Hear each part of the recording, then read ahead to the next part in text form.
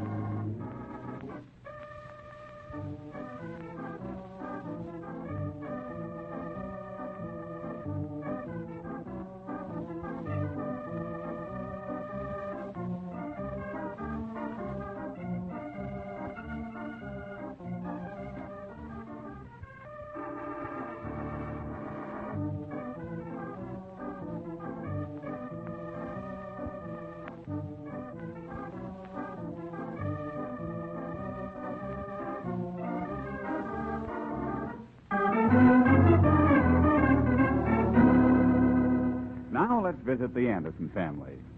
Well, this whole thing started when Oliver Anderson volunteered to play a part in the Red Feather Community Chess Play this year. Oliver is always willing to be of any help in raising money for worthy causes, and in fact is impressing that upon Junior's mind this very minute. How did they happen to pick you for a part in the play, Pop? Oh, I don't know. I guess it's because I'm always willing to build up the neighborhood and willing to do my share to make everyone feel like a friend. Butch Chapman said they wanted his father to play in it, but he turned it down. Well, you tell Butch he's out of his head. Chapman doesn't have a voice you can hear past the third row. Does Mom know about it yet, Pop? Well, not yet, but you know how she is. She's like I am. How do you mean? Well, she'll do anything to help out the neighborhood. Well, here's Mom now. Hi, Mom. I'm sorry I'm late, Oliver. I had to stop and buy a few things. I'll get dinner on right away. No, there's no hurry. What's in that bag, Mom? Cookies? Nope. Keep your hands out of there. Hey, Mom, Pop's in the play this year. Really? How nice. I heard Mrs. Briggs talking to Freebaron about it. Oh, it's just a small part. I play a storekeeper in a Vermont village. It's called Snowbound in Vermont. Got any good buys and groceries? Well, you see, Junior, your mother's a happy woman. I say your mother is a happy woman. I know. I heard you. Oh. Well, I have to have a stand-up collar for the rehearsal tonight, so I'd better run over to Homer's and see if he has one left from his better days. I'm going over next door to Meister's, Mary. Be right back. Oh, you haven't told Homer yet? I'm not going over to brag. I'm going to get a collar.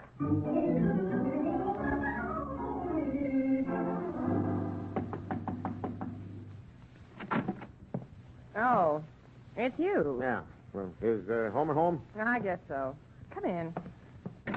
Just thought I'd drop over and... He ain't going out nowhere tonight. I don't want him to go out. Hi, Oliver. Come on in. Well, just thought I'd ask you if you had a stand-up collar. Huh? What, someone getting married? Why, does someone have to get married if I need a stand-up collar? Well, no, but you don't generally wear one. Well, I want to wear it in the play. Play, eh? Yeah. Well, now, I don't know if I got one or not. You do, too, have one, Homer. What's the use of telling a lie about it? I ain't lying about it. I just thought if they give me a part, I'd need it. Well, the whole play is cast already, Homer. They tell me it's a stinker. Who told you? Chapman, the plumber, said he turned down the main part. He did no such thing, and from what I saw of the play, it's not a stinker. Well, that's the report I got. Now, look now, Martha, we have plays, so everyone will have an interest in it, in the community and the neighbors. I can get along all right without no housewarming. Yeah, I'd hate to be tied up with a bad show. I'm glad you ain't. I guess they ain't going to use any talent this year. Why should she act that way? Well, I can see what she means, Oliver.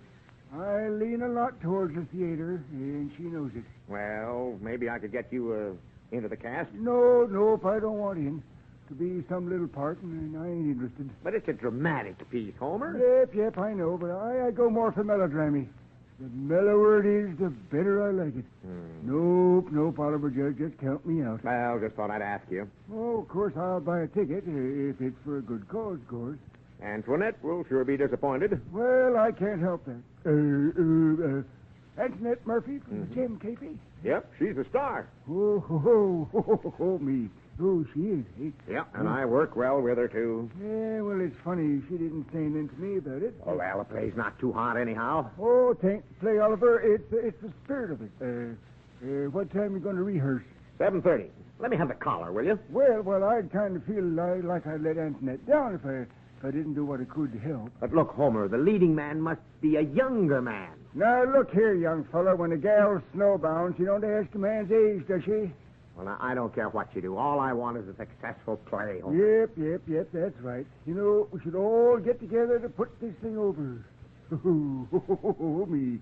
So Antoinette's the leading lady, eh? Look, bring the collar with you when you come over, will you? Yep, and I'll be right on the dot. 7 o'clock. Where are you going at 7 o'clock? I'm going to help Oliver out. You ain't going out anywhere tonight. You know what I told you. Well, I'll run on. I imagine you have some things you'd like to talk over. Hey, I'll be there at 7, Oliver. Okay, I'll wait for you. Thought you wasn't interested in the play. Oh, it ain't the play, Marthy. It's the spirit behind it. You know, Oliver's right. We should all work together. He's just talked you into something again. Oh, no, he ain't. Oliver just showed me where we're all in this together. And anyhow, I might get to play a part.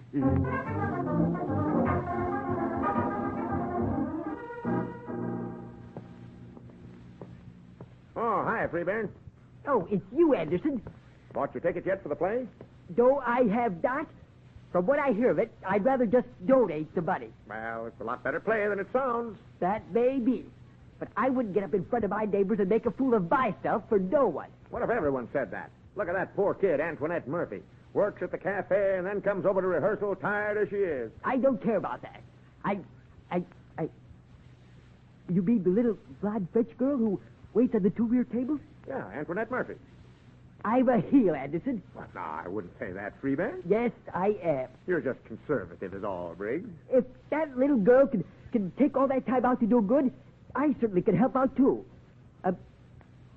What time did she come to rehearsal? Well, it's called for 7:30. You may depend on me, Anderson. I'll be there at 7:30. We need more of this sort of thing in the neighborhood.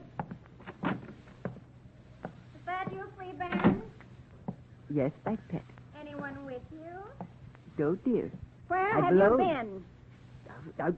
Now, sweet, I was held up by that Anderson person across the street. I thought you weren't speaking to him. But I have to be neighborly, sweet. He's in the play, though. That is of no interest to me. I'm only thankful that you're not. But, Millicent, I think I should cooperate with my friends in the neighborhood and do anything I can to aid them. I won't have it, Freeburn. I won't have it. I have a reason for doing everything, my dear. I shall go forward, ever forward with the play.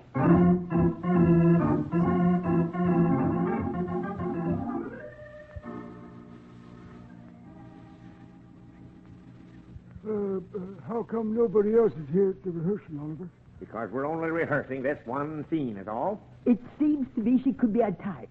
I'm tired of waiting, and she'll tell her so. Now, take it easy, Freeburn. You're only in here on a transfer, you know. But dagnabbit, time's a flying by, and she should be told to get here on time. Oh, here's Antoinette now. Oh, I'm so sorry, boys. Really. Oh, me. Well, that's all right. We only been here a minute ourselves. Yeah. You bring the script, Antoinette? Oh, but yes, of course. But I do not know how many are to be in these scenes. Oh. Hello, Shorty. Shorty? Excuse me, Antoinette. This is Mr. Briggs. Have I ever served you? I'm afraid you haven't. But I must say, I think they made a very wise choice in their selection of a leading lady. Oh, I thank you so much. You're truly a gentleman. Antoinette, we sort of changed the play a little bit. Yep. We're going to have 3 men in the grocery store scene. Oh, but how nice. I wore my dancing costume this evening under my coat. Do you like it? Bye. How dare. Oh, boy. Me. Hey, that's swell. Bye.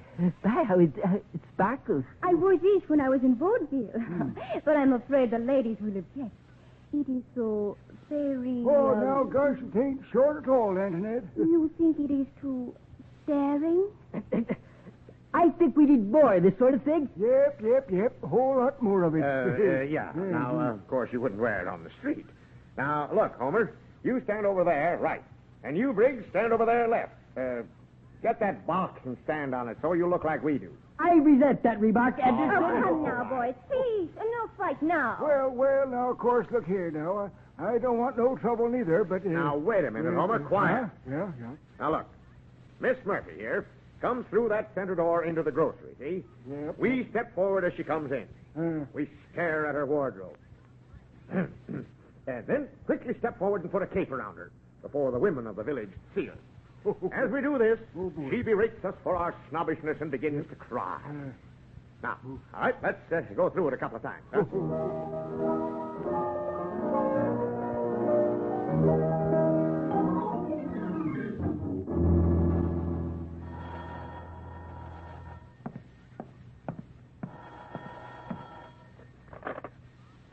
Mary Anderson speaking. Mary, this is Martha.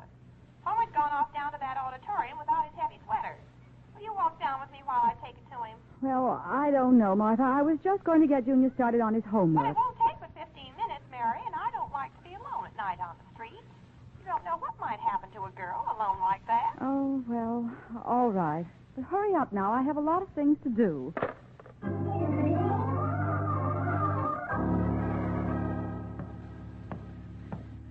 I'm glad Homer's so interested in neighborhood doings. Mary, I think this is the door. You're right, Martha. It is.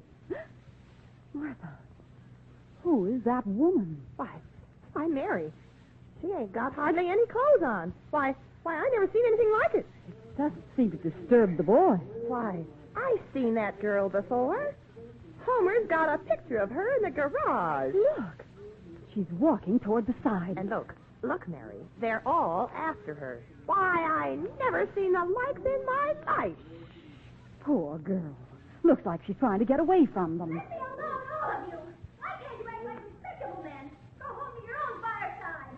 Might have been molested by every moron in town. Martha, maybe we'd better go. I think I've seen all I care to see. The only difference between you and me, Mary, is I'm gonna do something about it.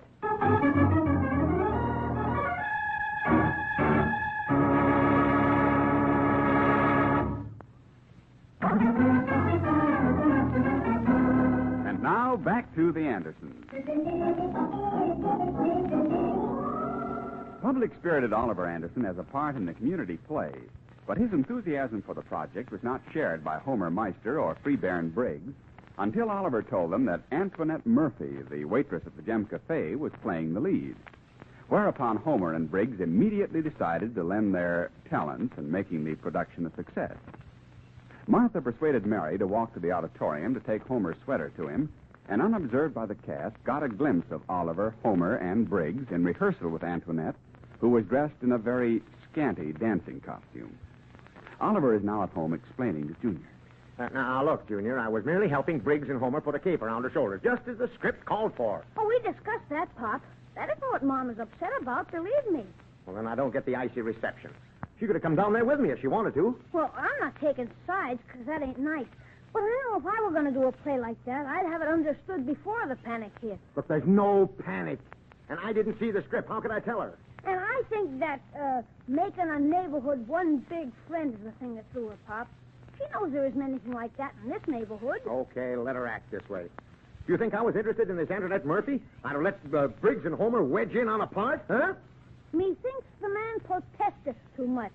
I think that's what Mom said. Well, surely you don't see anything wrong in my taking a part in the play, do you? No. I guess anyone would have done that.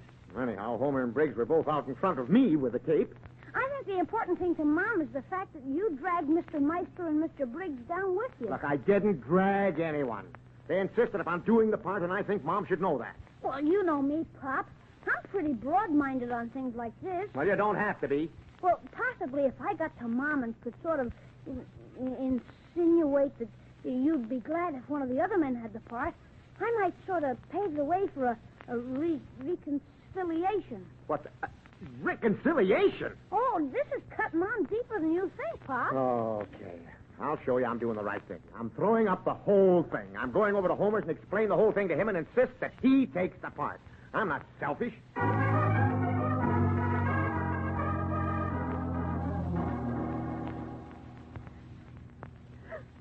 Once a man does a thing like that, a woman ain't got an ounce of respect for her man. Well, now, honey, it hurts me here to see you crying your pretty eyes out. My eyes ain't pretty. Oh, they are to me. When I was looking at that girl, looking past her, I just thought to myself, she ain't the woman Martha is. Well, it's all right. You can't blame it on to Oliver, neither.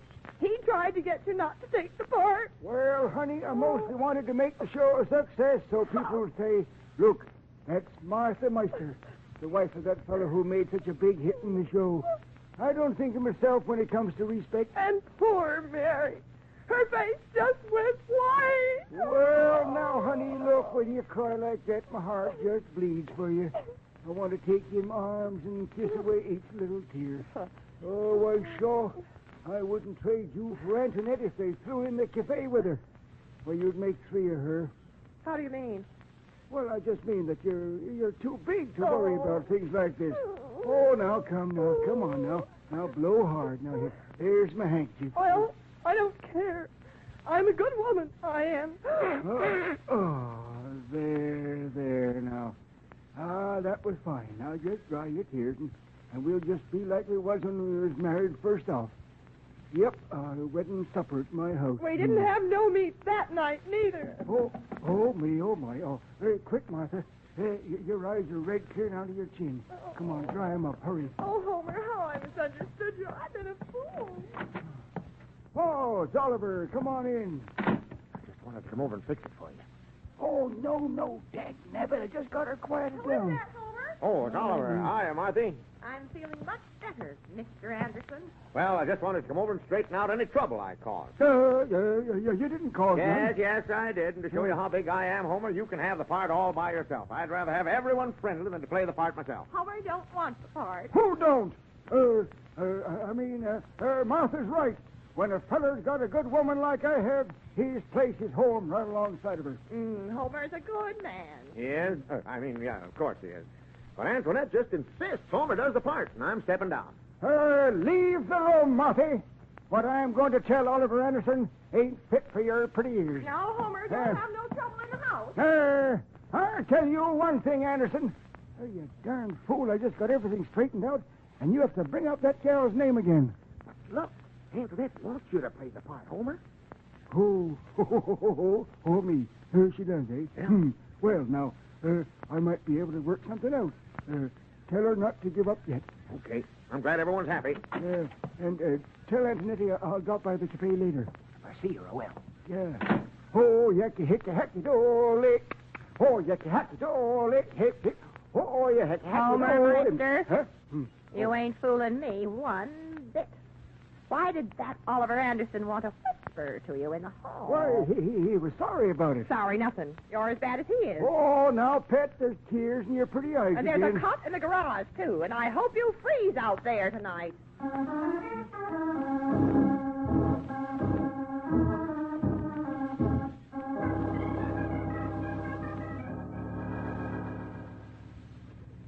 My dear, the whole story is made up of a tissue of lies.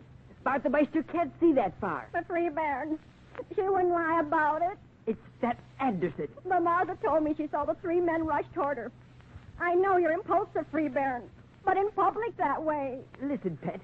Oliver and Homer were trapping each other to death to put her cape on, while I was standing on a box. Standing on a box. Why? That's where Anderson made me stand. And I hate him for it. Why, darling, I couldn't see through that Antoinette. She didn't fool me. I had her number in no time. What was the number? Crestview 334. I resent that, my dear. You're the only woman in my life. The star upon which I look for guidance in every waking moment. Then you didn't see the light in Antoinette? She was just a flash in the pan, my dear. Well, maybe I was foolish, Free Baron. And I think you're a very fine person to explain. I'll never distrust you again. As it should be, my pet. Look at this, Bay. I hope it isn't who I think it is. I was afraid of this. Let me in, Briggs. This whole thing is my fault. The whole thing is a closed issue, Anderson. No, it isn't. When I said neighbors should be friendly and unselfish, I meant it. Briggs, the part is yours. What's this I hear about Free Baron being unselfish? Oh, hi, Millie. I was just telling Briggsy that I'm turning the part over to him. After I saw him act, I knew I was an amateur. Why, the way he looked into her eyes, it seemed as though he meant every word he breathed. Anderson. And I don't try to be modest, Free Baron. I just want the show to be a success. And I know that with you in there, it will be. You and Antoinette. Yes, sir. Good night. Anderson, I'll never forget this. That's all right, Briggsy. So, you were standing on a box. But You weren't up in front. I... You lied to me, Free Baron.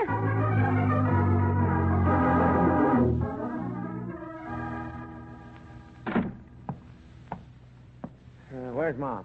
She'll be out in a minute, Pop. Sit down. Thanks. Mom and I went over this whole thing. Well, how did it come out? Well, she admits she was a bit hasty, and I admitted that you went about it in the wrong way. I went about it in the wrong way. Now, look, Pop, everyone's happy again. If you just drop the whole thing, I know it's blown over. Well, I can be just as big about it as she can. Of course you can, Pop. I never got a chance to explain, Junior. That's one of the main reasons the whole thing is blown over. Mary, come here and sit down a minute. Let's not be childish, Oliver. Junior, have you finished your homework? No, Mom, not yet. A couple of the problems are kind of tough. I'll help you with them. I wish you wouldn't. His grades are bad enough now. Oh.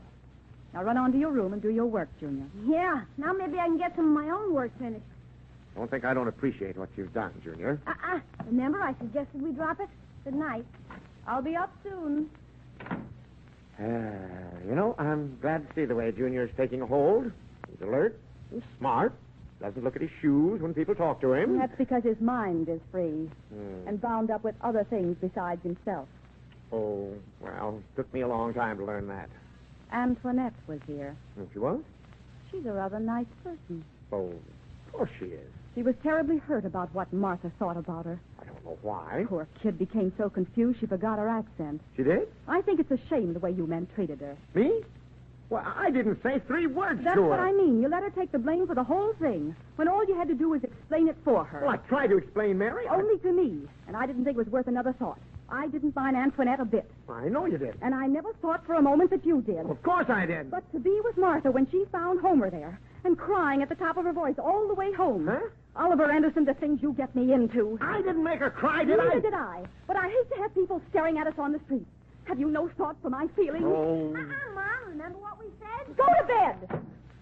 Look, I don't see why you take it out on him, Mary. I've never spent such a miserable evening in my life. I'm trying to straighten it out so you'll have a nice, bright outlook for tomorrow. You're the one who'd better have a different outlook tomorrow. And don't speak to me again tonight. Huh?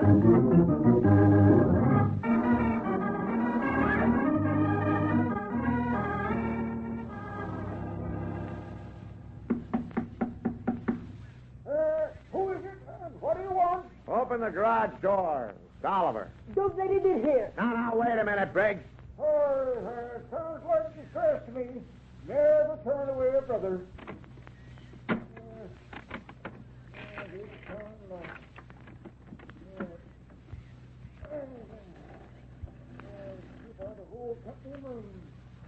Thanks, Homer.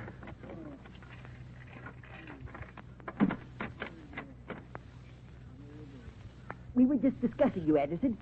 I suppose you know that Millicent insisted I leave our fireside for the night. That's your lookout, Briggs, not mine. Oh, now, come on, fellas. Look here now. No fighting. Well, This garage is big enough for the 3 of us now. you were discussing me, you say, Briggs. Yes. I know a man who tends strictly to his own business, who's looking for a house just like yours. Would you like to sell it? Oh, I see. How do you feel, Homer? Well, of course, I'm not leaning one way or t'other. But I wouldn't sell unless I got my price if I was you, Oliver. I won't. I mean, it's not for sale. And now, if you have no more to say, get in that front seat of the car, Briggs. I'm sleeping on that cot tonight.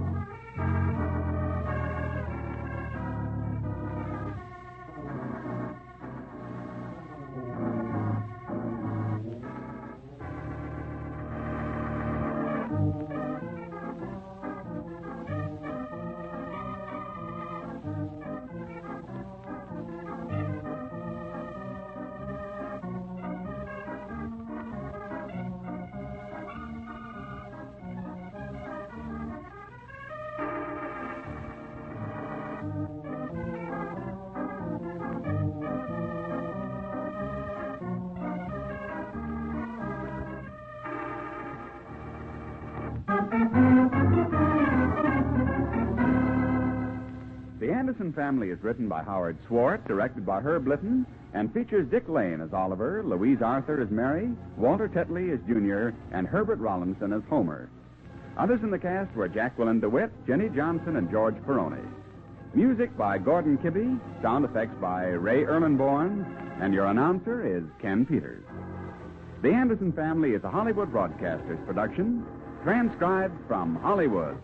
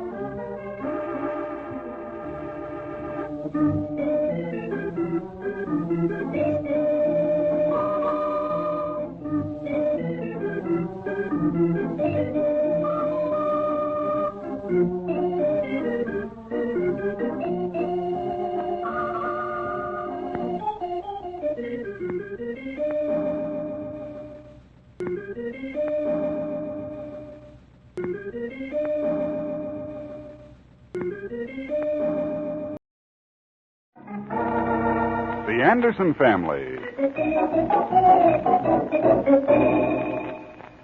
You can't blame me for wanting my dues, Mr. Anderson. In good faith, I loaned you our lawnmower. And I'll return it in good faith. I'm sure there must be some misunderstanding. If there's one thing I admire in a man, it's integrity. I admire honesty. Quiet, Freebairn. I'll scratch his eyes out. Freebairn, that's enough. I'll tear his collar off. Look, I'll return your lawnmower. I don't want to hear any more about it. Uh-oh. Here we go again, folks.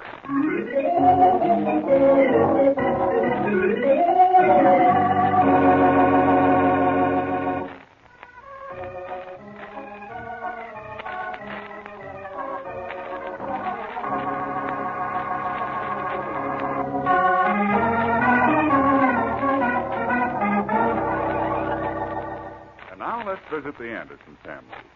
This whole thing started when Oliver Anderson borrowed a lawnmower about 6 weeks ago from Mr. and Mrs. Freebairn Briggs, neighbors across the street.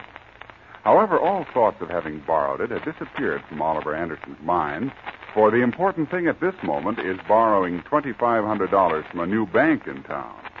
Oliver wants to improve his property and must make application by letter to the board of directors of the loan institution. He has just finished writing the letter.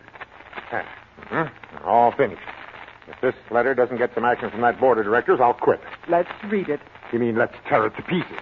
Now, there's nothing wrong with it. It's a straightforward, honest letter. That's what counts in getting money from a bank, honesty. Oh, yeah? Well, I'll still get it. Oliver, Junior didn't mean anything by that. Oh, Of course, it's a lot in who you know, too, Pop. that's right. Well, I know Connors and Bingham. But there are a couple of new directors. I don't know who they are. Oh, I'm sure this letter will do the trick. You took long enough to write it. Well, just an hour is all. Hey, you write a pretty good hand, Pop. Yes, I do, don't I? And your paragraphs are neat. Gee, thanks. It's just that I retained my schooling. I guess you can't be too careful on a letter like this. That's right. I'm glad you take such interest in things like this, Junior. Yeah, but I don't think it's a good idea to head it with, "For heaven's sakes, men, don't turn this down. I need it." Let me have that letter. It's no concern of yours what I put in it. And there are 2 P's in application, Pop. I know it. I know. How many do I have? 1. Well, no wonder. With everyone talking and playing the radio, it's a wonder I have the address right. No, let's relax. Let's have a nice, quiet evening. I'll type it neatly for you, Oliver, after a while. Yeah, well, I think typewritten letters get more action anyhow. You have a good idea there, but you'd better stick pretty closely to what I have there. What did Mr. Connors say when you mentioned the loan to him? Well, he said it was okay with him, and so did Bingham. It's up to the other two directors. Well, maybe you'd better find out who they are. That's not important. Connors and Bingham can swing them. Hey, did you tell Pop about your being chairman on the flower planting drive, Mom? Oh, that's not important, Junior. Of course it is.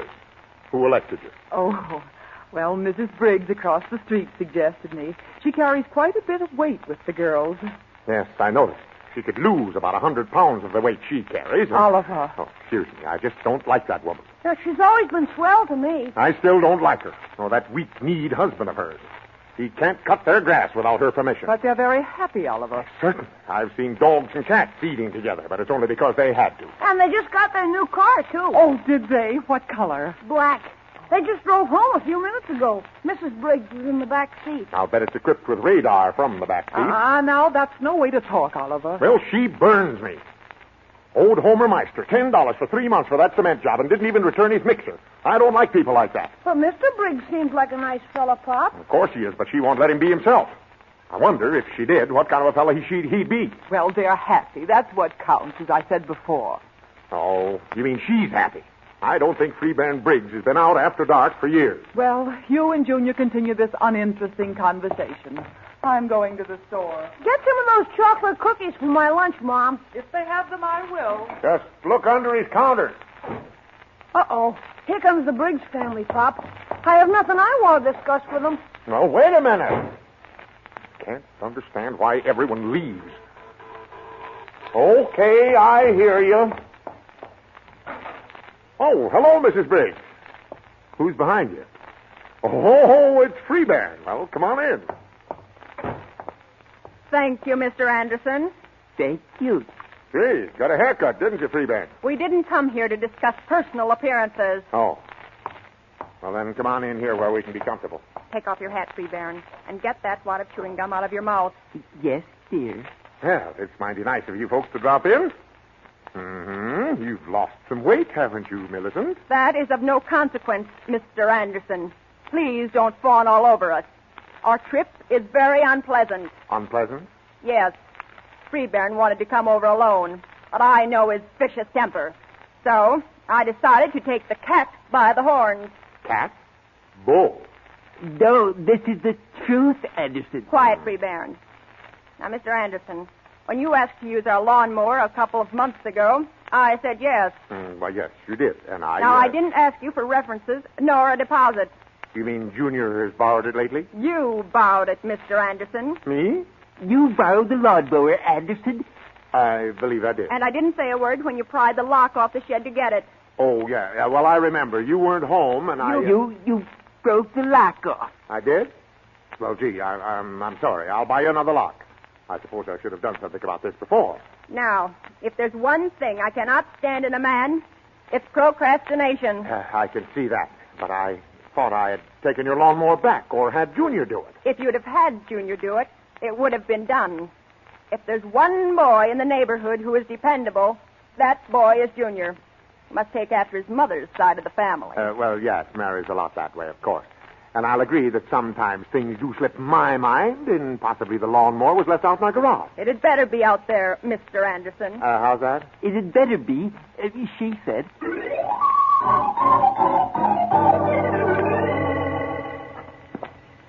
Don't walk on that side, Mrs. Briggs. It's all planted. My. This place used to be so beautiful before you people bought it. And look at it now. Freeburn, now, control yourself. Now, let's see. Lawnmower. Over there beside the bush. Isn't that it? You mean it's been outdoors rusting all this time? I wonder if this is yours. It has 2 wheels and a handle. Must be. They all have 2 wheels. For heaven's sake, Freeburn, it is our lawnmower. Just look at that. Go ahead, Anderson. Look at it. Well, there isn't much wrong with it. But it's all rusted. That wheel is half off, and look at the handle. Go ahead, Anderson. Look at that handle. Gee, well, yeah, I guess you're right. But I don't understand why Junior didn't put it in out of the weather. And this wheel, it's broken. Go ahead, look, Anderson, the wheel. Yes, I see, but that can be fixed. Either fixed as it was, or a new one. How's that? Take it and do what, darling? Oh, no, you don't. Not a new one. I'll fix this one, and it'll be returned in good shape, Mrs. Briggs. Possibly. To think, neighbors. Me, one never really knows their neighbors. If it hadn't been for this lawnmower, I might have gone on thinking you people were all right. Now, wait a minute, Lady Mountain Dean. I pay for my mistakes and my son's mistakes. I'll send it to the fix-it shop, and it'll be returned like new. You know, Mr. Anderson, as hard as I try, I don't think I'm ever going to like you. The feeling is somewhat more than mutual, Mrs. Briggs. Ordinarily, I'm a very courteous fellow, but I don't like to be abused. Now, Anderson, those are fighting words. I meant them to be fighting words. Now, Freeburn, don't strike Mr. Anderson. No need of your facing a manslaughter charge. I'll scratch his eyes out. Freeburn, no. I'll tear off his collar. Please, Freeburn, no. I'll pull his hair out. This is getting ridiculous. And if I thought you could get a price on getting his face fixed along with the lawnmower, I'd shut him up for you. You threatened Freeburn. Oh, come now, Mrs. Briggs. This is silly. No, it's not. I don't enjoy this. I only want what's right. She only wants what's right. But I'm willing to return the lawnmower, Mrs. Briggs. But you certainly took your time about it. If there's one thing I admire in a man, it's integrity. I admire honesty. Quiet, Freeburn. Well, I'll leave you with your conscience, Mr. Anderson. And I expect the lawnmower returned in the same condition as when you broke into the shed and stole it. Stole it? You stole it, she said. Oh, come now, Mrs. Briggs. I don't want to hear another word. Come, Freeburn. Well, Mary will be terribly sorry about this, Mrs. Briggs. I'm upset, too. But Mary's stuck with you. I'm not.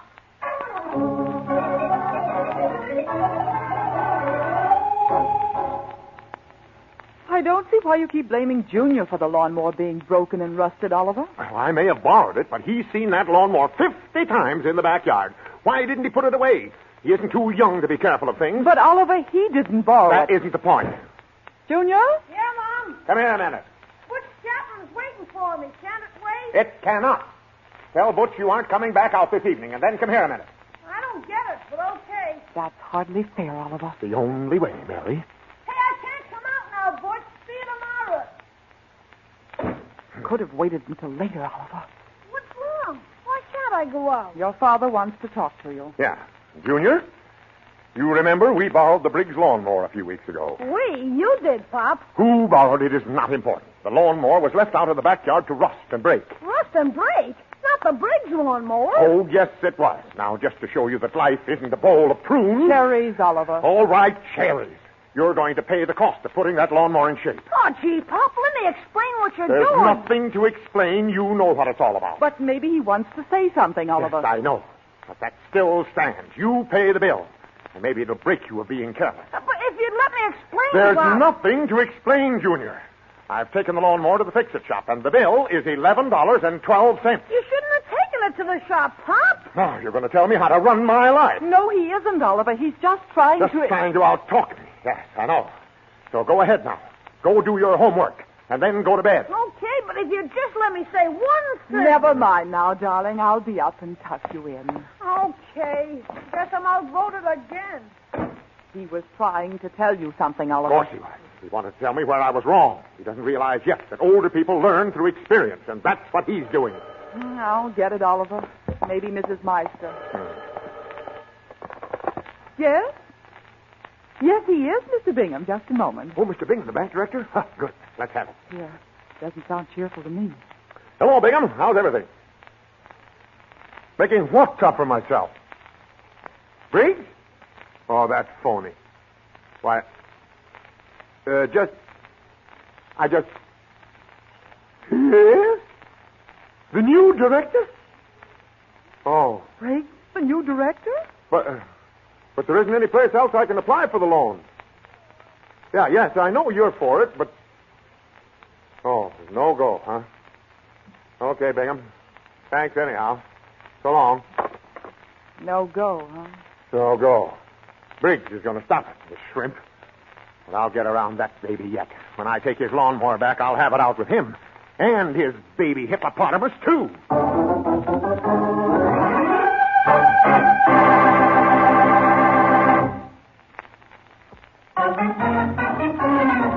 And now back to the Anderson family. Oliver has just been turned down at the bank on a loan he hoped to make. The deal soured when he had a little trouble with a neighbor, Mr. Briggs, over the return of a lawnmower Oliver had borrowed and apparently forgot to return, only to find that Mr. Briggs is the new director of the bank. Hoping to smooth over the situation, Oliver and Mary Anderson are just entering the fix-it shop to pick up the lawnmower, which Oliver had repaired. Oh, that looks like the lawnmower, Oliver. Well, how can you tell? They all look alike to me. Here comes the man now. Howdy, folks. Can I do something for you? Oh, Mr. Harkness. Is my lawnmower ready? It's for Oliver Anderson. Anderson. Name don't mean nothing to me. I go by numbers. Got your stub? Oh, sure. Here. 33B. 33B. Oh, yes. Sitting right over here. And I might add, I've been repairing mowers for better than 30 years, and I never saw one so bent up as that one was. But you were able to fix it. Well, yes, I did. The only thing left of what you brought me is the washers on the wheels. The rest is new lawnmower. Well, maybe you shouldn't have done such a good job. You said fix her up. Well, yes, I did. Where you live? 13 Beacon Road. Oh, is that so? Say, that's right close to Briggs' house, ain't it? Right across the street, yes. Well, now, I hate to ask you this, but as long as you live so close, you're driving, ain't you? Well, yeah. Well, I wonder if you'd just drop off Briggs' lawnmower at the same time. Why, this one here is Briggs' lawnmower. Must had two of them then. He brung it in about 6 weeks ago. Had a young boy with him. Boy said his father broken a blade running over stones and paid for repairs himself. The boy did. 6 weeks ago? Yep. He was sure neat. Fool what'd run a nice mower over stones don't deserve anything from nobody. Oh, there must be some mistake here, Mr. Harkness. Well, all I want's $13 for fixing it, and you can work out the rest of the deal with Briggs. $13? You said it'd be $11.12. Oliver. Well, I'm charging you $2 for the doctor. The doctor? Yep, the doctor. See, a piece of that rust broke off and went in my eye. Oh. And my head's about splitting open. Well, of course, you have my sympathy, but I still think I'm getting gypped. It's $13. Yeah, I know, but you've done work for me before. Anderson is the name. I don't care if your name's Toscanini. Names don't mean nothing to me. I'm a number man myself. Oliver, let's just take the lawnmower. Sure, we'll take them. But I don't want this other one now, if it isn't Briggs. Well, just so I get $13, all I care. But $13 is a lot of money. I can get a new one for that. The bill is $13, Oliver. Yeah, I know that, but it's a holdup. Money isn't growing around on trees. You brung the lawnmower in, didn't you? Well, yes. Then it's $13. Well, let's pay the man, Oliver. Sure, I'll pay him. It's an obligation. I'll pay it, of course. Well, now, I don't like the way you talk, fella. Well, let's not go over my bad points now. I'll just pay it and keep still, I guess. And another thing. I'll be very happy to deliver this lawnmower to Briggs.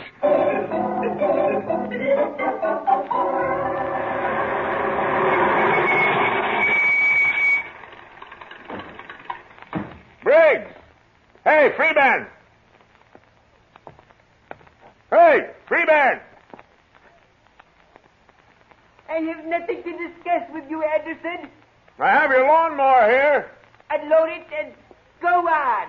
Okay, I'll throw it in this flower bed. Don't you dare. Where is it, Freebairn? It's Anderson with the lawnmower. Well, of all things, Freebairn, I want you to go out there and thrash him within an inch of his life. Yes, dear. If you aren't gone in 30 minutes, I shall come out and thrash you, Anderson. Look here, Briggs. She just left. I'll be right down. I don't get this thrashing business, Freebairn. I just say those things to please the little woman. Yeah, sometimes someone isn't going to know that. And the little woman is going to be alone. You may be right, Anderson.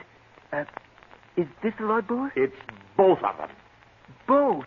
Your own that you took in 6 weeks ago to the fix-it shop, and the one I took in. You owe me $13. I do? How? Because you claimed this other mower was yours when it was mine. It caused me anguish, loss of time, and mental worry. Altogether, the civil suit comes to $5,000 if I take it to court. I won't pay it. I won't charge you that much, though. I'm not that type of a person, Freebairn. I'm a nice fellow. I'm a rat. Oh, now come, Freebairn. I understand. It's the influence you're under is all. Yes, you're right. It's Baby. Baby? my wife. I shall forever free myself of those shackles. Now you're talking like a man. I admire you. I shall have it out with her immediately. Just let her know you're boss. Boy, it feels great. You've changed my whole life, Anderson. Well, I did the right things for you. Now I expect you to be a man and okay my loan at the bank. I shall do it immediately. I am a new man. Gee, that's swell. Connor and Bingham have okayed it. Now you. You just have one more hurdle to take. Oh, yeah?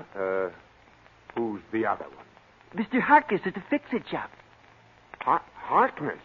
I just left there. And you probably made him hate you. However, I shall arrange it. Right now? As soon as I go in the house and start my new life. Well, you'd better be diplomatic. She's an egomaniac. Egomaniac? Mm-hmm. Egomaniac. Mm-hmm. That's a splendid word. I haven't used that. I'm a new man, Anderson. From today, I am a man.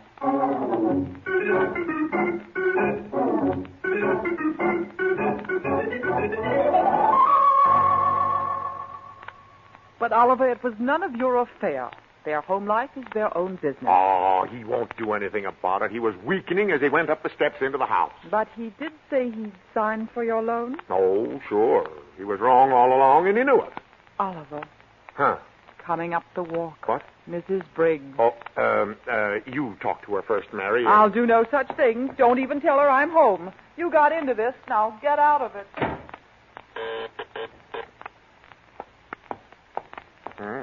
Doesn't ring like she's burning. Oh, Mr. Anderson, I just wanted to tell you the news. Well, come on in. Don't tell it to the whole street. You know, somehow I don't mind your ignorance. I'm so happy I could just cry. Where's Mary? Well, frankly, I don't know. What's wrong that you'd be happy? It's Freebairn. Freebairn? He's made you happy? I'm so happy. I'm sorry I berated you over that lawnmower.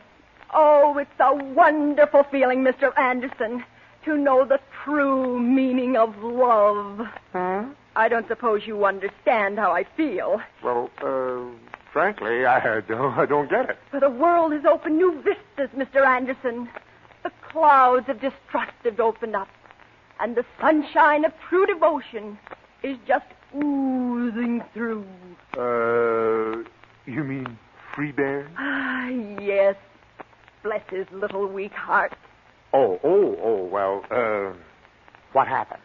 It all happened so suddenly, I don't know myself. It was right after you left our house. Freebairn stomped into the house. And he only stomps when he's angry. Well, go on from the stomp. Well, I was seated in the living room. And when Freebairn came in, I knew something was wrong. Yeah, I realize that, too. Freebairn walked straight up to me, shook his finger under my nose, and said, "You're an egomaniac." Egomaniac? I don't know where he ever picked up such a word. Probably from some of his tramp friends. Let's leave his friend out of this. Did he pop you? Freebairn doesn't ever pop me. But he did frighten you, huh? Well, yes, at first. But I regained my composure. Well, I placed my fingers carelessly around his throat. No. Oh, I had no intentions of squeezing so hard at first. And during the scuffle, his right fist hit me behind the ear. Oh, then he didn't muff it. I didn't hear you. Never mind. Go ahead. Then what happened? Why, I believe you actually enjoy this. Don't be silly. Well, then, his left hand became free somehow, and he struck me under the chin. Which one? Both of them. Oh, don't be crude, Mr. Anderson. Oh, good old Freeman. Game to the end, huh? Ah, yes. It was then my new love was born. I realized at long last he really loved me enough to swing on me. Well, I'm glad it turned out all right. Tell Freeman I'd like to see him. Oh, he wants to see you, too. And I know he'd like to see Mary. Okay. I'll get Mary and join you in a minute.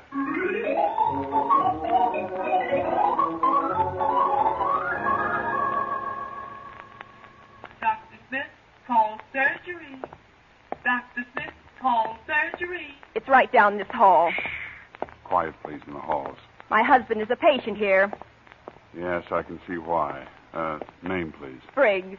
Mrs. Freebairn G. Briggs. We're just with her, Doc, really. I'll sit over here and wait, Oliver. Okay, Mary. It won't take long, I guess. Right this way, please. 32A. Just sit in this chair. Please don't stay long. No, just a minute. You a friend of his? Well, I won't know till I talk to him. There you are, Freebie, darling. Yes, baby. Someone to see you. Hi, Freebairn. Gee, I'm sorry it turned out this way. I'm a happy man, Oliver. Oh, I'm so happy too, Freebairn. Well, what happened? I don't really remember. I remember seeing the fireplace go by. Then the chandeliers went by. The chairs, the couch, a bedlam of things. You'll have to leave now. He's getting violent again. Oh, yeah, sure. I'll see you later, Freebairn, darling. Come, that's long enough. I'm a free man. I'm a man again. I'm a man. I'm a man. Will they return Freebairn to me in good condition, I'm a Doctor? man. Oh, come now, Mrs. Briggs. Surely you don't believe in miracles.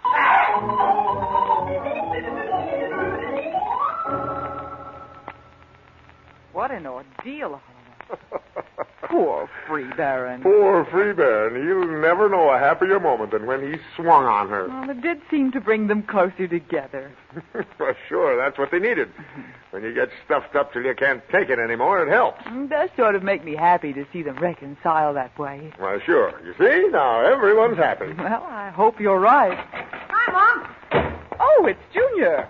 Mr. Connors called, Pop. Said the loan was okay. Okay? Gee, that's swell. Well, what about Harkness, the fix-it man? Oh, he just okayed it when he found out that Briggs was for it. But he remembered my name, and I was nasty with him. Yeah, I suppose so. I mean, Mr. Connors said Mr. Harkness didn't know you by name. Said he only went by numbers. Oh, isn't that marvelous? We can start to improve the house right away, Oliver. Yeah, but I hate to have Harkness get away with that $13 clip on that phony lawnmower. You got taken in on that, Pop.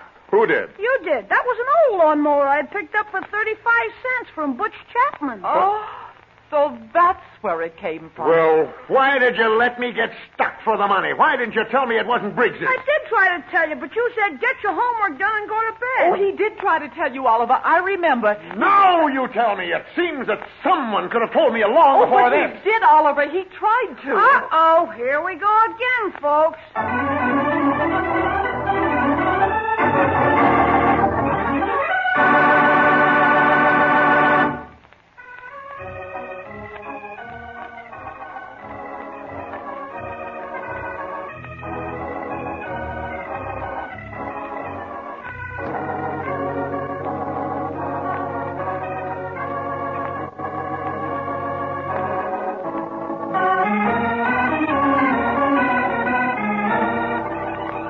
The Anderson Family is written by Howard Swart, directed by Herb Litton, and features Dick Lane as Oliver, Louise Arthur as Mary, and Walter Tetley as Junior.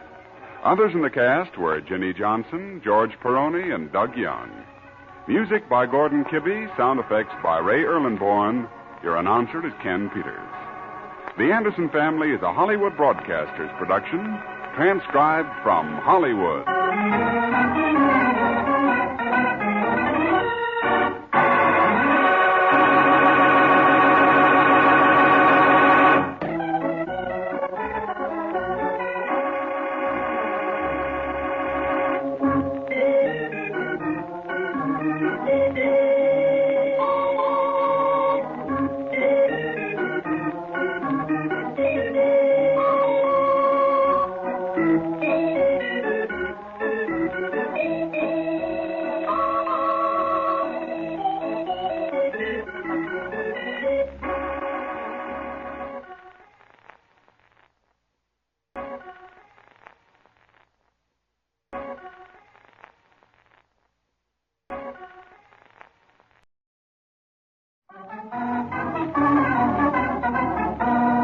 The Anderson Family. Yes, ladies and gentlemen, meet the Anderson family. There's Papa Oliver Anderson, who doesn't believe in the adage, be sure you're right, then go ahead. He just goes ahead anyhow. Then Mary Anderson, his lovely wife, who thinks everything happens for the best. And she's the best. And let's not forget Junior, 12 years old and the spark plug of the Andersons' daily life. They're a happy family, although Oliver is somewhat confused with life.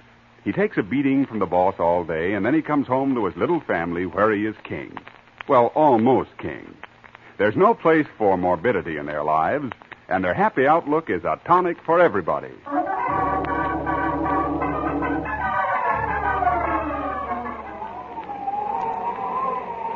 How we heading, Homer? For worse, my hearty. Are we on course, Homer? What course? Gee, Mary, you mean Homer's missed the South Seas? This trip's been a nightmare. Well, I can't stand watch 24 hours alone, can I? And Homer can't even stand watch, period. Don't worry about me. It's in the bag.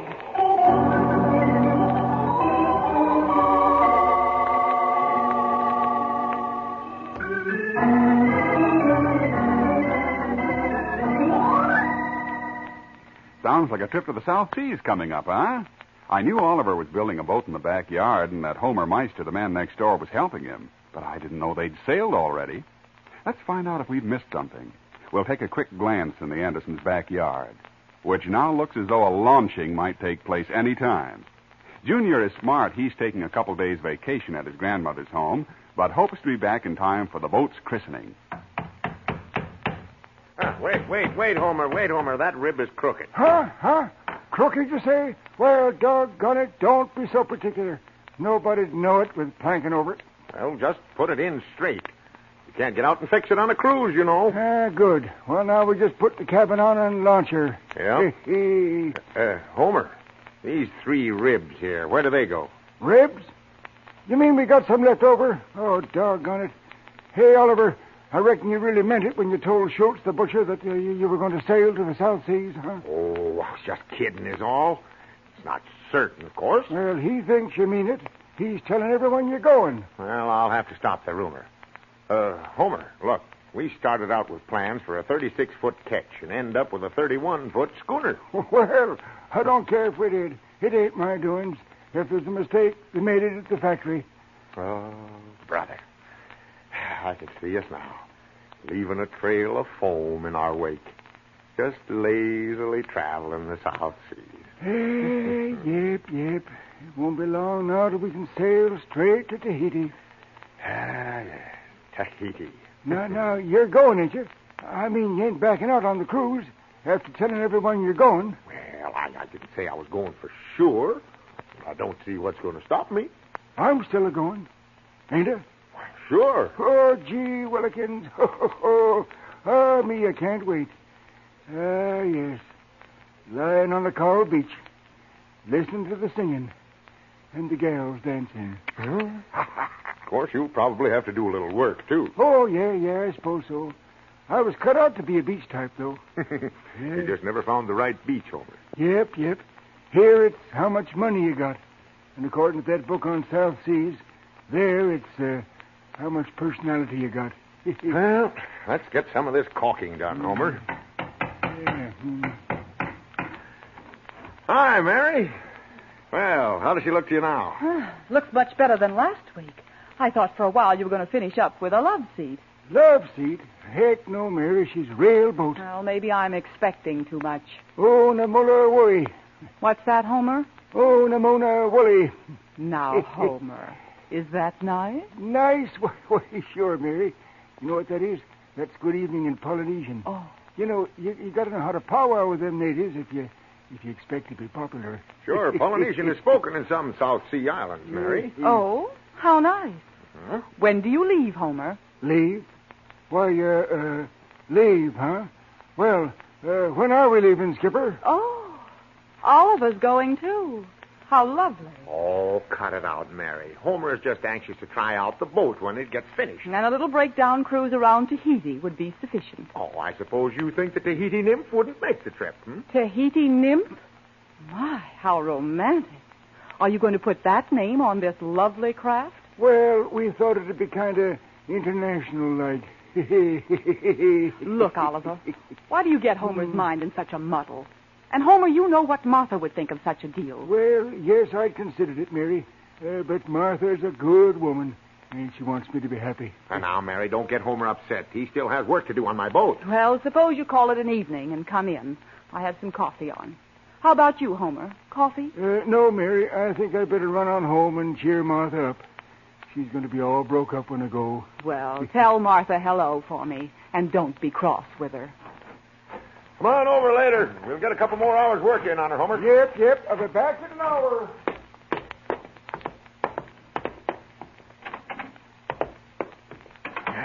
Homer certainly hopped up for a trip to the South Seas. You know, that's a terrible thing you've done to Homer. Well, I don't see why. I didn't say I was going this week. From the way he talks, he's already packed. I know how he feels. Even the fellas at work. Yes, even the boss envy me that little catch. Now, wait a minute. You aren't telling people that you're going to the South Seas. Well, no. That is, I never say just when I'm going. Talk about Homer's mind running away with him. You're going to have to quit this nonsense, or people will be pointing at me and saying, that's the wife of that fellow they came and got. Oh, now you're making a mountain out of the whole thing. I haven't said when I was going. I'll get it.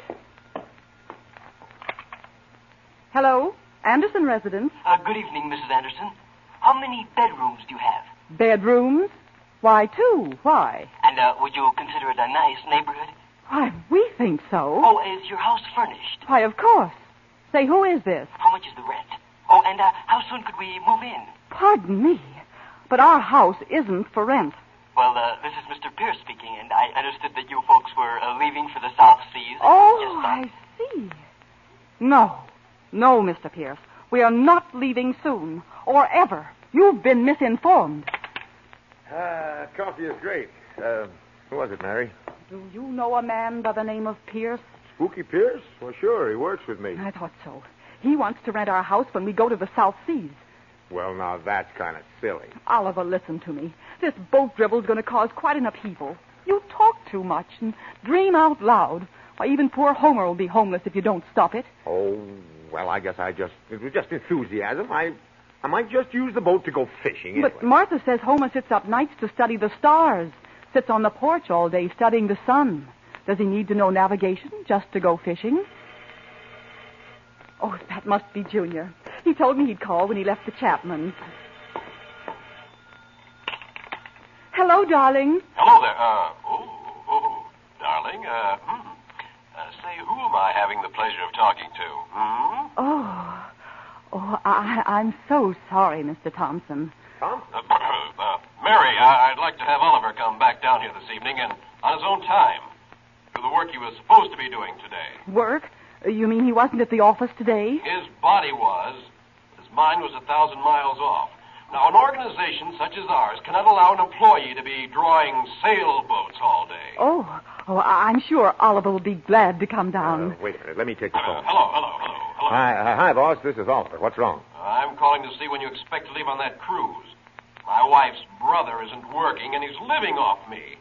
I thought he could take over your job, as long as you're planning on leaving. Oh, no, I'm not leaving, but I've got a lot of work to do on the Tahitian nymph tonight. Well, I'll see you in the morning. By the way, when you christen the boat with the bottle, be sure your head is way back out of the way. Don't worry. Very well, then. Good night. Good night. Oliver, will you ever learn to keep your affairs to yourself? Oh, now, Mary, I was just a little enthusiastic, I guess, but it's all over. Nose to the grindstone and all that stuff. Nobody's hurt. Just a misunderstanding, that's all. Oh, who's that now?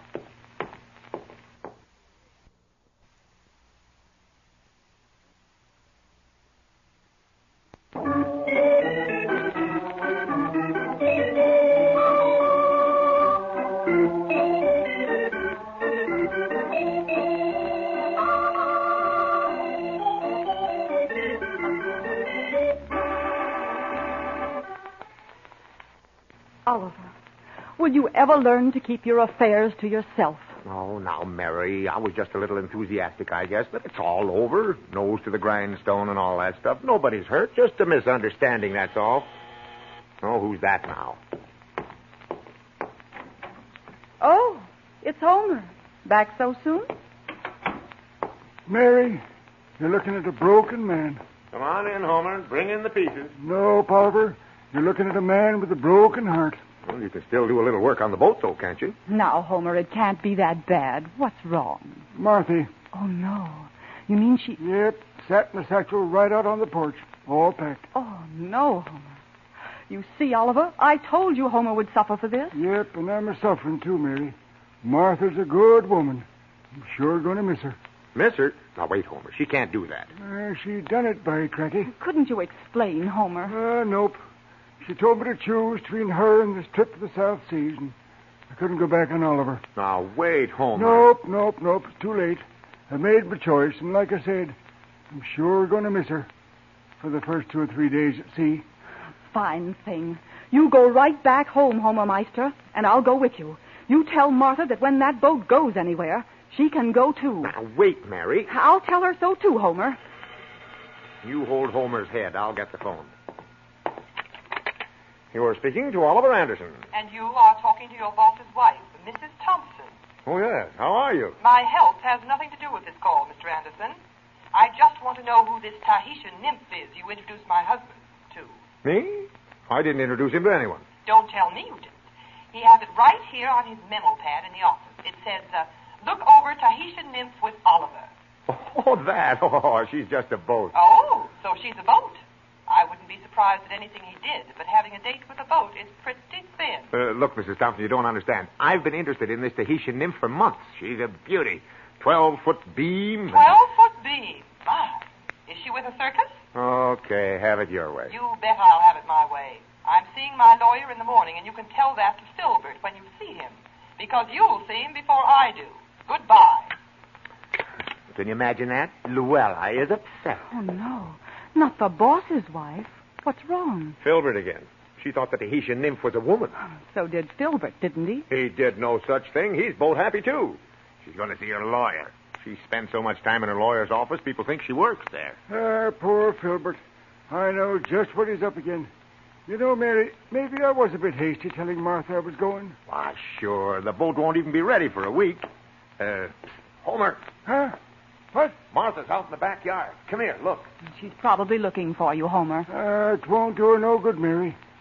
She's a good woman, but my mind's made up. Oh, look, Homer. You'd better get the trip out of your mind. Nope. Too late, Mary. Can you see Martha now, Oliver? Yeah, she's by the boat.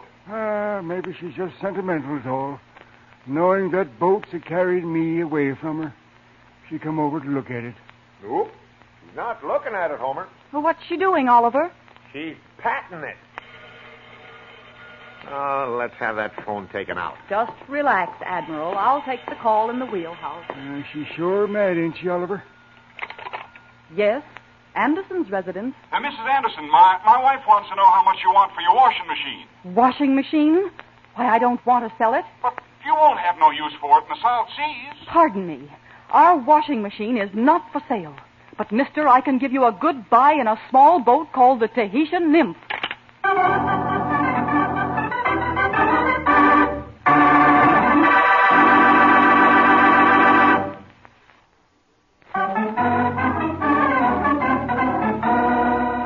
And now back to the Andersons. Oliver Anderson and the man next door, Homer Meister, have just about completed construction on a boat called the Tahitian Nymph. Oliver has talked so much about a trip to the South Seas that he's almost going to have to make the trip in self-defense. So far, his talk has caused trouble not only in his own home, but in the Meister home and also with his boss. We join Oliver in the backyard now as he sits with Homer staring into a small fire they have built to keep themselves warm. Homer is dreading his trip home, where Martha is all set to tear him apart. Fire sure feels good, Oliver. Yeah. Why don't you go on home? Oh, I've been putting it off as long as I can.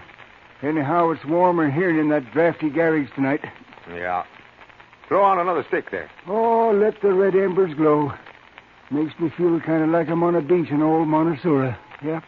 Yeah. You know, I've a good mind to sit out here all night. That'd serve Mary right. Arguing with you like she done. Oh, well, she's a little upset. All those phone calls today. Just think, Oliver. Lolling on the sand with that tropical breeze blowing. No worries, no work. Ooh. And no food. Well, you got to make friends with the chief. I'm getting kind of sleepy, Oliver. Yeah, so am I. I wish I dared to go to sleep. Go ahead. Just a looking at them stars up overhead. Gosh, I can see the chief coming down to meet us at the beach. Bringing food. Them dark-eyed maidens smiling at us. Is this portable radio working, Oliver? Yeah. Well, let's see if we can get some music. Oh, I can hardly keep my eyes open. I'm plumb wore out myself. Waiting to wave goodbye to Martha from the dock. Yep.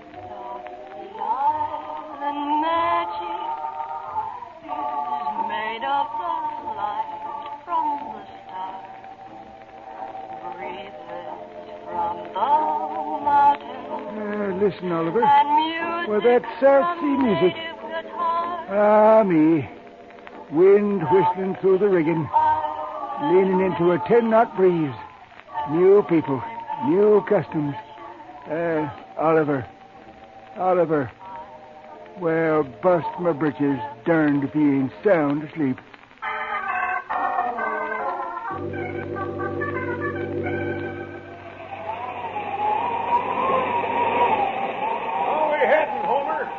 Southwest the west, Skipper. Are we on course? What course? I mean, what's our bearing? Oh, it's about the same, I guess. I'm holding her on course. Where's Mary? She's gone below. Keep the wheel while I go below and see how she's doing. Right-o, matey.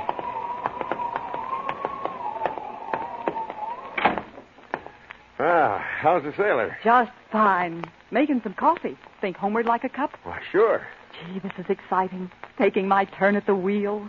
Well, you think Homer knows where he's going? I was wondering that, too. When I went off watch this morning, we were on a course of 93. What is it now? 55.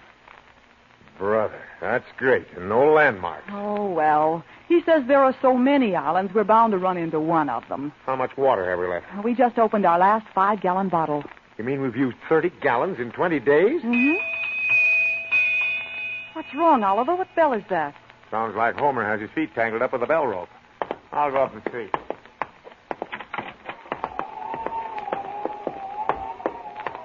What's wrong, Homer? Land ho, Skipper! Where? Land ho! Land ho! Land ho! Wait a minute. Now, where is the land? Oh, right over there. About 10 degrees starboard. Got mountains on it, too. Yeah. Hey, Homer, you're right. I see it now. Homer, I have to hand it to you. You're a great navigator. Oh, 'twarn't nothing, sharks. Most any good admiral could have done the same thing. Yeah, wonder where the beach is. Better take in the mainsail and jib. Lots of reefs in these islands. Look, Oliver, look. Palm tree. Maybe it's coconut. Did I hear you say land? Yeah, Mary, look, right off starboard, see? Yes, sir, you're right. Well, that would be the Marquesan Islands. We'd hit them first. Oh, now let's not be particular which one it is. You take the wheel, Oliver. I got to go below and get shaved and put on my clean whites. You know, personality and appearance counts with these natives. Yeah, here. Give me the wheel, then. Yep. Now get out them nickel slot machines, too.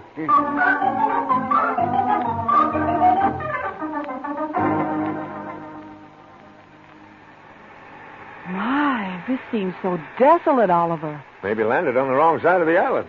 Psst. Oliver. Huh? Up on that ledge. Look. Where? Oh, yeah.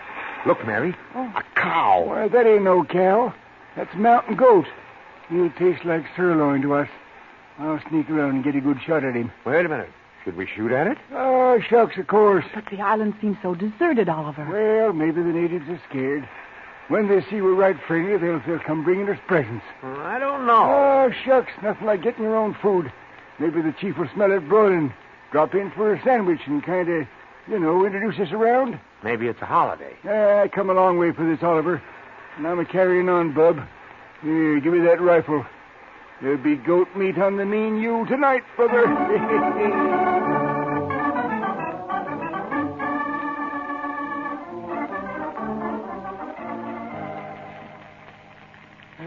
That goat's sure a beauty, Oliver. Look at them horns. They're good thing from a den. But about the meat, Homer, I've never had any experience in cooking goat meat. You probably have, but Schultz the butcher never mentioned it. Just broil it like any I other. wonder if anyone heard that shot. What difference does it make? Well, how do I keep this beet sand out of the meat, Oliver? Don't try. Sand won't hurt anything when you're as hungry as I am.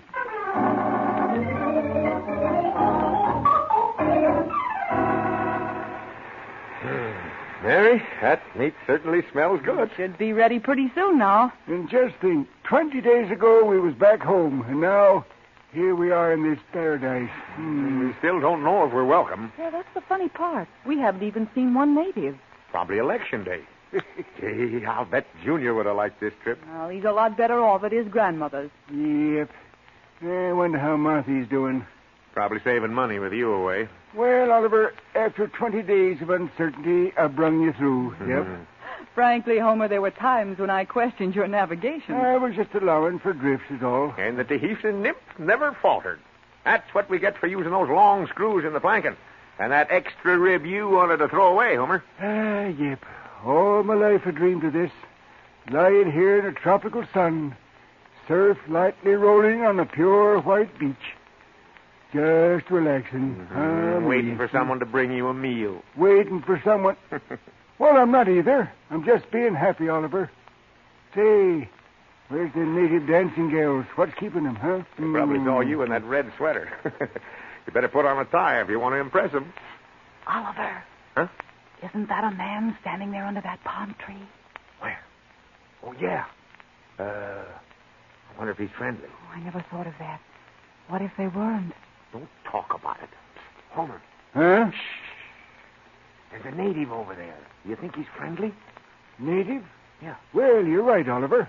Yeah, sure looks like one. Oh, shucks. I don't see no dances with him. Mary, you walk slowly toward the boat, just for safety. Oh, but Oliver, I want Go ahead. Don't argue. Hurry up now. Let's deploy in a circle now. Here he comes. Yeah, now, you know his native tongue. Get him into a conversation. Yep. Good thing I learned Polynesian. Ahoy there! Yola Nui, how do you do? Don't say Dewey. He might be a Democrat. How? Una Muna Murray and Frey. I think you're using too thick an accent, Homer. What was that last crack, Junior? Homer, he speaks English. What are you doing on this island? We just stopped off to get some fresh meat. We're sailing in a few minutes. Yeah. Won't you join us in some goat barbecue? Fresh killed. Shot himself about 3 hours ago, yep. Yeah, Homer's a great shot. Never misses. How's the tribe? Tribe? Oh, yes, the tribe. Oh, they're all well. Now, listen, boys. Let's quit playing around. Where you from? Why, Los Angeles. It's a city in California. Yeah, I know. You got your clearance papers? Show them to him, Homer. Clearance papers? Well, we ain't got none, Oliver. We just sailed out of the harbor. This is pretty phony. Get your gear and we'll all go take a little trip and see the chief. Last you get to see the chief, Homer. You work for the chief, huh? Yeah? Chief Mooney Aloha Luna? No, Chief Edgar Hoover. Hoover? Why, he's with the FBI. Right. What you got a man in the South Seas for? Always thought strangers was treated with kindness. Well, now, of course, if you don't want us to stay, we'll take our goat and go. Look, I don't know who you think you're kidding, Junior, but you left harbor with no clearance papers. Your craft isn't registered, and you shoot someone's pet goat. This setup is phony, brother. No, wait a minute. I'm an American citizen, and you're allowed to shoot food in the South Seas. South Seas? This isn't the South Seas, Grandpa. Tain't? Nope. You're on Catalina Island, 20 miles off the coast of California.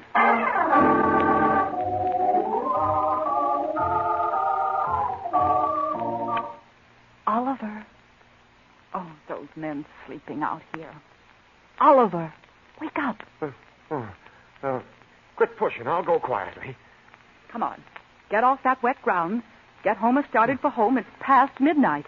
Oh, Homer asleep, too? Mm-hmm. Hey, listen. He's saying something in his sleep. Holy hickey dooley. Hey, holy hickey dooley. Brother, he's really fed up, isn't he? It's a shame to wake him up. Well, do it. Wake him. I've had a talk with Martha, and all is forgiven over there. I don't know if that'll make him happy or not. That's a tough trip to the South Seas. Tough trip? What do you mean? I know. I just went through it. Well, wake up, Homer. Yeah, just a minute. Here, hand me that can of red paint. Paint? You aren't going to do any more work on the boat tonight. I know. That South Sea trip is a tough grind. I'm painting out that Tahitian nymph. But Tahitian nymph sounds like what you built the boat to do. Yeah, I know, but I'm changing the name right now. I've had enough trouble with it. And the new name? The new name, my dear, is Los Angeles Harbor.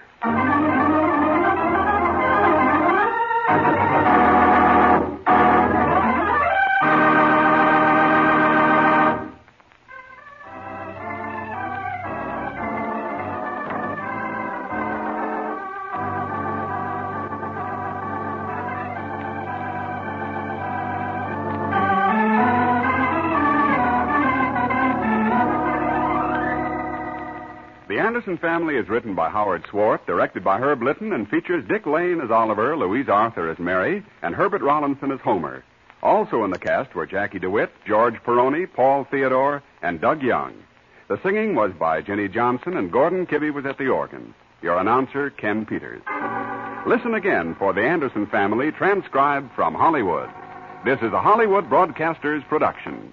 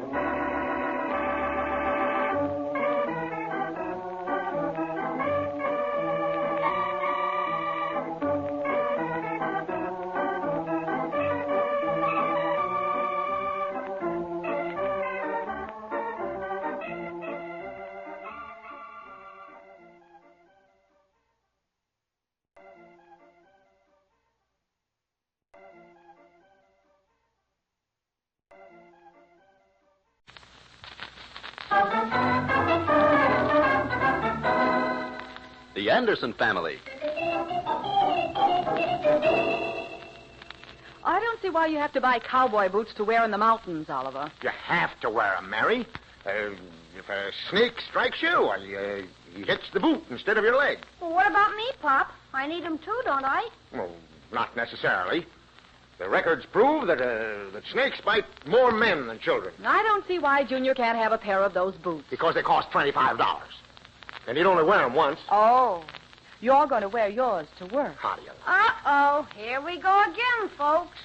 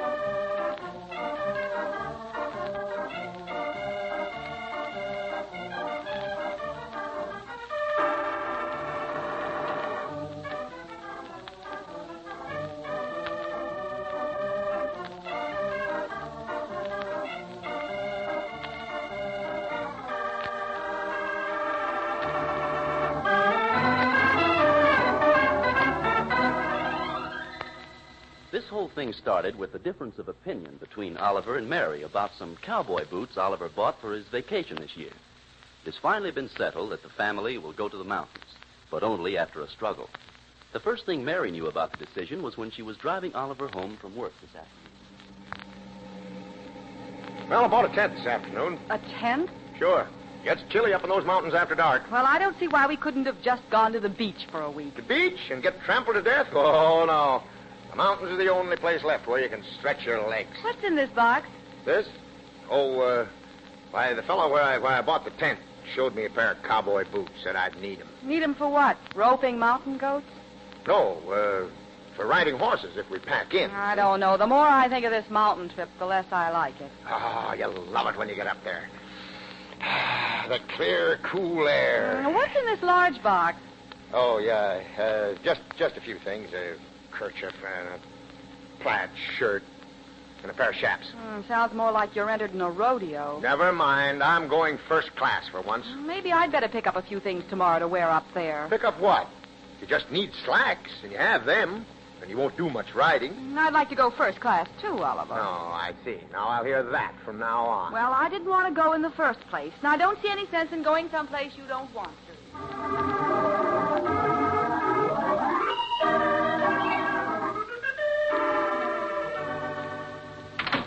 Is that you, Mom? Yes, Junior. Pop with you? Yep. Gee, what's wrong? Speeding again? Oop. Did you get the stuff, Pop? Yeah, most of it. I couldn't get a reel. Oh, I fixed that. Butch Chapman has 2 reels, and he'll let me use one of them. Oh, that's fine. Of course, I had to ask him to go with us to get the reel. What? You mean you invited the Chapman boy to go? Well, sure. I needed a reel, so I made a deal. Well, you can unmake it. I'm not going to be responsible for anyone else on this trip. Of course, you can always go wading, Junior. Gee, it took me 3 hours to sell him on the idea, too. Well, look, Junior, I hope you see what I mean. Yeah, I guess so. Yeah. Gee, Pop, what's in the boxes? Oh, just a couple of things I'll need. That doesn't include a reel either, Junior. It doesn't include a reel because I can't get one. Yeah. See what it is now. Jeepers, Pop. Cowboy boots. For me? Well, no. The man only had this one pair. You can wear them while your father sleeps, Junior. Oh, gee, Pop. I bought them because we might run across a snake. And these boots could save me from being bitten. A snake wouldn't strike at Junior, I guess. It's a known fact, Mary, that more men than children are bitten by snakes. Anyway, I want them for riding. What's in this other box? Oh, just odds and ends. See, a kerchief for my neck. Red. Yeah, and this flannel shirt, plaid. Kind of corny, Pop. I don't care if it is. If those boots are too small for you, can I wear them, Pop? They're not too small. Did you get any directions on how to get into them, dear? Oh, that's cute. Hand them to me, Junior. Here, Pop. Gee, red tops. Like a Russian dancer. No cracks. While your father gets into them, Junior, how about taking these packages out to the kitchen for me? Aw, Mom, I want to see how Pop comes out. I'll come out all right. Go on, go ahead. Put on the whole outfit, Pop. I may do just that. Here, let me help, Oliver. They won't go on that way. Now, who is that? Go ahead, put them on. I'll answer the door. Oh, hello, Homer. Oh, howdy. Can I come in, Mary? Of course. Oliver's in the front room. Yeah. You just saw him drive up. Oh, it's Homer. Hey, hi. Well, what on earth? Oh, me cowboy boots. Well, sir, I remember one time I had... snake bites, Homer. Oh, they are, huh? Yeah. Oh, me cowboy boots. Let's see you walk in them. I will as soon as my feet stop burning. They are a little snug, Mary. I guess they need breaking in. Yeah, looks like they need another inch on the end. Stand up, Oliver. Let's see how they look. I don't think I can. Maybe they are a bit small. Well, I can break them in. What's on your mind, Homer? On my mind? Mm-hmm. Oh, yeah. See, I'm going to a club social this evening, and I can't find my hairstay. You got a little Vaseline I could use, Oliver? Why, sure. I don't think we have any, Oliver. You packed the lawnmower wheels with it. Well, then show them where the lawnmower is. I don't want no Vaseline out of a lawnmower. I don't blame you, Homer. How's Martha? Well, sir, pretty upset. Been talking to Mrs. Byers down the street. You haven't been annoying Mrs. Byers, have you, Homer? Nope. Oh, ain't never looked sideways at her. Junior around? He's out and back. What is it? You sure you won't repeat a word of it? Hey, what are we whispering for? I don't know. Well, sir, hey, if this got out, I'd be a dead duck. But Martha and me is the only one what knows this. Mrs. Byers is getting sued for a divorce. Oh, no. She's a lovely woman. Yep, that she is, Mary. Nice woman to talk to. I thought you didn't look at her. Well, I ain't. I've been pouring cement at Briggs's for 3 days now. Ain't been no place. Yes, Briggs said you were working for him. Said you took more cement home in your ears than you poured in the farm. Oh, that ain't so. No truth in that at all. No, sir. Well. I guess I'll get on back home and just put some water on my hair. Or just keep your cap on all evening. Ooh. Oh, what's wrong, Oliver? Oh, these boots, they're killing me. Well, just sit down. We'll take them off. Yes, sir. Ain't nothing worse than a pair of tight shoes. Well, I guess I'll get back home. Martha will think I've been telling you about Mrs. Byers. Well, don't worry about our saying anything, Homer. Oh, I know you won't. Poor woman feel pretty bad. She thought anyone knew it. Tell me how you come out at the social, Homer. Yep, sure will. I'm going alone. Get the idea? Homer isn't careful. Martha may decide that Mrs. Byers is a good idea. Homer's too smart for that. Oh, Mary, I can't stand another minute of this torture. I have to get these boots off. Now, what did Homer forget? Well, he probably wants to know where the lawnmower is. Oh, Mrs. Gunkel. Won't you come in? Can't stay but a minute, Mary. Oh, who is it, Mary? Mrs. Gunkel, dear. Oh, hiya, Gertie. What's he got to be so happy about? Vacation. Come on in the front room. New drape. Oh, new a couple of weeks ago. How's Gus? Oh, he's all right. Still working? He sure is. And am I glad of it? Yeah, I imagine so. It's probably a relief to stay home and not have to drive that bus anymore. That's no job for a woman, Oliver. Sit down, Gertie. Well, no, I thought you were alone, so I thought I'd drop in and get your contribution for the flowers this year. Does she have to be alone for that? Well, no. But there was something else I wanted to mention. But this isn't the time to do it. Oliver, would you go out and see what Junior's doing? I will not. I can't walk. Oh, bending the elbow? No, tight boots. Is it about Mrs. Byers? Mrs. Byers? Why, how did you know? How did you? Well, of course, it's very much on the quiet. No one knows about it. I just dropped in to see Martha Meister. And no one knows it but Martha, Homer, Mary, you, and myself. And it's early in the day yet. Well, it's a good lesson to some of these husbands. I don't get the connection. Well, it just goes to show that women don't have to take the things they used to. Bravo, Gertie. You took it, Gertie. That's all right. But my folks live 2,000 miles from here, and Gus never does get car fare ahead. I'm no fool. I wonder what Mrs. Byers will do now. Okay, Mary, let Mrs. Byers solve her own problem. You know, Oliver, Gus and I were talking last night, and we couldn't see what Mary ever saw in you. I didn't know Gus ever got to talk. Very funny. Very funny. Oh, come now, let's not be children. Anything I hate is a flip and smug husband. Why, Gertie, you're joking. No, I'm not, Mary. Well, if I bother you so much, why don't you go on your route down the street and explain to the neighbors about Mrs. Byers? Oh, Oliver. It's what you'd expect from me, Mary. And I don't have to come here to be insulted. No, you can get that anywhere. Yeah. And don't bring any more of those turkey raffle cards over here for us to punch. With a lucky number home in your own pocketbook. That's all I want to hear. Gus will take it up from here. And believe me, you'll be sorry. Oh, come now, you're acting like children. I'm not mad at you, Mary. But Oliver will certainly hear from this. Gus will be over this evening. You mean you let him out after dark? Oliver. Let her go. All she ever does is to run people down. Now she'll never speak to me again. Should make you very happy.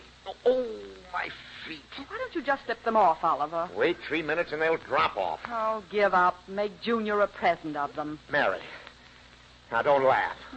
But I can't get them off. Can't get them off? No, I think my feet have swollen in them. Oh, brother, let me lie down a while. I have to get off my feet. Maybe I could just pull them off. Oh, no, not now. Wait till they stop throbbing. Let me just lie down for a few minutes. Oh, brother, does it feel good to get off my feet? Yes, the rest might do you good. I can't understand why you and Gertie Gunkel always have words. Oh, she's just a busybody, Mary. There's enough trouble in the world without peddling it from door to door. Well, I'll pull the shade down a bit and let you have a short nap before dinner. So swell. There. Now, just put your feet on this pillow. Oh, wait. I'll move them. Oh, they're burning up. Mom! Hey, Mom! I just spoke to Mrs. Gunkel, and she doesn't answer me. Shh, your father's taking a nap. What's wrong? Boots too tight. Oh, think I'll get him? I wouldn't be surprised. Now, come on out. Be quiet and let your father sleep. I feel I'm going to kill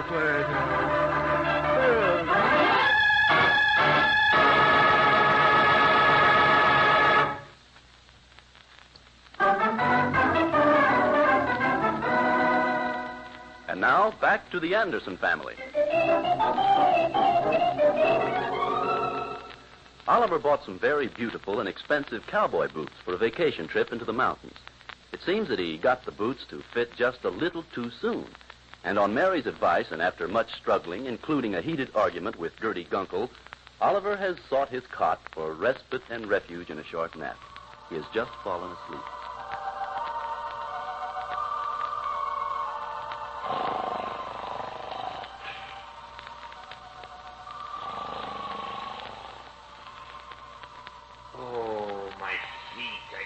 these boots off. Just sit on this chair, Oliver. I'll pull them off. Well, hurry up. Get a razor blade. Get the scissors. Come on. No, just hold still. I'll yank this boot off first. Okay, pull. Well, hang on now.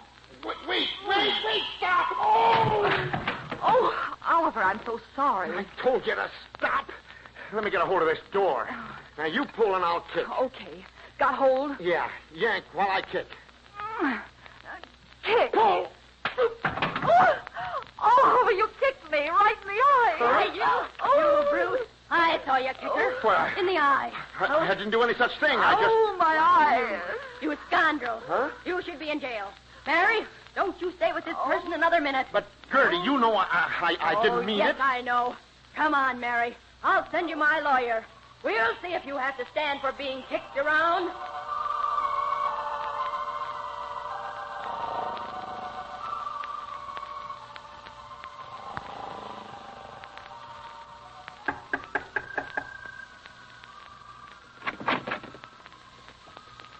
Yep, what is it? It's me, Oliver. I was just walking around and thought I'd stop in. Well, get in quick before anybody sees you. Before anyone sees me. I don't get it, Homer. How's Mary? Mary? Oh, that. Oh, she's fine. Things like that never bother her. You mean she's used to being kicked around? Huh? Kicked around? Look, Oliver, I'm your friend, and I always thought you was a pretty nice fella. Well, thanks, Homer. I just stood up to a band of wildcats if they'd have said one word against you. But Gertie's seen it with her own eyes. Oh, so that's it. Yep. Me and Marthy's talked it over, and Marthy's a good woman. If she was home, I wouldn't dare let you in the house. But, Homer, you know me well enough to know I wouldn't do a thing like that on purpose. No, you wouldn't, eh? No. Well, of course, sometimes a fella kind of loses his head, and before he knowed it, he'd done something terrible. But I don't think it was terrible. I was just... Yep, I know, Oliver. We're entitled to our own opinion on them things. Why, the same thing happened when Marthy and me was first married. Well, let's not go back that far. She took $11. I've been a-saving for a corn sheller. Well, now that's different. There was money involved. No, it don't make no difference, money or no money. She took that $11 and bought herself a new fall outfit with high button shoes, hat, gloves, dress, a coat, a petticoat. For $11? That's when $1 was tough to get, son. Well, sir, when she walked into the house with the paraphernalia on and kind of leered at me under a cheap veil hanging over her left eye, golly, I was waiting for her. What happened? I walked up to her and jerked her hat off her head and pulled back my fist. And hit her? Well, no, she swung first. Oh, but it just goes to show that a man ain't always to blame. I won't breathe it to her soul. Listen. Marthy, you coming up the steps. Yeah. Come on, quick, out the back way. Gee, I feel like a criminal. Come on, now, hurry now. I'll see you tomorrow sometime. After dark. Now, get...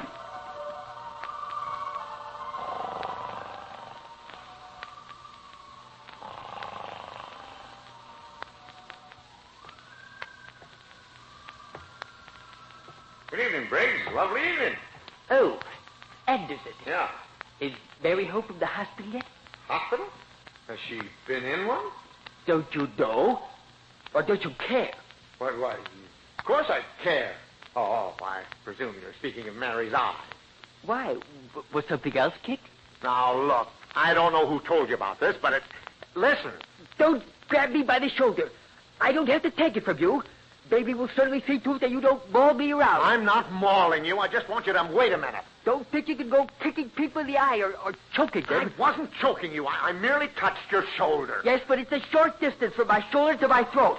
And I've heard all about you.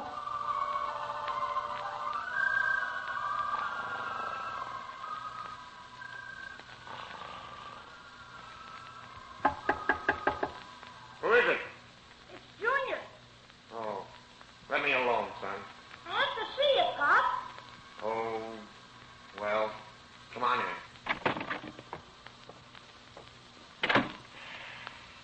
Sit down, son. No, Pop, I'll stand. I won't be here that long. Oh? Going somewhere? Not till tomorrow. Tomorrow? Well, where are you going tomorrow? Well, it seems I'm going to Grandma's till Mom can get settled someplace. Settled someplace? Well, she always liked it here, didn't she? Well, you can see why she couldn't stay on now, Pop. Yeah, I guess so. How is Mom? Pretty bad. Oh. Mrs. Gunkel is nursing her back to normal. Gunkel? Oh, how can a person be normal around Gertie Gunkel? I just wanted to tell you, Pop, I think you're all right. Thanks. I think you're all right, too, Junior. I suppose no one took the time to explain it was an accident. No one explained anything, but I saw Mom's eye. Oh, well, from what I've heard, I didn't know she still had it.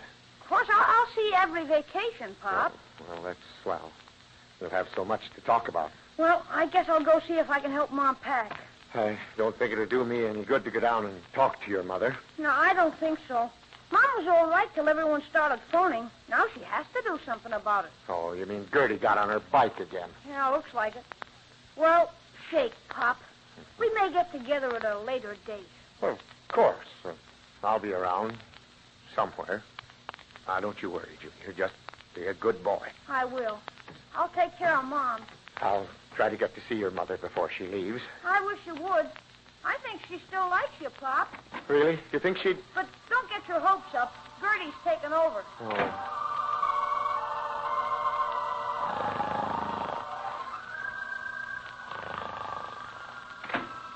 Mary, how long is this thing going on? Leave that door open, Oliver. Open? Okay. Oliver, I hate to do this. You've been so lovely about everything, and we've been so happy. Now you can see I could never hold my head up again after Gertie told everyone about this and exaggerated it. Look, Mary, I'm going to see Gertie Gunkel right this minute. Oh, no, please, Oliver, please. She's not going to break up my home when it's half paid for. But she's sending her lawyer to see me. Well, we don't have to talk to him, Mary. Well, maybe it's best to just see what happens. Yeah, well, I'll tell Gertie to stay home nights and put as much effort into cooking as she does into gossiping, and Gus will know how it feels to be well-fed for once. I'll say to her, listen here, you troublemaker. I'm all through fooling with you, and from now on, look out. I heard that, Anderson. Huh? I heard every word of it. Where'd you come from? How'd you get in? The door was open, and I heard every word of it. I'm Mr. Gunkel's lawyer of the firm O'Brien, and O'Brien. My name's Bergman. Bird Dog Bergman, they call me. Oh. Now, Mrs. Anderson, if we could get someplace where it's nice and quiet and private. Well, Mr. Bergman, maybe you'd better talk to my husband. Yeah. After what I just heard? Not Bergman. I'm not interested in husbands. Mr. Bergman, this is my husband, Oliver. I've met him. Well, so you're Mr. Anderson. That's right. You naughty man. Now, wait a minute. Did Gertie Gunkel send you here? That doesn't concern you, Mr. Anderson. I just want the poor young lady to sign a few papers, and O'Brien, and O'Brien will do the rest. Papers? Now, wait. I didn't call you. It happens that I'm representing the lady in the case. Say, Mrs. Anderson, could we have it sort of private in here? Now, look here. Mrs. Anderson doesn't really want a divorce, and she didn't send for you. That's the husband's side of it. And I'm prepared to take this to the highest court in the land. But, Mr. Bergman, maybe if we Don't let him scare you, Mrs. Anderson. I know how you feel, but always remember this. From our long experiences in cases of this type, we find that once they kick him in the eye, they'll do it again. Oh, but Oliver didn't kick me on purpose. Yes, but we got witnesses who say he did. I tell you, this man's unreliable, Mrs. Anderson. Now, I know we all hate to take this step, but why go through a living... Well, even just go through. Because remember this, if he kicked you in the eye once, he'll do it again. I didn't kick her in... Say, pardon me. Leave the room, will you, Sonny? By law, I'm entitled to privacy with my client. Well, I'm all right. I'm just sitting here. That's just what I'm objecting to. Now, look, Mary's not going to be bullied into something she doesn't want. Now, just a moment, my friend. The courts are full of your kind. Kick him in the eye and try to square it with a pair of rayon stockings. And where does it get the wife? Where? Just another kick in the eye. Oh, Mr. Bergman, I don't know what to do. I'm so upset I can't think. Take it up with Oliver. I can't stand any more of this. She can't do this to me. Now, look here, Bird Dog. I know you came out here on legitimate business. I don't mind that. I know you're trying to make a living, and I don't mind that. But I do resent your telling Mary I'll kick her in the eye again. Now you have her confused. Listen, buddy. I know it's tough. We get these remorseful husbands every day. But they always come through after the bird is flown. Look, why don't you settle a few $100 on her and give her a divorce and start over again? Words don't seem to have any effect on you, Bird Dog. And if I could stand in these boots for just 10 seconds, I'd run you out that door. You mean you can't stand on your feet? Well, that's just fine. Because you ain't gonna like this. The little lady's going to get every dime you got. And don't try to come crawling back to her. Because remember this, kick 'em in the eye once, and you'll kick 'em again. Get out of here. Come on, scat! I'll give you 3 to be out that door. Oliver, what a way to talk. Oh, you're back, huh? Want to see me squirm? Quit kicking, Pop. And you can take Gertie with you. Oliver, wake up. Wake up, Oliver. It's Mary. Oh, Mary. Oh, where'd he go? Where did who go, darling? Bird dog. Wake him up, Mom. Oliver, wake up. Come on, snap out of it. Huh? Oh, it's Mary. I've been trying to waken you for 5 minutes. Pick up those pillows off the floor. What's this bird dog business? Oh, brother, am I glad to see you. And, Junior, do you look good. Gee, your dream must have been a dandy, Pop. You wake up so nice and chummy. Well, it wasn't pleasant, I can tell you that. Oh, my feet. They're getting paralyzed. Oh, you poor man. Here, hold your foot up. Get hold of the heel, Junior. Mom, you shouldn't talk that way about Pop. Oh, quiet, Junior. Now, pull. It's moving. Keep pulling. It's moving. Oh, my eye. Pop, you kicked Mom in the eye. Well, do something. Help me pick her up, Mary. Is your eye cut? Gee, someone at the door, Pop. At the door? Well, I can't go. Oh, my eye. I can't see a thing. Quiet, Mary. Junior, you go at the door. And listen. What, Pop? If it's Gertie Gunkel or a fellow by the name of Bird Dog Goodman, don't let him in.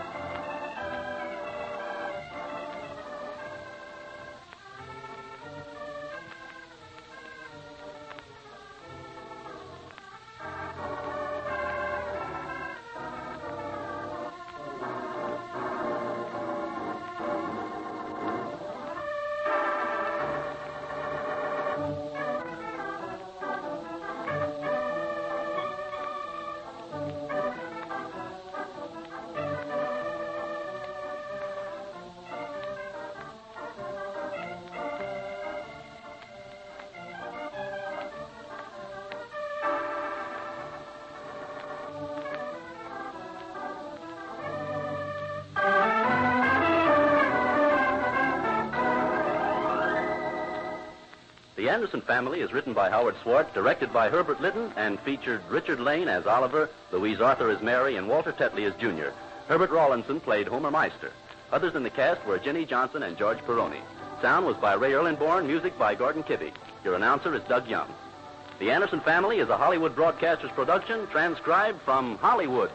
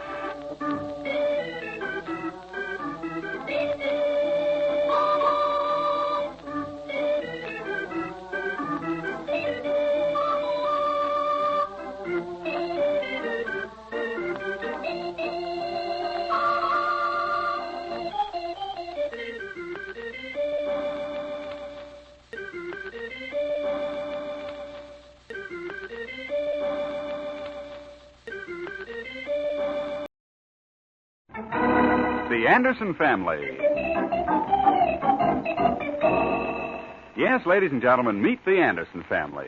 There's Papa Oliver Anderson, who doesn't believe in the adage, be sure you're right, then go ahead. He just goes ahead anyhow. Then Mary Anderson, his lovely wife, who thinks everything happens for the best. And she's the best. And let's not forget Junior, 12 years old and the spark plug of the Andersons' daily life. They're a happy family, although Oliver is somewhat confused with life. He takes a mental beating from the boss all day, and then he comes home to his little family where he is king. Well, almost king. There is no place for morbidity in their lives, and their happy outlook is a tonic for everyone. I don't mind your father coming at all, Mary. It's just the fact that he's so hard to get back on the bus. That's no way to talk about Father. After all, he likes you. I know, but does he have to travel 2,000 miles every year to prove it? You want me to tell him not to come and hurt his feelings? He'll feel terrible, Oliver. He won't. What about me, Mary? Uh-oh. Here we go again, folks.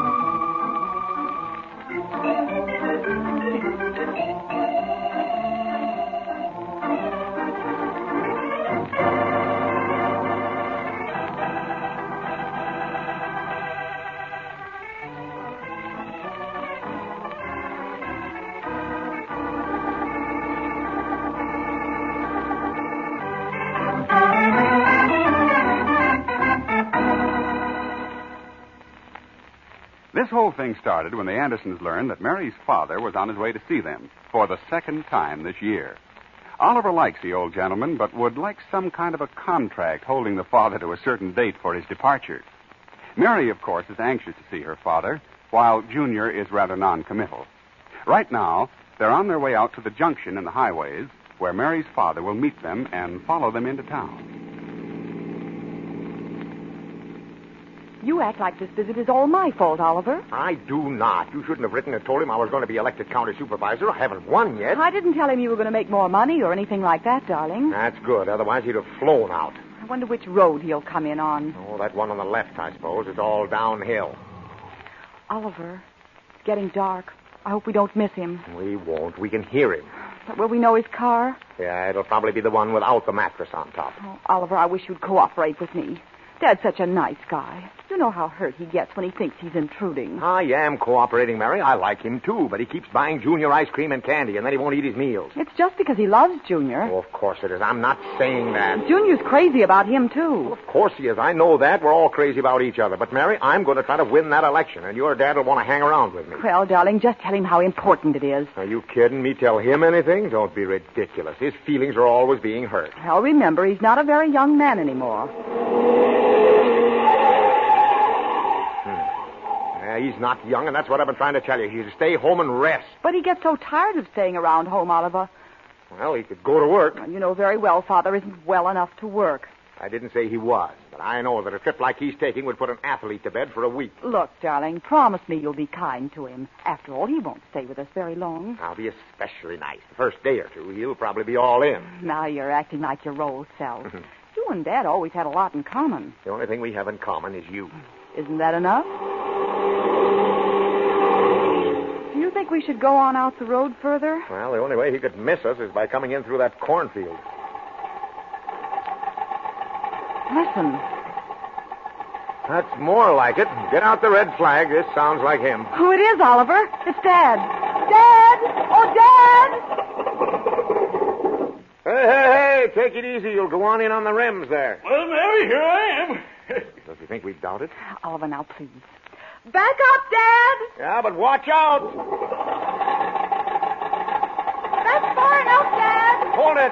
Hold it! Hold it! Well, shovel it up. Oh, Dad, are you hurt? Well, I don't think so.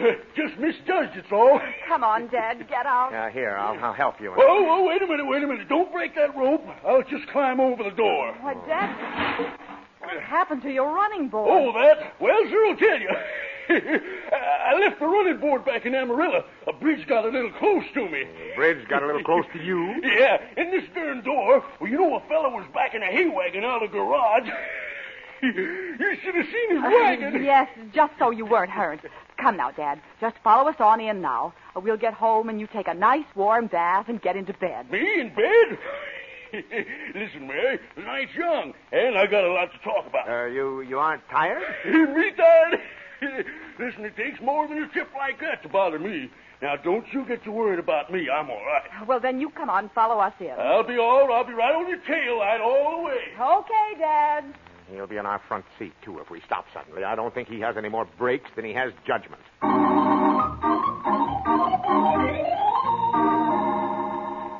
Dinner will be ready in just a moment, Dad. Oh, no hurry, Mary. I stopped back down the road a ways and had 5 hamburgers. 5 of them? I'll show you the model plane I just made, Grandpa. Oh, yeah, all by yourself, huh? Well, I'll help you make one. It'll make the kids' eyes pop right out. You will? Yeah. See how long it'll take. Yeah, there's no need starting it and then leaving before it's finished. Oh, I'll stay till we finish it. Oh. Dinner's ready. Come on, Dad. You're going to sit by me, aren't you, Grandpa? Well, I don't know any place I'd rather sit. You sit right here, Dad. Junior, you sit on that side. Oliver, you take the head there. That's pretty far from the food. Pop's always making Mom and me laugh.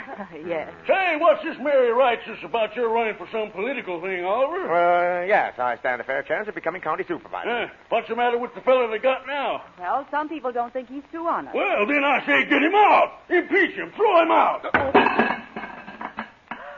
Oh, Father, the gravy. Oh, I'm sorry, Mary. Will you get me a towel, Mary? Oh, Oliver, your new suit. That's all right. Just an accident. I must have lost my temper. I promised Ma I'd not do that. Pop doesn't care, Grandpa. He's got another suit. Shall I go get it, Dad? No, bring me my raincoat. Oh, now, Oliver, stop clouding and let's eat.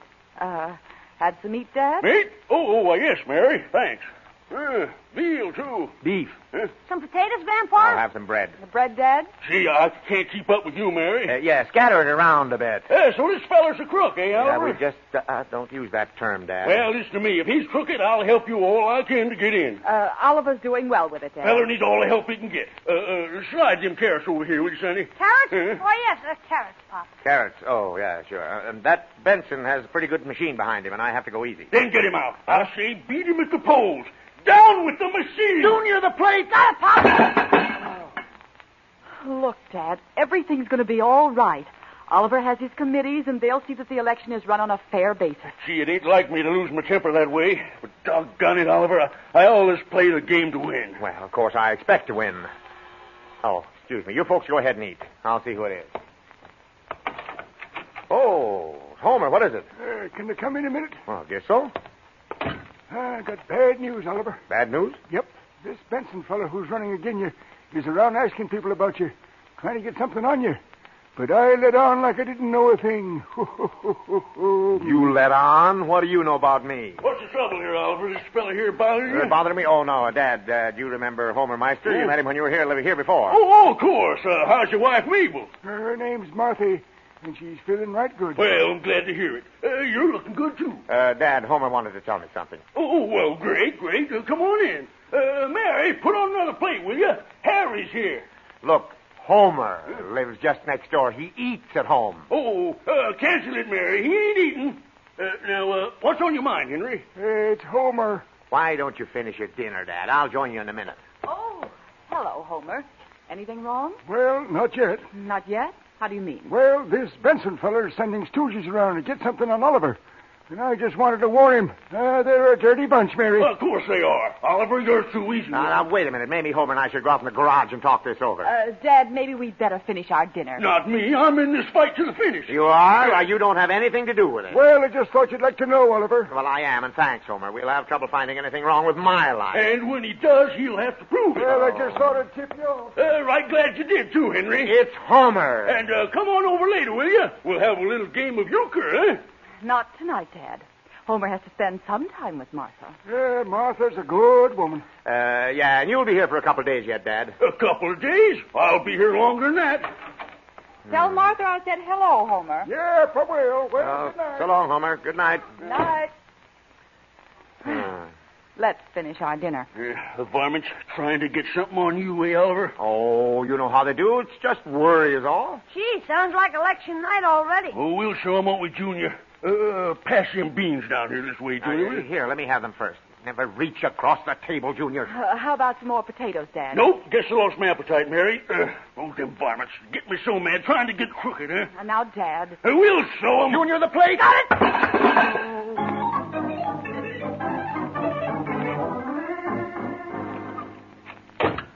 Oh, hi, Dad. I won't be ready to leave for home for a while. Sit down. Thanks. I'm sure tired out.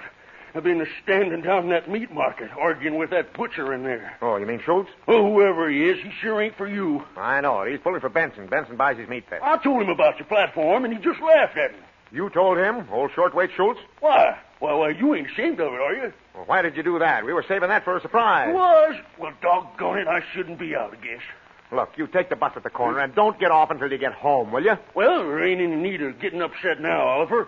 I've got an idea from talking to that feller. Look, Dad, forget the election, forget everything. Just let me handle the campaign. This Benson feller's a fast worker, Schultz tells me. Yeah, of course he is, and he'll have stuff out on me a half hour after it gets to it. That's what I wanted to know. You can't beat a man like that, honestly, but I think I can bring him down. Look, will you forget it? Not me, I'm a fighter, son. Oh. And no son-in-law of mine's going to take a drubbing while I can help it. But I don't need your help, Dad. That ain't what Schultz said. Oh. You're going to need a trick or two, and I'm just the boy who knows them. Don't you worry none about me. I'll be home when you get there. Now, wait a minute, Dad. Wait!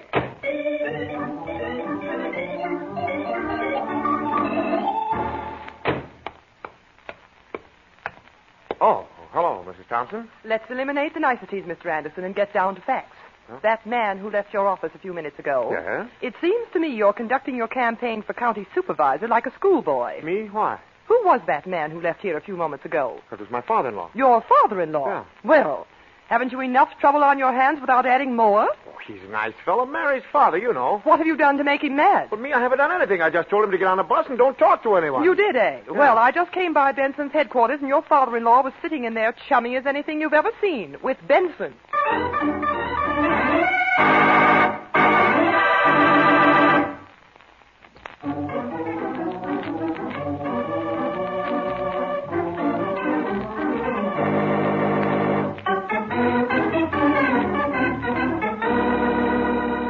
Now back to the Anderson family. Oliver is, as you know, running for county supervisor and is up against a tough political setup. However, this didn't seem to stop Oliver's father-in-law from dropping into the opposition's headquarters after Oliver had told him to go home and talk to no one. The father-in-law is still talking to Benson, the opposing candidate. Yep, I've been in a few campaigns myself in my younger days. Oh, is that so? I knew from your attitude that you had been successful in politics before. Being Oliver Anderson's father-in-law don't make any difference to me. He's honest, and you're honest. That's what I call good fellowship. By the way, I understand Oliver had a little trouble a few years back. There's no truth in that, is there? Well, no, Oliver's a good boy. He doesn't even know I spent 4 years in Leavenworth. He doesn't know you... What? 4 years in Leavenworth? Of course, I wouldn't want that to get around now. It wouldn't be sporting of you to mention it. Me? Mention it? Why, that's ridiculous. We want a good, clean campaign.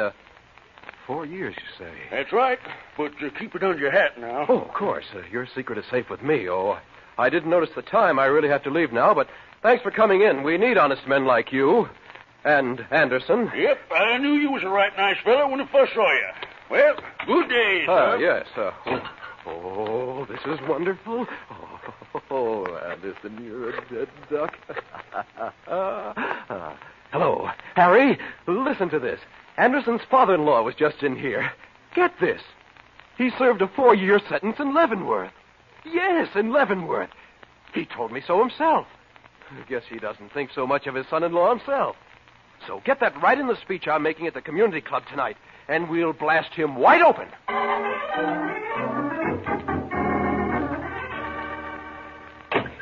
That you, Oliver? That's right.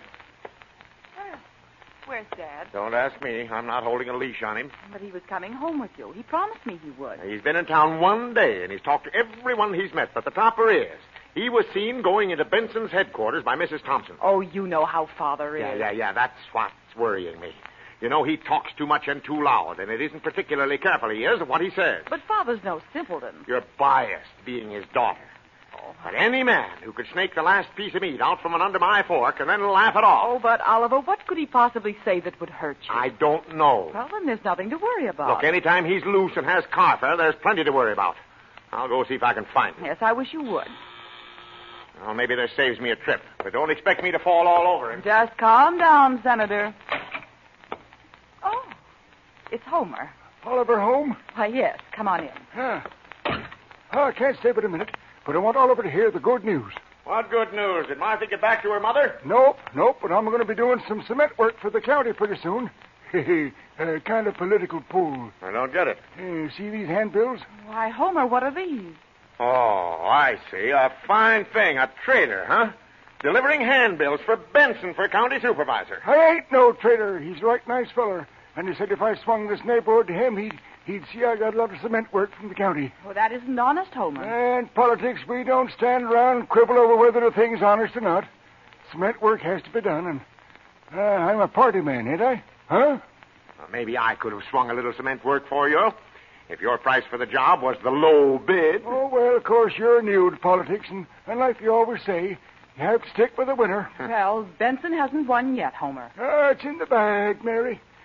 Gosh, you know, I'd give anything to help Oliver win. Yeah, I can see that. You're so anxious to see me win, you pass out handbills for Benson. Well, I'm a citizen, ain't I? I can vote for who I want, can't I? If you'd asked me to pass out handbills for you, I'd have done it. But Benson knows the influence I have in the neighborhood. Influence?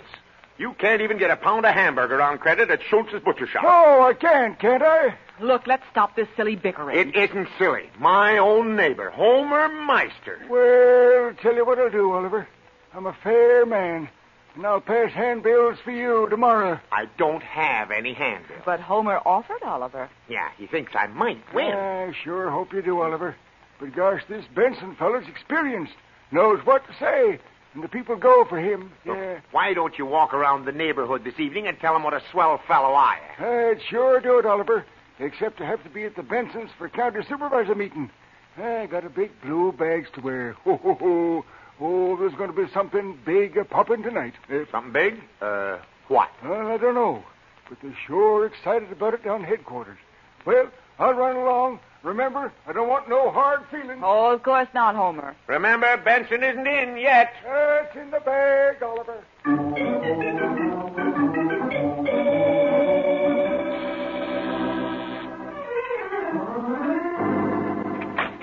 Oh, it's Mrs. Thompson.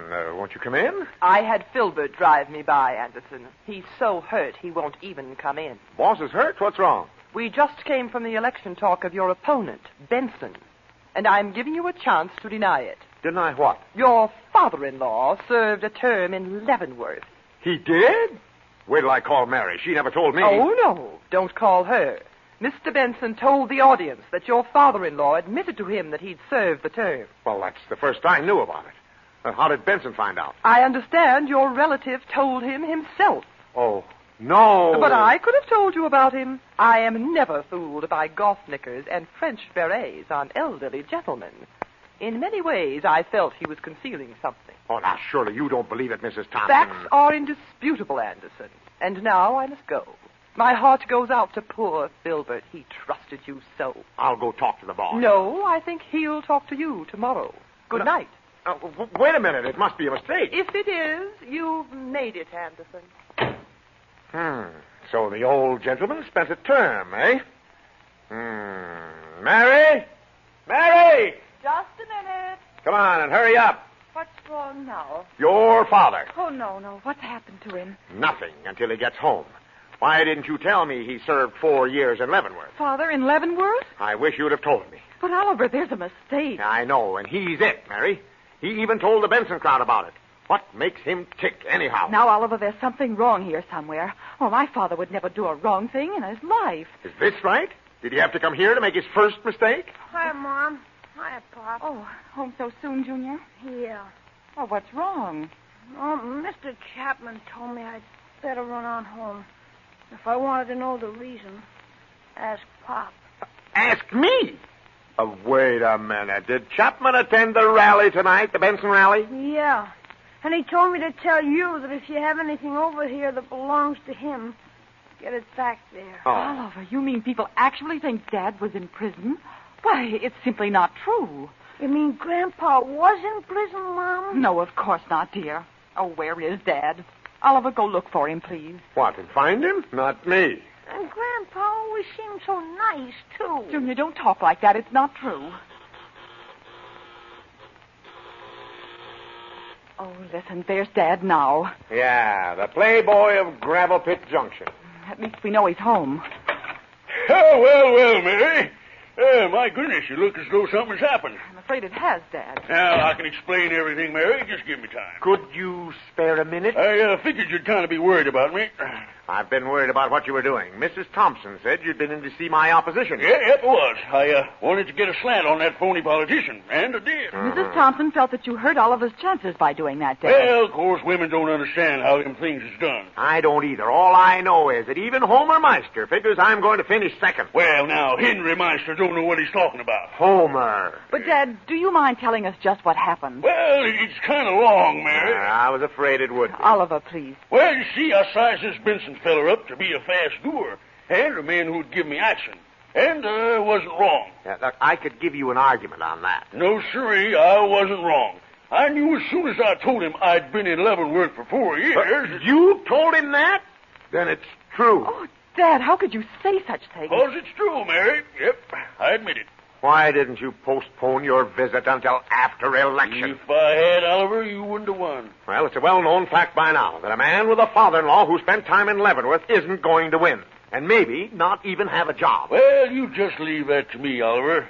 You see, the reason I was late in getting home was I had to attend the rally to be sure Benson told folks I was a convict. But, Dad, you're not a convict. That's what Benson knows now. Look. This double talk. You should be running for office. You think it's all right, Dad, for Benson to tell the audience that you were a convict? Yep. I was in hopes he would. Right now, you see, I have a lawyer working for me. Now, wait a minute. This has gone far enough. Right this minute, you will pay for your own lawyer. Remember that. If it works out the way I expect. Oh, who's this? Yeah, 10-1, it's my lawyer, or Benson. Yes? Oh, it's Mr. Benson. Oh, Mrs. Anderson, I come on a peaceful mission. Well, come in. I want to speak to Oliver. I want to be the first to congratulate him. Right in here. First to what? Oliver Anderson, the next county supervisor. Let me be the first to shake your hand. What have you got in your hand, a bomb? Oh, come now. Let bygones be bygones, and let us work together for a finer county. I don't get it. I have withdrawn my name from the ticket, which leaves you the only remaining candidate. Why, Mr. Benson, what on earth? Oh, you're pretty clever, Anderson. Yes, I underestimated you. I'll admit that. You're the better man, and I wish you luck. You'll not prosecute. Well, of course not. I'll not... What? Thanks. Thanks for acting like nothing happened. I'll be able to do you a lot of good as you go along, but now I want you to celebrate your victory, and I'll bow out. Before you go, would you explain this? And, Oliver, quit twisting your tie. You're getting purple. Huh? And as for you, you old goat. Old goat? That's me, Mary. Now, look here, Benson. You can't talk that way to my father-in-law. One more crack like that and... I'm sorry. And I hope you'll accept my apology, the old goat. Why, such nerve. Let it go. He's pretty upset. Well, I could do for a spot of lunch, Mary. And maybe a coffee, too. You know, having to attend his rally was pretty tiring on an old man. Look, wait a minute. First, you're in Leavenworth. The opposition uses that to oust me. Then in comes Benson saying, I'm the new county supervisor, and he goes out calling you an old goat. Wait, Oliver. Let's sit down and have a bite to eat. Dad can tell you about it as we eat. I can't stand people talking with their mouths full. Well, here's how it happened, you see. Well, gee, Grandpa, you got home. Oh, yep, I did. Sit down right here beside me, Junior. Well, I'm not hungry. Don't worry. You won't get anything to eat anyway. Oh, the bread, Oliver. Oliver. Huh? Dad wants the bread. Oh, here. Thanks. Now, if everyone will be quiet, let's clear this thing up. Well, I told this Benson, I said, I've been in Leavenworth for 4 years, and it's the truth. I knew Benson would grab at that like a conductor reaching for an extra fare. Didn't you realize that would hurt Oliver? Nope, wouldn't hurt him a bit. See, it was true. Huh? Gee, Grandpa, and you always seem so nice, too. But what I didn't tell him was I was in Leavenworth as a guard before I met Mary's mother. Gee, Grandpa, did you carry a gun and wear a uniform? Oh, Dad. And Benson misunderstood and started to sandbag. Oh. I thought he hoped he would. You see, after he said those things at the rally, my lawyer asked him to prove it or be sued for slander. And, well, that's all there is to it. I'd like you to push the butter down this way, if you will, Junior. Sure. And here all this time we didn't know. I didn't know, but I worried just as much as if I did. I know a trick or two myself. With Oliver in here, we'll have honest government. We'll throw out of office people like Benson. From now on, we're free of crooked politics. Junior, the plague!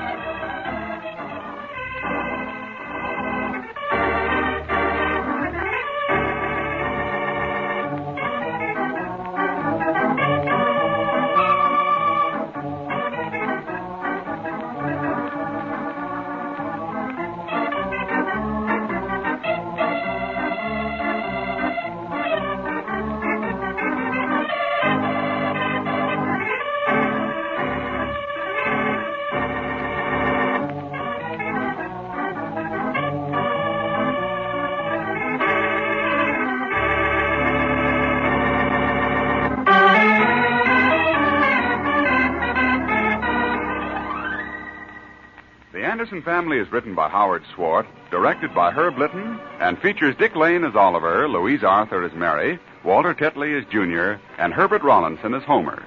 Others in the cast were Paul Theodore, Doug Young, and Jackie DeWitt. Music by Gordon Kibbe, sound effects by Ray Erlenborn. Your announcer is Ken Peters. The Anderson Family is a Hollywood Broadcasters production, transcribed from Hollywood.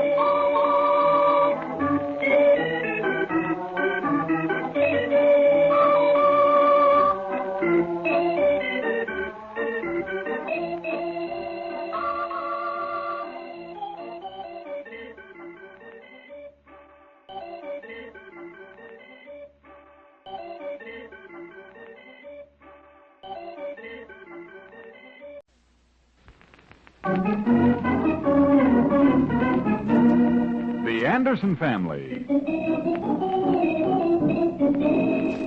Mary, you're going to have to do something about getting rid of this Uncle Oscar. You can't do that, Oliver. After all, he's a relative. I don't seem to place him, though. Probably a renegade. I'm not sleeping on that couch again, Mom. Of course not. Neither am I. All right. There won't be any panic over this. You'll act like a gentleman, Oliver Anderson, even if you have to pretend. Well, I like that description. Uh-oh, here we go again, folks.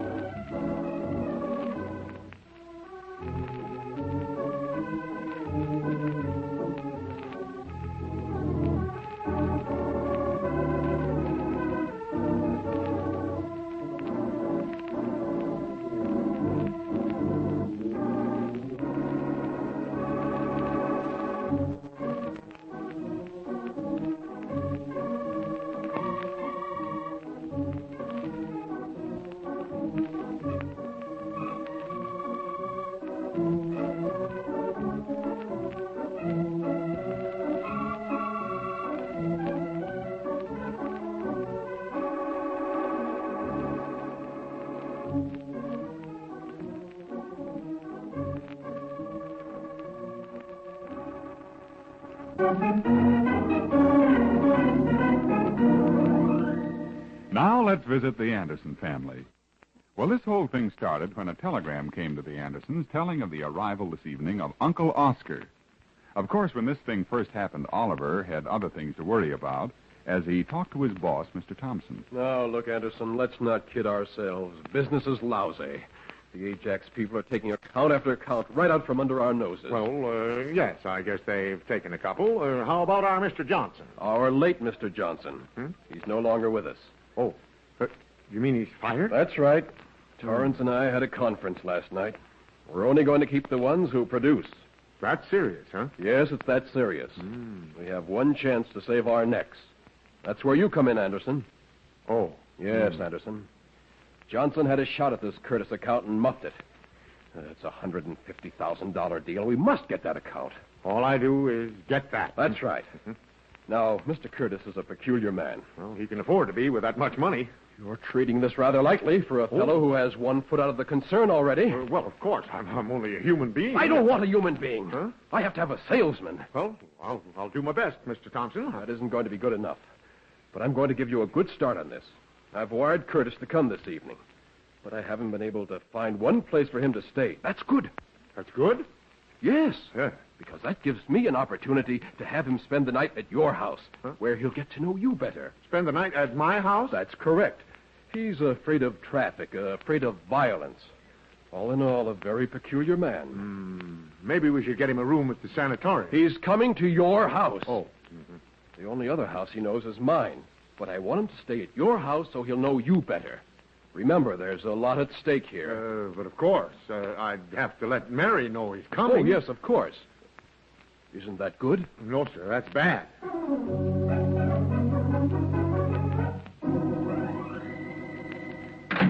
Mary! Oh, hi, Pop. Mom's over to Meister's trying to borrow that single bed. Oh, well, how did she know we were going to have company? We got a telegram. How did you know? Mr. Thompson told me. Mom thought you'd hit the ceiling when you heard we were going to have a guest. Well, ordinarily, it wouldn't worry me, but if it's for the best, we'll have to be good sports, I guess. How did Mary take it? Gee, swell. I was surprised, Pop. Of course, there's one thing that worries her. Oh, no, I don't want to worry about everything. The only thing we can do is accept it and smile. Yeah, but she doesn't know who Cousin Oscar is. Why, he's a client of ours. Cousin Oscar? Yeah. Here, read the wire. I'm with you in thought now. We'll be with you in person tonight. Cousin Oscar. Kind of corny, huh, Pop? Sounds like a close relative of hers, all right. They laugh their way in. Oh, gee, here's Mom now. Oh, Oliver, home so soon, dear? I've just read this moronic telegram, Mary. Yes, it was a surprise, too. Try to remember as I will, I don't remember any Oscar in our family. Well, they've probably kept him out of sight till he was grown. Oh, now look, Oliver, I don't want that attitude toward my relatives. I didn't invite him here. Couldn't we wire him that we just had a fire? Wire him where? Oh, yeah, that's right. Well, he's not going to make me sleep on that couch again. Of course not, neither am I. Oh, be quiet. You're just making it worse. He probably found a railroad ticket someplace from some pocket he picked, so he's using it. Oliver, Junior, don't pay any attention to your father. Oh, gee, Mom, after all. That's all right. Of course, it could have been worse. He could have been twins. Gee, it's kind of stuffy in here, Mom. I'm going over to Mr. Meister's where it's quiet. Oh. Look, dear, let's not have these scenes. No one's to blame.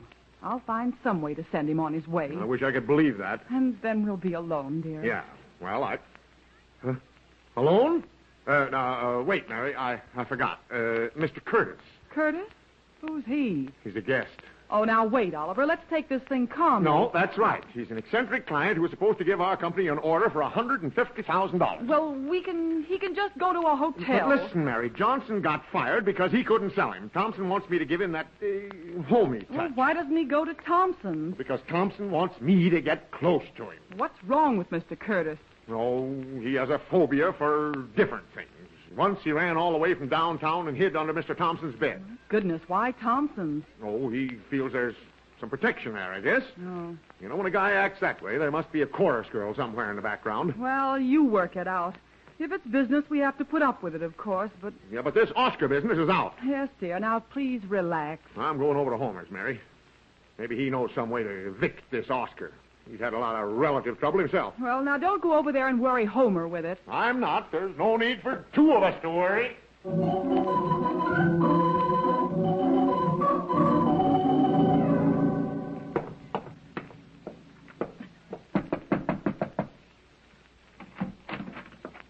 Yep, what is it? Why, nothing in particular, Homer. I just won't annoy you if I step in for a minute, will I? Oh, now, Oliver, I've just gone over the whole thing with Marthy. We can't take Oscar in here. Oscar? How do you know? Oh, Junior and Mary told Martha this evening. Oh. I have enough trouble with Marthy's tribe without going outside the family. I didn't ask you to take him in, did I? Oh, well, no. Think I'd do that to you, Homer? Well, don't suppose you would. It's different having someone here if you know him. How? Oh, well, you kind of know him, and you like to have him around. Well, yes, of course, that makes a difference, all right. And you know how hard it is to get room. Oh, yep, I know. Now, take you. You have that extra bedroom. She's tore up. Tore up? Yep. Getting a new cover on the mattress and getting the springs unsagged.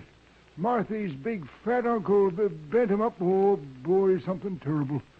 I can't afford to remodel the beds every time somebody wants to come and visit. Yeah, I know. You're a lot like me, Homer. I am, huh? Yeah. Yeah. See, I'd do anything to help you out. Yep, I guess you would, Oliver. I know you'd do the same for me. Oh, yep, I will. You mean I can have the room, huh? No. I mean, I'll show you how to get rid of him. Oh, well, now you're talking. How about Mary? Oh, she don't know nothing about this at all.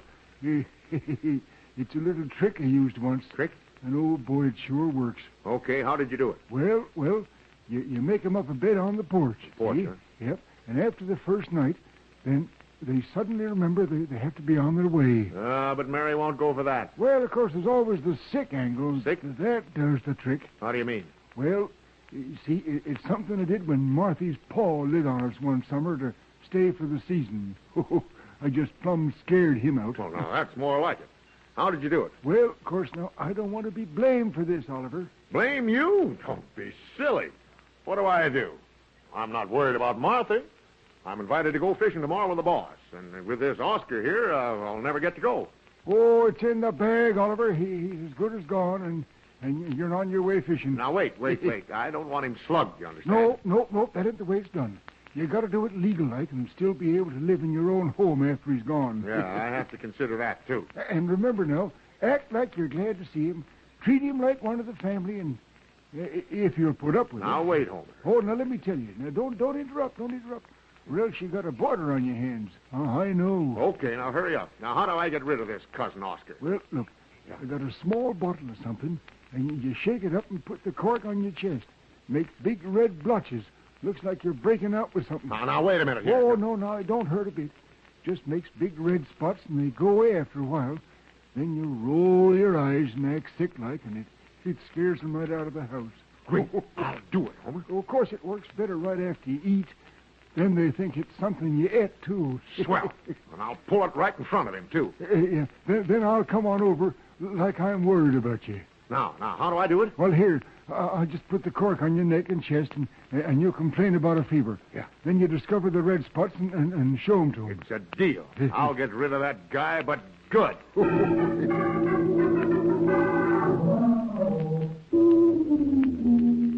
Has he come yet?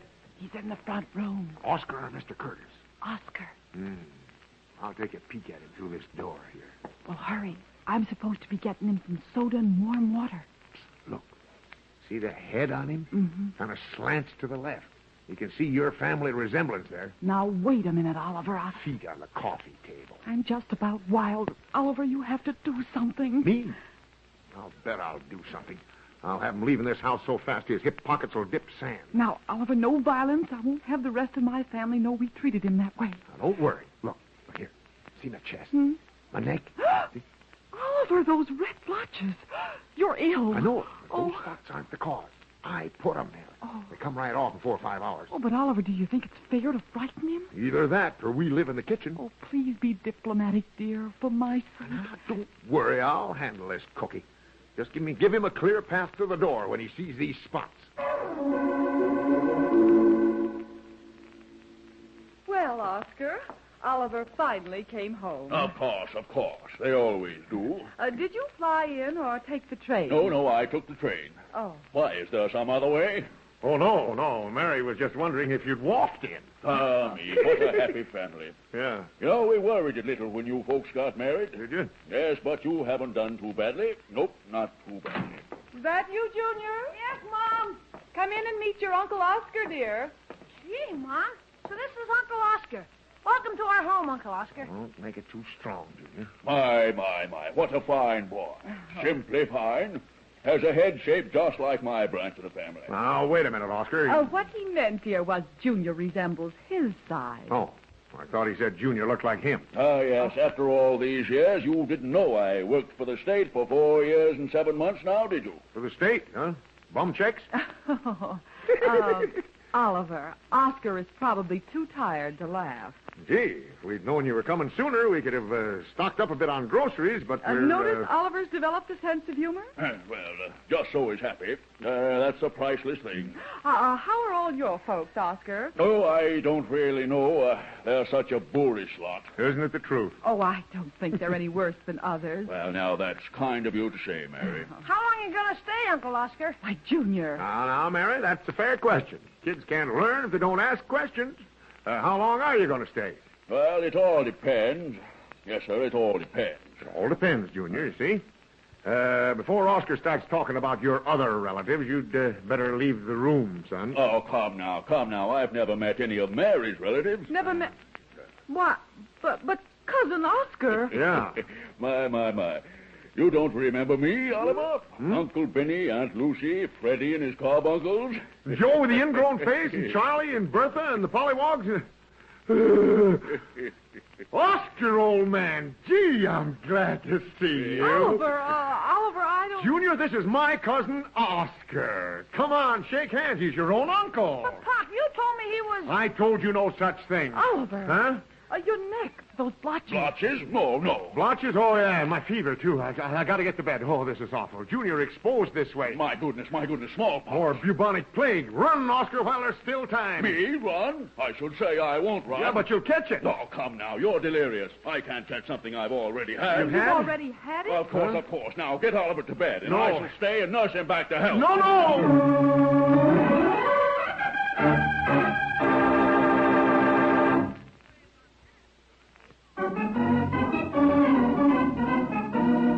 And now back to the Andersons. Oliver was surprised by a visit from some Uncle Oscar. After worrying Mary about it for an hour, he finally discovered it was his own cousin. But a Mr. Curtis, a very important client, is supposed to be arriving any minute at Oliver's home.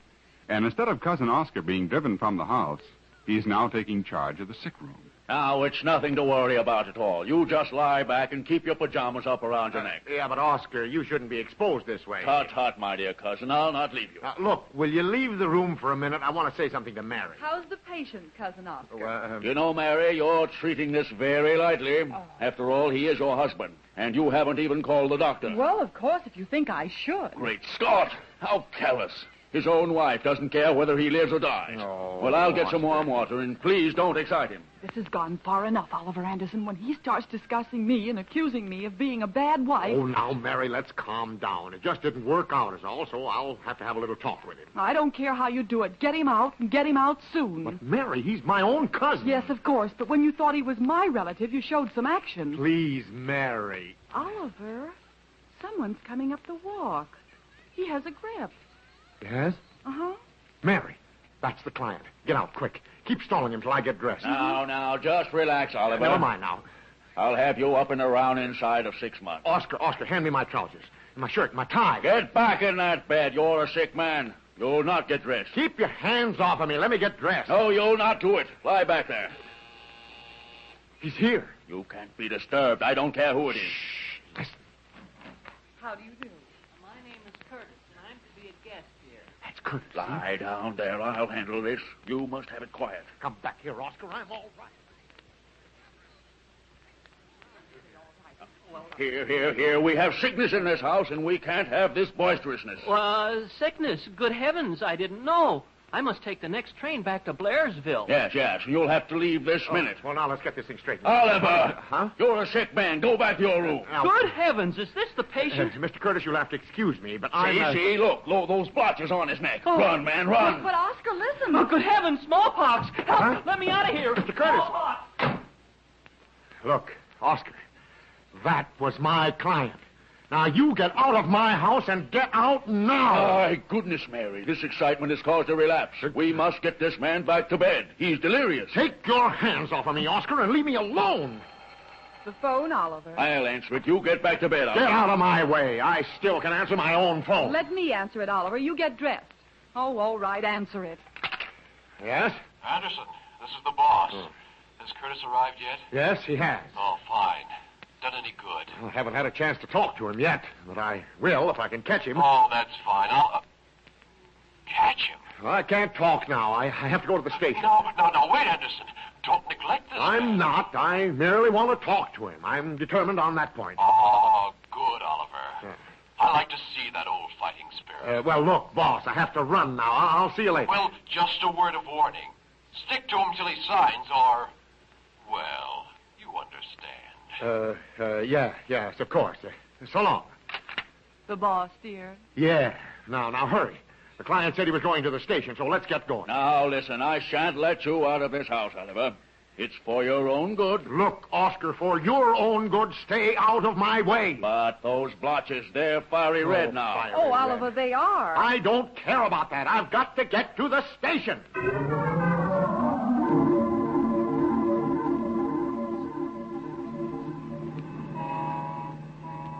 I can't stand much more of this, Oliver. Well, I can't stand any more of it. If I lose this account, Oscar will have to furnish the groceries.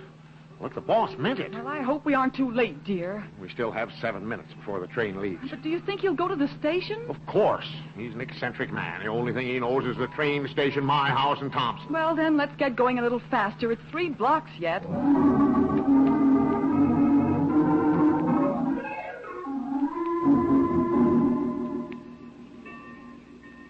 Hurry, dear. There's the train standing there. Do you see him? No, I don't. Maybe he... Oliver, he's talking to that man by the gate. That's Curtis. Uh-huh. Come on, Mary. All right. Hey, see who he's talking to? No. That's Spencer of the Ajax Company. I'm sunk. Well, Mr. Curtis has some paper in his hand. Now, that could be the contract. Mary, I can't lose this account like this. Come on. Mr. Curtis, wait a minute. I must see you. He sees you.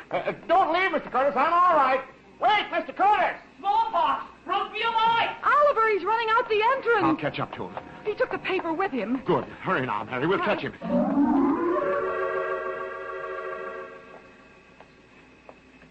I don't see Mr. Curtis. No, he's disappeared. Well, Mary, I tried. Oh, well, don't take it too much to heart, dear. You can find something else to do. But, Mary, I don't want to wash cars or... It's easier on the... Apples and stuff. Huh? What's wrong? Your shirt collar's open and everyone on the street's staring at you.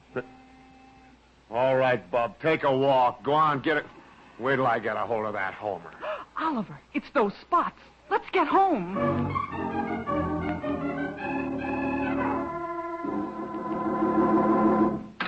Oscar, get packed up. You're leaving. Huh? Oscar. Oliver, that's not diplomatic. No, but it's effective. If we're going to stop eating, I want to stop eating by myself. Oscar! Doesn't answer. That's probably Oscar with the health authorities. Oh, Homer, come in. You're not afraid of spots. Me afraid of spots? Ho. Not them kind, sister. Sit down, Bud. I want to go over something with you. Well, now, only done what you wanted me to, and I even run him away by myself. Run who away? Why, this Oscar feller, when he told me he'd had this blotchy stuff before, I told him he couldn't have, because if he did, his neck would have fallen off. Oh, no, Homer. Yep. He took out like a finance man was after him. How's that? Well, sir, that reminds me one time when I was back in North Platte. Had a little farm back there. And, had me a little calf and just couldn't keep that little fella out of the garden. Yes, sir, just poked his nose around there all the time. Well, sir, one day I finally got him on the run. You know what I did? What? Oh, me. Went out and got me some turpentine. That's fine. Huh? That's fine. Excellent, Homer. That's wonderful. I could almost forgive you for getting rid of Oscar. Well, we done it anyhow, Oliver. You can say that again. Yep. Wait, Homer, this cement work you do, is that tough on the back? Cement work? Yeah. Well, not if you do it like I do. Just don't do it too steady is all. Too steady, Why are you asking? Huh? Oh, nothing. I'm probably going to have to find something more suited to my nerves. Well, I tell you, I done what I could, Oliver, and you can't blame a fella for doing the best he can. Well, he's not blaming you, Homer. Oliver just depends too much on other people. Yep, that's the way I figured. He's doing that all the time. Well, I got to get me back. Martha's kind of suspicious when I'm gone for more than an hour. Suspicious of what? Oh, you know how jealous some women get. Yeah, with your new turtleneck sweater. Oh, well, the fella has to keep himself slicked up these days. You know, the gals still look me over. Well, good night. Now, good night, Homer. That's life for you. The guy gets himself a turtleneck sweater and his future is complete. Oh, now stop worrying, dear. We'll manage somehow. You see, I never had a chance. But do you think I could explain that to the boss? Look, why don't you take a hot bath?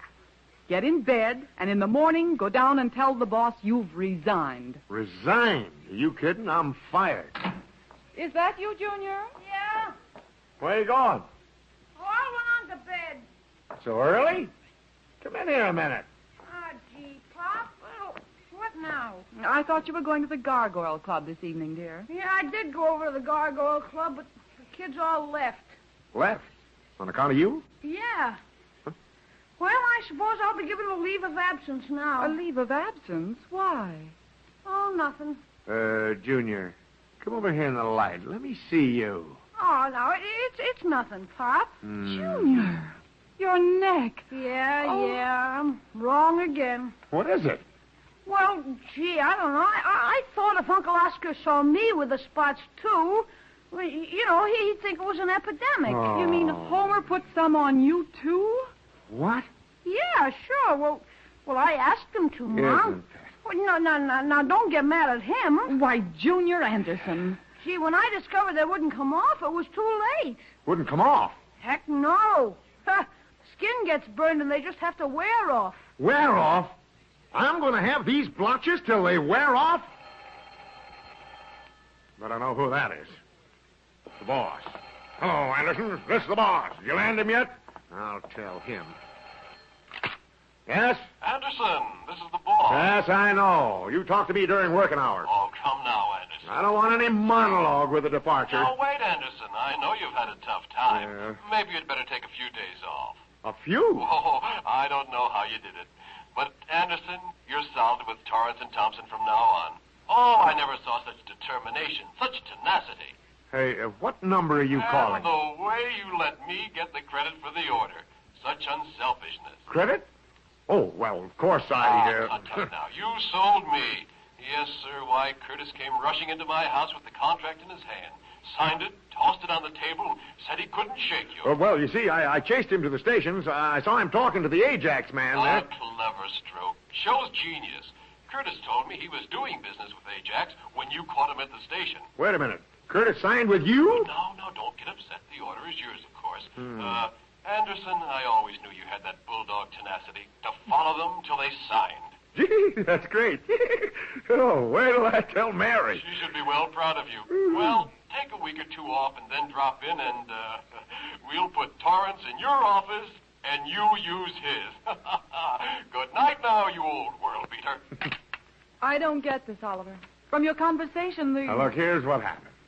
I scared this Curtis so he ran for Thompson's house, just like he did before.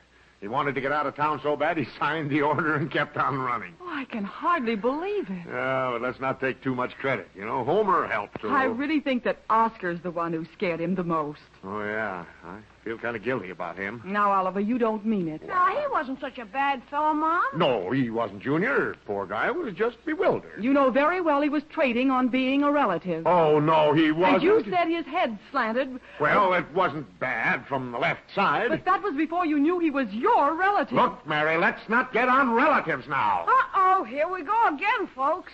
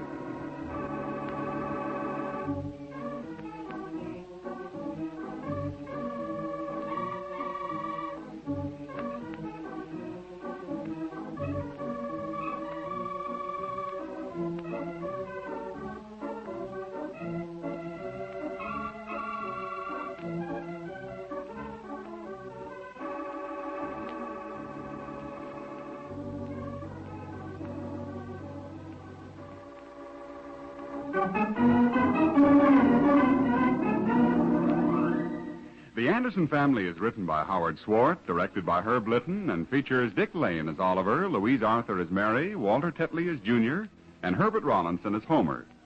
Others in the cast were Paul Theodore as the boss, Doug Young as Cousin Oscar, and Ray Erlenborn as Mr. Curtis. Music by Gordon Kibbe, and your announcer is Ken Peters. The Anderson Family is a Hollywood Broadcasters production, transcribed from Hollywood.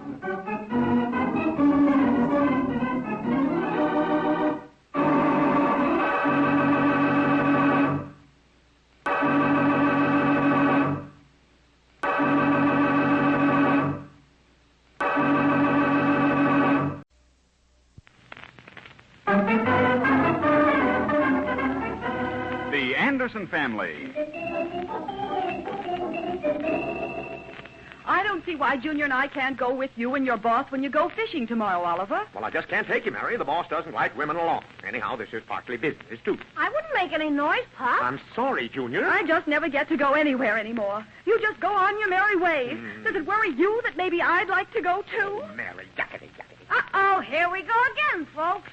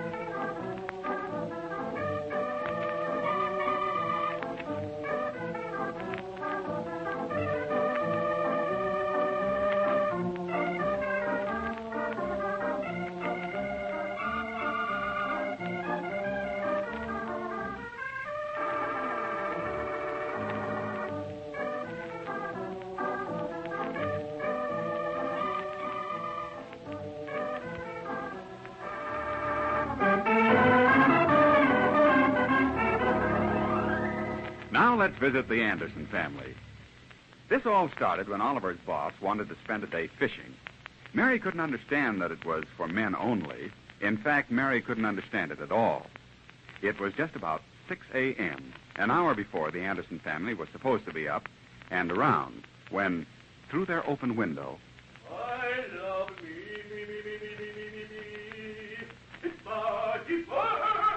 Mary, is that Junior crying? What did you say? Someone's in pain. I'm sure I don't know, Oliver. Wait a minute. It's coming from next door. It's that new roomer, Tuttle. Oh. Oliver, please don't say anything now. Hey, Tuttle! Hold it till daylight, will you? Oh, it's no use. You try, Mary. He'll listen to you. Well, I don't think this is right, Oliver. Go ahead. Ask him nicely. Then I'll do it the hard way if it doesn't help. I feel like a fool. Go on. Mr. Tuttle! Oh, Mr. Tuttle! Oh, good morning, Mrs. Anderson. Oh, he thought you wanted to pass the time of day, I guess. Is there no way to stop him? He's a menace, Mary. Hey, Tuttle! Stop that bellering! Good old Marthy. Yeah? Is somebody sick? Not yet. You better scoot back to bed, Junior. Junior, you awake so soon? Sure, I've been awake an hour thinking about going fishing tomorrow. Well, you might as well dress. We'll have an early breakfast. Okay, Mom. Did you tell Junior he was going fishing with the boss and me? No, I merely supposed you were going to ask us. Oh, Mary, you know I can't do that. The boss doesn't want women along. But the boss's wife goes, I noticed. Oh, I can't help that. I'm a guest. I know she drives him crazy when she goes. All I do is stay home, week in and week out. It's all right for you to go fishing, but Junior and I have to sit and wait alone. Wait till you decide to return. Mary, now, you're getting upset. Let me pat you cheek, honey. Oh, take your hands off me. Huh? Unhand that woman, Anderson, or I shall thrash you within an inch of your life. Oh, shut up!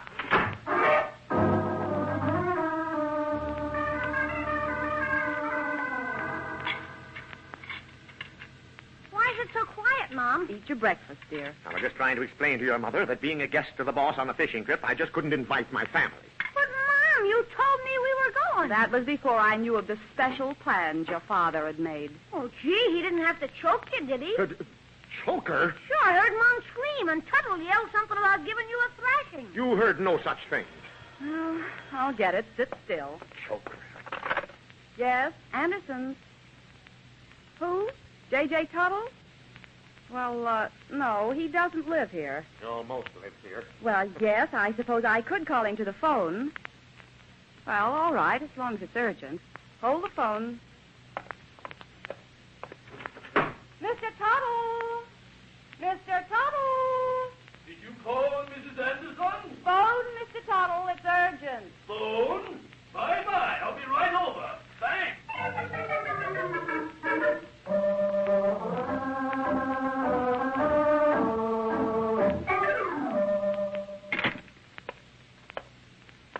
Great Scott! How anyone would know to call me here. Unless they knew they could get you here. Yes. Hello? J.J. Tuttle speaking. Oh, yes, of course. Miss Rimkin. Huh? Oh, the position. Why, I'm in the process of manufacture right at this moment, and it may be a day or so before we go on the market with blister fix. Quit listening to him, Junior. Go on and eat. Excuse me a moment, my dear. I can't seem to hear you. There's so much confounded noise here. Anderson, would you stop talking a moment, please? Me? Oh, I'm sorry. And don't you get impatient, my little cornflower. J.J. is a man of his word. Yes, I'll contact you as soon as the position is open. Goodbye. Go ahead, Junior. It's all right to eat again, I guess. I'm frightfully sorry Romance called so early. Romance? Oh, yes, Romance Rimkin, my new secretary, when my product hits the market. Blister fix for tired feet. Blister. Ah, yes. Those that strive for success generally succeed. It's the result of long and tedious study by my brother, Joachim Calendar Tuttle, M.D., Ph.Y. And D.T. Why, look, there's a fortune in that small bottle there, Mr. Anderson. Look at it. Oh, is this the stuff? Why, yes. It's the dollar sign. No label on it? Well, no, not as yet. But Homer mentioned something about your being sort of a designer of trademarks. Oh, you mean stuff like a foot with a wing on it? Yes, that's it. Splendid.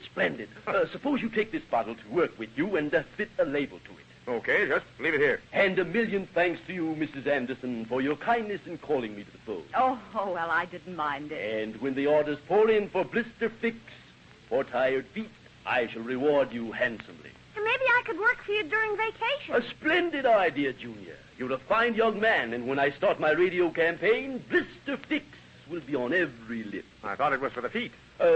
Feet. How little do you realize, Mr. Anderson, that you're observing the humble beginnings of $1 million corporation. Then I shall retire and write me memoirs. That I want to read. It should make Marco Polo seem like a Cub Scout. Well, anyhow, thanks again, Mrs. Anderson. Why don't I just call you Mary? Hey, Bud, wait a minute. Well, that's what the Meisters call me. Where are you going, Oliver? Over to see Homer about his fishing tackle and maybe relax a few minutes.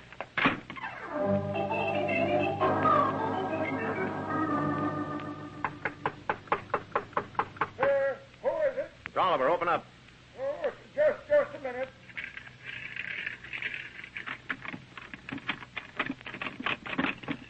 Well. Hey. Oh, come on in, Oliver. How'd you know I was out here? Martha told me. Well, what have you done now? Why don't you straighten up and fly right? And you could live in a house instead of out here in the garage. Well, you don't know what I'm up again, Oliver. Well, what happened? Happened? Oh, nothing much. Tuttle and me drew up papers to manufacture and distribute blister fix for tired feet. And Tuttle mixed up a batch in the kitchen. In the kitchen? Yep. Just the fire got too hot. Anyway, it blew up. Had too much coal oil in it. So Martha set me pajamas and slippers out in the porch, and I followed them. Oh, I see. Yeah. Martha's holding up progress, huh? Yep. Martha's a good woman, but well, she's kind of difficult, Oliver, yeah. Well, what kind of a deal do you have with this Tuttle fella? Well, I handle the manufacture, and he handles the sales end. So you're the manufacturing end, huh? Yep. You better sit down over on my cot there. I got to put bottles on that chair. Bottles? Yeah, blister fix. Oh. Mixing the batch right now on the stove. You got to keep stirring it, or it'll blow up. Well, look, all right. What I wanted to see about was this. How about using your fishing tackle tomorrow, Homer? Oh, I guess you can, Oliver. I'll be too busy to go. Well, it's sort of a private deal anyway. Oliver, always liked you. When this money comes up pouring in, you can have all my fishing stuff for free. Oh, no, I wouldn't give it away, Homer, if I were you. No, you can have it. After 32 years of having it tough, I decided me and Martha could enjoy ourselves the rest of our life. I see. Yep. Better stir that stuff. Stir it? Oh, yep. Glad you reminded me. Yeah. Hard to make Martha understand that you're doing all this for her, Homer. Well, a fella can hardly boss around much when there ain't no money coming in, you know. Martha's crazy about you, Homer. You can see that. You can, huh? It's real love, Homer. Yeah? Worth all these pin-up gals all put together, like these pictures you have pinned up here on the wall. Yeah. Well, of course, I ain't the strayed kind, Oliver. Oh? Of course, I like to be popular with the gals, but in a sort of indirect and quiet way. Kind of masterful like, you know, but not showing it. Yeah. It'd be a tragedy if you and Martha parted now. You think she's figuring on it, Oliver? Well, now, she didn't say. She's a strong personality. She is, huh? Yeah. But you're the strongest of the two. I am, huh? That's right. That good? Perfect. You better stir that goop. Stir it? Oh, yep. Glad you reminded me. That fire's pretty high, too, isn't it? Yeah, gotta keep it head up or it'll congeal, so Tuttle says.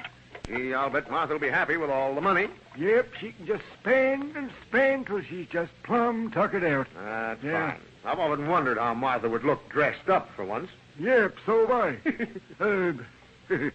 I mean, we had it tough, Oliver, but through it all, I've been true to her. Well, when things are tough, that's the only thing you can do, Homer. Yep. I remember when Martha and me was first married. It was the closest I ever come to straying. I'd like to hear about it sometime, Homer, but I have to run now. Oh, you do, eh? I kind of thought you'd like to hear what happened. I know what happened. You're still with Martha. Yep. But, oh, boy, it was close, Oliver. Close, huh? Yeah, it was at the New York Cafe there at my home in North Platte, and me and a couple of the boys stopped in to eat something, and they had a new waitress on the front table. Opal was her name. Opal. Well, you better stir that stuff. Yep. It's as plain as if it had happened yesterday. I just finished the soup, and I sort of felt her behind me, kind of, and she reached over to pick up the soup plate, and the soft fragrance of her hair brushed against my cheek. Oh, Oliver, I'm a-telling you, when she leaned over and whispered in my ear, something just came over me. Whispered in your ear, huh? Yep. What'd she say? Say? Yeah. Oh, me. I don't think I'll tell you, Oliver. I'm kind of ashamed of it. Oh, come on. What'd she say? Oh, shucks. You won't tell nobody. Not a soul. Okie dokie. I'll tell you. You better stir that goop again. Stir it? Oh, yep. In a minute. Well, sir, she sort of leaned over and she put her lips against my ear, and I sort of recoiled like. Recoiled toward her? Yeah. No, I didn't, Oliver.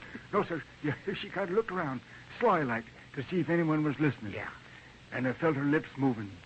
And she said, "Bub, don't look now, but your garter's hanging over your shoe." Oh, me. Sentiment and everything, eh, Homer? Yep, well, sir. Oh, me, I had goose pimples all over me. Yeah, I bet. Yep, that's what it is. Well, sir, I often thought how easy it would have been for me to have felt kind of thankful like. Thankful? Yes, sir. Thankfulness leading to admiration. Admiration leading to love. Love leading to marriage. Marriage leading to jail. Leading to jail. Hey, by Jupiter, you're right, Oliver. That would have been, what do they call it? Bigamy. Bigamy's Yes, right. sir. So anyhow, you see what would have happened. Sure. You'd have ended up owning the New York Cafe. You ended up owning the New York Cafe. Hey, say, that's right. I would have, dagnabbit. Yeah. Look, I have to leave, Homer. See you tonight. Well, goodbye, Oliver. And tell Martha the fish and stuff is under the back porch there. Okay, Homer, I'll save you a few fish. Oh, boy, you're sure an optimist. If you catch 'em, I can cook 'em out here.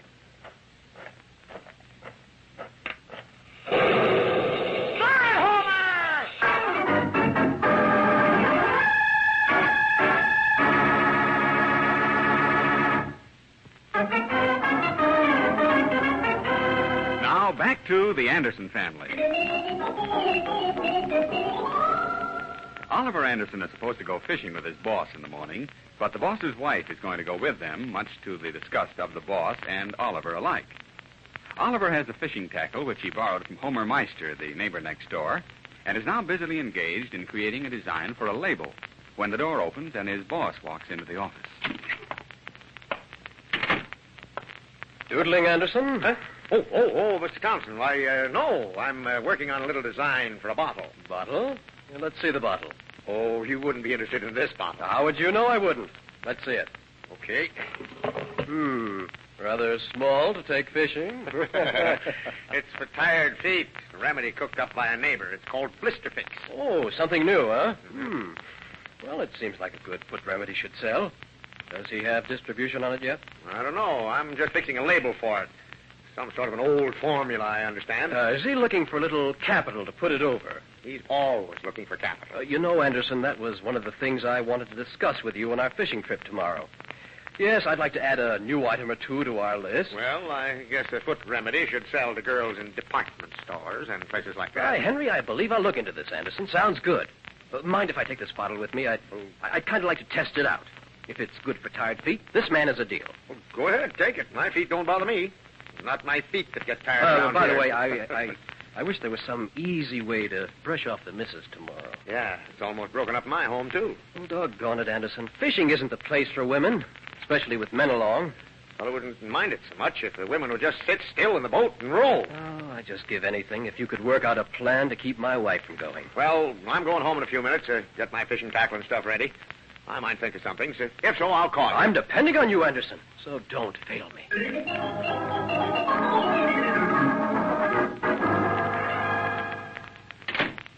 Is that you, Junior? Hi, Mom. Where have you been, dear? I've been working. You see, look at all the money I made. $9, Mom. $9? How did you do that? Well, only half of it's mine. I sold 9 bottles of Blister Fix for tired feet. Mr. Tuttle told me he'd give me 50 cents on each bottle. Oh, for heaven's sakes. Who bought them? Oh, just the neighbors. I guess everybody had tired feet. Oh. Gee, those 9 bottles went like hotcakes, Mom. Well, I didn't know Mr. Tuttle asked you to sell Blister Fix. Oh, well, he wanted to surprise you. He told me just what to say, and I said it. Told you what to say? Sure, you have to have a pitch to sell anything. Pitch? Yeah, that's what Mr. Tuttle calls it, a pitch. Like this, Mom. Pardon me, madam, I have here a little item just for you. It's something that no home should be without. Good for man, woman, and child. Cures any foot trouble immediately. The price, madam, for this priceless little item is not $5, not $4, not $3, not $2, but only $1 small dollar. Oh, June, Yeah. no. Yeah? You didn't sell Martha Meister a bottle. Oh, I should say not. Mr. Tuttle told me to sell on the next street, not too close around here. Mr. Chapman's wife bought a bottle for him. Oh, well, that's nice. I sold all the bottles by noon. Gee, I hope he lets me sell some more. Now, you wash your hands and face, Junior. I'll see who's calling. Excuse me, Mrs. Anderson, but I noticed Junior just came home. Why, yes, he did, Mr. Tuttle. Come in.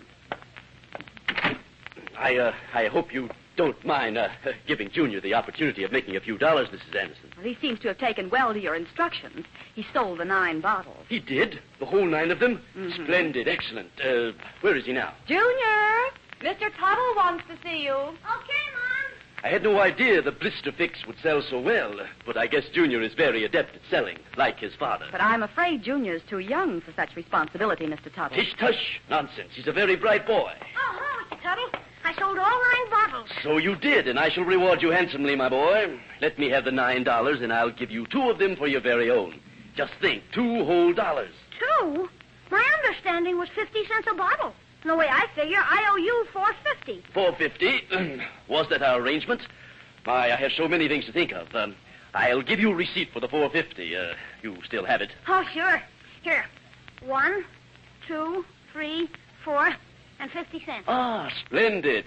Was everyone satisfied? I guess so. Well, shouldn't they be satisfied, Mr. Tuttle? Well, the truth is, Mrs. Anderson, I made a slight miscalculation and added a bit more turpentine than the formula called for. It was the deluxe formula for mining men. That is, it's a bit stronger than the normal solution. Oh, my goodness. Well, I wouldn't want Junior to get into any trouble. Oh, tush. Nothing can hurt anything. It's perfectly harmless. Well, now I'd better run on. I have another batch on the stove, and Homer forgets to stir it now and then. We put windows in the garage twice today. Yes, I heard the reports. Well, possibly I'll have a bit more bottled in case Junior wants to try again tomorrow. Maybe we should wait and see how the 9 turn out. As you wish, Mrs. Anderson, and a good day to you. Goodbye. There's a fella you have to watch, Mom. He's fast on making change. Why, Junior, what a way to talk.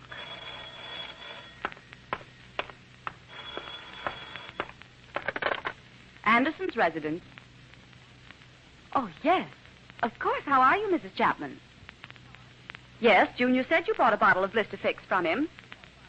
Now, wait a minute, Mrs. Chapman. Be careful of your language. He was only selling it for another party. It what? Blistered Mr. Chapman's feet? Oh, I'm so sorry.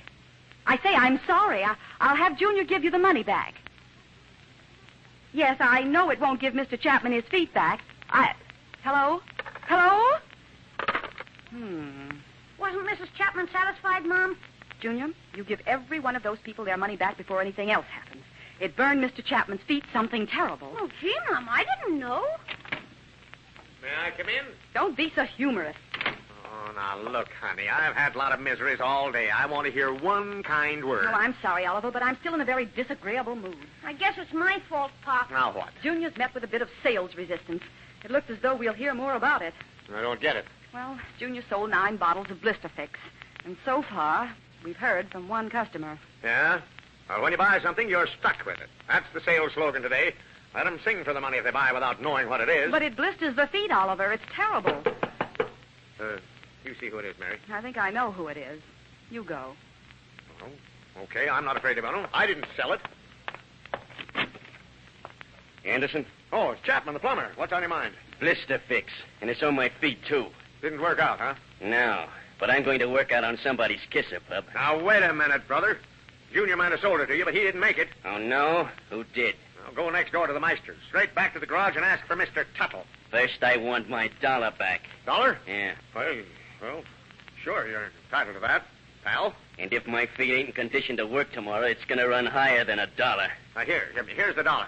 You'll make all your future collections direct from the manufacturer. Yeah, that's this Tuttle? Right. Now, I'll help you down the steps, and you're on your own. Gee, Mary, I just thought of something. I gave a bottle of that Blister Fix to the boss. Oh, no. How could you be that stupid? Don't answer that. Well, I guess starting tomorrow morning, I'll be working on a 2 weeks' notice. You see, Mary, that's what a person gets, listening to other people. Oh, no. Not Chapman back again. Okay, if he wants trouble, I'll see what can be done about it. Okay, Bud, I'm sick of your pan. Now get... Anderson, have you gone berserk? Oh, excuse me, boss. Gee, I thought you were someone else, but I see now you have a clean shirt on. Huh? Gee, well, step in, won't you? No, I just stopped to tell you that everything's set for tomorrow. No women on the trip. You mean your wife's not going? Going? She can't even walk. Can't walk? What's wrong? I took that bottle of Blister Fix stuff home, and she wanted to use it. Got blisters as big as $1 on each foot. Oh, brother. I didn't know it was that strong. That's strong. She's going to be happy if the nails don't fall off of her toes. Well, now, I feel pretty sad. No. Just forget it. It was an accident. Well, meet me at 5th and Plum at 6 in the morning. Looks like it's going to be a big day, Anderson. Good night. Fix it is. Good night, boss. Who was it, Oliver? Just the boss. Said his wife wasn't going tomorrow. Oh, she isn't? Then I guess that licks me. Gosh, honey, it looks that way. Well, I only wanted to go for Junior's sake. Well, where is he? Probably hiding in the basement. He knows Chapman. Oh, yeah, Chapman. Uh-oh. He thinks Mr. Chapman has again returned. Yes? That's all right. Doesn't scare me one bit. Oh, back, eh? Yeah, buddy, I'm back. Well, okay, start something. Start something. Are you Yeah. kidding? A guy don't go poking his friends in the nose, does he? Friends? You say friends? Didn't you see Tuttle? Yeah, I sure did. I told him I'm suing him for $1,000. Suing him for Yeah? Yeah. He saw that I meant it, so we got together. Wait a minute. You mean he gave you $1,000? Tuttle? Well, not exactly. You see, we worked it out better than that. We talked a few minutes and ended up with my owning 1/3 interest in the Blister Fix Company. You see, he seen I had it. Oh, yeah, you had him. Third interest, for $1,000? Well, no, not exactly. You see, I only had $300 on me, so he made me a deal. 1/3 interest for $1,300. And you gave him $300? That's right. Like he says, Tuttle, that is. Well, like he says, you gotta grab opportunity while it's going by. And, brother, does that guy have personality? Did Chapman get taken for a ride? Oliver Anderson, you know that if Mr. Chapman loses his money in that blister fix deal, he's going to blame you. You'll have trouble with him again. Now, look, Mary, I've had enough trouble today. And furthermore, I think you and your boss cooked up a scheme to keep us women and Junior from going fishing with you. Now, look here. Uh-oh, here we go again, folks.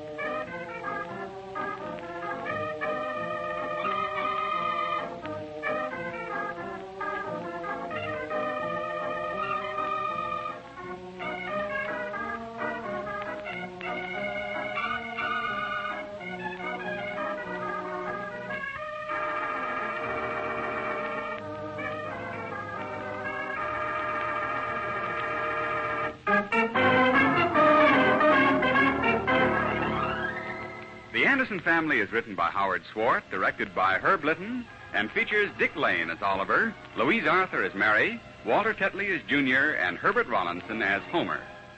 Also in the cast were Paul Theodore as the boss, Doug Young as Mr. Tuttle, and Jacqueline DeWitt. Music by Gordon Kibbe, sound effects by Ray Erlenborn, and your announcer is Ken Peters. The Anderson Family is a Hollywood Broadcasters production, transcribed from Hollywood.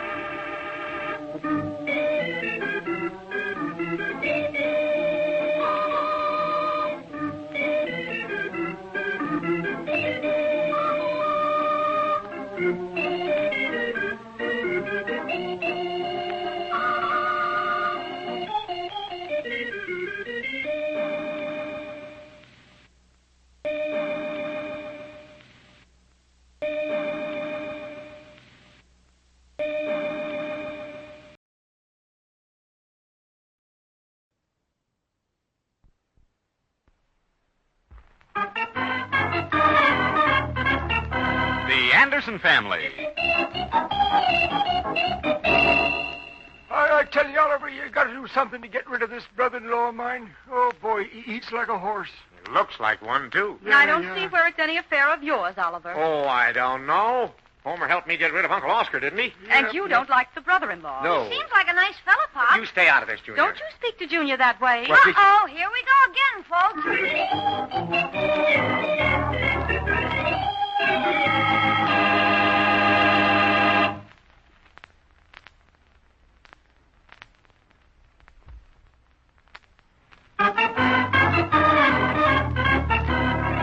And now let's visit the Anderson family.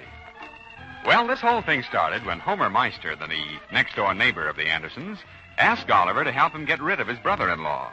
The brother-in-law moved in bag and baggage, and poor Homer's been pushed around by everyone. Mary and Oliver are listening to Homer's tale of woe. Mary, I tell you, I'm a broken man. Rockwell has to go. Oh, come now, Homer. He'll only be here for a short visit. Nope. That's what I thought at first. But he brung a toothbrush and pajamas. That means he's holding up for the season. Yeah. Well, now, why don't you just tell him he's not wanted? Oh, Oliver, he couldn't do that. Well, yep, Mary's right. It's what I'd like to do, but Marthy's got such a strong personality. Well, I'd like to see some stooge hang around here if I didn't want him to. Hey, gum, that's just how I feel. Why, when we went to the train to meet him, Marthy put on her new outfit. Spent a whole hour on her hairdo. See? Homer Meister being jealous of Martha's own brother. Oh, tain't that, Mary. But when we ate this morning, we had side meat and eggs. Something we never have, and, oh, boy, I made a mistake. Mistake? Yep. I tried to be polite-like, and I made the mistake. I pushed the platter over to him and said, "Help yourself, Rockwell." And he? Yep, he did. With one swipe of his knife, he took every egg and both pieces bacon. Yep, took the whole works. Oh, that's hardly fair, Homer. Where are his manners? Mary, he just ain't got any. Oh. He's just like her side of the family, yeah. You know, Homer, if he stays on, you're going to have to go to work to get out of the house. Well, I'm not going to upset my home life for him, I'll tell you that. Well, why don't you have a good talk with Martha? I'm sure if she knew how you felt, Homer, why, she'd do something. You ain't kidding. Yeah, if he's one of them fellers who knows it all. Well, then just get him a job, something to do. Well, maybe you could help him, Oliver. Oh, now, wait a minute. Hold on. Maybe Mr. Thompson could find him something to do. Hold on, wait a minute now. I should lose my job just to get him work. Well, I don't see why you would lose your job. Well... Mr. Thompson could give him something to do in the shipping department. You said he always put the lowest in aptitude down there. Oliver, if you could get him a job, I'd do anything for you. Well, I'd have to lie to get him in. Yeah. Oh, see who it is, Oliver. Oh, probably someone for Junior. Oh, it's Martha. Oliver? Want you to meet my brother, Rockwell. Fine. Come on in. Go on in, Rockwell. He's all right. I know, Mr. Anderson. You gotta be careful who you talk to, you know. Oh, Martha can vouch for us. Come on in. Oh, hello, Martha. Sit down a minute. Just wanted to introduce Rockwell around. He's my brother, you know. My older brother. Well, how do you do, Rockwell? Oh, well, gosh almighty. If I'd have known I was going to meet a pretty gal, I'd have dressed up a bit. Oh, that's silly putting on shoes just for that. That other feller there, have I met him? You know darn well who I be. Now, Homer, don't go raising your voice to Rockwell. Oh, sure. Now I remember. I knowed I heard that name before. I suppose you're tired out from your trip, Rockwell. Oh, yep. I got picked up in Riley Springs. They taken me in there. The zoo? Oh, me. Doggone, that was a good one. You can at least show some manners. Oh, he just needs his ears slapped back. Why, you're for two how long are you going to stay, Rockwell? Oh, well, it all's according, Well, that's fine. Want to work here? Oh, might look around a bit. Rockwell's good at most everything. That's why I come over. Thought maybe Mr. Anderson could get him on down to the store. Yes, got any horses there? No horses, no. Any cows? Nope, no cows. Oh, it'd be pretty lonesome for me then. Oh, you'd get used to people in no time, Rockwell. They might get used to you, Rocky. Well, it wouldn't do any harm, Oliver, to inquire anyhow. Oh, I'll do it. Probably use him in the shipping department. Oh, Oliver, that's simply wonderful. Well, come on, Rockwell. Let's go on down to the store. Yeah, well, I'll be getting along too, Oliver. Oh, you can stay if you want, Homer. Yeah? Rockwell and I have got so much to talk about. How long since you've seen Rockwell, Martha? Well, let me see. We come out here in 19... Goodness, it's been a long time. And I ain't hardly had a minute to talk about the folks back home. Well, if you want Rockwell to go to work, he'd better spend some time filling out an aptitude test for the company. Oh, no, not me. No, I ain't sticking no needle in my arm. I ain't. Needle? You see, Mary, this is going to take a lot longer than I thought. Now, let me be alone with this prospect. You want me to get out? Well, yeah, everyone. You can see how confused he is right now. And that's right nice of you, Oliver. Come on, Homer. Don't do nothing to hurt Rockwell's chances. Nothing Homer does will hurt him anymore. Oh, that's so nice. Come on now, Homer. Well, I hope the test comes out all right, Oliver. Well, maybe if I help him, he can get in the shipping department. I don't know. You're going to take him down with you, Oliver? Yeah, I'm going down in an hour or so. Now, do try hard, Rockwell. Oliver's so kind. I ain't taking no needle. Maybe we're confusing Rockwell. Yeah, you're right, Mary. Him being strange to all us and everything. And I want you to move your stuff out of your room, Homer, when we get home. Rockwell can't sleep in that garage. I can't either, and I ain't going to. Come on. Thanks again, Oliver. Don't mention it. I ain't taking no needle. Look, Rockwell, I'm trying to help you. I'm trying to get you in our shipping department. Now, you have to start from there. When you get advanced to a moron, they'll give you another job. Is it hard to get to be a moron? Well, not for you. Now let's see. Well, I have one of those tests in the desk, Oliver. Swell. Get it, will you? Are you busy, Pop? Not too busy. What is it? Butch Chaplain wants you to take a chance on a turkey raffle. It's a benefit, he says. Probably a benefit for the Chaplain family. Look, don't talk anymore. I have to help Rockwell with a test. Oh, you're Mr. Meister's brother. Quiet now, quiet. Let Rockwell concentrate. Here, Oliver. Aptitude test, junior grade. Yeah, that's the low one. Mm-hmm. Now, let's see. What was your maiden name? You mean before I was married the first time or second time? Oh, that's for women, Pop. Yeah, you're right. Now, if you can't be quiet, Junior, you'll have to leave the room. Okay, Pop. Second question. What is the ratio of the circumference to the diameter of a circle? First time I was married or the second? This has nothing to do with that. Now, we don't have to answer the first one. See, circumference is 5. No, 6 times. Let's see. The circumference is 3 and 14, 16 10,000ths times the diameter, or pi, Pop. Read it in the book. Stop reading! All right, now I ask you to be quiet. I ain't taking no needle. Yeah, I know that. I'm trying to help you. Now, question 3. What color is Paris green? That's foreign, ain't it? No, I don't know nothing foreign. Well, just guess. Think hard now. Come on, pull yourself together. Let's see, yellow. No. White. No. Look, Paris green is green. Yeah, sure. I was thinking of blue Vitzel. Leave the room, Junior. Now. Go on. I'm having enough trouble. No, I'll be quiet, Pop. Honest. I just want to hear the question. All right, but be quiet. This is a tough thing. Now we'll take the next set of questions. All right, we've answered all the questions. Now, just sign right here. I ain't taking no needle. There isn't any needle. Just sign right here and go downtown with me to see the boss. I ain't signing nothing till I read it. But, you see, I don't read so good, so I'll sign it. You won't need me anymore, Pop? No, and thanks for your help. Rockwell will remember you. You're welcome, Pop. And now, let's get down to the office so you can start work tomorrow. I'll go over and get my jeans on. All right, then hurry up now. Gee, Pop, he doesn't know anything, does he? Oh, well, where he's going to work, they just pound nails, and a big husky man like him doesn't have to think. There's a place for guys like him down in the shipping department. Okay, Pop. Good luck. Yeah. Hey, I didn't like the way you said that, son.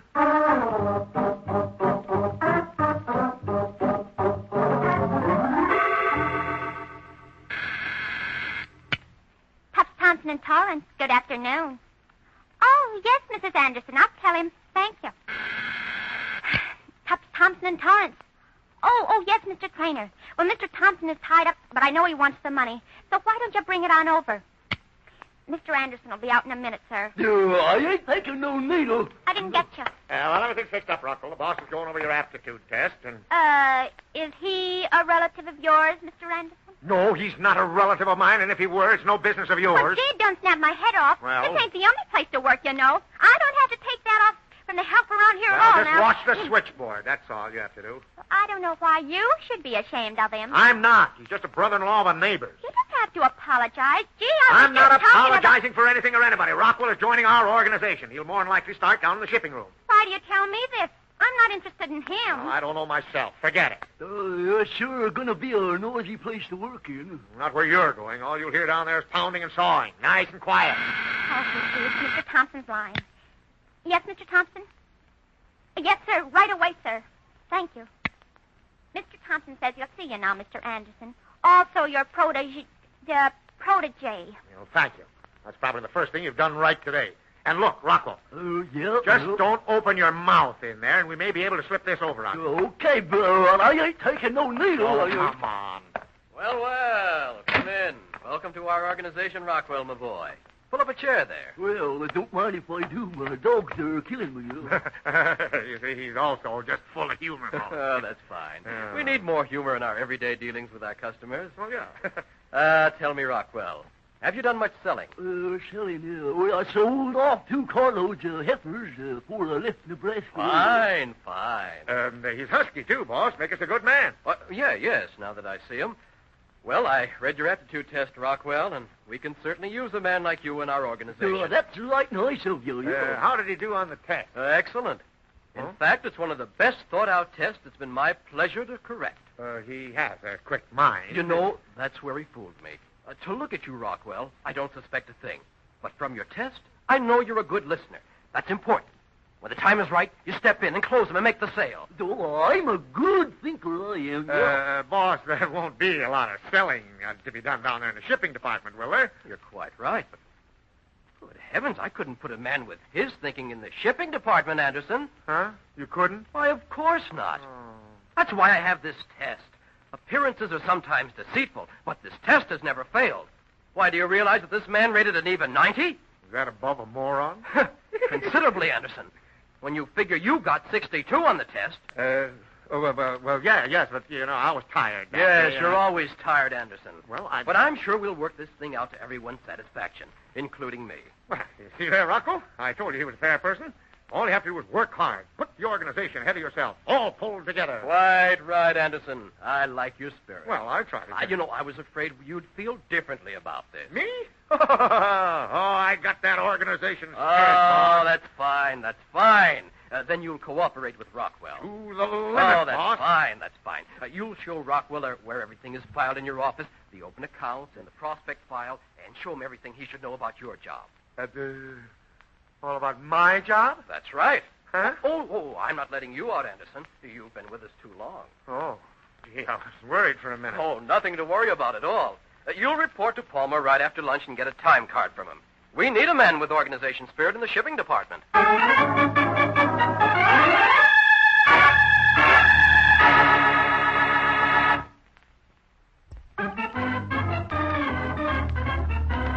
now back to the Anderson family. Well, Oliver has taken a brother-in-law of Homer Meister's down to his shop.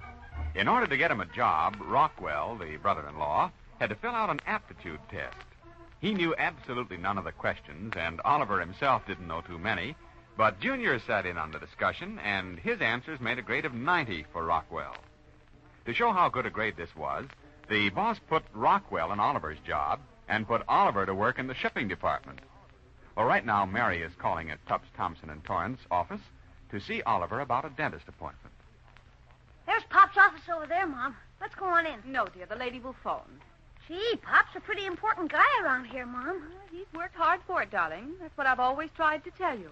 You only get promotion through hard work. Yeah. Now, honest, Mom, I wouldn't want this to get back to Pop, but he didn't know half those questions on that test. Well, that's understandable. As you grow older, you forget many things you learned when you were young, because you're busy learning new things. And that Rockwell. Mom, he's stupid. Junior, not so loud. That's no way to talk about a person. I'm sorry. Gee, I wonder what's keeping Pop. I'll find out. Just sit still. I'll be right back, dear. Tubbs, Thompson, and Torrance. Yes, Mr. Jones. Well, now, don't get tough with me, brother. I didn't order anything from you. Take it up with Thompson direct, and he ain't talking to nobody this afternoon. Pardon me. Is it all right for me to go in Mr. Anderson's office? I'm Mrs. Anderson. Mrs. Anderson? Gee, you're nice. Oh, thank you. Nothing like him at all. How do you stand him? Well, I'm sure I don't know what you're talking about. Oh, I'm sorry. I'll go in if you don't mind. Of course not. Come on, Junior. We're going in. Okay, Mom. Oh, it's Rockwell. What you want? Busy? Yeah. I'm Mrs. Anderson. You remember? Oh, then you'd be looking for Mr. Anderson. That's right. Well, I'll show you where he is. Where he is? Isn't this his office? Not no more, it ain't. It's What? mine now. Gee, Pop did better for you than he expected. I already thanked him. I'm polite, I am. Well, you just follow me and you can see him. But his boss won't like it. Like that with a pen and nails that are breaking my arms with this sticking. Now, look, Anderson, I know how you feel about this, but I got a schedule to keep up, and that means hit the ball. All of us. Drive that nail. Pull that wire. Do our best. That's the motto of the shipping room. And now come, settle down and just keep plugging. Oh, my back. Oh, brother, this is tough. Now you can talk while you're nailing. I can hear you. Yeah, but these blisters. In a couple of weeks, you'll be used to it. Now let's get on with that new stack there. 4 nails to a board, 8 boards to a box. Now set an example for the men around you. Mary, what are you doing here? Hiya, Pop. Oliver, what is the meaning of this? Well, I'll tell you tonight. I can't talk now. Please, don't keep Mr. Anderson from his work. You see, Mary? You can talk to him as long as you want after working hours. It's a rule of the organization. Drive that nail. Pull that wire. That's the motto of... Oh, Oliver, what's happened? Oh, you heard what the man said now, Anderson. Hit that nail. Pull that wire. Shut up, you moron, and get out of my sight. Oh, gosh, he ain't got no humor at all. Oh, what happened, dear? Plenty. Junior answered so many of those questions right on that test that the boss gave Rockwell my job and put me down here. Oh, I'll not stand for it. I'll go right up and see Mr. Thompson. Oh, no, not that, Mary. I've been a fool. Now let me take it. Gee, Mom, Pop's got 2 thumbs. So where? Shut up. I have not got 2 thumbs. That's a blister, Junior. Oh, Oliver, this is what you get for trying to help people. You try to help him. I wanted no part of it. Maybe Mom and me ought to talk to Mr. Thompson, Pop. He likes me. Now, wait a minute. I'll do my own talking. Now, I'll see you at home. Now, go on. I don't want to lose this job, too.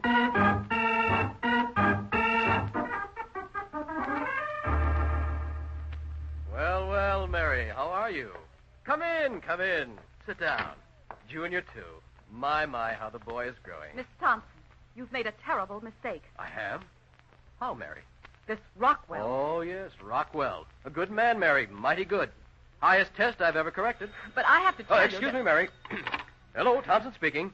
Oh, yes. Hello, Bert. You're what? Oh, excellent.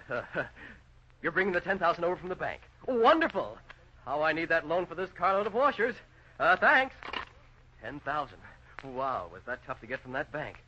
Mary, no one knows what that $10,000 means to me right now. It's my life's blood. Now, about Oliver.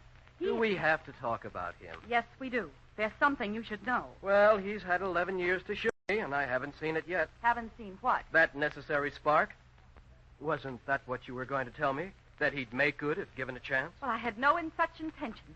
I wanted to explain about that test. There's really nothing to explain, Mary. Good grief, if one man gets a 62 in a test and another man gets 90, who would you hire? If he wasn't your husband. That's beside the point. Oh, you know, Mary, I'm far too happy over that $10,000 the man is bringing. Bring it to me, personally, mind you. Well, I'm glad you've got the money, of course. Excuse me, Mary. Yes, Thompson speaking. Who? Now, wait a minute, Jones. I never told you I'd take that $10,000 worth of spikes. Oh, no, I didn't. Oh, you're going to get tough about it, huh? You'll what? You'll punch who and whose nose? Okay. If that's the way you feel, come on over and try it. Man from the bank? No, it wasn't the man from the bank. Now, hurry. Go on out and come back later. There's going to be fireworks, and I may have to clean up the office with this powder. You'll do it all right. Don't worry about it. Now, you get that straight, Rockwell. I'm leaving you in my office. The man comes in. He's going to make me take some nails I never ordered. Well, I'm going out for a while. Now, if he doesn't get out, when you tell him, use your own judgment. I don't care what you do to him. Get that? Gee, I sure like that. I know just what to do. Oh, good. Then you just use your own judgment. Now I'm leaving. Handle it any way you like.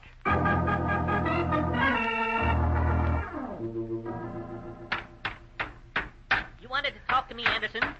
Yes, sir. Well, keep nailing. I can hear you. Now, what is it? Well, I have to see Mr. Thompson. It's against the rules of the organization, Anderson. Don't care if it is. I have to see him. Very well.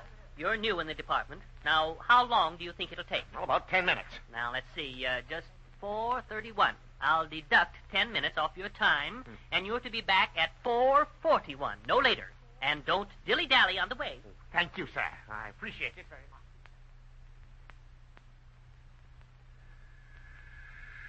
Tops, Thompson, and Torrance. No, I'm sorry. We don't handle that line at all. Look, Sadie, do something for me. Oh, you startled me, Mr. Anderson. All that sawdust on your whiskers. Well, I'm sorry, but where I'm working, you can't help getting some on you. I don't think that new guy's going to work out, Mr. Anderson. Huh? Honest?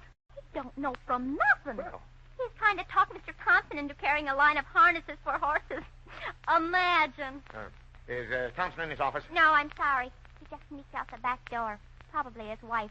Or some jam he's in again. Oh, he's gone, huh? Yeah, but Rockwell's in his office. Rockwell? Taking over the boss's office? Oh, no, not that. He's just sitting in there is all. Oh, well, that's different. Your wife said she'd be right back. Why don't you wait for her? I can't. I only have 10 minutes. And I've got a lot to talk about. Why don't you just go in and keep Rockwell company? Look, I don't want ever to hear that name again. Well, you brought him in, didn't you? Against my best judgment, yes. Oh, here you are, Oliver. Oh. I was just down in the shipping room.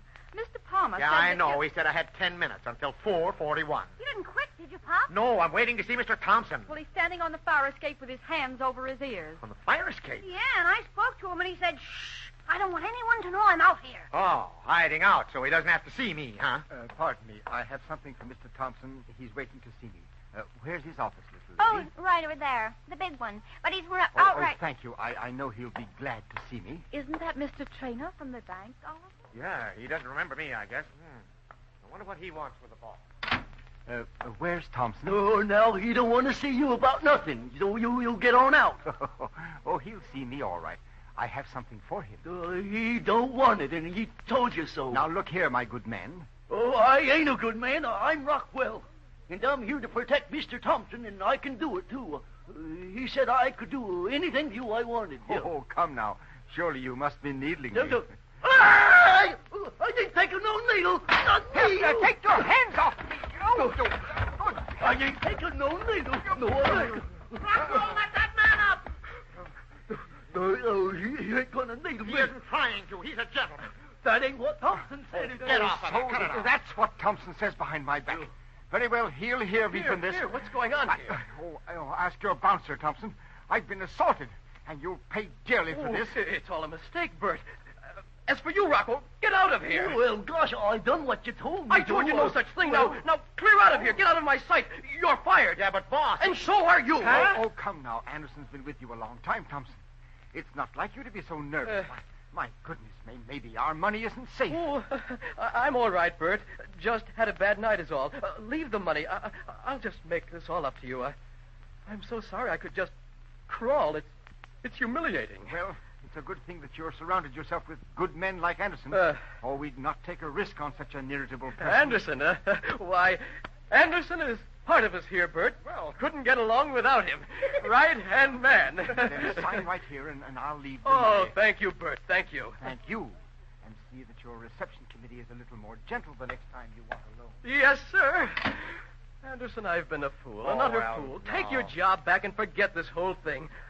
I must have been out of my mind. Oh, well, it was an experiment. Oh, run on. Take the rest of the day off. Well. I believe there's still a half hour to go. Thank goodness everything's over. Gee, that's fine. There's something I have to say to Mrs. Palmer in the shipping room. Good heavens, Oliver, what's going on? It's all over, Mary.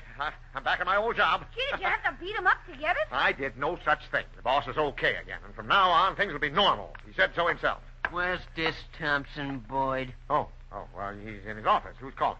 He don't need no introduction to me, but... Well, hey, wait a minute. Gee, he was burned up, Pop. Oh, Oliver! Look out for him! I'm off for the afternoon. Rockwell, go in and stop him!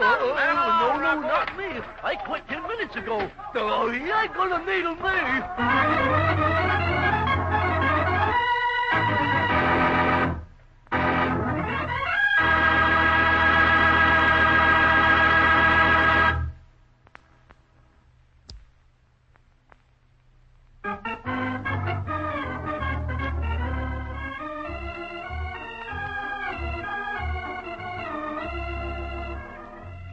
Anderson Family is written by Howard Swart, directed by Herb Litton, and features Dick Lane as Oliver, Louise Arthur as Mary, Walter Tetley as Junior, and Herbert Rawlinson as Homer. Others in the cast were Doug Young as Rockwell, Jacqueline DeWitt, Paul Theodore, Jenny Johnson, and George Peroni. Music by Gordon Kibbe, sound effects by Ray Erlenborn, and your announcer is Ken Peters.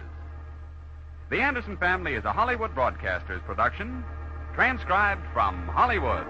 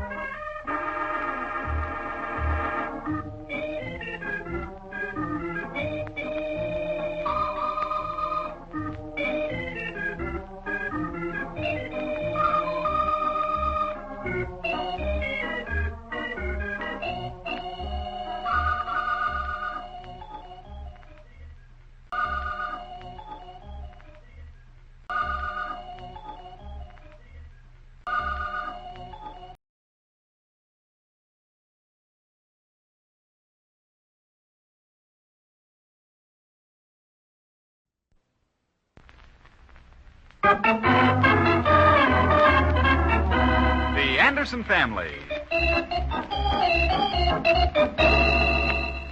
Well, now, if that's the way you look at it, Oliver, I'm pulling out of the deal right now. You're pulling out? Well, you haven't done a bit of work yet. I'm the guy who's stuck for the tractor and stuff. Well, I told Homer not to let you in on this in the first place. I tried to stop Oliver. It didn't look good to me. Well, no matter how you decided. I want every bit of that dirt moved back to where you found it, and quickly, too. Not me. I'll sue, and take everything you have, Anderson. Believe me. Don't tell me what you're... Uh-oh, here we go again, folks.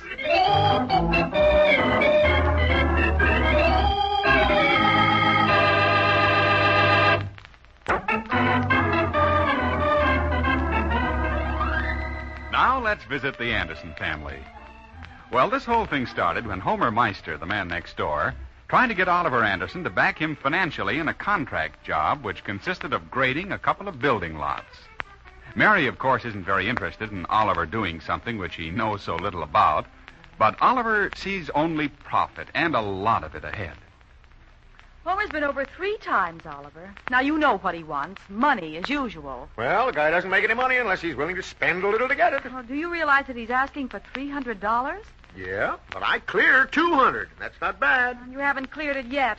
And after you rent the tractor and spend 2 days on the job, you won't have too much. I just saw Mr. Meister down at the corner, Pop. Oh, good. I'll run down and see what he has on his mind. I thought you were going to spend the day cleaning the yard, dear. Oh, Junior can do that. It's not bad. Junior. Yes, Pop? What was Homer doing?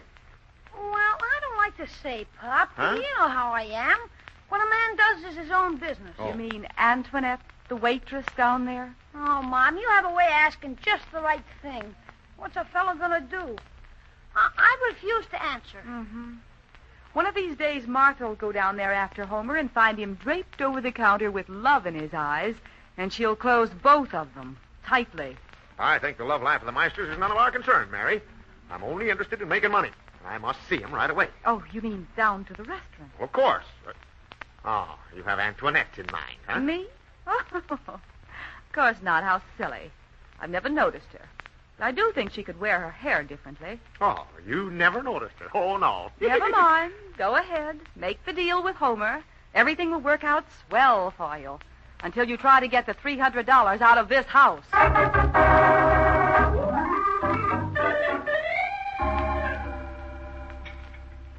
But, Mr. Meister, Oh, look, I've been coming in here for months. Just call me Homer, honey. Do you think it's proper? Why, of course 'tis. But you don't dance, do you, Mr. Meister? I mean, man. Why, of course I do. Why, every time I get out on that floor and whirl, people just stand around and gasp. I can see where they would. Yeah. Now, some of these young whippersnappers around here don't know how to do the older dances. Oh, I just don't know, man. Oh, come on, I'll escort you. I got a brand new sweater. We'll be the most talked about ones there. Yeah. You really mean it, don't you, darling? Oh, it would be thrilling to be with you, George. Homer. Oh, yes. Oh, man. But there's one thing worries me. Oh, shucks, we ain't got a worry in the world. I'm raring to dance. But Yo-ho. the tickets are $5, and you know... Oh, shucks, what's money? Wait, what'd you say? How much? Huh? But, like you said, we don't have a worry in the world. Well, now, wait. I got a deal on with Anderson, and I'll have a few dollars over her. Oh, yes. You mean Oliver? Oliver Anderson? Yeah. Seen him lately? Oh, he's seen here once in a while. Always leaves a quarter tip. Oh, he does, eh? Well, here's my tip. $50, babe. Ain't a cheap bone in my buddy. Hey, I spend, I do. That 50 cents don't mean nothing to me. Nothing, no. Oh, thank you, Omar. Oh, don't give it another thought. I ain't. Oh, here comes Mr. Anderson now. He must be looking for you. Oh, yeah. Hey, Oliver, glad you come. Hi, Homer. Hey. Let's take this booth over here now. What's the deal? Oh, good morning, Mr. Anderson. You're looking fresh. I am?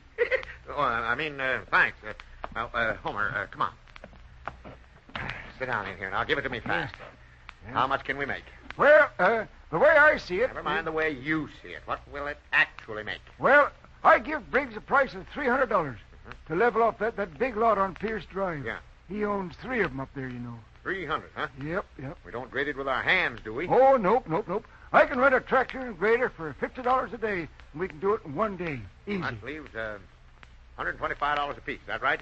Well, of course, me being the contractor... I don't want that now. Is it No. 125 or nothing? Well, of course, I need your $300 for a bond. Once more, is it $125? Oh, dag nabbit, have it your way. Well, where's the $300? It's home. When I need it, we'll get it. Yeah? So let's draw up a contract on this napkin here. Yeah? I pay expenses and get $125 back. Okay, draw it up. Money don't mean a thing to me. Nothing. Nope. Okay, that's a deal. Now, is there anything else? Yeah. What? Could I get a little in advance? In advance? Why? Well, Marthy give me 50 cents to bring home some groceries, and doggone it if I ain't misplaced it somewhere.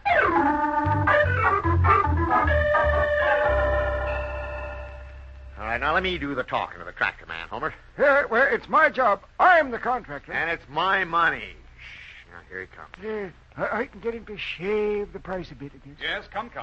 What is it? I'd like to talk to you about a tractor. Well, talk to me. Yeah. Well, we have a little job of grading to do, and I want to rent a tractor. Oh, I suppose I can fix you up all right. You have a driver's license? Oh, sure. Ever driven a tractor before? Not that I remember. Then that'll be $100 a day. But your ad read $50 a day. That's the price to someone who has driven before. Seems like a lot of money. Of course, if I got the tractor, I could get it for $50. Them things is like pushing a baby buggy to me. Huh? Oh, well, that's different. Yep, I can just snake them things around with one hand. Well, then, of course, I'll make you the $50 price. Yeah, well, that's swell. I'll get you a rental contract. You've never even ridden on a tractor. Well, there ain't no need of telling him that, is there? Oh, me. Well, it saves $50. Maybe I ought to drive it out, though. Oh, you can't.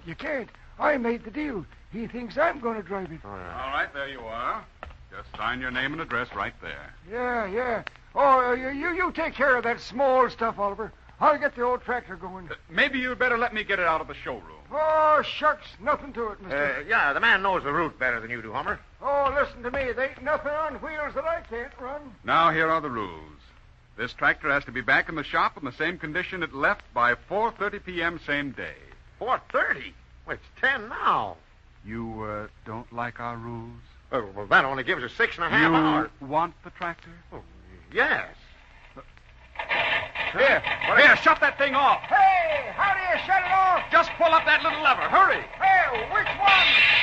Good grief, right through the window. Homer, are you all right? Oh, dag nabbit, got my britches caught in the gear shift. Must be an old model. What do you think you're doing? Running that thing right through that window. Well, I just took me a shortcut. That'll be $66.50 for that window. Now, wait a minute. Do you want the tractor? Well, yes. Okay, I'll just add it onto the bill.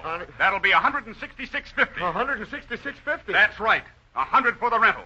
Because, mister, that spook isn't going to drive one of our tractors anyway. Hey, look here, what's your name? Never mind, Homer. I see what he means. I'll give him a check for $66.50, mister. Okay, then it's back here at 4:30 on another day. Is that clear? It'll be back in the same condition. Oh, brother, I wish I were as optimistic as you.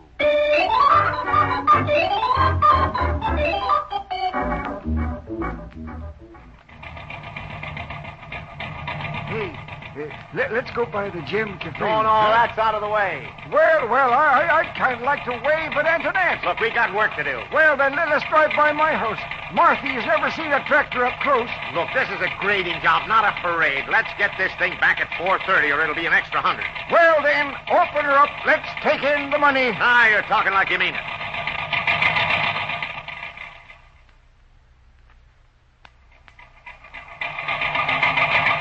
There we are now. Which one of these lots is the one? Well, let's see. Hey, shut off that motor so I can hear you. Shut off that... Shut off that darn motor. It's shut. Yeah, well, now, let's see.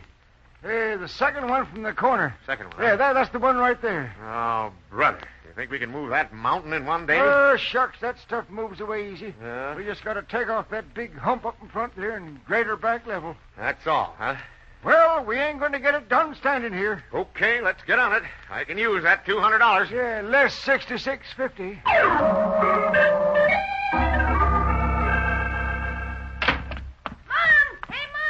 Yes, I hear you, dear. What is it? Pop went through with it, Mom. Oh, you're fooling me.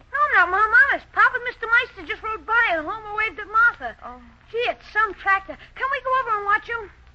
So Oliver went in with Homer after all I said. Oh, gee, Pop's progressive. Picking up a couple of hundred net isn't pin money. But your father knows nothing about grading with a tractor. He sure knows how to hang on to one, though, Mom. Come on, let's drive over. I know where it is. Maybe you have something there. Oliver driving a tractor. Think I'd like to see this. I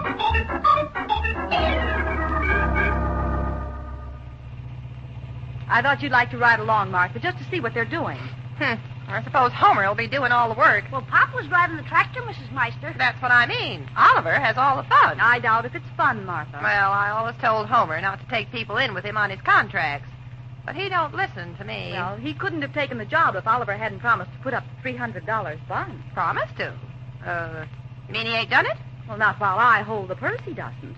That's why I can't understand why he went ahead with it. You see, that's what I mean about Homer. He just ain't got a bit of sense. Because he likes Oliver, he gives his whole income away. Seems like Oliver would quit taking advantage of Homer's kindness someday. Look, Mom, there they are, up on that hill. Look, Pop's driving us. Oh, boy, can I ride with him? Quiet. No, you can't. I don't see Homer killing himself, Martha. In fact, I don't even see him. Like as not, he's got Homer pushing the tractor. I see Mr. Meister. Over there, under that tree. Well, let's be quiet, dear. So Homer can see. This is humiliating, Mary. Can I go up there, Mom? No. We'll park here till he comes near the edge. Hey, he sees us. Gee, look how he's leveled that old hill off. Looks keen, doesn't it, Mom? I will say it's an improvement. Hey, what do you want? Oh, just drop by to see if you needed gas, dear. No, but I could use some help. That's just a slam at Homer is all. Pop's coming down, Mom. You ask him if I can ride. Maybe we can swing it. Well, you're all dirty, Oliver. Looks like you've been leveling it off with your nose, Oliver. Yeah, and I could sure use one more nose. Well, what's wrong with Homer? Oh, the tractor makes him sick to ride it. So you're doing the whole thing alone, I suppose. Well, I have an investment. I only got an hour's more work, and then I collect from Briggs. Don't forget, Homer has the contract with him. He has. You talk as if you had it. That's a good one, Pop. Junior. I'm sorry, Mom. Well, I don't know how you can blame Homer just because he's got a weak stomach. I'm not. You're the only one complaining so far. He's already cost me $66.50 with a broken window. Hey, look, Mr. Briggs driving up. I wonder what he wants. Anderson, you fool. Who, me? What have you done? Huh? You ruined the only chance I had to sell that piece of land. I had the lot practically sold for $1,500 as is to Mrs. Crandon. Oh, but Homer said to grade it. He said you... I don't care what Homer said. I'll not pay you 1 cent for that job. I lose $1,500. Oh, wait a minute, Briggs. I worked 5 hours on that. Paid $100 for the tractor. You see, Mary, Oliver's so stubborn. And not only that, Anderson, but if you want to avoid a lawsuit, you'll put every pound of that dirt right back where it was.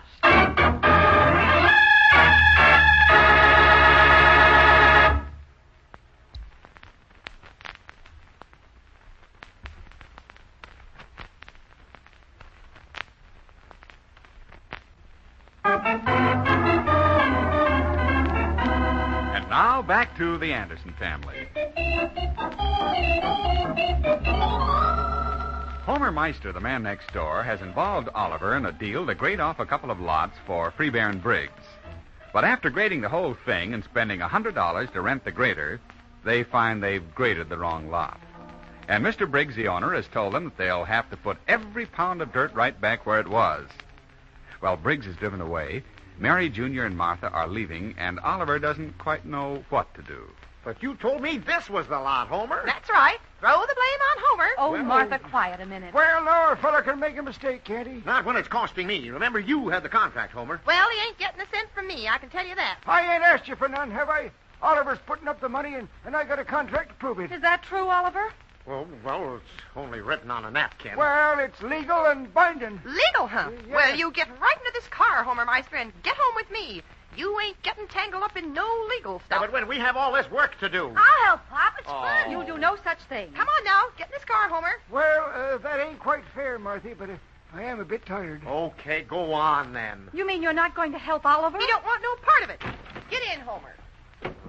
Well, I think that's the meanest thing you could do, Homer Meister. Well, now, I'm quitting under pressure, Mary. If it was up to me, I'd stay and work my fingers to the bone, just like I've been doing. Go on, Mary. Get him out of here. This time is costing me money and lots of it. $66.50 for the showroom window was bad enough. But, Oliver, why don't you just let the whole thing go? No, I'm in it now. Next time I'll not be so stupid. Okay, have it your own way. Goodbye. Now, I can just remember where every pound of that dirt was in the first place. Yoo-hoo, Mr. Anderson. Huh? Somebody calling me? Oh, yes, Mrs. Crandon. Oh, my goodness. What have you done to this lot? Oh, it's just a mistake is all. Mistake? Goodness, it looks like a lot now. Yeah, I thought it looked good, too. Well, now, this is a different thing. Huh? Mr. Briggs tried to sell me the lot the way it was, and I wouldn't give him a dime for it. He wouldn't?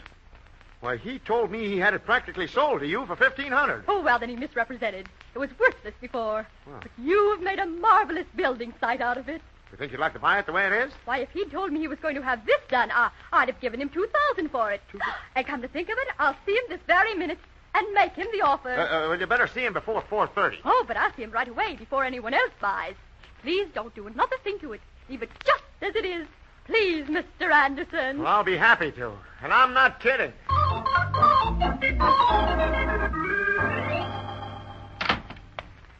Well, don't tell me you have every pound of that dirt put back already, Oliver. Whoop. But you heard what Mr. Briggs said. Yeah, I know. Well, I must say you don't seem very worried about it. I'm not. You don't mind a suit, is that it? Remember, you spoiled a $1,500 sale by your mistake. Briggs lied about that. Well, I don't see how that's going to help you. I'm not going to put that dirt back, as I said before. Mrs. Crandon asked me not to. Mrs. Crandon? Well, what does she have to do with it? She's the new owner by now. New owner? I don't understand, Oliver. Remember? You, Martha, Junior, and Homer heard Briggs tell me to put every pound of dirt back where it was. Why, yes. I just want you to remember that. But the tractor. I'm taking it back. Oh, are you going to believe Mrs. Crandon or Briggs, the owner?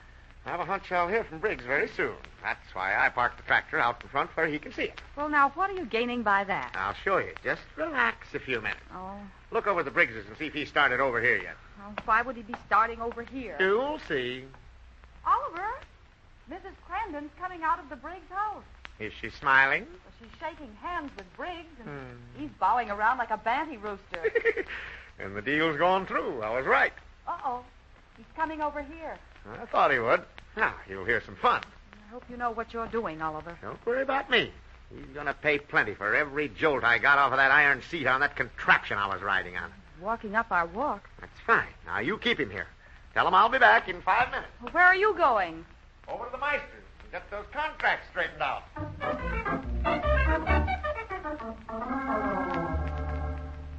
Is that tractor out in front of the Andersons yet, Homer? Yep. Well, it's his own fault. Keeping it another day will cost him another $100. But it ain't nothing to do with you. And don't let him see you looking out the window. I feel kind of bad about this deal, Marthy. I ain't doing right. Now, don't go getting soft. Of course you're doing right. I ain't going to have you working yourself into a sick bed to get that Anderson out of trouble. Oh, but I kind of feel like I got an obligation there, Marthy. Well, I don't know why. If he spoiled the sale for Mr. Briggs, let him pay for it, I say. Marthy, Briggs is going up Oliver's walk. He is. Well, now I guess Anderson won't be so smart. Well, maybe I should go over and help Oliver. You stay right here where you belong. I ain't having no trouble with nobody. Oh, but I got that contract with Oliver. It ain't right. You ain't got it anymore. I tore it up. Oh, but that ain't legal. No, but it's good sense. Now, you come away from that window. Oh, Marthy, Oliver's coming up the steps. Oliver? Well, I'll take care of him. You just keep still, and I'll settle this thing once and for all. Oh, say, maybe I better go. You sit right still. I'll get it. Yeah. Well, I'd like to talk to my partner. he don't want to talk to nobody. He'll talk to me, and he'll talk now. You can't push your weight around here, Oliver Anderson. You ain't home now, and we ain't your family. Oh, now, Marthy, cool off. Now, look. Do I have a contract with Homer? Well, no. No, you ain't. Just wanted to know. You went ahead and graded the wrong lot. Now you want Homer to suffer for it. Your contract with Homer is tore up. You mean the whole deal is off, Homer? Oh, you see what I'm up against, Oliver? Well, I just wanted to be sure. What happens from now on is no affair of yours, right? Them's my sentiment. That's fine. That's all I want to know. And, of course, Homer won't expect to cash in on the profit. You heard what I said. What? Profit? You mean we can still make money? We? No, just me. Our contract is torn up. Now, wait, Oliver. If you know something I should know, it's only right that you should tell me. Well, sure, because morally we're still partners, but not legally. Well, the only thing I can say is I was left this whole thing to be worked out by myself. My contract is torn up. I have no obligation to you whatsoever by your own word. Well, there's something funny going on here. You're right. But you aren't going to see the humor in it. Because I'm going to clear at least 300 on that job, and I'm not going to move another pound of dirt.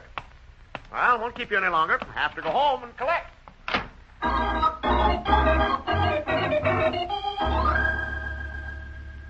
I'm sure Oliver will be here soon, Mr. Briggs. He has to put all that dirt and rock back. There won't be any need for that, Mrs. Anderson. Really.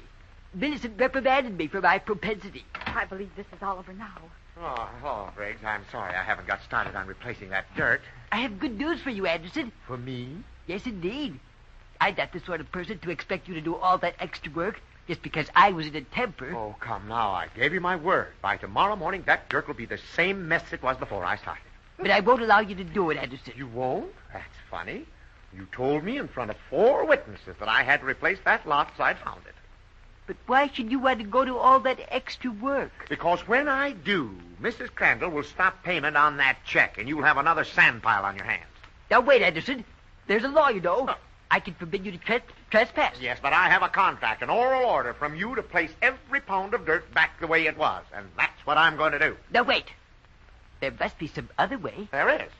I want the difference between the $1,500, which no one would give you for it, and the $2,000 you got for it after I graded it. But that's unfair, Anderson. Okay, then. I guess there's no more to talk about. Goodbye. No, wait, Anderson. You're right. Mrs. Crandall did pay me $2,000 for the lot. Which is $500 overpriced. Now, I'll take that $500 and we'll call it a deal. Going? Going? Going? Gone. Gone. Huh? You win. I'll give you my check. Now, do we understand each other? I have to hurry back with that tractor before it costs me another $100. Very well. You'll not mention this to anyone, of course. Not a word. Bring the check over as soon as you sign it. Very well, Anderson. Well, I will say you handled that admirably, Mr. Anderson. I can get tough when I have to. Well, I have 10 minutes to get that tractor back to save that extra $100. What about Homer? He's out. Oh, come now, wait a minute. That's right. He listened to Martha just once too many times. That's one chin concert he listened to that's costing him plenty. Oliver, I won't allow it. Martha tore up the contract and has forgotten about the deal. I venture to say she hasn't. Oh, it's Martha. I got to talk to Oliver, Mary. Yeah, me too. Well, come on in. Well, I hope Oliver ain't mad at me, Mary. Me too. Then you met Mr. Briggs outside. Well, we sort of was passing and stopped to talk to him. Oh, let's not bring up that contract again, folks. I have to leave now. Well, now, Oliver, fair's fair. We entered into an agreement whereby we was to split. Is there anything to split? $500? And Homer wants his share. Okay, show me our contract and I'll pay off. Show it to him, Marthy. Show it to him.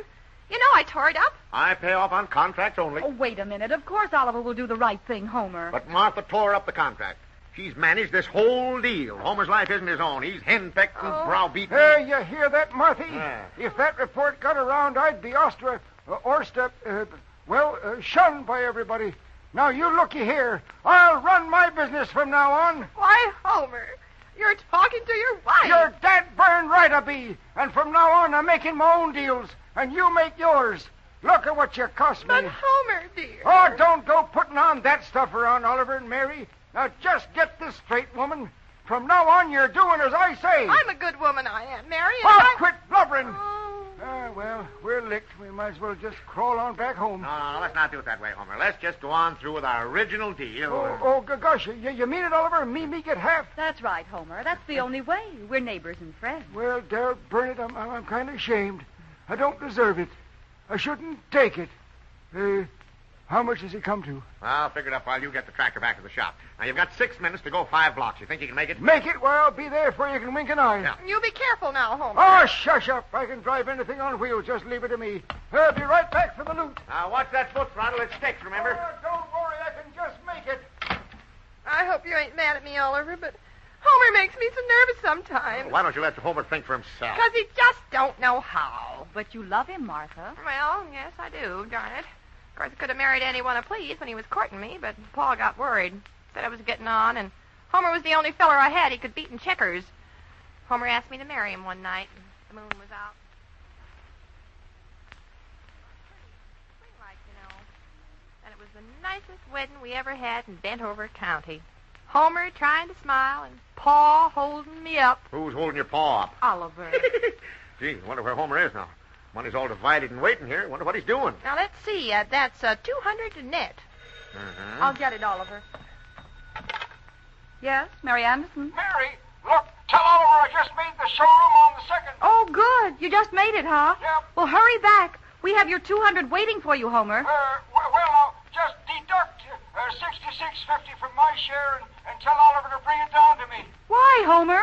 Just tell Oliver I smashed that same dagnam window again.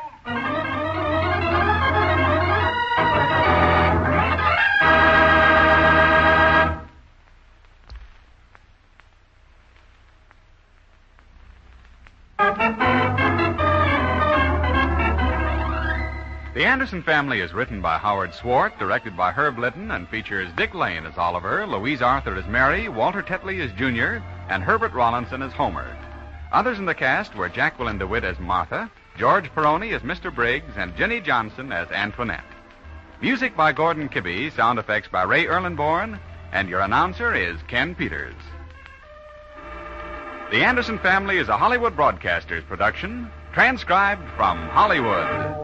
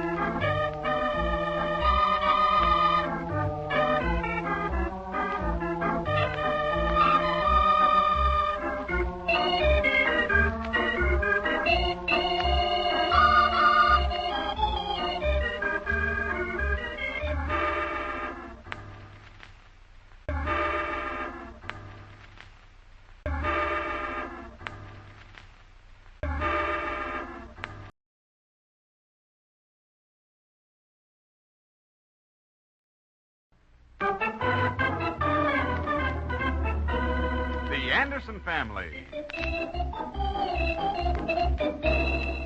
Now, look, Homer, your personal affairs are your own. Now, leave us out of them entirely. Yeah, but don't you see, Oliver?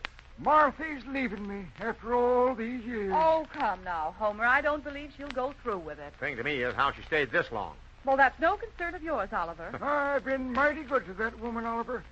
And you darn well know it, too. Oh, yeah? Does she know about Antoinette down at the Gem Cafe? Oh, that ain't true. Huh. That was a simple friendship, nothing more. Hey, she don't know about that, does she? What about Antoinette? Nothing. It's a secret. Well, now, just a minute. If it's a secret, how do you know it? Well, Uh-oh, here we go again, folks.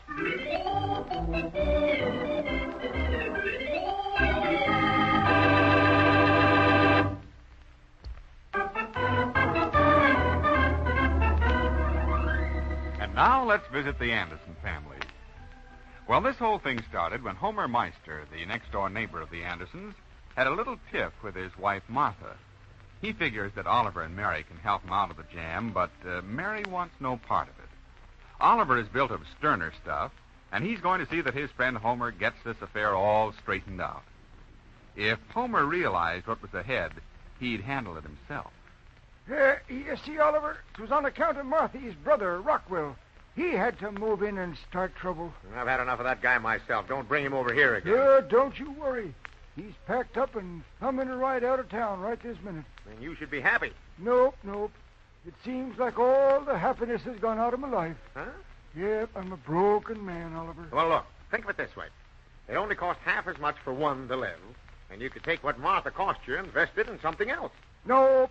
I'd always worry where she was and what she was doing. Well, if you want my advice, I'd call for a showdown. Huh? How do you mean? Well, I'd just pretend that I was through. Tell her off and insist that she be off the premises by midnight. Of course, you don't mean it, but she'd see you meant business. Think I'd dare? Huh? Well, you could stand near the door, just in case. She's been talking about a division of community property or something. What does that mean? That means you don't get anything. Well, now, I ain't going to stand for that. Oh, Mary's home. Homer's here, honey. Oh, so I see. Hi, Mr. Meister. What are you laughing about? Laughing? I ain't laughing, son. My heart is plumb broke. Oh, I just saw Martha down to the corner, Homer. Rockwell, your brother-in-law, was with her. Yeah, I know. She's taking him out to the edge of town so he can hitchhike home. Oh, is he leaving? Yep. So is Homer. Oh, where are you going, Homer? Martha hasn't made up her mind yet. Now, wait a minute, Oliver. Well, you... Martha ain't telling me a thing.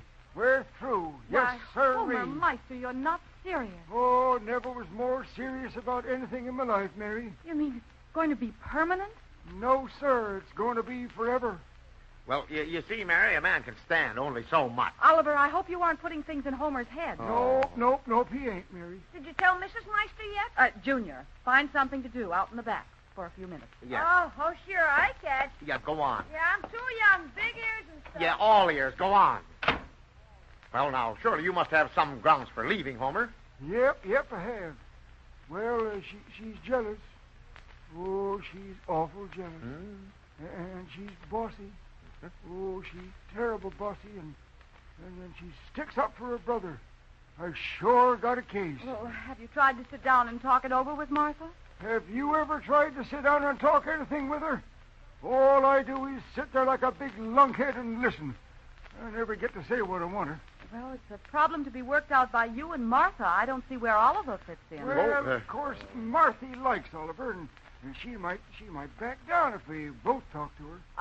Not Oliver. Well, I don't see anything wrong in it, Mary. I'm Homer's friend, and I like Martha. I know, but I can't see an outsider interfering in an argument of that kind. Why, Oliver ain't no outsider, Mary. Well, gosh, he's like one of the family. Sure. Come on over with me, Oliver, will you?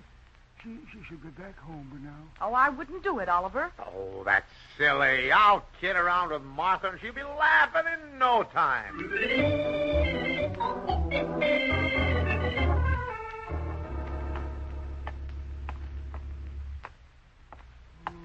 Sure hate to see her go, Oliver. Yeah, she's been a lot of company. Oh, well, she hasn't gone yet. Oh, well, there's so many cute little things she used to do. Like fixing the roof and splitting the wood and carrying out the trash.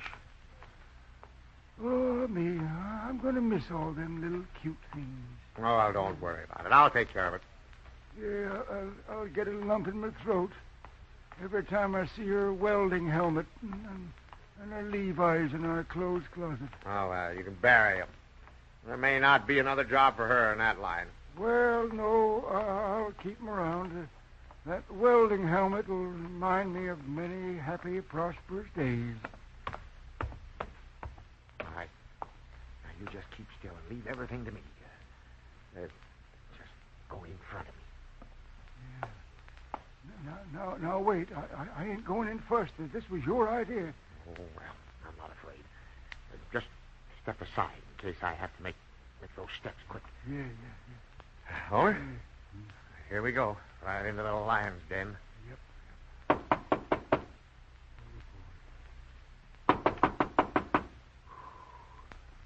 Hey, maybe a trap. Huh? No. Let's try the door. Martha, it's Oliver. May I come in? Maybe we'll find a body. Huh? Come on in. Marthy. Angel breath. Funny. Maybe she beat you to it. Let's look and see if she took her clothes. Did she have 2 dresses, Homer? Yep, yeah. Yellow striped one and a purple one with yellow flowers. Good. Yeah. She hasn't eloped. They're still here. Oliver, I just know that woman's just a grieving for me. And when a woman grieves for a man, well, she's apt to do anything. Maybe she went back to Nebraska with her brother. I remember she said that when the threshing season's on, there's too many men there for the women. Well, I don't believe it. Marthy's a good woman. Maybe I drove her to something desperate. Maybe she... Oh, no, I can't see her doing that. Wait a minute. What's this? A note. For me? It isn't for me. Here, read it. I just can't read through my tears, Oliver. What does it say? There. It says, Homer. Huh? Just plain Homer. That's right. Not even dear Homer? Quiet. It says, I'm going out and do what I've been threatening to do for years. You or nobody can stop me. Martha. Oh, Oliver, what am I going to do? Sounds bad. What has she been threatening to do for years? Well, lots of times she just kidded around and said she was going to do away with herself, and I remember I used to laugh, and then she'd laugh. Well, it looks though you can quit laughing.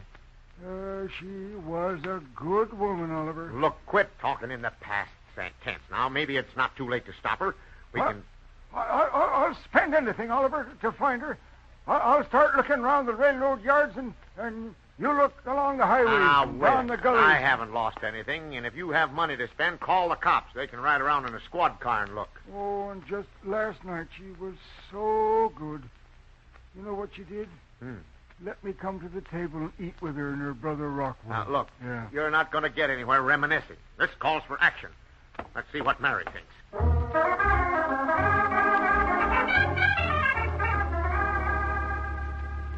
Now, just a minute, Oliver. I asked you not to get involved in Homer's family trouble. I'm not, Mary, but look at the poor guy. He's fit to be tied. That's all right. Maybe he'll learn how to treat her when she comes back. Oh, but she ain't coming back, Mary. Oh, I think she will. She left both her dresses, Mary. Well, then she'll be back. Well, I wish I could believe you, but this note doesn't say that. Note?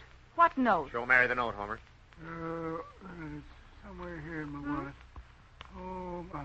Oh, that wallet. Here it is. It's her handwriting, Mary. Let's see. I'm going to do what I've been threatening to do for years, and you or nobody can stop me. Martha. You see, Mary, she's done it. Any insurance, Homer? Insurance? Yeah. Oh, I plumb forgot about that. Let me see.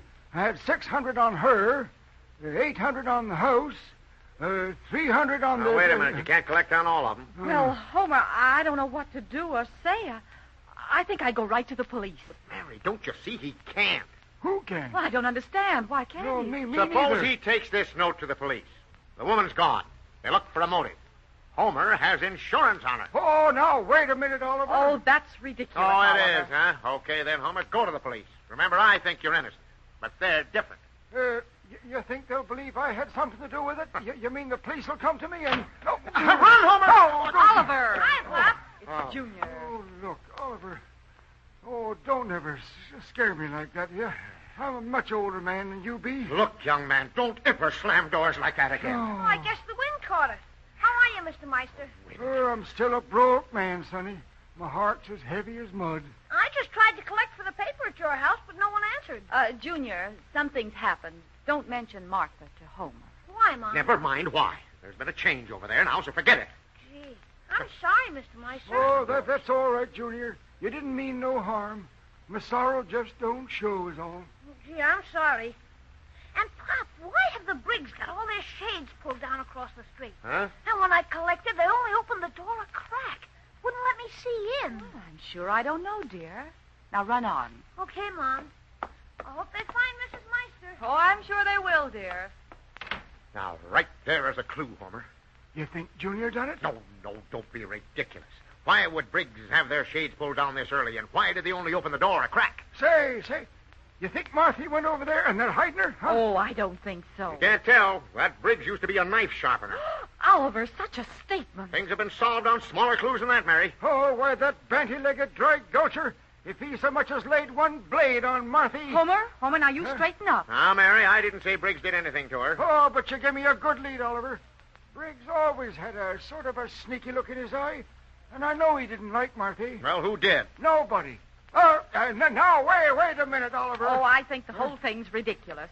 Martha's all right and will be back home tonight. Nope, from that note. And my feeling, she's done something awful. Well, Oliver's not going to be mixed up in it. You know how these things always turn out, Oliver. Well, I've only offered my help is all. After all, Homer's worried. Gosh, Mary, in my hour of trouble, Oliver's been a big help. Sure, and after they find her and everything's over... Oliver, you stop talking like that. And if they start asking questions of Homer, I can vouch for him. Asking questions? Huh? Oh, you know, just routine stuff. Have you ever had any arguments with her? When did you see her last? And why? Well, I washed my hands of this whole deal. I never heard of such foolishness in my life. Oh, Mary's upset, Homer. Yeah? I wonder why. Me too. She hasn't lost a wife. You know, Oliver, I think I'll hide me out. That's the worst thing you could do. I just go on about my business. It's less suspicious. Tis, huh? Yeah. Hey, wait a minute. I ain't done nothing. And then, on the other hand, you'll probably need a witness or two. I'm hightailing it out of town. You'll do no such a thing. Junior gave me an idea. Now, maybe Martha's hiding out at the Briggses'. Why don't you go over there and insist on searching the house? At least it'll give you an alibi. Yeah, do you think I ought to? Well, it's up to you. It's kind of funny to me the way they're acting. Okay, I'll do it. Now, don't be wishy-washy with them. Now, this is important. Yep. Right as can be. Come on. Come on. Why should I go, too? Well, it's your ID. And anyhow, I need moral support in my hour of need. Well, okay. But I won't say a word. Not one word. There's no need of both of us going to jail.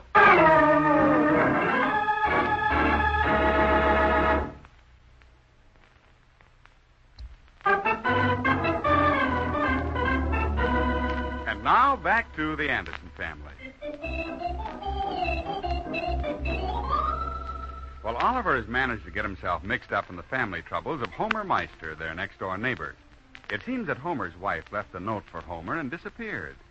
After talking the thing over, Homer has decided to go across the street to the home of the Briggs and see if Martha's hiding out there. Oliver is merely along for moral support and has promised Homer not to say one word. Not one word.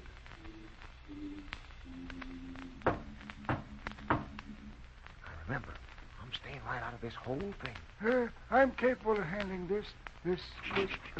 Yes, what is it, Meister? Can I step in a minute? I don't know why I get into these things, but come on in. Oh, hi, Freeburn. I'm feeling very well, thank you. But evidently you're not here to inquire as to my health. Come, let's have it, Homer. Well, first off, Marthy's disappeared. Probably trying to have a minute to herself. She ain't no such thing. You ain't seen her, have you? Me? She ain't here, is she? I hope not. I have one wife, and she takes most of my time. How come you got the shades drawn down?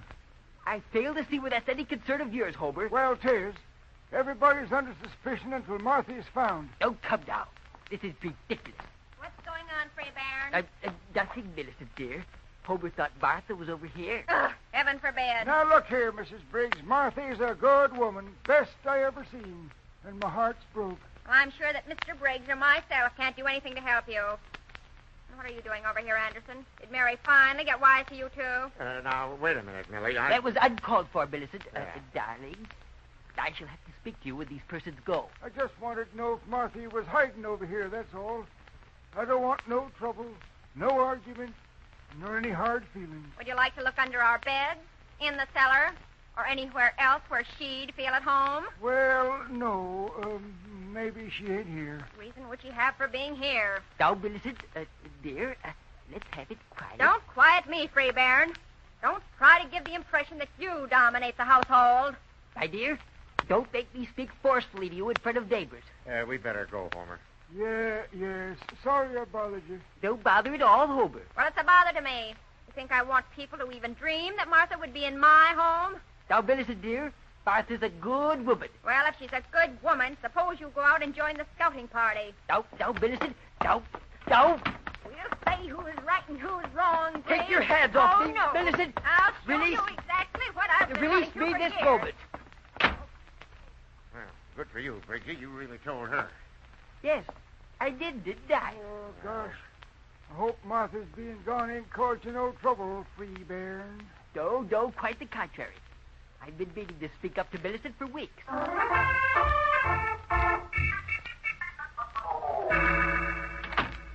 that you, Oliver? Ah, Freebairn Briggs is with me. I'll be right in, dear. Sit down, Briggs.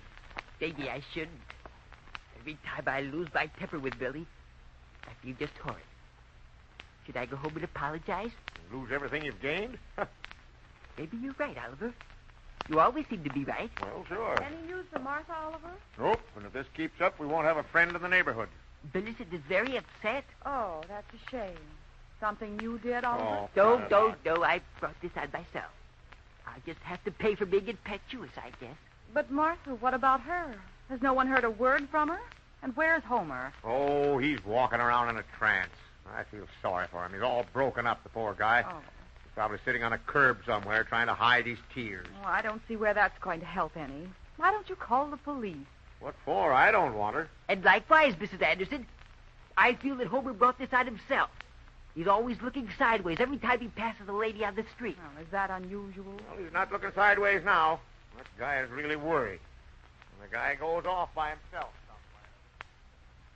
You know, Antoinette, in my early youth, I was known to be quite domineering. Yep. Well, how can you go and enjoy yourself when you know your wife is missing? Missing? Hey, how did you know? Mr. Trotman, the plumber, told me just before you came in. Oh, he did, eh? If I had that chap in here, I'd twist him around my little finger, spying on me. He's right over there in that booth. Huh? He is? And I don't like him either. Here he comes. I ain't gonna wait. Hi, Homer. Hi, you find the old lady yet? What's it to you? Nothing. In fact, it's been quiet since she scrammed. And you too, babe. Scram. Oh, what a birthday. Now, look here, Meister. A dame don't just leave a note and disappear unless she's had some help. Now, what did you do with the body? The body? Yeah. Now, wait a minute, Chapman. There ain't no body. Then where is she? Oh, so help me, I don't know, Chapman. I'm grieving my heart out. Yeah, it looks like it. Sitting around trying to date up some Nope, I ain't. I just figured I'd ask one woman where another would be apt to go if she left. Well, it don't make sense. Now, look, come on with me. I'll walk as far as your house with you. You sit in your house till you hear some word from her or the police. You ain't going to mention the cafe to nobody? Well, not if you get home and act like a human being. Come on. By gosh, I'll do it. I'll get Oliver to sit with me.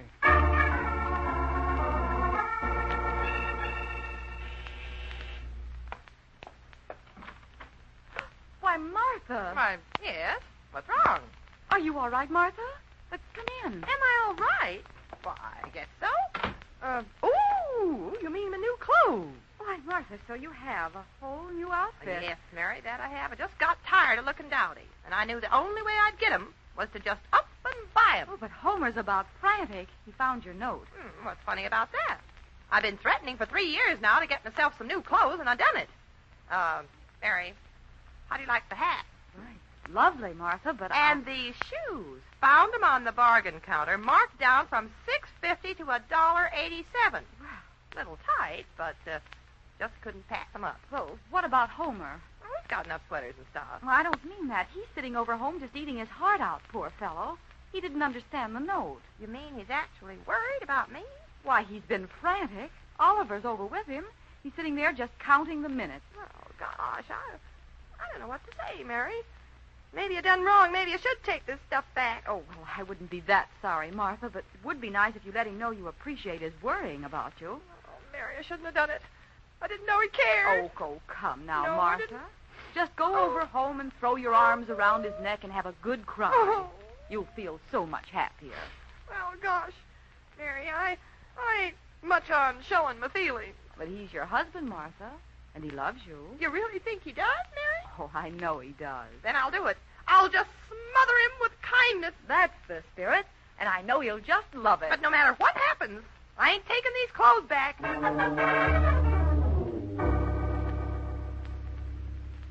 You know, Oliver, if Marthy'd only come home, I'd give up Antoinette in a minute. Give her up. You can't give up something you haven't got. Well, now, I wouldn't say that, Oliver. I just been kind of playing her along. Like a cat and a mouse. It's the playboy in me. If I were you and Martha did come back, I'd straighten up and go to work. Look how she's helped you save money. Yep, but there's something else in life besides money. Yeah, I know, but you haven't got it. Yeah. So why don't you just let Martha know you're boss? Yeah. Be a kind one. Be firm. Yeah. If you ever see her again, put your arms around her neck, both of them. Both arms? Yeah. And leave myself undefended? Oh, no, not me. Surprise her. Give her a kiss. Tell her how much you love her. She knows you're kidding, but she'll love it. That's something I ain't done yet. Well, then it's time you started. No arguments anymore. Just kindness and gentleness around the house. You know, Oliver, something tells me you're right. Well, I am. By gum, I'll never raise my voice to her again. You see? Oh, me. If she'd only come back to me. She will, I'm afraid. Yeah, the little things she used to do. Emptying the trash, yeah. Bringing in the wood. Oh, Oliver, she endeared herself to me in so many little ways. Oh, come on, Homer. You Don't know. break down now. Well, I just can't help it. Poor old Marthy. Yeah, been like one of the family for years. Huh? Oliver, the door. Maybe Marthy. For the cops. I'll go. You hide. Marthy, Mary, where did you find her? Homer, where's my beautiful little lamb? Come on out, Homer. It's Martha. Oh, Homer, dear. Oh, my own little Homer. How could I have done this to you? Oh, my own little Marthy. Oh, don't you have anything else to say to me? Nope. Just let me look at you. Oh, I thought sure you'd gone, Marthy. Oh. I was all broke up. Well, it won't happen again, Dumpy. Never a cross word. Oh, that's very sweet, Martha. And never again will I raise my voice, baby. Oh, I'm sure glad you're back. Well, I guess that's settled. Shall we go? Yes, I think we might as well, dear. Gee, Mrs. Meister looks swell, doesn't she, Mom? You little darling. Now, you're the first one that's told me you liked my new clothes. New clothes? Why, yes, Homer, dear. I left you a note. And you do know I've been threatening to buy these clothes for 3 years or more, and I just decided I'd better do something. So that's it. Why, sure. Would you, Mary and Junior, step outside a minute, Oliver? Why, yes, of course. It's been right nice of you a little bit of help, but your plan ain't going to work. Well, good night, Homer. Good night. Take off them duds, wrap them up, and take them back. Now, look here, Weasel. If them duds go, I go. And at that, it ain't such a bad evening. Come on, Oliver. This is no affair of ours. That's what I told him to be kind to her. Why did you tell me to say those clothes look nice on her, Mom? Because it's the kind thing to do, Oh, Junior. well, she's back anyway. Now, come on, let's go home. You know, wouldn't be a bad idea for a lot of women to leave a note like that. Certainly wakes the man of the house. Why? What have I done wrong now? Nothing. Just let this be a lesson to you. Yeah, but they're different. You just got a new hat and gloves last week. So I did, darling. This week, I got my new shoes. You see? Mm-hmm. You spent $25 and I didn't care. That's fine. Because next week, I have to buy something that goes with the shoes, hat, and gloves. You mean you've forgotten something? Yes, dear. A coat and dress. Oh, no, not next week again. But, Oliver, you said it would be all I said right. no Yes, such you thing, did. Mary. You Now told me you... just the other day. Uh-oh, here we go again, folks.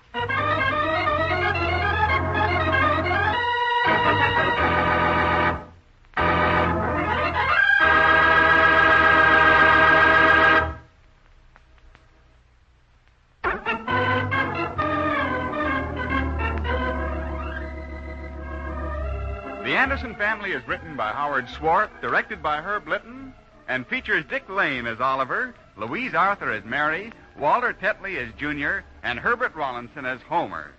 Others in the cast were Jacqueline DeWitt, George Peroni, Doug Young, and Jenny Johnson.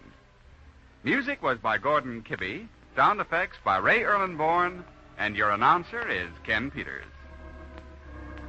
The Anderson Family is a Hollywood Broadcasters production transcribed from Hollywood.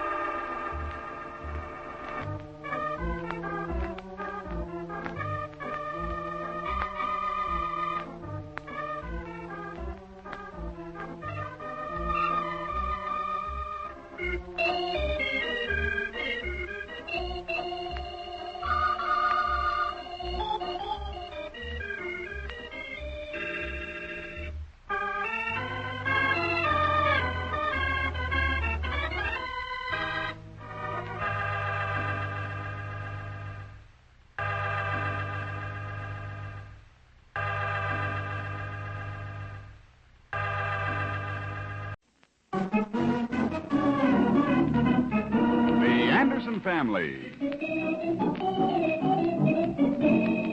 Now, look, Junior, don't be carrying all that money around with you on your calls. Oh, gee, Pop, there's only $150. He hasn't lost any of it yet, Oliver. That's not the point. You can't tell what might happen to a kid if anyone knew he had all that money. But I know everyone in town, Pop, and I need it for change. Look, do I have to get a habeas corpus or a delecti to get anyone to agree with me around here? Don't raise your voice, Oliver. Uh-oh, here we go again, folks.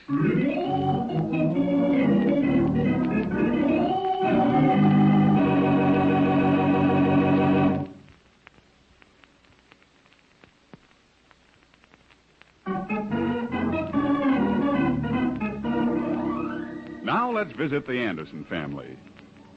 Well, this whole thing started when Junior was appointed the treasurer for the Gargoyle Boys Club. They have a drive-on for a new club room and are selling tickets to some football games coming up, and his club gets half of the money collected. Junior's done very well and collected over $150. Oliver doesn't want him to carry the money around with him, so he's trying to get Mary and Junior to see his point of view.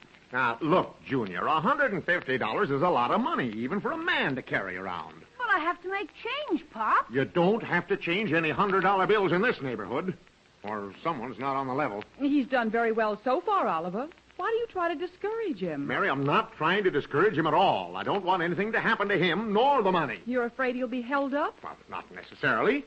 But how do we know what might happen to him when he's carrying that money?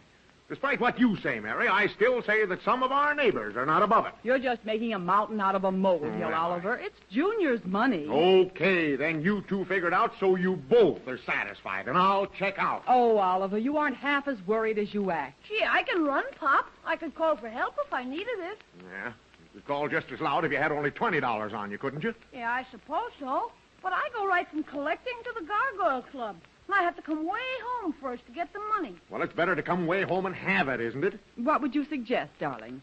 I'd suggest that he have someone come over here this evening and pick it up and leave a receipt for it. Look, darling, suppose you go on to work now. I'm sure Junior and I will work out some arrangement. Okay, just as you say, I'm through worrying.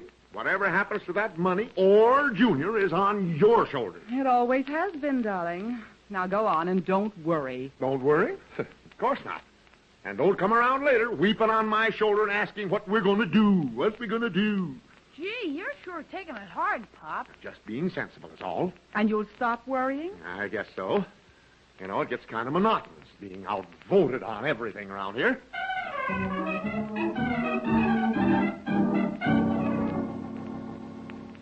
Oh, now look here, Miss Crunch. There are not two Z's in scissors. You'll have to do this letter over again. Gee, that's funny. Is it? Because I never have to write scissors, and I just took it for granted that there were two of them in it. Well, after this, when you're not sure, look it up.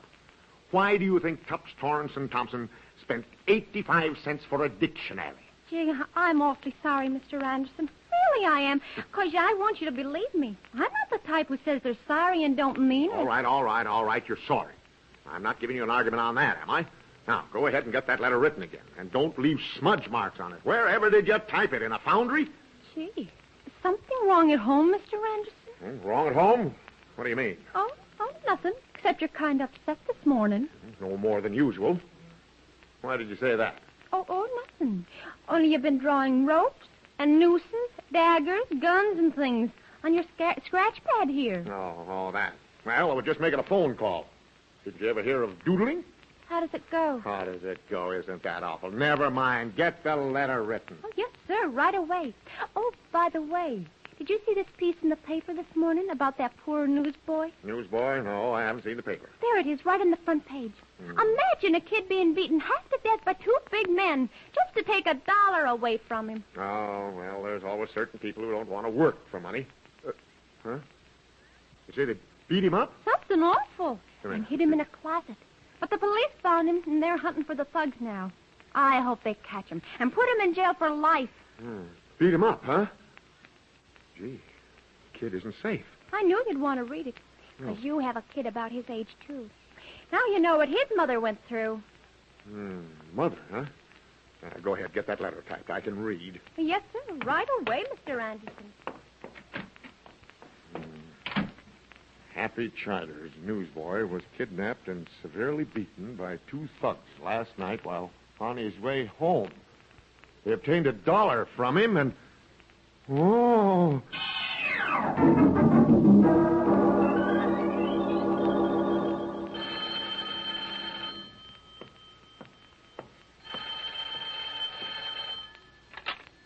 Yes, Mary Anderson speaking. Mary, this is Oliver. How is everything? Why, everything's just fine. Why? Nothing. Just didn't have much to do, so thought I'd give you a ring. Well, I'm flattered, darling. Let me speak to Junior, huh? Junior? Yeah. Well, he's not here right now, Oliver. He isn't? Mm-mm. Well, it's almost dark. Yes, I know, dear. Does he have the money with him? Not all of it.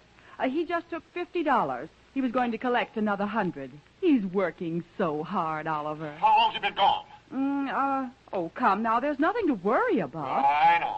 I'm not nervous nor worried. Is there anything peculiar about Father wanting to know where his son is? Oh, of course not, dear. Junior was going to phone me and tell me everything was all right. Yeah, what time's he going to phone? At 6:30. 6:30? Well, it's 10 minutes to 7. It is? Yeah. My, how the time flies. Well, I'll slip on my coat and go see if I can find him. Now, don't worry, dear. Don't worry. Listen, they beat a newsboy half to death this morning for $1, and Junior's carrying over 100. Now, you stay right home till I get there. I'll grab a cab and be there in 5 minutes.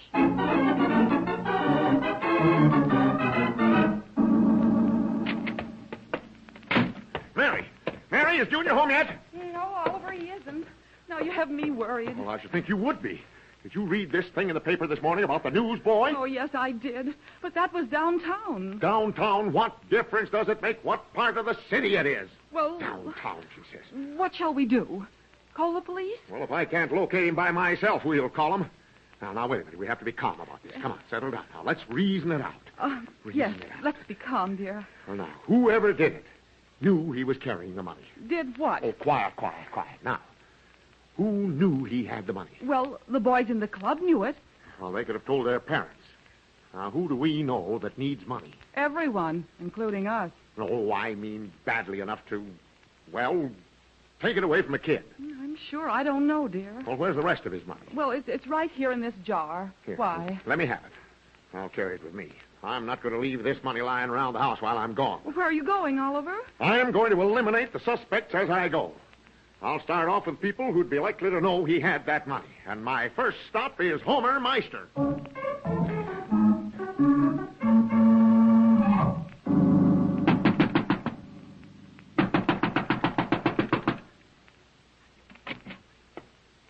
Well, bust my galluses if it ain't Oliver. Come on in. Thanks, Meister. But my visit isn't a pleasant one. Oh, it ain't, eh? Well, now, just sit down. Go ahead, sit down. Now, look here, Homer. Yeah? Can you change a 20 for me? 20, $20 bill. Yes, I guess you can. Fine. Here you are. Oh, me. What's the matter? Always have trouble getting my wallet out.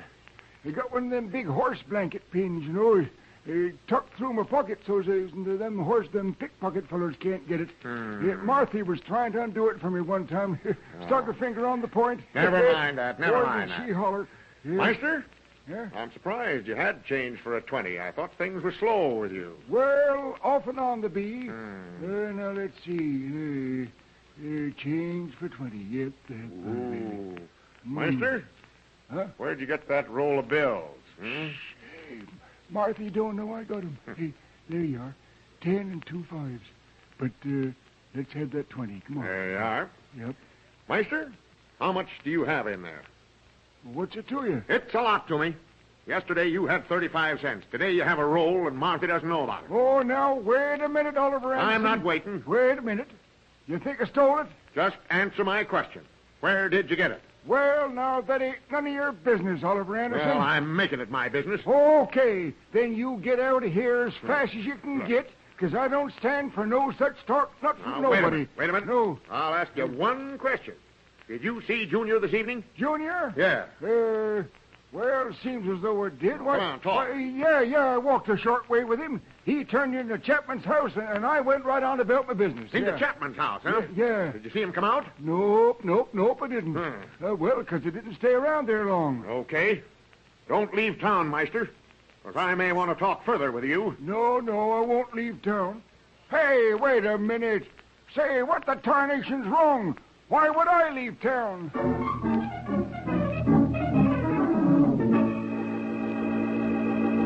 Now, look, Mary. You go around to the Gargoyle Club and ask everyone if they've seen him. Homer saw Junior going into Chapman's house, so I'll go down there. But, Oliver, please don't raise any fuss with Chapman. You know his terrible temper. His temper doesn't worry me. If he's guilty, he'll get his due, believe me. Why don't you just go in the house and sit down until I come back from the Gargoyle Club? If he isn't there, then you can do something about it. And waste time? Why, it's dark already. Well, it's only 7:30, Oliver. Yeah, that's how thugs get away with their crimes. By people wait until the trail is cold. No, you go on in. I'll meet you back here in 10 minutes.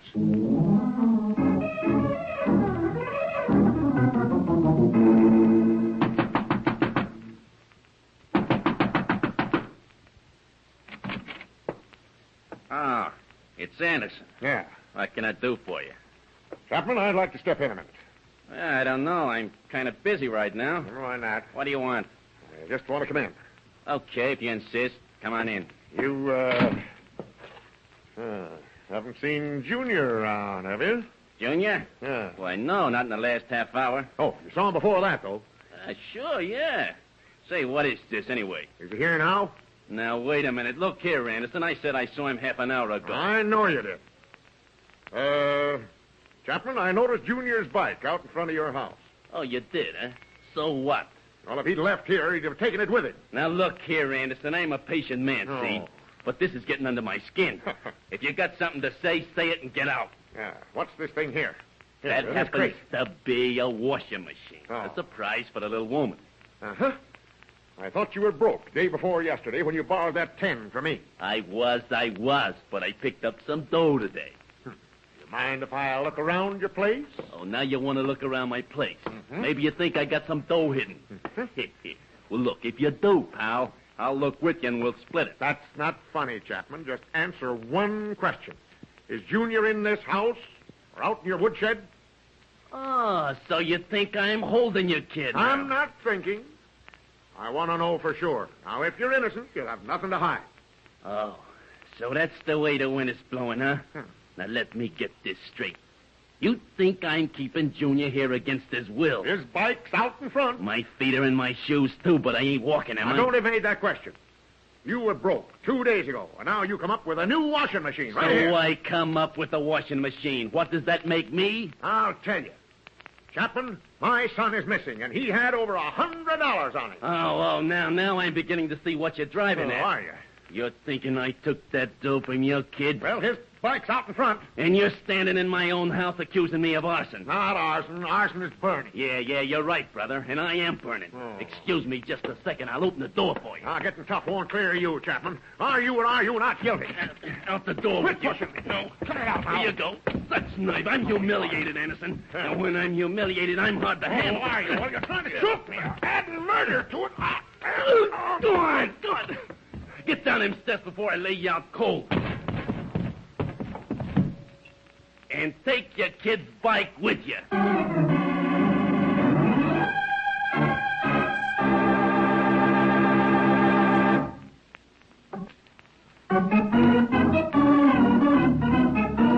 And now back to the Andersons.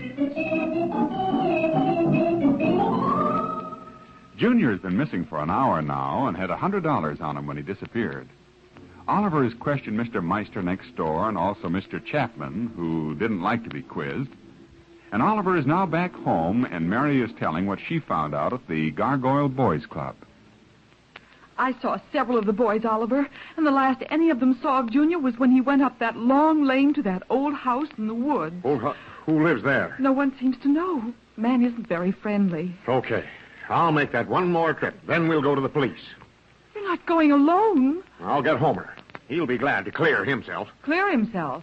Oliver, you didn't accuse Homer of anything. Of course not. But did you know that he has over $200 in his wallet? Explain that. Well, that must be the 200 Briggs paid him for that cement work. That's pretty weak. Unless Homer pulled that double time gag on Briggs, he could never earn that much. Well, I'm not going to stand here and talk about it. Let's do something. I will. I'll get Homer and drop in on this bird who never goes out much and is unfriendly.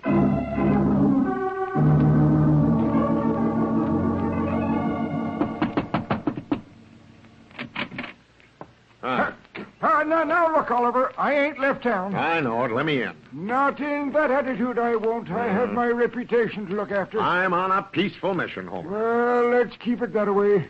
Come on in. All right. Now, look, Homer, you have a shotgun, huh? Yep. A revolver, too. 32. Which is best? Well, for a long shot or a crowd, I get best results with the shotgun. I see. Yep. But for a quiet little set to with just one person, I prefer the revolver. Well, I don't know what we're going to run into. We? Yeah? Did you say we? Right. I ain't run into nothing. Now, wait a minute. Junior's still gone. And the last time he was seen, he was going up the lane into that old house up there. Nope. It ain't right for me to interfere. But Junior's in there, maybe. Nope. Marthy'd never stand for it. Marthy. But I can loan you the gun. I don't want it. I don't know how to work it. Well, then your best bet is to pick up the chief. He's got a right to shoot him. Yeah. And I'll have to tell Junior he was all wrong about you then. What's that? Junior's always bragging about how brave you are. How you always explain to him that you know no fear. How you whipped 3 pool ball touts in one afternoon. Ha. Oh, he does, eh? Now I have to go tell him you're yellow. You're afraid of your own shadow. To let him down. No, you ain't telling him no such thing. Well, it's the truth. Oh, 'tis, huh? Yeah. Well, 'tain't. I'm a-strapping on my holster and I'm a-showing you. I can slap leather with the best of 'em. Lead me to this den of, this dive of, Well, let's get going, huh?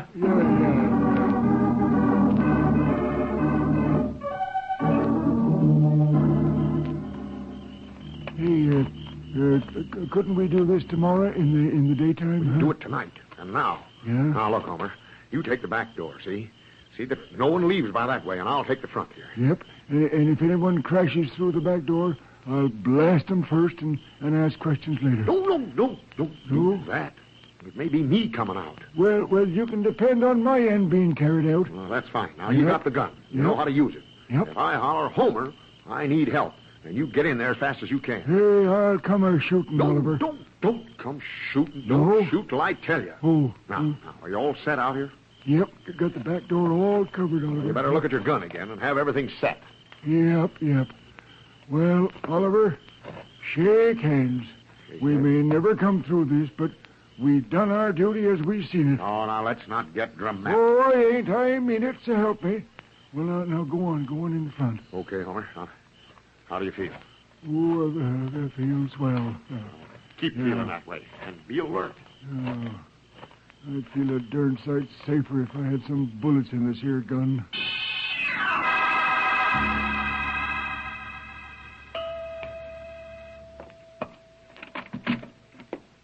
Good evening. Good evening. My name is Oliver Anderson. Oh, yes, I've heard of you. Oh. I'm Dr. Mayhem. Won't you come in, please? No, I just stopped in to ask if you'd seen my son. Hmm? Your son? Yeah. Please step in. Why? I do not like to talk in the doorway. Oh, okay. But no funny stuff. I do not understand your attitude, Mr. Anderson. Come in the study. Well, sit down, won't you? No, thanks. I'll stand. Now, Dr. Mayhem, as I said before, I'm looking for my son, and he was seen to come in here. Son? Oh. Yeah. You must mean a boy called Junior. That's the boy. He's my son. I would never have known it. He was such a polite little fellow. Well, that's neither here nor there. He hasn't come home yet, and he was carrying a large sum of money. Yes, I'm interested. Please go on. Well, I'm hunting for him. Is he here? My dear fellow, you can see he isn't here. He's not in this room, no. Where does that door lead to there? That door? Yeah. Why, that is my den. Would you like to look? Well, see, I have nothing to conceal. What's behind that big glass case with the curtain drawn? It's really nothing. Would you like to look further? I want to see what's behind that curtain. Very well. But you won't like it, my friend. Well, there's a skeleton. Yes, that's Siegfried. Siegfried, huh? Not a very pleasing personality. Look, Mayhem, I've seen all I want to see. Now you show me the rest of the house and be fast about it. Very well. Shall we go? What are you doing here, anyhow? Where are you from? I am afraid this is no concern of yours, Mr. Anderson. Well, we'll see. But I will tell you, I do a bit of government work. I thought so. What government? You're being impertinent, Mr. Anderson, and I Well- don't like it. Would you leave my home, please? I won't leave till I'm sure Junior isn't here. What's in that room there? That is none of your business. Oh, Now, oh. please go. I'll not leave till I look in that room. Mr. Anderson, you do not retire this moment. I shall be forced to use this. A gun? Yes, my friend, a Oh, gun. full of that stuff. And I'll not hesitate to use it unless you leave this moment. I'm not going, though, till I look into that room. I'm afraid you will, my friend. I've been very considerate of your feelings, Mr. Anderson. But now I must protect my home. Well, that's a phony phrase. Something you can lean on in case you want to do away with someone. One step toward that door, Anderson, and I warned you. Stop where you are. Who's that? Please be seated in that chair till I see. Homer.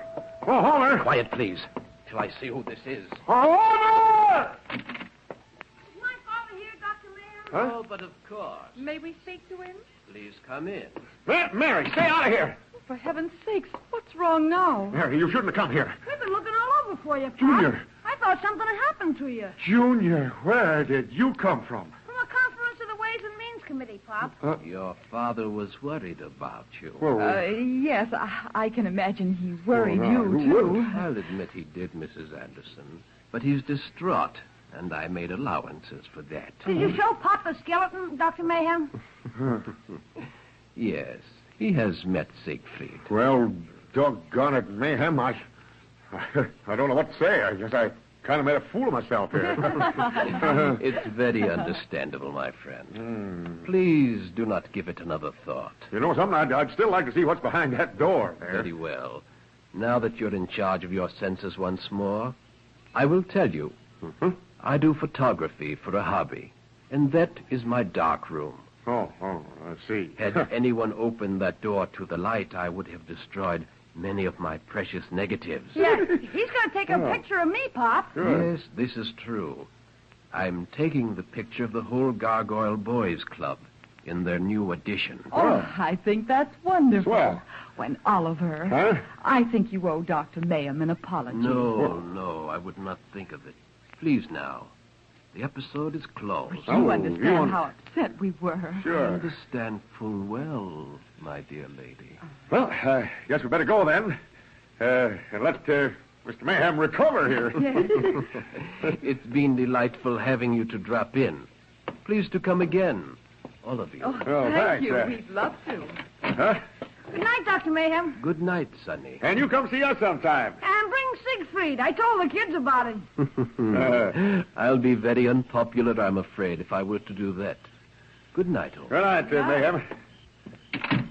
Oliver, oh, I've never been so humiliated in my life. Neither have I. Let's get Homer and go on home. Where is he? That's what I'm wondering. He was going to come in shooting if I called, but he didn't. Look, Oliver. Huh? There he is. Oh, yeah.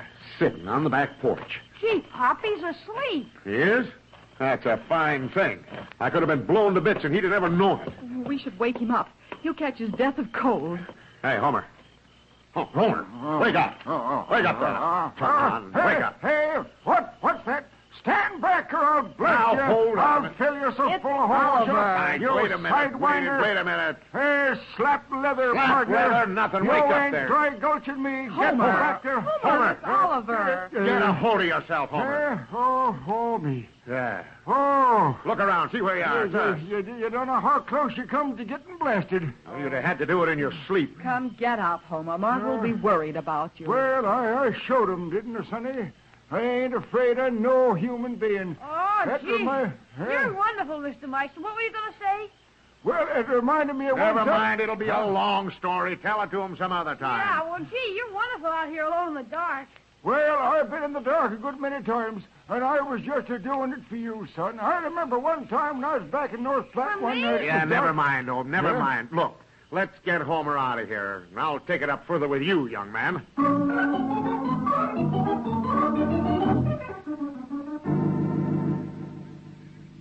Well, I think you'd better scoot to bed, Junior. Just 1 minute.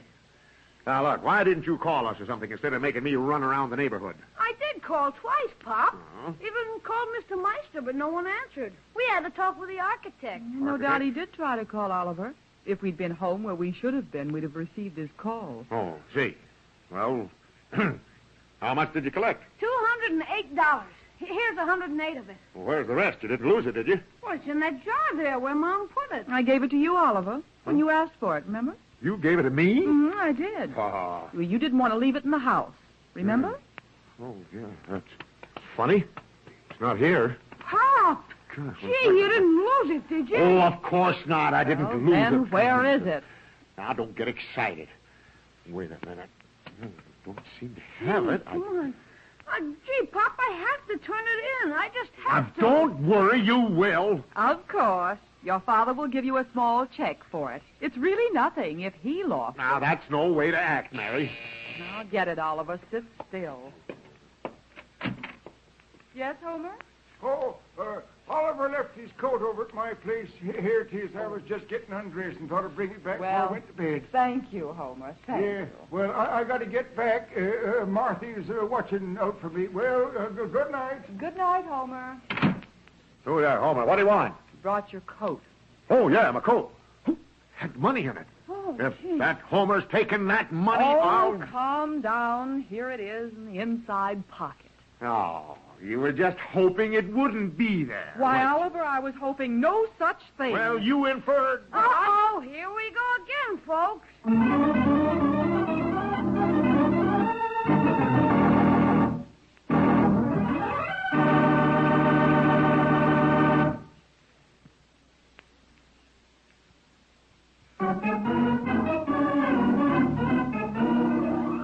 The Anderson Family is written by Howard Swart, directed by Herb Litton, and features Dick Lane as Oliver, Louise Arthur as Mary, Walter Tetley as Junior, and Herbert Rawlinson as Homer. Others in the cast were Jenny Johnson, Doug Young, and Paul Theodore. Music by Gordon Kibbe, sound effects by Ray Erlenborn, and your announcer is Ken Peters. The Anderson Family is a Hollywood Broadcasters production transcribed from Hollywood.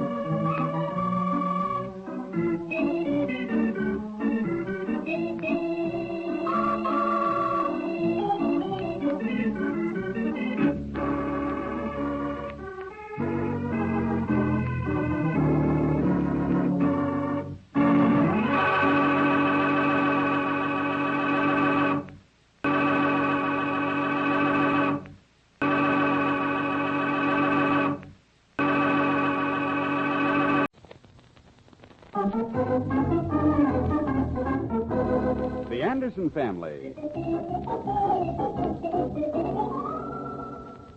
I don't see why Junior can't go with you to your broadcast, Oliver. But I'm trying to tell you, Mary, they won't let children in the studio. But Junior's so proud of you, dear. Oh, of course he is. But can't he be just as proud staying home and listening to our own radio? Uh-oh, here we go again, folks.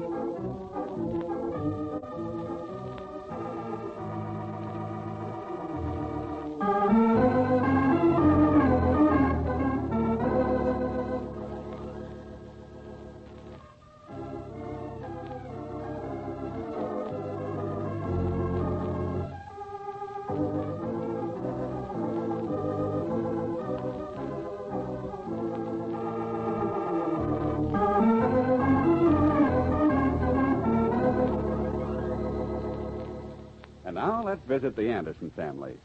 You wouldn't believe that one person, and I'm speaking of Oliver Anderson, could take things so seriously, do everything the hard way, and still keep his balance. For instance, this evening, Oliver has been chosen by the Big Brother Club to be a part of the radio program for better understanding between boys and their parents. So right this moment, we find Oliver in the attic, digging his army uniform out of a trunk. Why, Oliver, all these bottles in the trunk. Where on earth did they come from? Well, I'm not sure, but your father always wanted to read in the attic, remember? They say we should turn in all our empty bottles. They mean milk bottles. Oh, there are so many of them. Yeah, your father read a lot. Wait, don't drop those papers, Oliver. Here, hand them to me. Paper? Oh, those are art pictures I was saving for Homer Meister. Art pictures? Looks as though you're in business with Teddy and Varga. It's a good thing Junior doesn't come up here looking around. Well, now, I don't do anything wrong in pictures. Some people like landscapes, some like marine scenes. But you just like people. Yes, I know. Here, I'll burn them. No, wait. I promised them to Homer to pin up in his garage. Well, I don't know where he'd pin them. Oh, all right, go ahead. I don't care what you do with them anyhow. Well, we'll just put them over here on this box. Yeah? Yeah, I didn't know where you were. Oh, come on in, dear. We're getting your father's army uniform. Pop, Yeah? do they let kids in the radio studio? Not under 12. But I'm 12. Yeah, but you're small for your age. I just have an argument down at the radio station, and I'm in no mood for another one. Your father's very nervous, Junior. After all, he has almost 2 pages to read. I'm not a bit nervous. And one of the big brothers is coming over to the Gargoyle Boys Club and pick out a representative boy for the program tonight, Pop. Well, that's different. They're on the program. But I can't take you in with me. Wouldn't you like it better to sit at home, Junior, and hear me over the air? It's no fun that way. You can hear him on our radio, Junior. Just keep your hands off those pictures, dear. I'm burning them. Oh, those? I've seen them. Oliver, bring your uniform downstairs. It needs some dusting and pressing from the way it looks.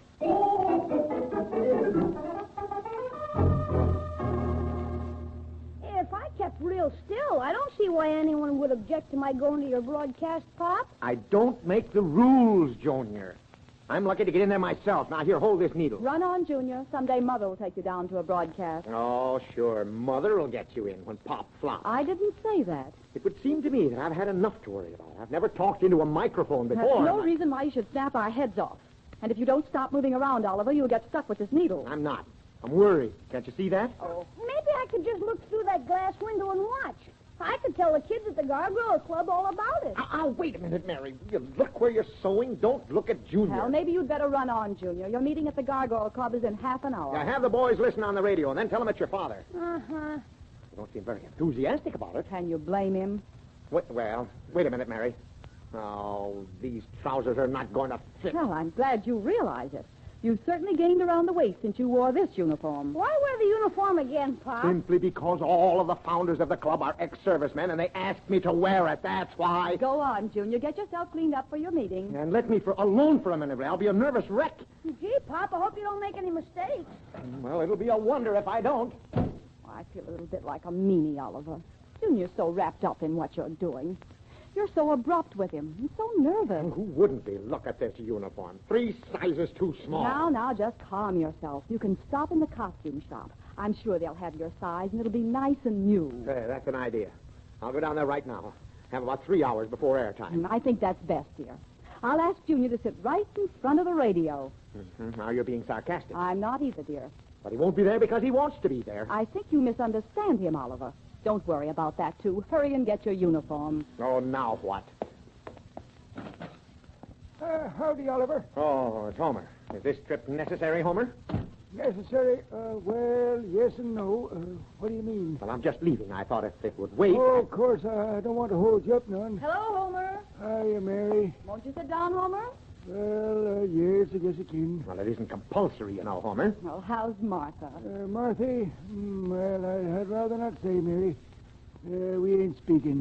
That should make you smile. Nope. My heart is broke, Oliver. I'm accused of being sweet on that cashier at the Gem Cafe. Oh, Homer. I'm sure that cashier wouldn't be interested in you. Oh, now, wait a minute. Why wouldn't she? Ain't nothing wrong with me. Except... Mary didn't mean that. Mary just didn't think the girl's IQ was low enough for that. Oh, well, that's different. What happened, Homer? Well, that waitress has been kind of shining up to me lately, and I've been kind of avoiding her. How often have you been down to the cafe? Oh, on and off. every night. You're avoiding her, huh? Yep, I am. See, I went down to straighten out some eat checks with this Tuttle feller signed. Tuttle? The new roomer at your house? That's right. And I sort of co-signed the eat checks with him.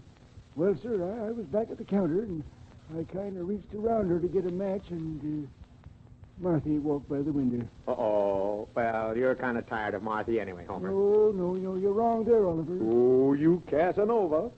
Who's he? You wouldn't know him. He never ate there. But, Homer, Martha would understand if you told her. Told her? What was Homer doing in the cafe? What was he doing behind the counter? Why didn't he ask for a match? Oh, no, Martha's got him this time. Tain't so, I tell you. I'm innocent, I be. Well, you can yell innocent until midnight, and you're still going to sleep in the garage. Well, it ain't my fault. Mabel, the cashier keeps fawning on me, all over me around it. I don't Return it. Yep, that's it. Return it. Then this Tuttle feller, he starts barging in and trying to get her eye. Took Mabel away. Took Mabel away. No, he done no such thing. I'll get it, Oliver. Hello? Anderson's residence. Oh, yes. Well, how are you, Mrs. Chapman? Tell her to listen to my talk tonight. Why, I'm sure I don't know what time the boys are going. Have her old man listen, too. He knows me. I'll have Junior call when he comes downstairs, Mrs. Chapman. Yes, you bet I will. Bye. Why didn't you tell her to listen to me? She's going out this evening. What talk you doing tonight, Oliver? Oh, it's not much, Homer. Just run in and out, that's all. Oh, not in them clothes, huh? Looks like you got more stomach than pants. Well, yeah. I'm going to have to rent a uniform, one that fits. Oh. Excuse me, Homer. I'll get it, Oliver. Hello, Anderson's? Oh, yes. Hello, Mrs. Gunkel.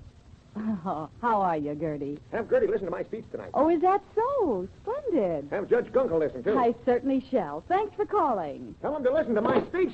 What did you say, dear? Oh, I said have them listen tonight. Are you afraid to have anyone know I'm on the air? Are you ashamed of it? Oh, now calm yourself, Oliver. Oh, what did she want, anyhow? Just wanted to ask me to listen to Judge Gunkel tonight. Listen to Judge Gunkel? Why, yes. He's on the program, too. Oh, I see. They're taking just anybody on this thing, huh? That's no way to talk about the judge, Oliver. Have they called you to speak on tonight's program, Homer? Nope, not as yet. Well, just stay around the phone. They will. And I'm going before I have time to think this thing over. Call me before the program, dear. I'll drive down. I will. Maybe they'll take pictures, too. If they do, I'll save you one, Homer.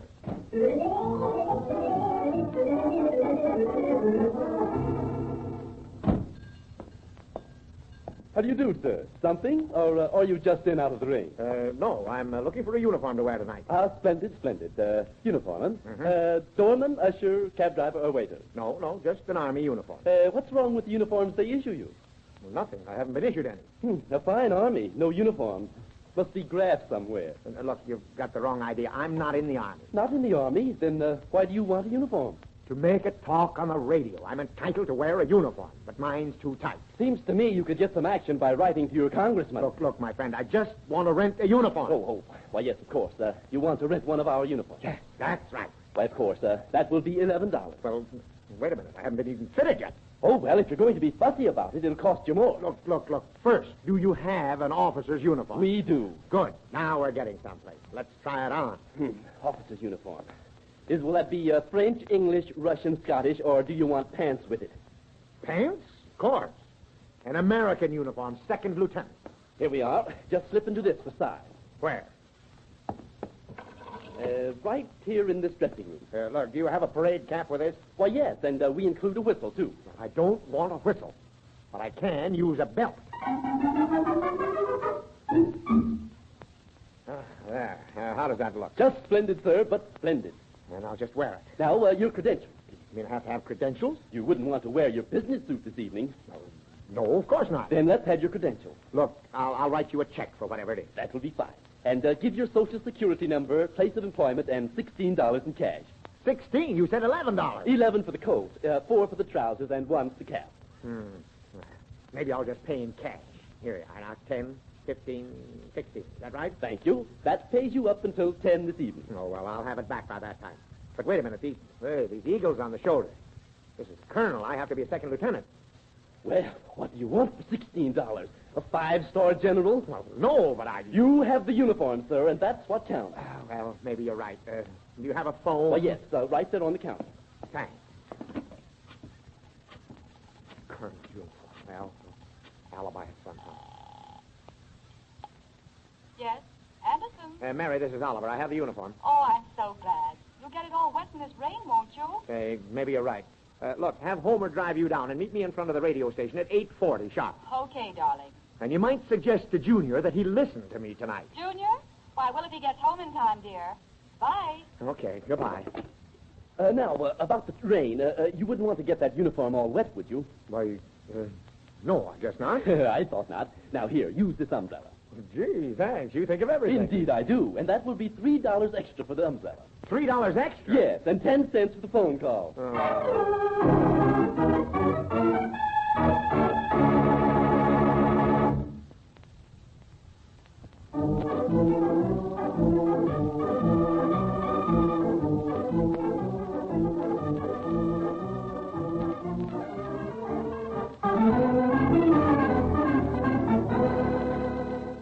And now back to the Anderson family. Oliver Anderson has just rented an Army uniform to replace his own, which was too small for him, and is on his way to the radio station where he is to make a short talk. Mary Anderson is waiting for him in front of the radio station, and the rain is coming down very lightly. Oliver? I didn't see you, Mary. I wasn't playing hide and seek. I was just getting in this doorway out of the rain. Well, is Homer going to pick us up? Right after your broadcast. How does the uniform look? Looks rather nice. What's that on your shoulder? That. Well, the man at the store didn't have any lieutenant's bars, so we just left the eagles on. Oh, well, no one will notice them. By the way, you only have a few minutes. Here's the radio station. We'd better get on in. Yeah, I think so.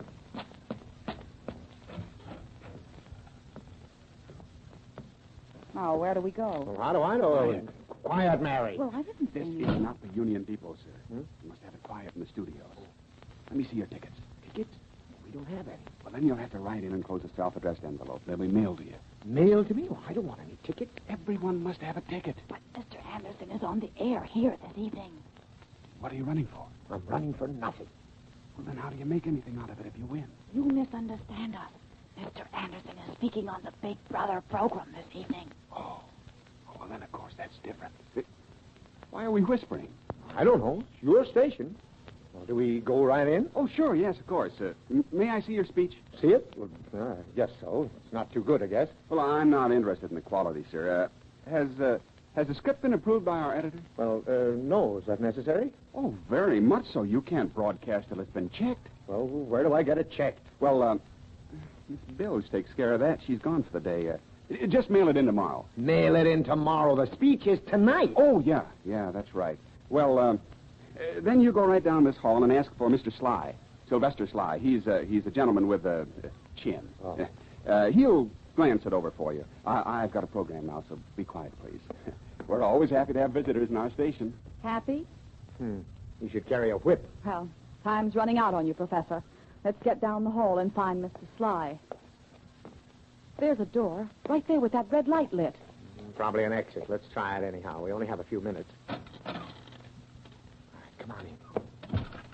Look at all those people sitting there. This must be the studio. Look, that announcer fella's waving at us. Wonder what he wants. Well, maybe I'm on early. Let's go and see.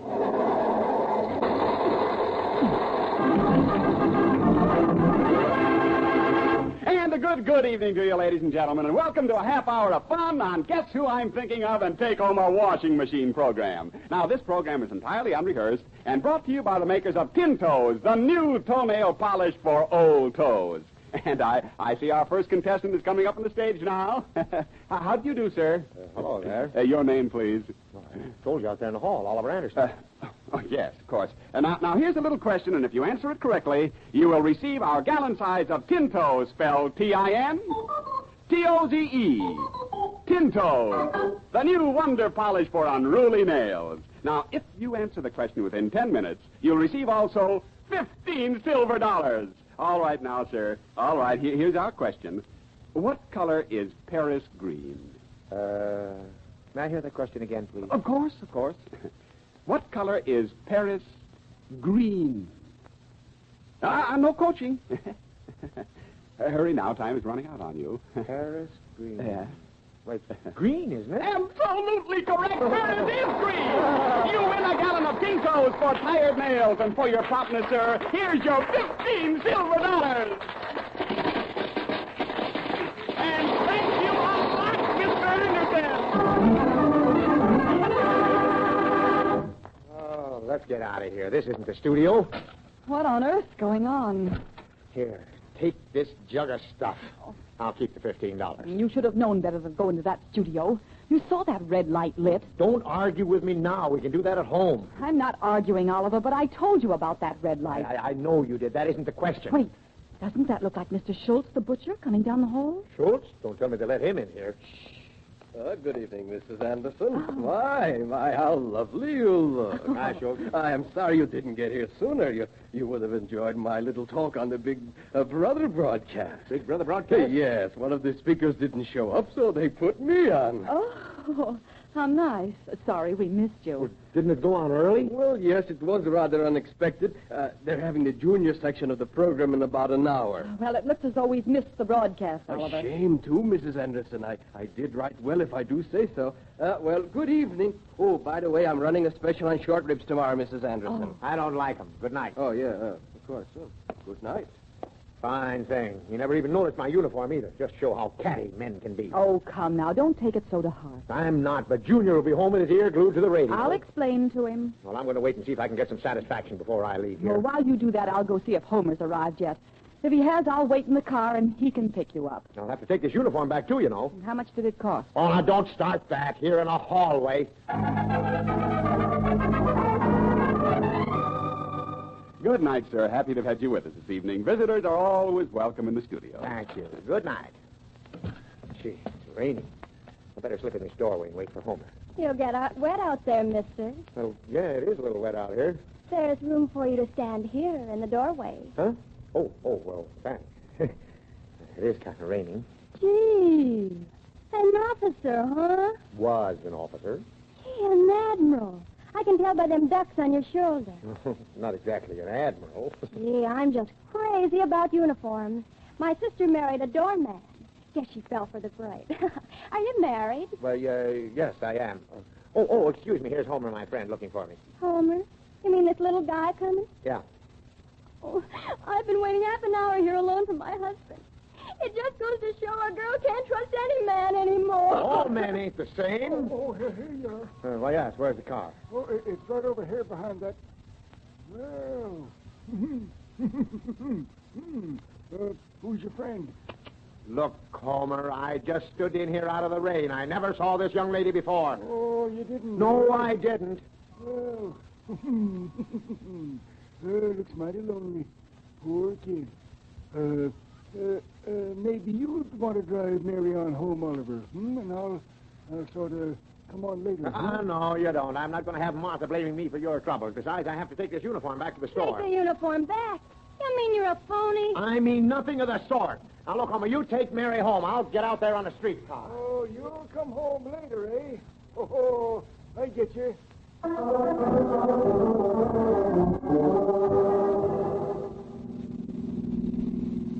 Did Oliver seem worried when you talked to him, Homer?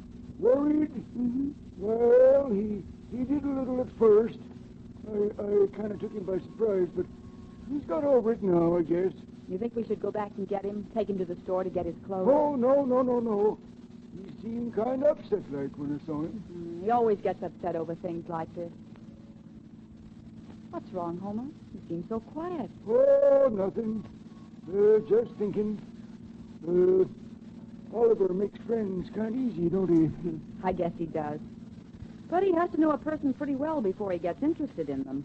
Oh, he does, eh? Yes. Why, Homer, why do you ask? Oh, nothing. Just that I like Oliver, too, I guess. You don't mean that Oliver's been signing e-checks down to the cafe? Nope. He ain't. Well, guess I better step on it, little. Martha will probably worry about me.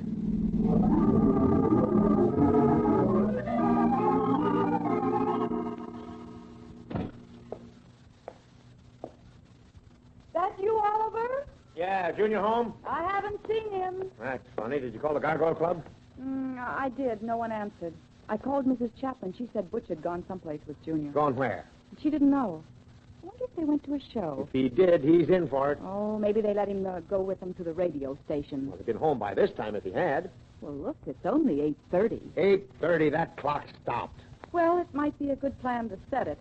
I'll get the time from the radio. Imagine that fellow at the radio station saying, "We always are happy to have visitors," and then throws you out. Here's the time.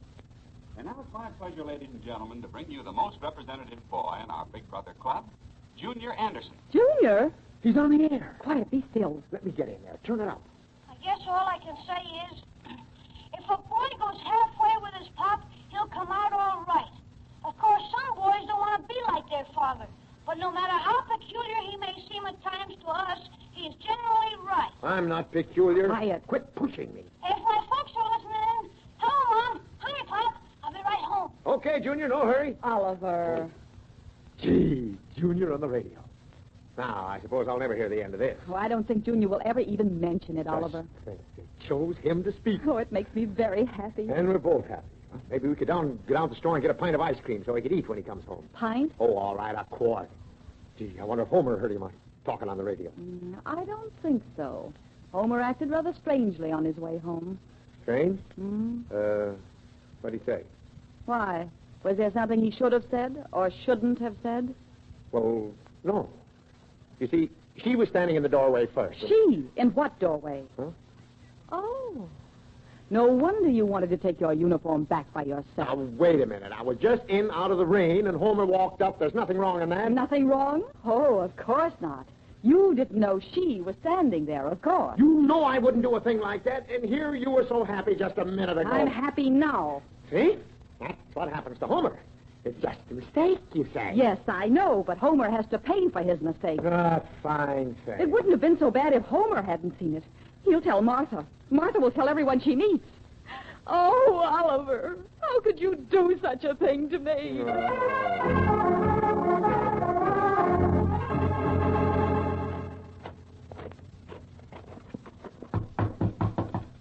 Yes? Who is it? It's Oliver. Oh, just a minute.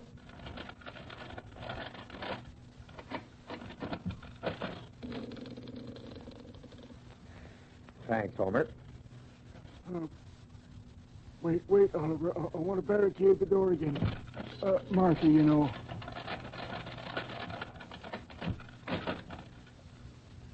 It's right nice of you to come out to the garage and keep me company, Oliver. Yeah. Yeah, it gets kind of lonesome out here alone. These long, dark nights. Well, you can cheer up, Homer. Huh? Yeah. I'm spending the night with you.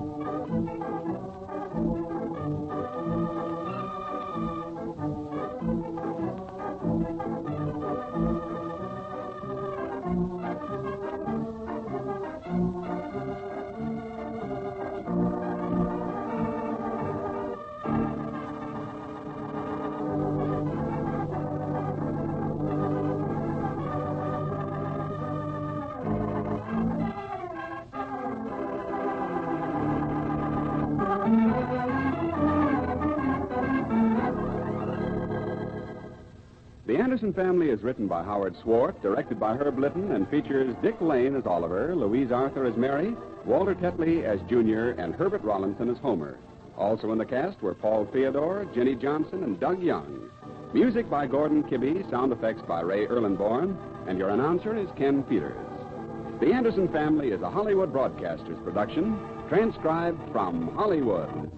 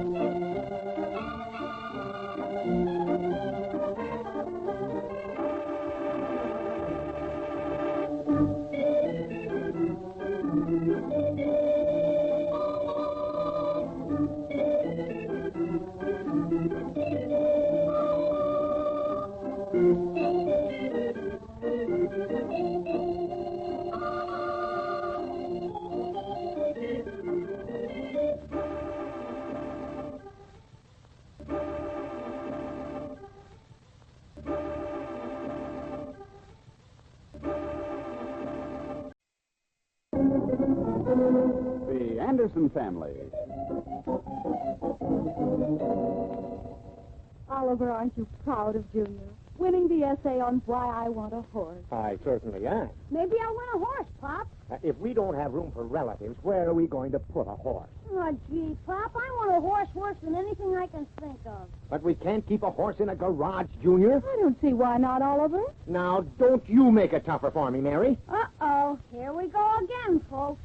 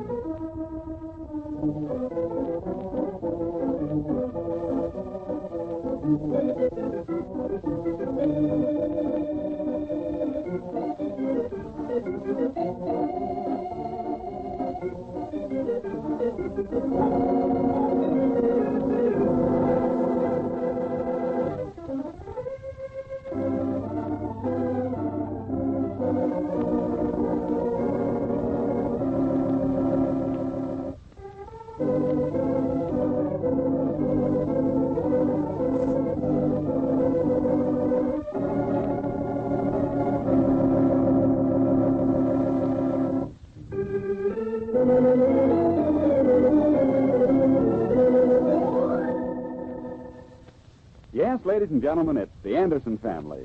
There's Papa Oliver Anderson, who doesn't believe in the adage, be sure you're right and go ahead. He just goes ahead anyhow. Then Mary Anderson, his lovely wife, who thinks everything happens for the best, and she's the best.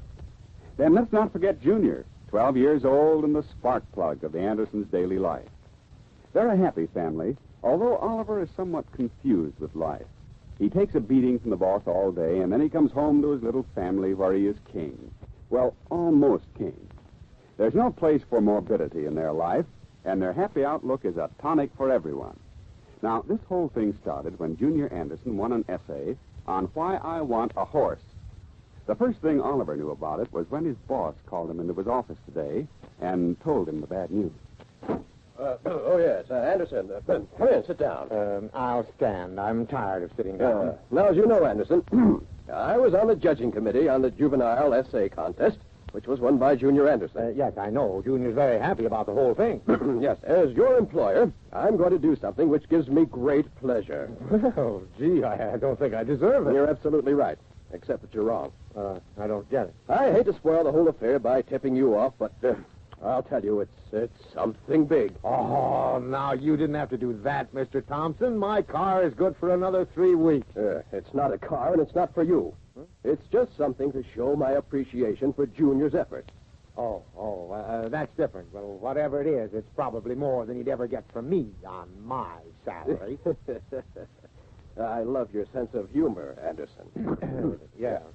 Well, I'm going home pretty soon. Shall I take it to him? No, it's been delivered already. Right to your door. Or should I say to your garage. Wait a minute. You don't mean a horse. Tut. Not just a horse. My, no. This is a racehorse. Yeah, I know, but they eat too, don't they? Would you deprive the little fellow of the pleasure of a horse? Well, no. Would you allow his victory to be turned into defeat? Well, of course not, but... He expressly wished for a racehorse. How proud he'll be of Floridora II. Yeah, but I don't have a race. Floridora's racing days are over. She's just a kindly old lady of the turf. Now run on. I'm busy.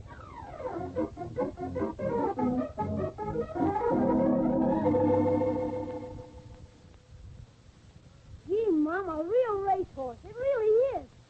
But I wonder if Papa will let me keep her. Why, of course he will. He's always glad to see you happy. But why can't I go in the garage and pet her, Mom? The horse isn't any good if you can't ride him. I think you'd better wait till your father gets home. He knows more about horses. Oh, gee, Mom, I have to get acquainted with Floridora sometime. I'm sure she likes me.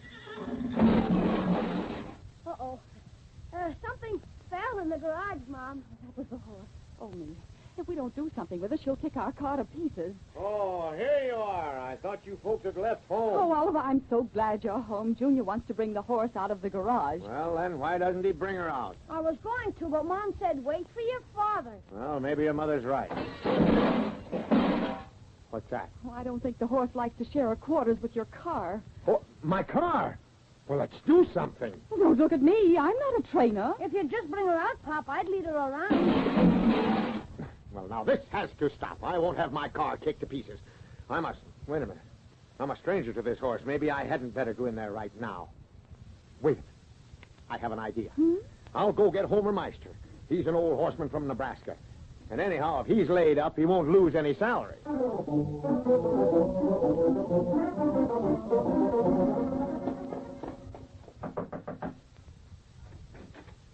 Hi, Homer. You busy? Why, can't work, is it? Nope, no work. Oh, well, then, come on in. Martha's home. What do you want Homer for? Hello, Martha. Oh, I just wanted to see Homer about a horse. See him about a horse? That's a new one, ain't it? No, I mean it. We have a horse. Oh, shush now, Martha. Let Oliver talk. I can hear you anytime. Well, I knew you liked horses, Homer, and I know you're familiar with them. Well, now, you're right, Oliver. Why, I rid bareback when I was 12 years old, hanging on by nothing but my teeth and his mane. Then I had a little pinto once. Yeah, I know. Look, before we go into the pinto, I just want to explain that the horse is in the garage, and I don't think she likes me. Oh, shucks. You just don't know how to handle them, that's all. Keeping it in the garage. How about your car? I've been thinking about that, too. Well, now, shucks. Now, there ain't a horse living that don't make up to me. Wait till I get my hat. Oh, gee, Willis, there's a horse.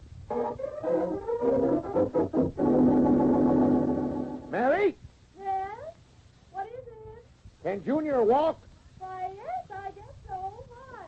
Well, then have him come in here. I'd like to speak to him a moment. Well, we'll be right there, Oliver. Had a horse 4 days and haven't got a friend left in the neighborhood. A fine arrangement. Oliver, what did you want? Junior, why did you allow Floridor to eat up all the Gunkel's imported tulip bulbs? Oh, gosh, I just let her nibble some grass in their yard. And before I knew it, she'd eaten a few of those green things. I see. Well, he's going to sue us. Oh, Oliver, he's always suing someone. Yeah, but this time he is going to, he said. Oh, gee, Pop, I've been pretty careful with her. Homer's been riding her more than I have. Boy, could he ride a horse. I bet he could win a race with her. You haven't said anything like that to Homer, have you? Why, Oliver, what if he did? Simply because if he did, Homer will try to talk me into letting him enter her in a race. Oh, but she's too old, Oliver. Oh, gee, Mom, if you'd see them fly down that alley. Well, maybe we should lock the horse up, Oliver, and then Homer wouldn't ride anymore. Well, I don't think we could. You see, I made a kind of a deal with Homer. Oh. Deal? Why, yeah, sort of a deal.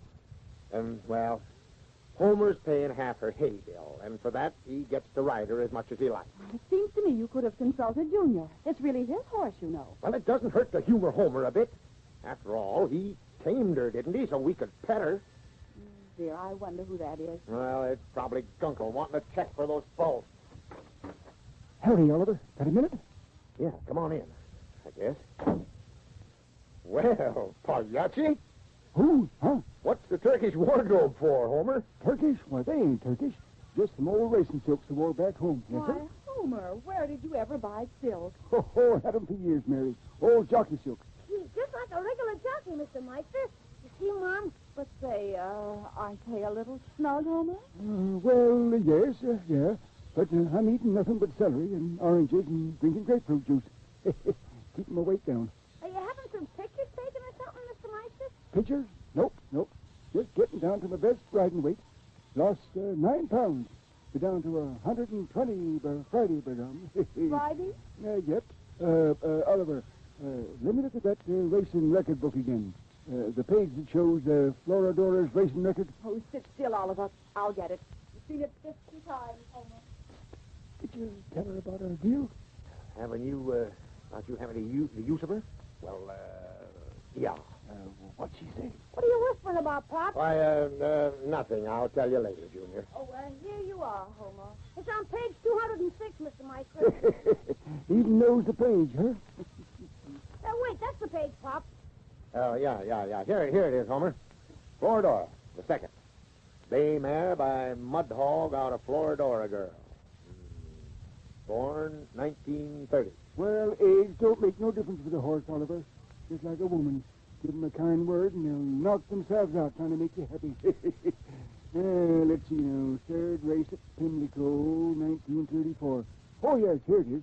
This is what I wanted to see. Yeah, that's a racing record. Yep. Third race, 1 mile, track muddy. Finished third, Oliver. And 3 horses in the race. Why, she couldn't have been worse. Well, give her a chance. She was out training, maybe. Yeah, I can just see her at the post, turning to the next horse and saying, "Pardon me, I'm a stranger on this track. May I follow you around?" Somehow that isn't funny, Oliver. Nope, it ain't, Mary. A horse has got a heart and feelings, well, just like anyone else. Yeah, and you should see how Florodora obeys Homer when he says get going. Well, of course, she won't have her full speed for a few days, you know. And with you looking over her shoulder, it probably keeps her from doing her best work. I don't see the necessity for this rigid training routine, Homer. Floradora's getting old and just a pet. Yeah, and the neighbors go across the street when I approach them. They kid me about Junior's racing stable. They're just jealous, Pop. Well, that may be true, but I'd like to have the whole thing die down. Nope, Oliver, nope. I went to the trouble of sewing up the jockey suit, starving to get down to my best weight. It's too late to quit now, Oliver. Anyhow, it's going to rain Friday, and that's where I got him. Now, look, Homer. Floridora's too old. Now, get a hold of yourself. Her racing days are over. But, Pop, it's going to rain Friday. What is this rain on Friday business, young man? Well, it's a secret, Mom. You mean it was a secret? Well, regardless, I got a deal with you, Oliver. And besides, Floridora's a mother. I don't care if she's a grandmother, Homer. I'll not let you go through with this and have people laughing at me. It's too late, Oliver. Too late? Yep, I entered Florodora already. In the third race at Marthorn, Friday.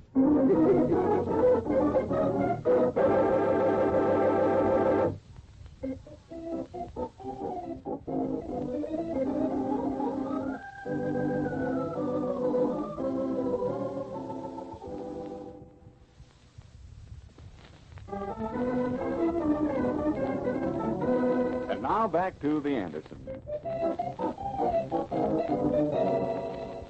Junior was rewarded with a real live racehorse for writing the best essay on Why I Want a Horse.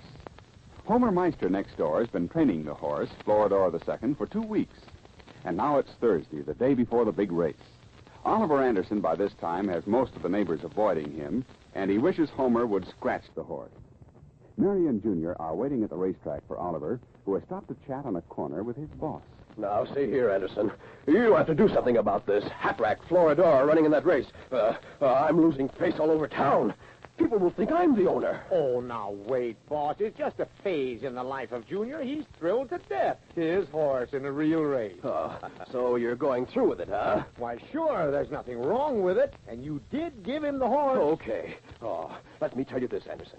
If that plug runs in that race, you and I'll have an important conference first thing Saturday morning, and you won't like what we talk about. You mean I'm being fired? It could amount to that. Huh? Make your choice, Anderson. You can only push me so far.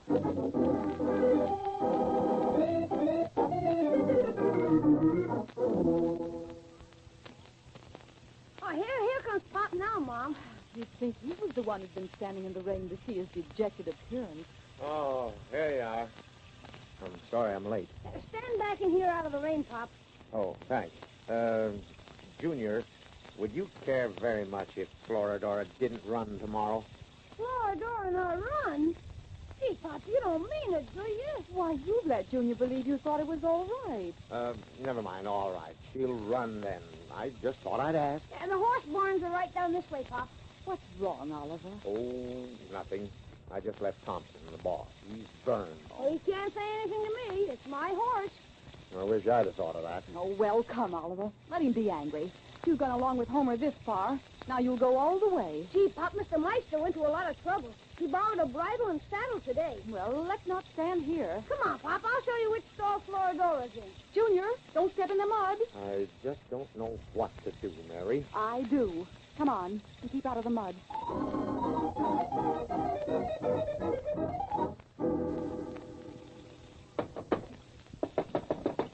Go away. Sit now. It's Mary, Homer. Mary? Well, wait a minute. Let me in out of this rain. Gee, you certainly are locked up tight, Mr. Meister. Yep, that I am, Junior. I heard about fellas doping horses before a big race. I'm a gardener with my life. But couldn't someone come in the back way, Homer? Nope, no siree. I got Martha sleeping right up against the door on a cot. Martha? I didn't know she was here. Look, Pop, Floridor knows me. Yeah, I guess she does. Homer, won't Martha be angry staying here at night like this? Yes. It's so wet and damp, Homer. Oh, shucks, she's a pioneer, she is, Mary. But you're soaking wet yourself. Take that boy of yours down the hall and you'll find a lounge room with a fire in it. And get dried off. Well, that sounds good to me, Homer. Come on, Junior. Okay, Mom. I guess I'm wetter than I thought I was. I'll be with you in a minute, Mary. Oh, don't upset Homer now, Oliver. I won't, don't worry. What'd she mean? Don't upset me. What's wrong, Oliver? Oh, nothing. My boss doesn't want the horse to run. Oh, fiddlesticks. My Floridor is raring to go. It's in the bag. I wish I could agree with you, Homer. Oh, gosh, Oliver, I'm set to ride the race of my life. I'm down to 120 pounds in my underwear. And Floridor minds everything I tell her. Yeah. Then you wouldn't want to scratch her, huh? Nope, I wouldn't, Oliver. I got publicity out and everything, and the paper's taking a picture of us. If we win. I see. This bridle and saddle hanging there, where'd you get it? I borrowed it from another stable. Huh? Yeah, a little big for Floridor, and them darn blinkers keep falling down over her eyes. Well, then, how does she see? Oh, shucks. She don't need to see. That old girl knows her way around. Who's that you're talking to, Homer? It's Oliver, Martha. Oh, gee, I'm sorry I woke her up. In more ways than one. Oh, shucks, she ain't mad at nobody. You ought to be keeping Homer up like this, Oliver. He needs his strength. Well, I was worried. I thought he might want to scratch the horse. Now, don't go putting them notions in his head. Homer comes from good old Nebraska stock. But that track is a sea of mud, Martha. Mud ain't nothing new to a farmer. Why, the first thing Homer said to me after we was married was, "Here's mud in your eye." But he might get hurt. And I didn't think you'd let him go out there like fooling around with a horse. I can see you don't know nothing about women, Oliver Anderson. A woman's place is alongside her husband. Martha's a good woman, Oliver. Shut up, Homer. Why, Homer don't know what quit means. Oliver, when they blow that bazooka for the third race, you'll find Floridor and Homer awaiting at the gate.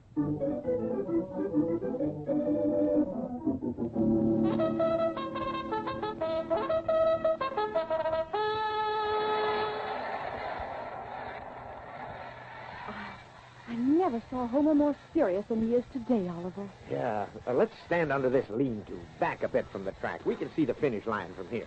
Homer has his race all planned, Pop. He knows how to rate a horse. And saving for the stretch, he told me about it. I'm sure he does, dear. This must be the third race coming up. I can't see 30 feet ahead of me in the rain. Attention, ladies and gentlemen. All horses have been scratched in the third race except Blue Bonnet, Big Boy, and Floridor the Second. This is a three-horse race. Just like her record at Pimlico. Third. Yeah, but she didn't have Homer up that time, Pop. Of course she didn't, Junior. Homer said he waved to me when he went to the gate. He's lucky just to hang on in There this mud. at the gate, it's Blue Bonnet on the rail, 1 to 4. Big Boy, second post position, 1 to 7.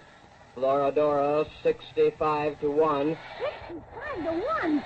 Boy, look what we win. Oliver, you didn't bet. What's $20? Well, If Homer can keep a saddle on her, he might even win. He can swim her home. There they go. Junior, quiet.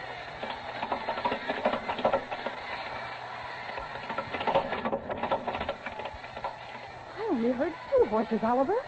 I hope Homer didn't get that bridle caught on the starting gate. There's Floridor now. It's in the bag, Oliver. They went on ahead, Mr. Meister. Hurry up. Rounding the first turn, Blue Bonnet by 2 lengths and Big Boy by 15 lengths. Oh, Homer. Homer will never catch them now. 15 lengths. Come on, Floridor. Hurry up. You can do it. Junior, people are looking at you. Going into the back stretch, Blue Bonnet by 6 lengths and Big Boy by 9 lengths. He's gaining. Come on, Homer. Ride it. Oliver, people are looking at you. Well, let them look. They have nothing to lose. Rounding the far turn, Blue Bonnet by 6 lengths. Big Boy by Big boy by 23 lengths. Oh, Oliver, dropping back. Yeah. He's saving us for the stretch, Pop. Mr. Meister explained how you do it. Into the stretch. It's close. Oh, I hate lightning. Let me under the roof, Pop. Into the stretch. Bluebonnet by 2 lengths. Big boy by 35 lengths. Floradora's trailing. Almost blinding. That lightning hit something. Just a minute, folks. Something has happened. Bluebonnet threw her jockey, and Big Boy is down. Oh, no. What about Homer? He didn't say. I wonder if he and Floradora are still together. Junior, let us go find Floradora, Pop. Oh, I don't know, Junior. This is all my fault. I could have stopped all this, but I'm too soft.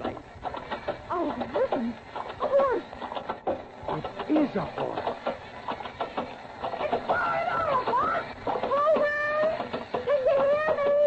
In the bag now.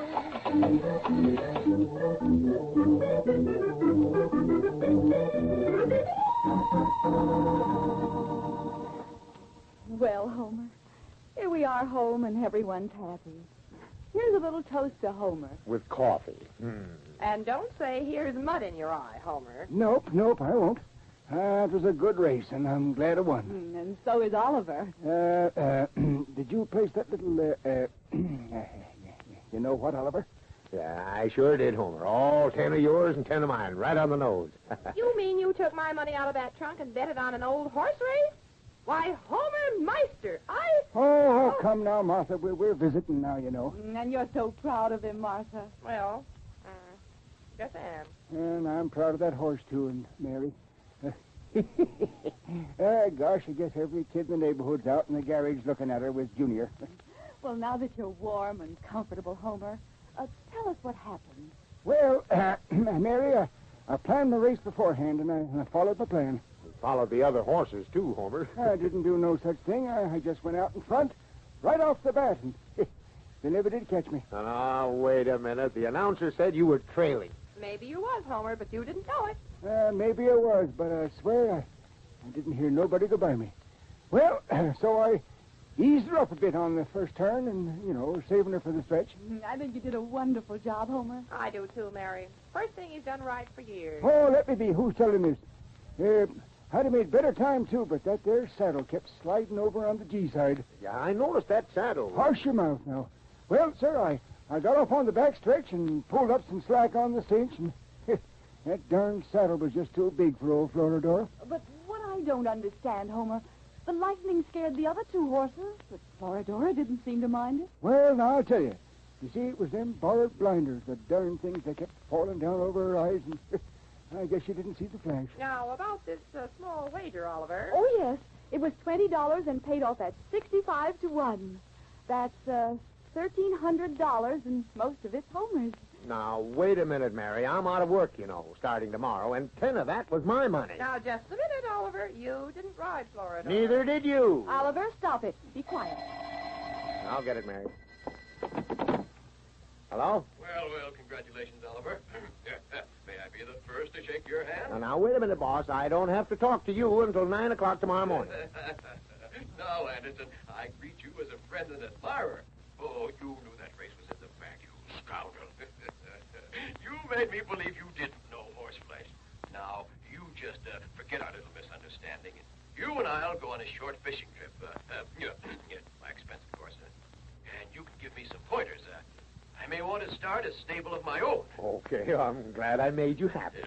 I'll see you tomorrow, Oliver. Good evening. Yeah? Mm-hmm. Good evening.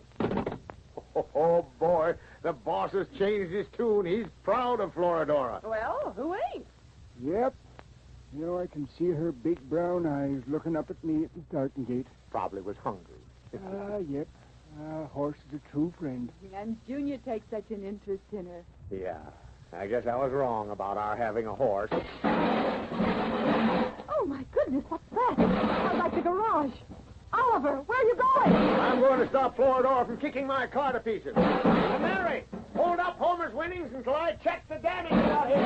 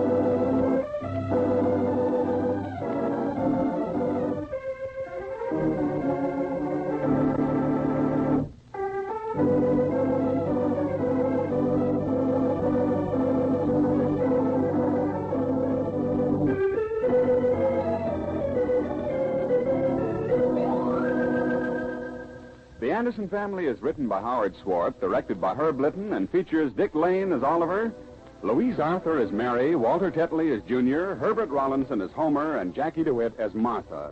Others in the cast were Paul Theodore and George Peroni. Sound effects by Ray Erlenborn, and your announcer is Ken Peters. The Anderson Family is a Hollywood Broadcasters production, transcribed in Hollywood.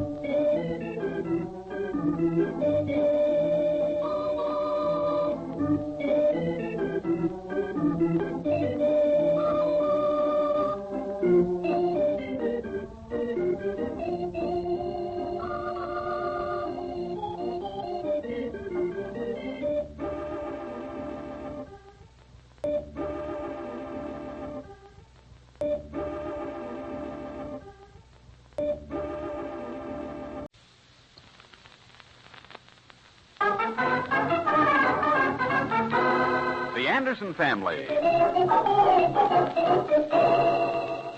I don't see how you think this juvenile delinquency problem affects Junior. I didn't say it did. Now, the boys need supervision. The kids in the Gargoyle Club are all nice, Pop. I didn't say they weren't. Then why do you want to supervise them? Just to help. It's a father's job. Well, according to that reasoning, a boy can't think. I didn't say that. Uh-oh, here we go again, folks.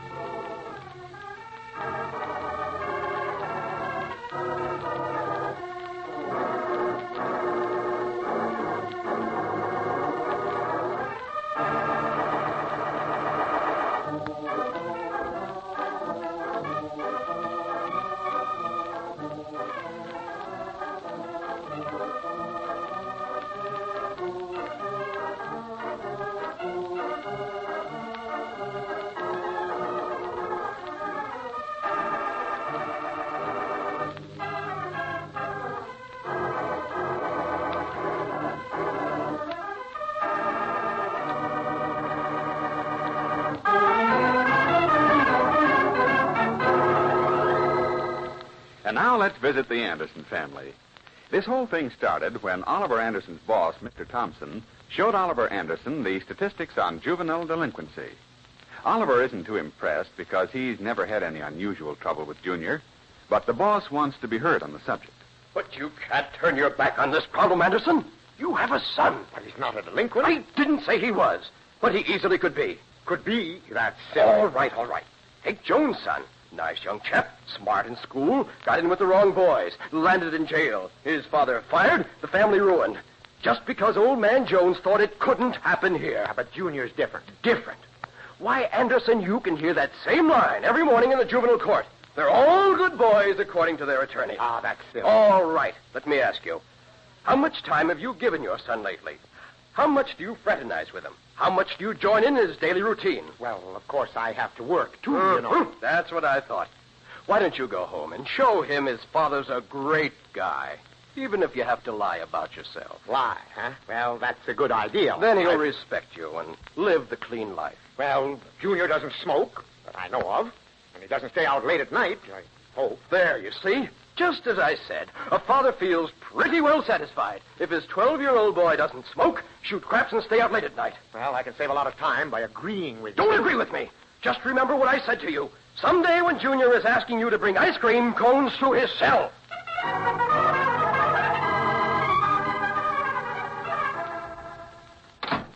Mary? Yes? Where's Junior?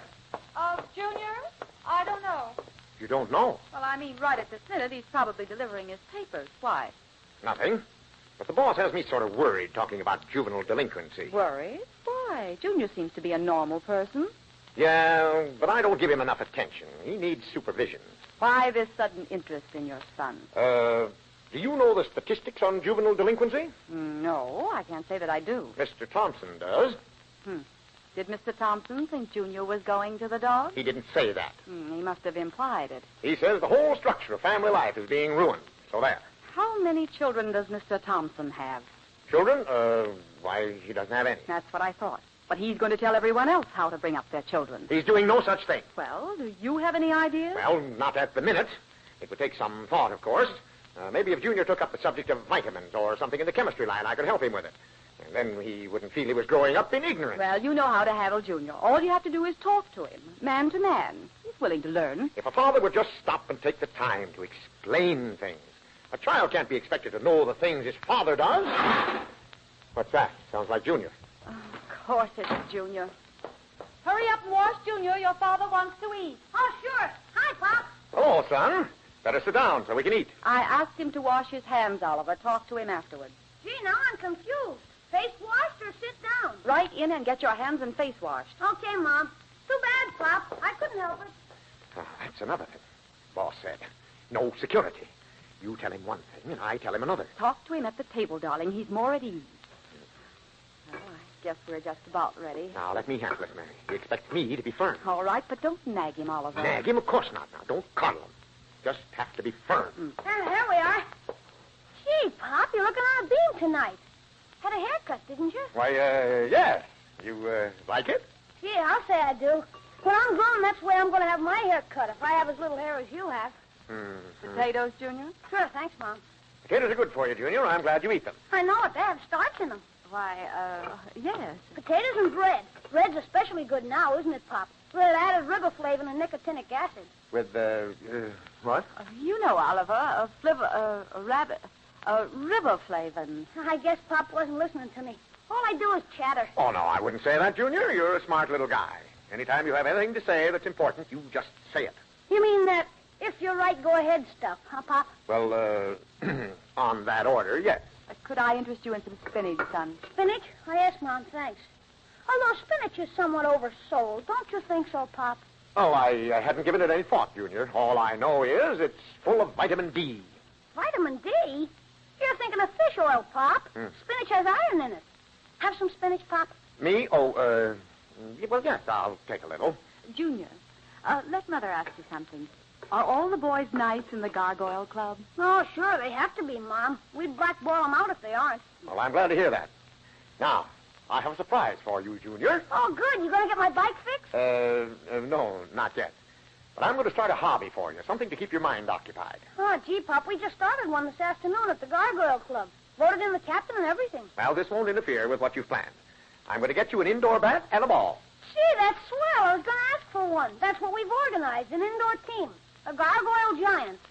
Oh, you've already started it, huh? Well, that's fine. Get all the boys together as soon as you can, and we'll have a meeting. We'll get 8 gloves and 8 bats. 8? Sure, a bat for each player on the team. 8? Gee, we must be playing it all wrong. Well, no, there are different ways to play it, maybe. Now, right after dinner, you get the kids together, and we'll all chip in $1. $1? Gee, Pop, I don't think the kids will go for a clip like that. It's not a clip.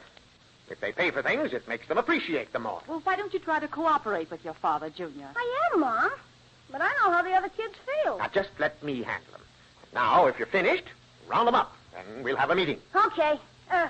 Yes, sir.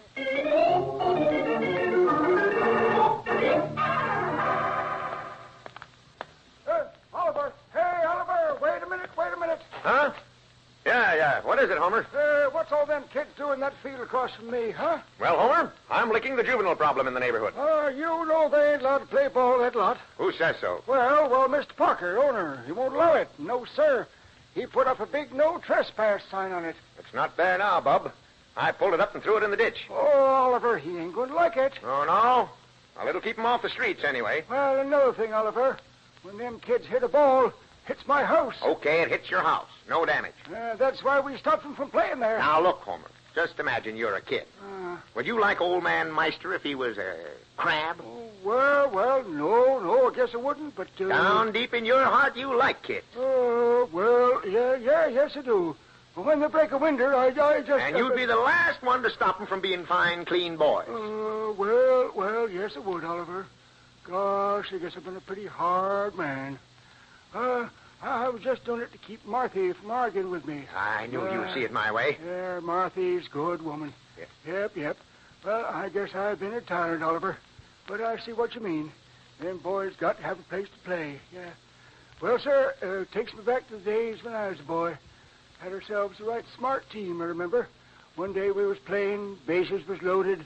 I come to bat, the pitcher threw, I swung. Martha must have dropped the fishbowl. Fishbowl be darned, that was my front window. Okay, so it's your front window. Can I help it if the wind's blowing that way? Now, look here, every one of you kids get past now. Go on, get out. Leave them alone. I'll pay for the window. This is all you're doing, Oliver Anderson. Now get them darn kids out of here. Go on, get them.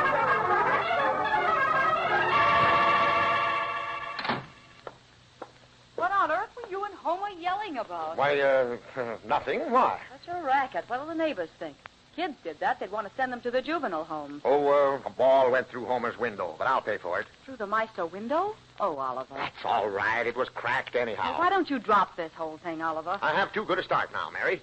The kids all seem to be happy about it. What did they say? Why, they didn't say anything. I just told them about the deal, and that's that. A couple of them paid their $1, too. Do you think we ought to tell the other parents what you're doing? Why? They should feel happy that I take such interest in their boy. Well, what about Homer? Oh, he would have been mad about something anyhow. He'll be happy with a new window. Yes, Mary, that's just what those kids needed. Supervision. Well, you're getting results already. I'll get it, darling. Maybe another kid with $1. Yes? Is Mr. Anderson home? Why, yes. Won't you come in? My name is Chapman. Oh, yeah, Chapman the plumber. My name is Anderson. Sit down, have a cigar. I just talked with your boy a while ago. That's what I want to see you about. Did you ask him to bring you $1? Why, yes. Yeah, then it's true. I thought he was lying to me. Why didn't you go to the Red Cross or the community fund if you needed dough that bad? Now, wait a minute. Oh, I'm sure you'll understand when Oliver... If you'd have come to me like a man, I'd have let you have a couple of bucks for a week or so. I won't see nobody go hungry. I didn't need the money for food. I was just buying a bat and ball with it. Oh, I see. Let your family starve while you hang around with a bunch of kids and putting a bee on them for spending money. Now, look here, Mr. Chapman. Mr. Anderson is collecting from several boys. From several of them, huh? Say, this is worse than I thought. A kid ain't safe in this neighborhood. Now, look here, Mr. Chapman. I don't need money so desperately that I take it from children. Oh, I see. You don't need the dough. It's just a hobby, eh? And they talk about a juvenile crime wave. Brother, I've met some dandies in my time, but... If that's all you have to say, Mr. Chapman, you may leave. Well, I never believed in causing a man trouble in his own home.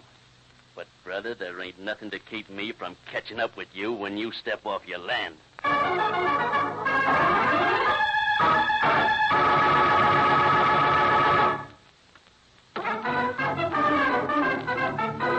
And now back to the Anderson family. Oliver's idea to organize a boys' indoor team seemed to have bumped into a snag by the name of Mr. Chapman, who, by the way, is still hanging around the Anderson home, hoping Oliver will come out. The trouble started when Oliver asked $1 each from the boys to buy the equipment. It seems that some of the parents misunderstood this. Well, here are Mary and Oliver again. Outside of Mr. Chapman, things seem to be going along all right, Oliver. I hear the boys playing out there. Look, why don't you go out and explain to Mr. Chapman? Explain to him? He won't hold still for anything. I tried to explain to him in here, and you heard how he acted. Well, don't worry. I want you to go to the store for me anyhow. Sure, To the store? Mm-hmm. Now, wait a minute. I don't know where this Chapman is, and I'm not looking for trouble. Oh, well, I'll run over myself. I'll see what the boys are doing when I go by. Maybe I should go out and have it out with Chapman. Oh, now what? Maybe it's Junior. How do you do? Something? Can I help you? You most certainly can. Let me in. Now, look here. Don't Please. say to me, you fagin! Please, close the door. And be alone with you in here? Not to me. Well, what's wrong? Has Junior done something? Did Junior do something? Don't change the subject, you delinquent. Now, wait a minute. I don't even know what you're talking You about. know what I'm talking about. My little Albert don't lie. I never met your little Albert. I don't even know who he is. Don't know him. He's the boy with the yellow sweater that you snapped down and grabbed $1 out of his hand and ran. Why, he's telling a falsehood. I never did. Don't deny it. Little Albert wouldn't lie. I sent him to the grocery store for some groceries, and you waylaid him and took it away from him, and he had to charge the groceries, and I... Now, look, wait a minute. You're entirely wrong. It was just a little deal I had with the boys. Here's the $1. It ain't the money. It's the cruelty. Here, take this $1. Take 2 of them. I can't afford a scene like this in my front door. You take advantage of a widow, but money won't buy the heartache you're causing me. I'm sorry. Excuse me. What is it, Homer? Oh, nothing. I heard what the lady said. You pagan. I don't even know the lady. Don't even know me, he says. You know Albert. And I'm going to the police with this. Maybe I can save some other poor innocent woman this misery. Oh, the poor woman. Well, there she goes. Hey, wait a minute, Homer. Nope. Heard it with my own ears. Okay, bring back my hammer you borrowed. Oh, yeah? Well, then, you bring back my wheelbarrow. You. Fine thing. If Homer tells Martha, Martha will tell the whole neighborhood. Who's that coming in the back? Is it Chapman? There we are, Oliver. Enough aspirin for a week. Why, Oliver, you're ill. You're white as a sheet. I am? If you'd been through what I've been through. Pop! Hey, Pop! Quit screaming! Pop, that Mr. Chapman is over there in the ball field, and he has the bats and balls in his arms, and he won't let us play with them. He says he's taking care of them. Oh, he is he? What right has he to touch them? The kids are waiting, Pop. I told him you'd come over and handle it. Me? You go back and tell that Chapman that I'll give him just 45 minutes to give those things back to you. 45 minutes? Jeepers, Pop, it'll be dark by that time. Yes, your father knows that. Huh?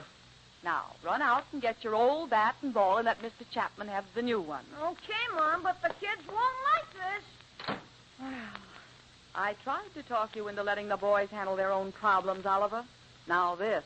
I ought to go out there right now and settle this with Chapman. But I won't.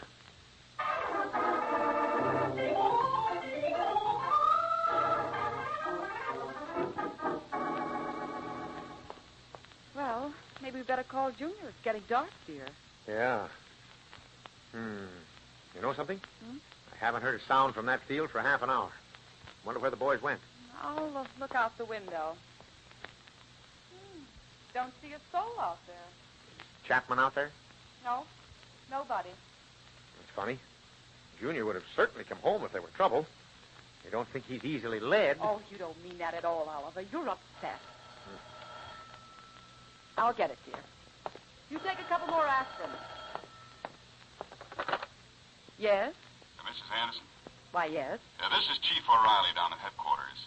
You better come down and pick up your boy. Pick up my boy? What's wrong, Mary? Yeah, I had to go out and pick up the whole bunch of them. The fellow that owns the lot put in a complaint. Oh, no, he wouldn't do that. Oh, what's Junior done, Mary? Oh, I knew it. Oh, we'll be right down, Chief. Keep him there. Mary, what's happened? And get your coat, Oliver. Hurry. Junior's in jail.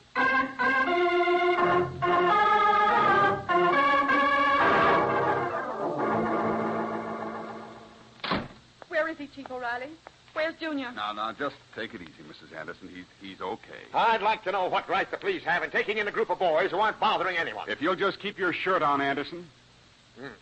Now, a fellow by the name of Parker said these boys was trespassing on his land, and he signed a complaint. Said they deliberately threw away a sign. Now, of course, that's wanton destruction. All I could do was take the kids in. After all, the law is the law. You mean you put those little boys in a cell? Me with boys of my own? No, Mrs. Anderson, they're on their third soda right about now. Third soda? Sure, over at the ice cream parlor. And the lieutenant is trying to talk Mr. Parker out of the complaint right this minute. But we sure put that ringleader on ice, resisting 2 officers. Ringleader? Yeah, a fellow by the name of Chapman. He wanted to get tough. There must be some mistake. No mistake. No, the officers found this Chapman with the balls and the bats in his arms, said they were his, and he started to get tough. Got tough with you, too, huh? Look, Chief, Mr. Chapman isn't to blame. It was Mr. Anderson's idea. Anderson? Yes, he wanted to help the boys organize a boys' club. Mm-hmm. Well, that's different. Wait till I get this Chapman in here. Send in Chapman. It's a terrible thing to have happened. Well, it always happens when children don't have supervision at home. I was supervising them. Well, that's funny. No one saw you around there. Well, I was, you know, busy. Anderson, Parker wasn't mad about the boys playing on that lot, but when they caused destruction by pulling up a no trespassing sign and deliberately threw it in the ditch, well, that was the last straw. Oh, the sign, huh? Oh, yes. Come in, Chapman. I see you got the ringleader, Chief. I hope he rots in jail. Making a jailbird out of my son. Stealing money from kids. Now, wait a minute, Chapman. I was just trying to help. No wonder there's inflation. Even a kid's dollar ain't safe. Mr. Chapman, we didn't need his Now, hold on a minute here. Now, Chapman, this fellow here, was merely trying to help out on the juvenile problem. Why does it cost a kid $1 to join? Keep quiet or back in the tank you go. Now, Anderson here had a great idea. Just hit a couple of snags, that's all. But I'm going to publicize this thing. It's a great idea. Oh, no, wait, Chief. My boss told me this thing would happen. I'm a dead duck if he hears of this. Well, wait a minute. You, Chapman, now, try to realize the benefits and help Anderson instead of pulling the other way. Well, that's different. I didn't know he was doing it for good. And, I'm the kind of guy who apologizes when he's wrong. Shake, Anderson. I'm a bum. Oh, now, Mr. Chapman. Yes, I am. Maybe we can work this out together. We sure can. What they need is supervising. Yeah, well, then I guess there's nothing to keep any of you here any longer. Old man Parker isn't a bad guy, so go pick up the boys and get them off the street. Yeah, but the boss is... Well, give me his phone number. I'll call him and square the whole thing. Don't worry about a thing. Well, then we'd better get the boys, dear. Yeah, thanks a million, Chief. Okay, gentlemen, just get along together. Get along? Well, of course. Well, I'll show you what I think of $1, Chapman. I'll pay for their sodas. Oh, no, you don't, jerk. I mean Anderson. I'm paying for them. Want to make something out of it?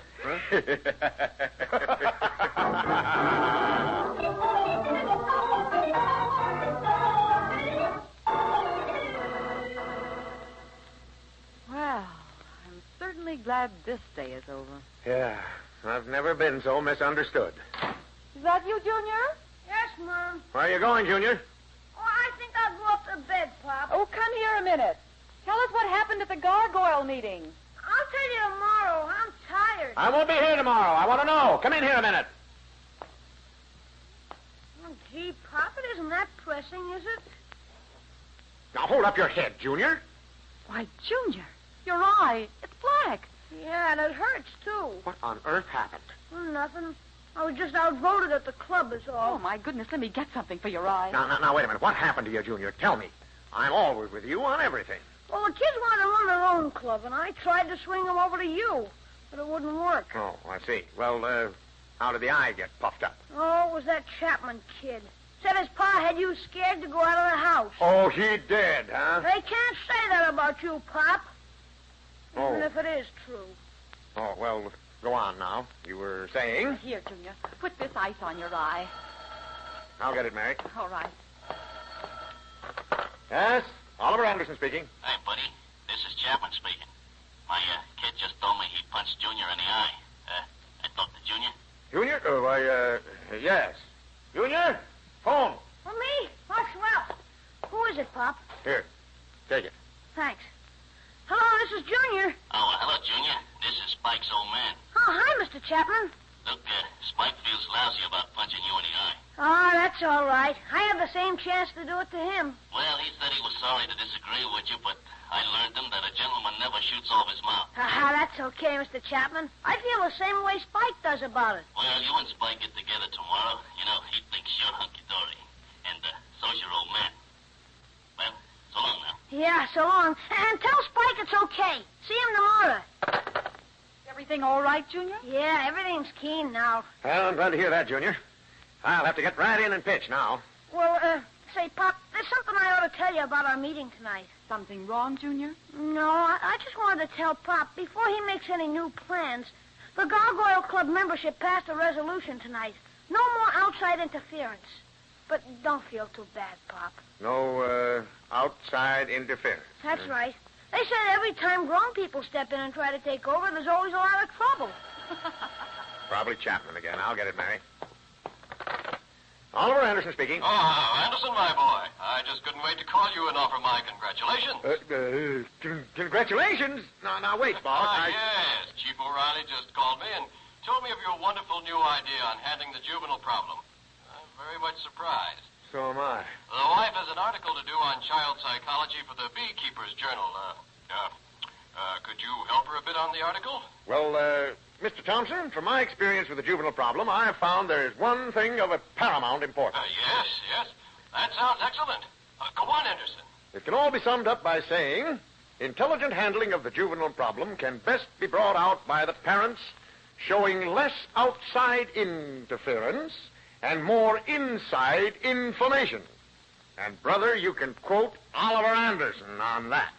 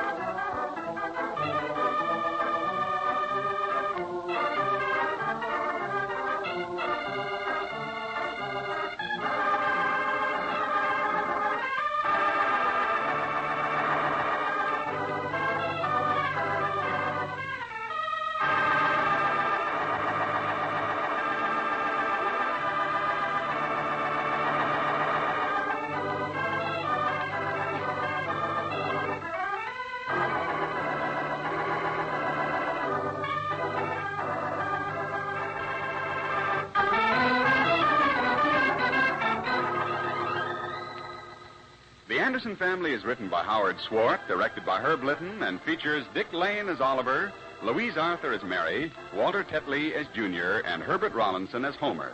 Others in the cast were Paul Theodore, Jackie DeWitt, and Doug Young. Music by Gordon Kibbe, sound effects by Ray Erlenborn, and your announcer is Ken Peters. The Anderson Family is a Hollywood Broadcasters production, transcribed from Hollywood.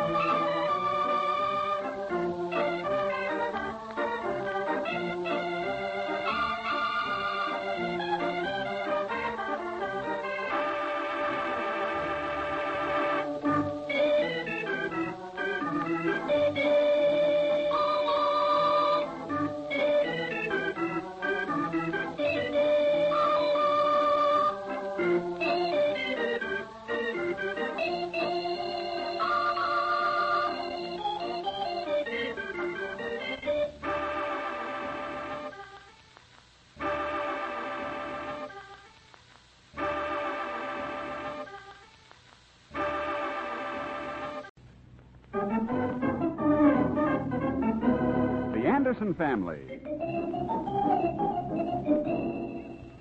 Hurry up, Mary. I have to meet that 2:30 train, and I'm already late. But I thought you were going to take me to the hairdresser's, Oliver. I just can't take the time, Mary. I'm meeting a fellow by the name of Childs, a big buyer, and the boss won't stand for any side errands. Well, it won't take but a minute, darling. Okay. Are you ready to go right now? Well, no, but I could be in 10 minutes.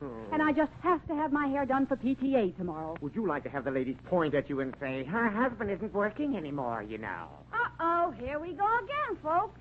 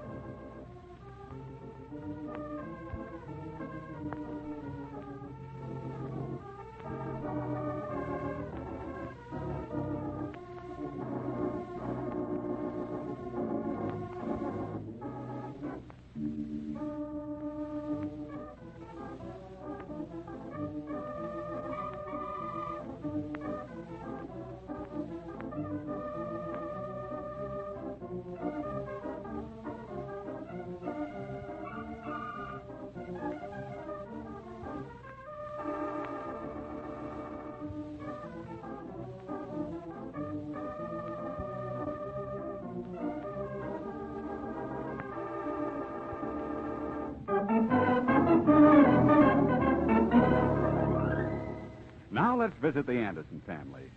Well, this whole thing started when Oliver Anderson came home unexpectedly in the middle of the afternoon and told Mary he had to meet a train in half an hour.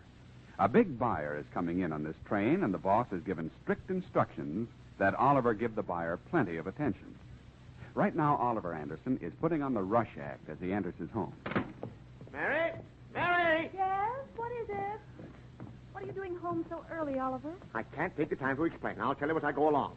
I'm to meet a train in a half an hour. Now, where's my clean shirt, sports shoes, and my brown suit? Well, I haven't ironed yet. Your sports shoes are at the shoemaker's, and your brown suit's down to the cleaner's. I see. Does Junior have an extra pair of Levi's I could use? Oh, now, look, calm down, Senator. Oh. What train are you to meet and why? Well, a big buyer's coming in, and the boss has laryngitis, so I'm the selected one to make the deal. I'm also supposed to dress accordingly. Well, it won't take but a minute. I'll iron a shirt for you. No, I'll get it, Mary. Get started on the shirt. All right. Hi, Oliver. Oh, it's Homer. Well, come on in, I guess. Yeah, thank you. I seen you drive up, Oliver, and I thought maybe someone were sick or something. No, everyone's well, and I have to hurry. Well, where are you going? To meet a train. Oh, I see. Well, I thought I'd ride downtown with you if you was going right back. Well, I'll be leaving in 5 minutes, I hope. Yeah, I gotta see the hotel man about some cement work. I'm meeting him in the lobby, 2:45. It's right on your way. Okay, come on in and sit down.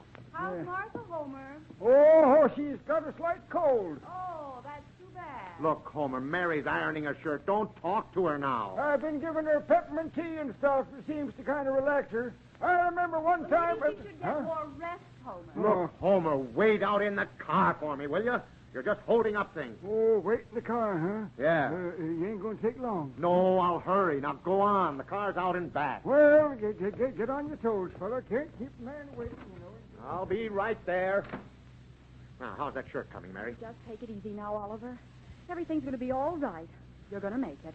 Will this striped shirt go with the blue suit? I think it looks nice. Well, let's have it. And bring me that old blue suit. Hmm?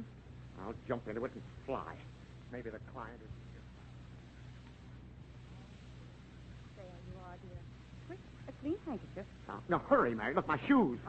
Thanks. Now, my coat. Yeah? Here, hold it. Quick. But, Oliver, dear, wait a minute. I don't have the time. Here, give me a kiss.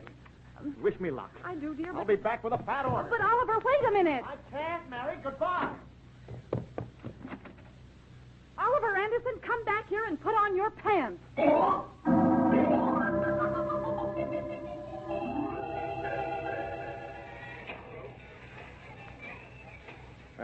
Pardon me. Is the train in yet from the east? How should I know? I don't work here. I'm with just like you. Oh. Well, maybe this is the train standing over here, huh? Did you see a man get off the train? Look, brother, I know your kind, and if you annoy me further, I shall report you. Oh, well, I'm sorry. I'll wait here by the gate. this red flower in my lapel is a sign. He'll probably look me up. Now, where's that card? Oh, yeah, here it is. I see child. I better remember that name. Excuse me. Are you by any chance Mr. Thompson of Tufts, Torrance and Thompson Company? Well, no, I'm, Thompson? No, he's ill with laryngitis, but I'm with the firm. My name's Anderson. Oh, thank goodness. I thought I'd never locate you. But I looked for the red flower, and here you are. Uh-huh, yeah. I'm waiting for someone. An I.C. Child. I'm I.C. Child. Oh, that's fine. You're I.C. Child? Of course. Ilgrid Child. Are you surprised? Well, no, I thought it would be a man. Oh, the same thing happens lots of times. Oh, does it? Well, Mr. Anderson, according to my wire, there is a room reserved for me at the hotel. Oh, yes, of course. Here, let me have your bag. I want to clean up and get a little rest before we look over the stock. Oh, sure. Right this way now. My car's outside. Miss Child? Oh, why don't you just call me Ilgrid? Well, it would be easier. Ilgrid?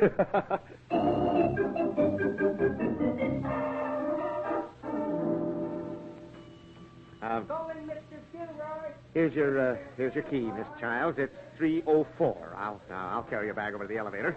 I'll wait down here for you, and then you'll probably want to eat. You're very kind, Mr. Anderson. It's just part of our firm's service is all.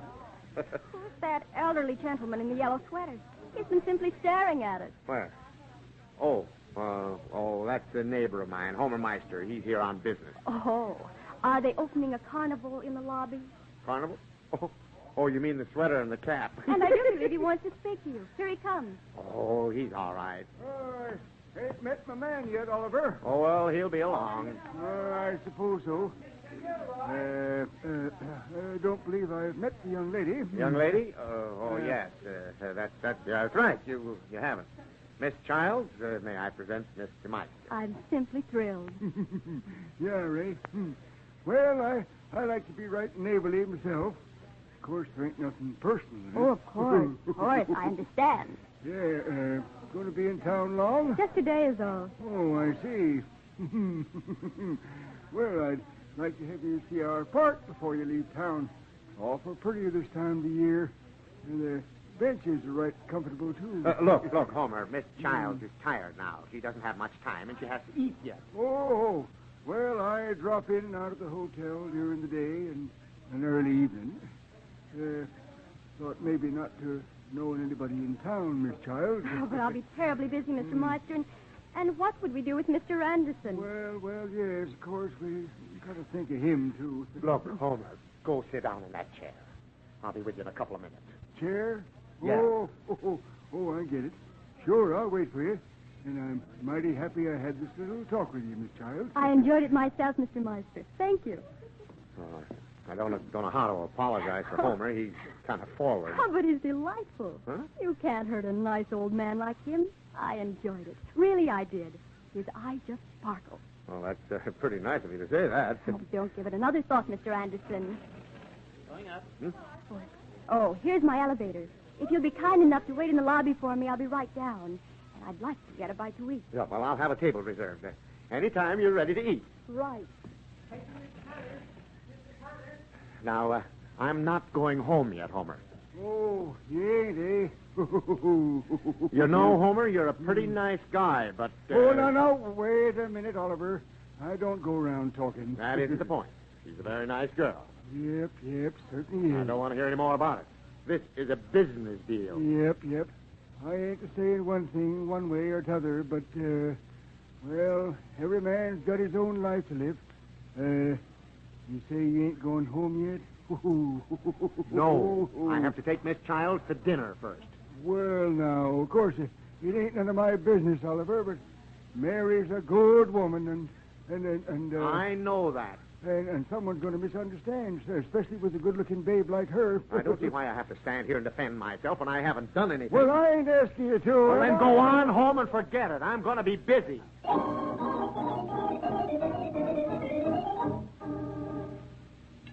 I'm afraid I put you out terribly, Mr. Anderson. Oh, now, don't give it another thought. I get paid for doing a job, and this is a very pleasant one. How's the food? Very good. Oh, here you are, Anderson. Huh? Oh, excuse me. Miss Childs, Mrs. Briggs, another neighbor of mine. Oh, how do you do? Thank you. I just met Homer Meister. He said you were in the hotel. I just had to see you. Slide over a bit. Will you get ready? Slide over? Here, now, wait, Briggs. Get in on this side if you must sit down. Oh, very well. I hope I'm not crowding you. Maybe I'd better stand. No, I'm perfectly comfortable. Anderson, Millicent is waiting up the street. I must have a check cashed, but I don't have a check with me. Do you have a black one? They'll give you one in the lobby. The lobby? Yeah. Very well, I'll inquire there. You're new around here, aren't you, young lady? Look, Briggs, Miss Childs is here on business. Now, if you don't mind, we'd like to be alone. I should think you wouldn't be embarrassed, Anderson. However, it's no affair of mine. We have divorce courts for this sort of thing. Look, Miss Childs, I'm sorry. This whole thing... But I'm enjoying it immensely. Please, Mr. Anderson, believe me. Well, then, as long as you're not going to spend anything, Briggs, now move on out and give me back my chair. Very well, Anderson, but you regret this humiliation.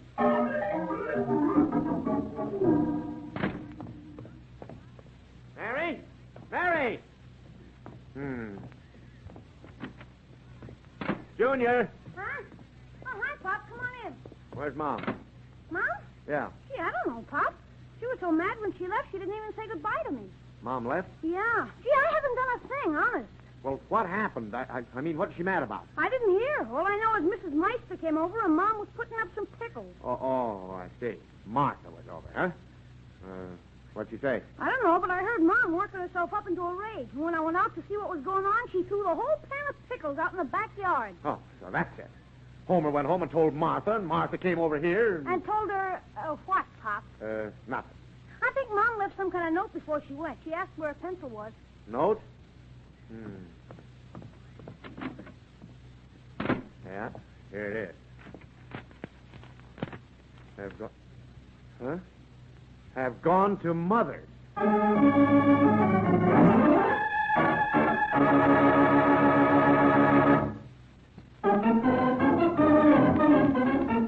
And now back to the Anderson family. Well, Oliver Anderson has met the train which brought a client to the Tufts, Torrance, and Thompson Company. The client turned out to be a very lovely young lady. As Oliver escorted her to her hotel, he met Homer Meister, the neighbor next door. And while dining with the young lady, Oliver had another brush with a neighbor, Mr. Briggs. Oliver got the order, but when he returned home, he found a note saying that Mary had gone to her mother's. And so to carry on further, here's Oliver talking to Junior. Look, Junior, here's the whole story. The client I met was a young lady. Pretty? Kinda. Gee, no wonder. No wonder what? Oh, nothing. Look, I'm trying to explain that Martha must have told Mary I was seen by Homer with a young lady. And it was just a client. All you had to do was tell Mom the client was a girl. I didn't know it till she got off the train. Of course, I understand, Pop. Sure, you do. But Mom doesn't. Well, look, it isn't like her to fly off the handle without first finding out about it. Maybe Mrs. Meister didn't tell her, Pop. Maybe Mrs. Briggs did, because Mom talked to her on the phone before she left. Oh, I see. That's another place it could come from. I guess a fella has to be pretty careful in a small town like this. Yeah. How do you mean? Well, nothing. Nothing's wrong. But still, a whole family is broken up. And they talk about kids going haywire. Well, don't you worry any more about it. If Mom wants to act that way, she'll get no cooperation from me. Where you going, Pop? I'm going to the Briggs. I want to find out just what she told your mother.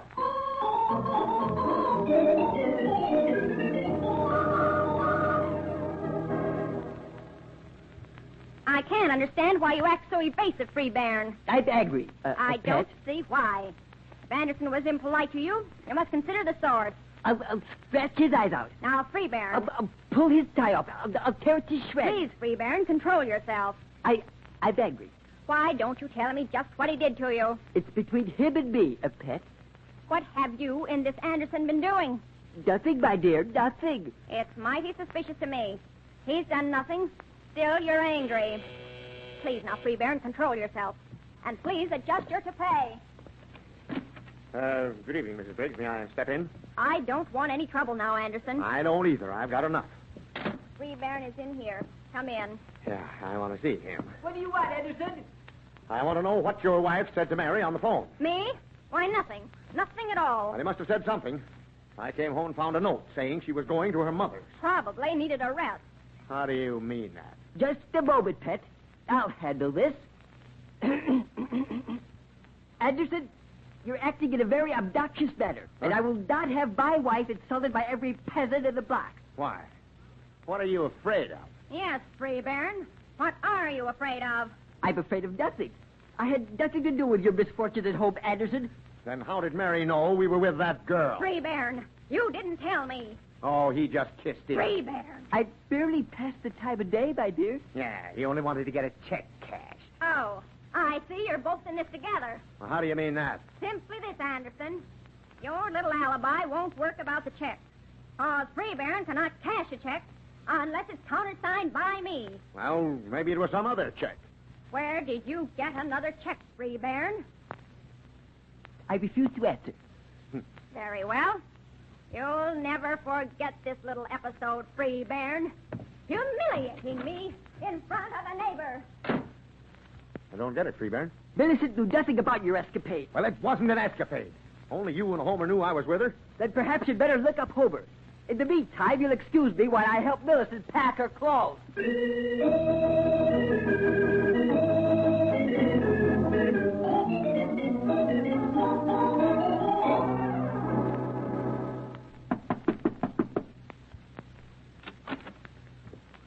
Yep. What is it? Look, Homer, let me in. What for? I want to talk to you. Well, make it snappy. I got to get back downtown. The fella at the hotel wants to see me about some cement work. The fella, huh? Yep.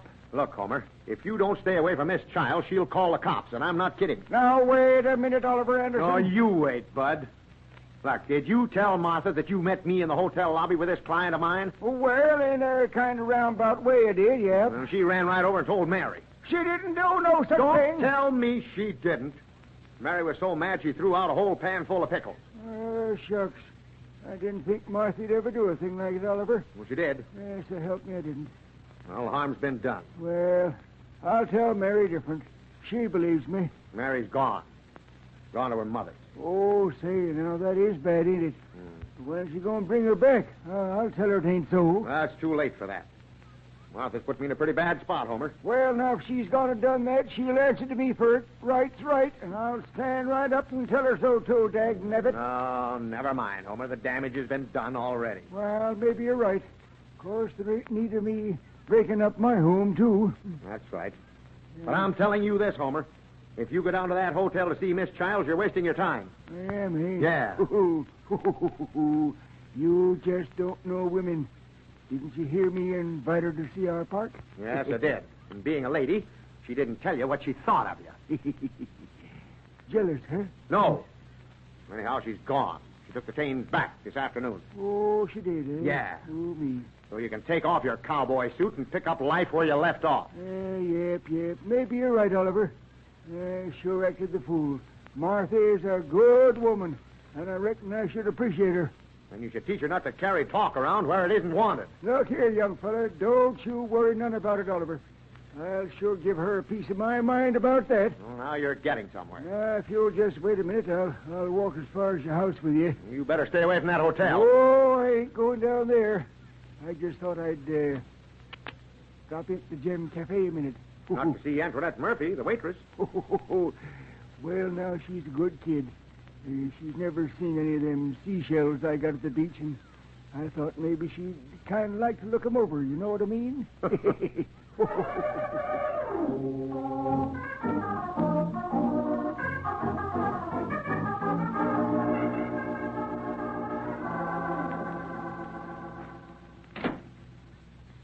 you, Mom? No. Nobody's home. Gee, I'm hungry.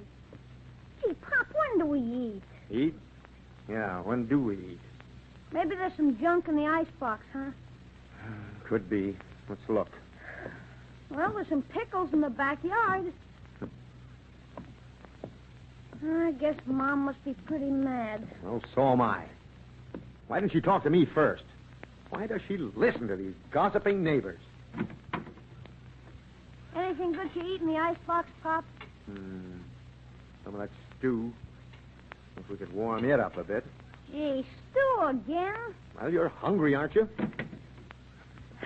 Yeah, I guess so. Gee, it's lonesome without Mom. Well, it's all her fault, Junior. Maybe if you told her you were sorry. Sorry? Sorry about what? I haven't done anything. Maybe Mom's crying and everything. I don't see why. She must feel awful. Yeah. Yeah, I suppose she does. Hand me that pot holder, son. Well, you just can't pull up your roots and start over. Yeah, here, Pop. Thanks. Well, I suppose I can spend my vacations with you, Pop. Sure. What are you talking about? Well, I mean, if Mom can't get over the shock and everything. That's your mom now. Yeah. Now, just act like nothing happened. Give her the cold treatment. Okay. Oh, I've never been so angry in my life. Never. Welcome home, Mom. Mother kept me talking for hours. Well, what's wrong with you, Oliver? You decided to come home, huh? Why, of course. Well, you've heard Martha's story. Now, do you want to hear mine? Yours? Oh, what do you know about pickles? What does pickles have to do with it? Martha told me the wrong way to fix the pickles. I was so mad at the way they came out, I threw the whole pan of them out. Now, wait a minute. You didn't go to your mother's just because Martha told you... Oh, of course not. I went to Mother's to get the recipe she uses. I left you a note. Surely you saw it. Pop found it. Oh, wait a minute. You mean you only went to your mother's to get a recipe and you're not angry? Oh, of course not, silly. I met Mr. Thompson on the street. He told me what a wonderful sale you'd made. I'm really proud of you, darling. You are? Mhm. Did he tell you who the client was? Oh, come now. Don't be childish. Huh? Of course he did. He said she was a very attractive young lady, Oh. and she complimented you highly. Oh. Oh? Gee, Mom, you're sure broad-minded, isn't she, Pop? Oh, well, certainly. What made you think she could be otherwise? Now, if you'll get out of the way, I'll get us something to eat in a hurry. Oh, gee. You're really back home to stay, huh? Mm-hmm. You didn't believe what Martha said? Martha? Well, she didn't say anything that... Oh. Oh, I think that's Mr. Briggs. He was coming this way when I saw him. Junior, tell Briggs I can't see him now. Okay, but hurry up dinner, Mom. Look, after this, when you go to your mother's, put down the reason, too, will you? I thought you left because the client turned out to be a girl. Oh, how silly. What's wrong in showing a client around the store? After all, business is business. Gee, that's swell. Can't help it if your father is busy. I've deceived this very boat. Now, wait a minute, Briggs. We're just going to eat. I can't help that, Anderson. I don't care how you treat your own family, but you'll not break up mine. Why, Mr. Briggs, what's wrong? I'll go over, Mary. I won't be but a minute. Well, I don't get it. Mr. Anderson will be over in a few minutes, Mr. Briggs. Very well. I'll not be blamed for Anderson's escapade. I'll be in my room, Mom. When dinner's ready, call me, huh? Wait, Junior. What does he mean, Oliver? What escapade? Oh, nothing. I just took the client to lunch at the hotel, and Millicent is angry because Briggs sat down with us. Oh, how cozy. Well, You didn't tell me you took her to the hotel to eat. we didn't have a chance. And how many times have I asked you to take me there to eat? Oh, How many times have you said it's awfully expensive? it was on the firm. I had to do it. Now, what do Millicent and Martha think about me? Oliver, you should have more respect for me than... Now, look, Oh, Mary, I just- please try to understand. Uh-oh, here we go again, folks.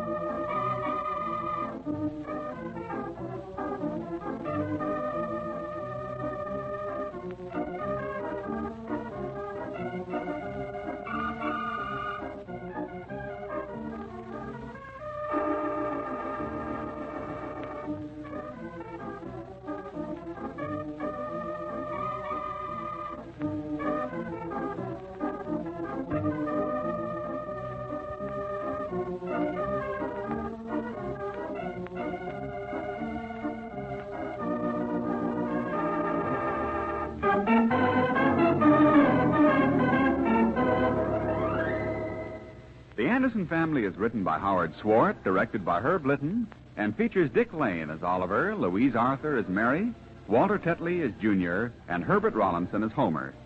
Others in the cast were Jenny Johnson as Mrs. Briggs, George Peroni as Freebairn, and Jacqueline DeWitt. Music by Gordon Kibbe, sound effects by Ray Erlenborn, and your announcer is Ken Peters.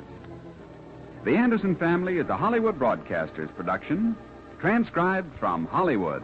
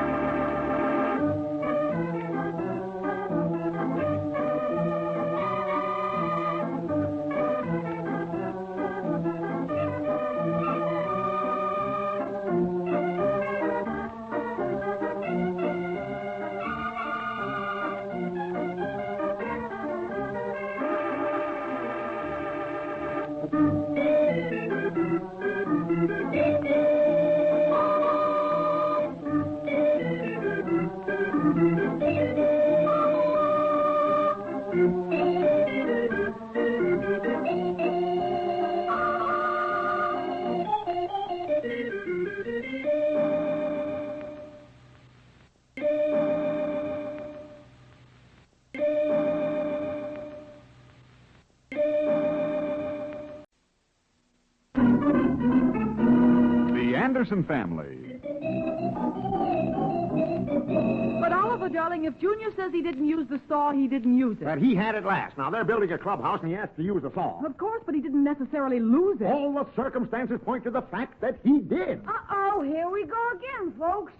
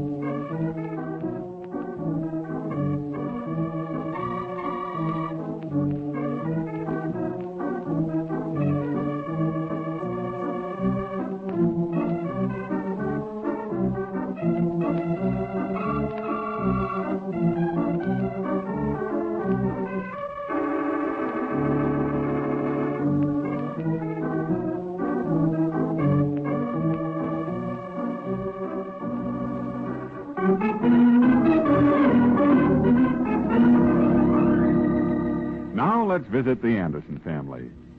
Well, this whole thing started at the office where Oliver Anderson spends a lot of his time.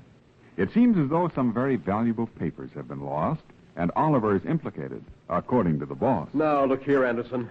That letter was right with those other letters I sent in to you. Look, now, I'm rather an alert sort, Mr. Thompson. At times. Yeah. Well, if the letter came into me, I'd have seen it. Where do the letters go when they leave me? Into me. Right. And when I want a letter, where do I get it? From me. Good. So far, you're batting 1,000. What letter was it? Letter, close the door, Anderson. Secret? Yes, it is. But what am I whispering for? I don't know. Look, Anderson, that letter is a bill for a corsage I sent to a young lady, and you know how my wife is. I'll say I do. What's that? I mean, yes, I know about her. Good. Now, she wouldn't understand, of course. I never do. Isn't that the truth? This woman's name must never be repeated by anyone, Anderson. I know a fellow who takes his wife some sort of a little pet when he's been a bad boy. It works, too. It does. It does. How does it work? Oh, well, if it's something small, you take home a bird or a parrot or something. Oh? Now, if it's bad, then, of course, you have to get up into the pet monkeys and so on. No! I will not take my wife a pony. Gee, bad as that, huh? It's that bad, Anderson. If you don't find that letter before she does, you're in a spot. Yeah, but I didn't lose The it. circumstances point to the fact you did. Yeah, well, I guess it does. But just last night, the police chief let a criminal go, even though he had a lot of circumstantial evidence against him. That's the trouble with the chief. Oh, boy, I told him off. I'm on the committee, you know. I laid him out proper. You did. Yeah. Just watch where you park, Anderson. Yeah. Okay. Now find that letter.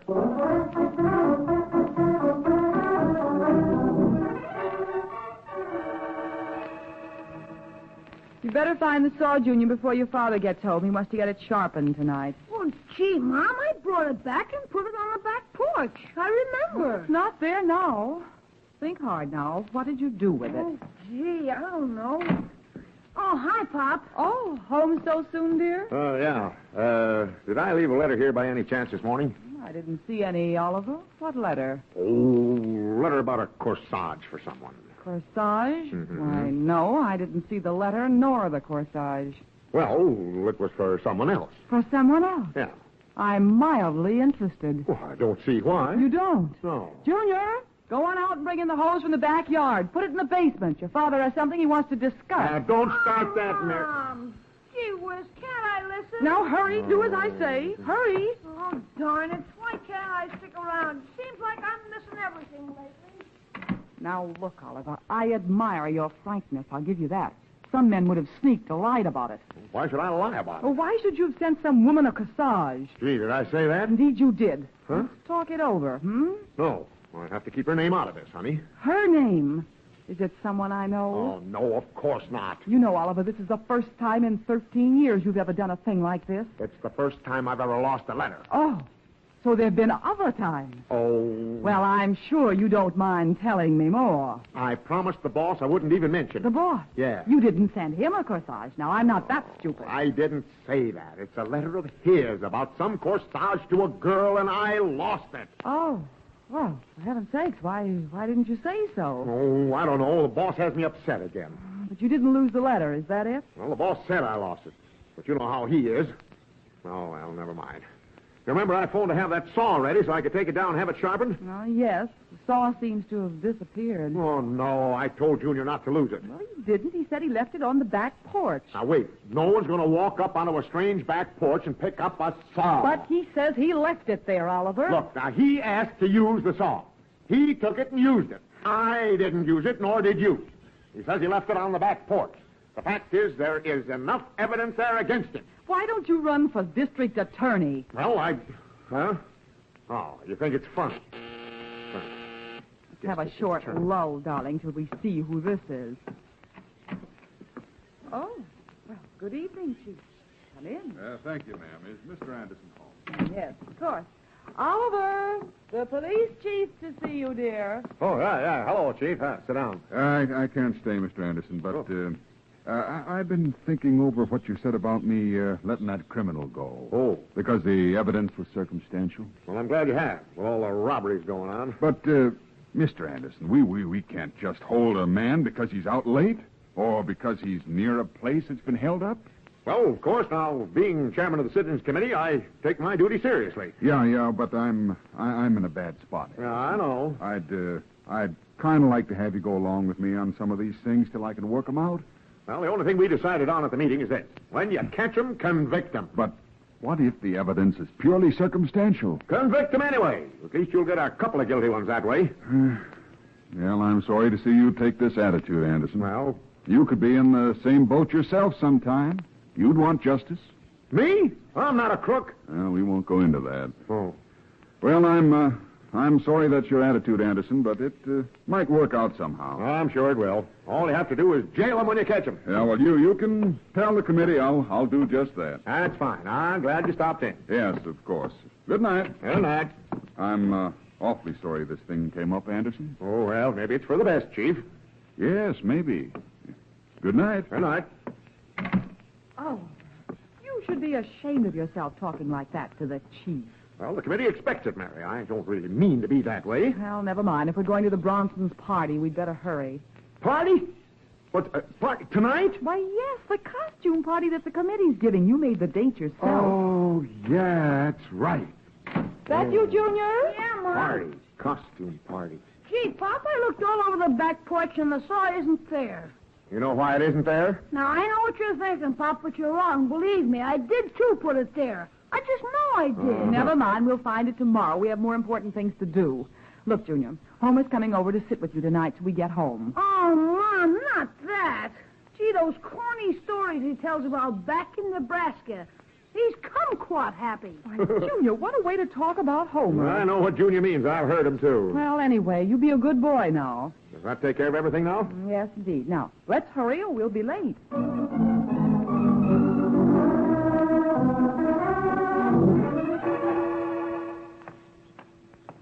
You certainly look like a Bowery queen in that getup.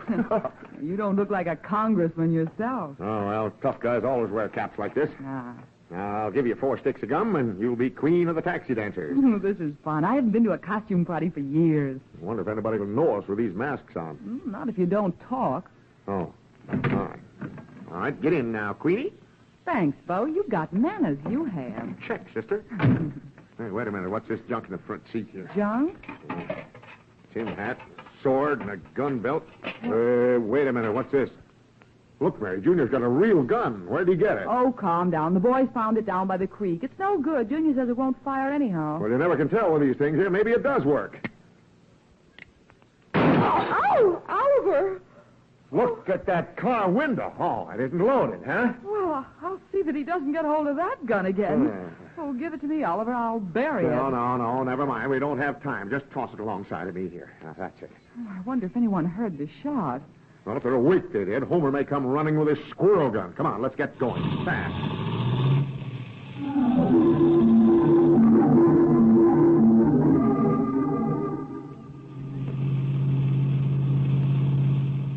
I think you'd better stop and get gas, Oliver. Gas? Didn't you get gas this morning? I didn't use the car. There's a station right there on the corner. Okay, don't point. Oh, good evening, folks. Good evening. Fill her up? Nope, just 4. 4? Trying to wean it?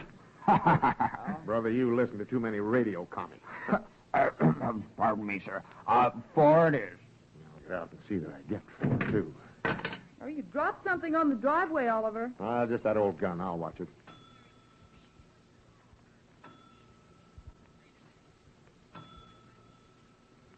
Let's hear that last chime, son. Yes, sir. That's better. And put the cap on tight. All set, sir. Fine. How's your oil? Good. How's yours? Hurry, Oliver. We'll be late. Water okay? Yep, perfect.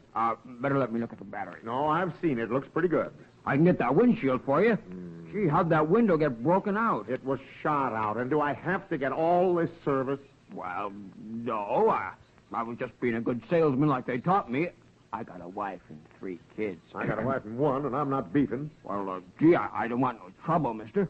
I can see you're a tough guy. Yeah. Don't see many guys wearing caps anymore. Hey, I am tough, son. Why, I could shoot that cigar right out of your mouth and never nick you. Gee, I read about fellas like you. Ain't you scared of the police? Scared of the police? Say, I'll take 'em on all day. You know how tough I am? Hey, leave me alone. Gee, I don't blame them.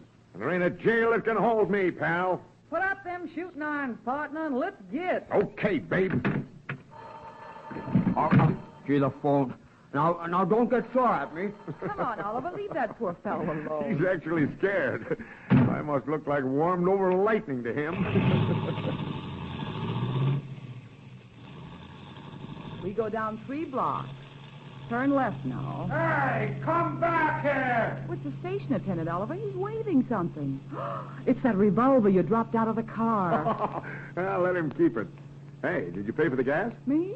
Why, no, I didn't bring any money. Well, neither did I. My wallet's home in my other pants. Oh, well, we'll get it when we pass back this way.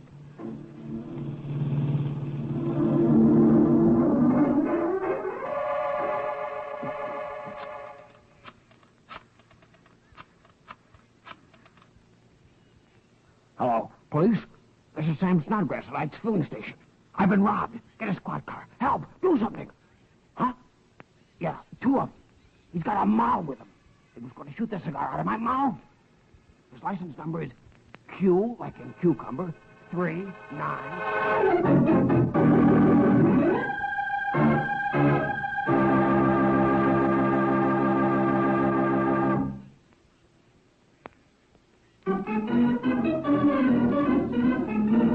Now back to the Anderson family.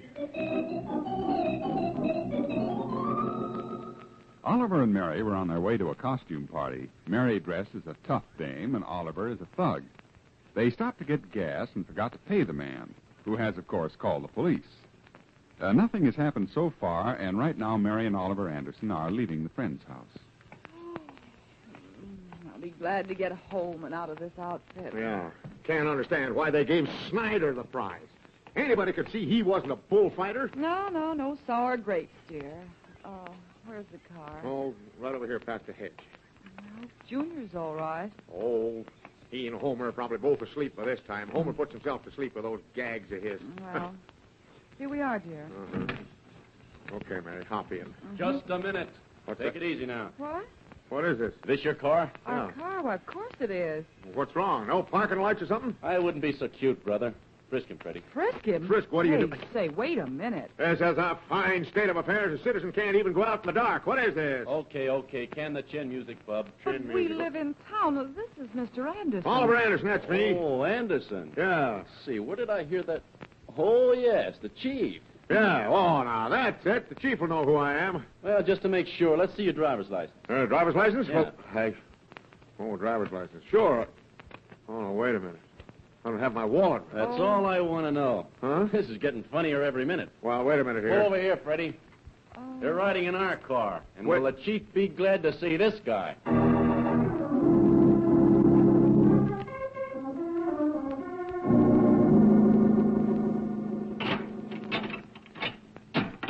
All right this way, babe. Huh? You with the makeup. Me? Yeah. Oh. What have you done to Oliver? Oh, he's cooling off in the tank. He won't get in bad company. All right, just follow me now, Toots. Chief wants to see you. This is positively humiliating. Well, you should have thought of that when you held up that gas station. Held up a gas station? I can't help you, lady. It's up to the chief. Oh, dear. Let me talk to the chief. He knows us. The idea of You'll get driving your wish, lady. Go right in. He'll talk to you. Chief, I've never been so humiliated in all my life. I know just how you feel, miss. I see it every day. But you know me. I'm Mrs. Anderson. Names don't mean a thing, miss. It's the crime that counts. Oh, but we've committed no crime. Committed no crime, she says. Mm-hmm. Yeah, well, here's the report. 1, no driver's license. 2, parked without lights. 3, hold up and extortion. And 4, this is the worst of all, armed robbery. Why, Chief, that's a lie. Why, lady, we have the gun. Yes, and we have the witness who saw you and the man who held up. Oh, now look, Chief, that isn't true. It isn't? Well, Oliver did have a gun in the car, and we did forget to pay the man for the gas. Oh, you admit it then, huh? Well, of course it sounds bad. Yeah, that's what I wanted to hear you say. Well, you admit that it looks like a pretty good case, now don't you? But we'll fight it. We're not guilty. Yeah, I know you aren't. And we'll get a lawyer and... Huh? You know we're not? Of course I know it. But by rights, I could hold both of you on suspicion of armed robbery with those masks we found in the car, the gun, and other things. Oh, but, well, what are you going to do to Oliver? That's what I want you to see. You know, he's been giving me a tough time in counsel with his saying I don't hold people on circumstantial evidence. How do you like it up to now? Frankly, Chief, this is the worst experience I've ever had in my life. It is? Yes. Well, you ain't seen nothing yet. Oh? Wait till that husband of yours gets in here. But remember now, Mrs. Anderson, don't tip him off. And, no. You might even help me along a bit. Well, you mean to cure him of meddling? Right. Now, help me out on this, Mrs. Anderson. Well, if it won't take too long. No. Won't take but a couple of minutes. Oh, fine. Bring in that Anderson.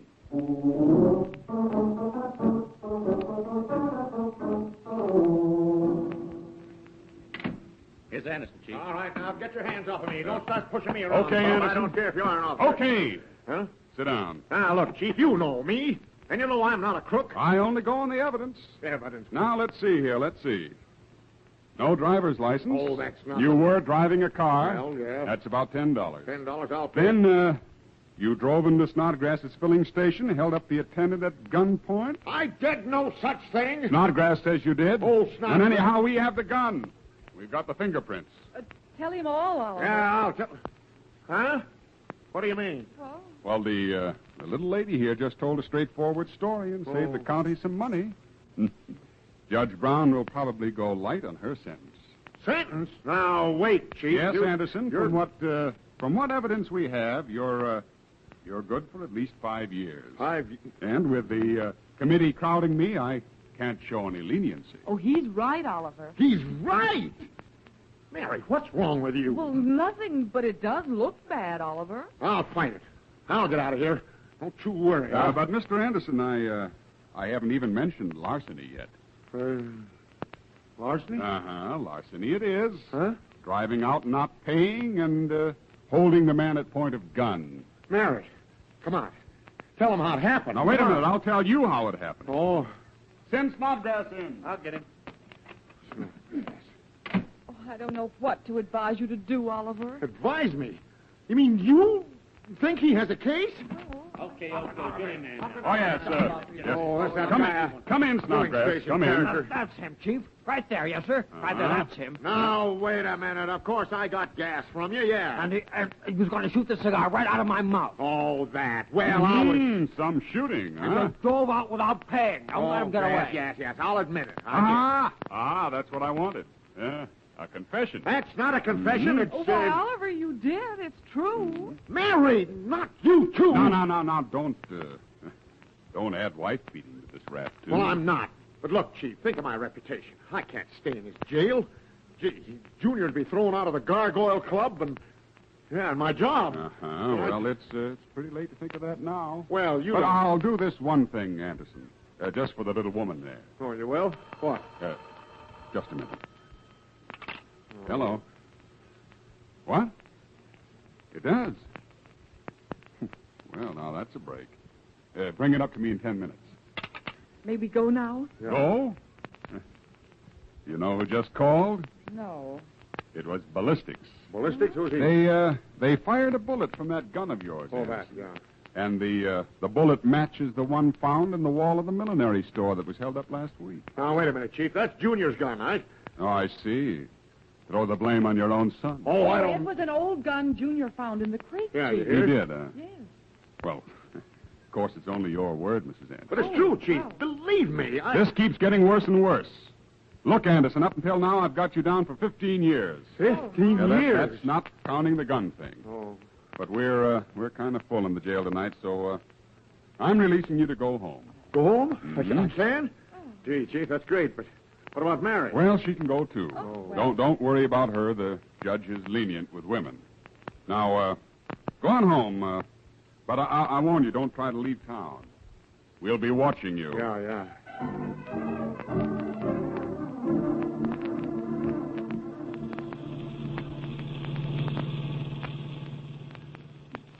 But Mary, he said 15 years. Oh, no, don't worry, dear. You'll still be a young man when you come back. Don't talk like that. You've already got me in for life. I wouldn't take that chief too seriously, Oliver. It probably won't come to 15 years at all. Maybe not more than 10. Good behavior. Now, wait. You know darn well I didn't do anything. But, darling, the chief doesn't know. Well- He just goes by the evidence. And Junior! Oh, now, never mind. I'll tell Junior you didn't do it. But I'm still in jail. Explain that to him. I'll get the best lawyers. Oh, in the- that's foolish, Oliver. It'll cost the state a lot of money. Cost them. It's costing me years. Well, let's not cross our bridges before we come to them, dear. I wish I had a good high bridge right now. I'd jump off. Now, just take it easy. I'll work something out.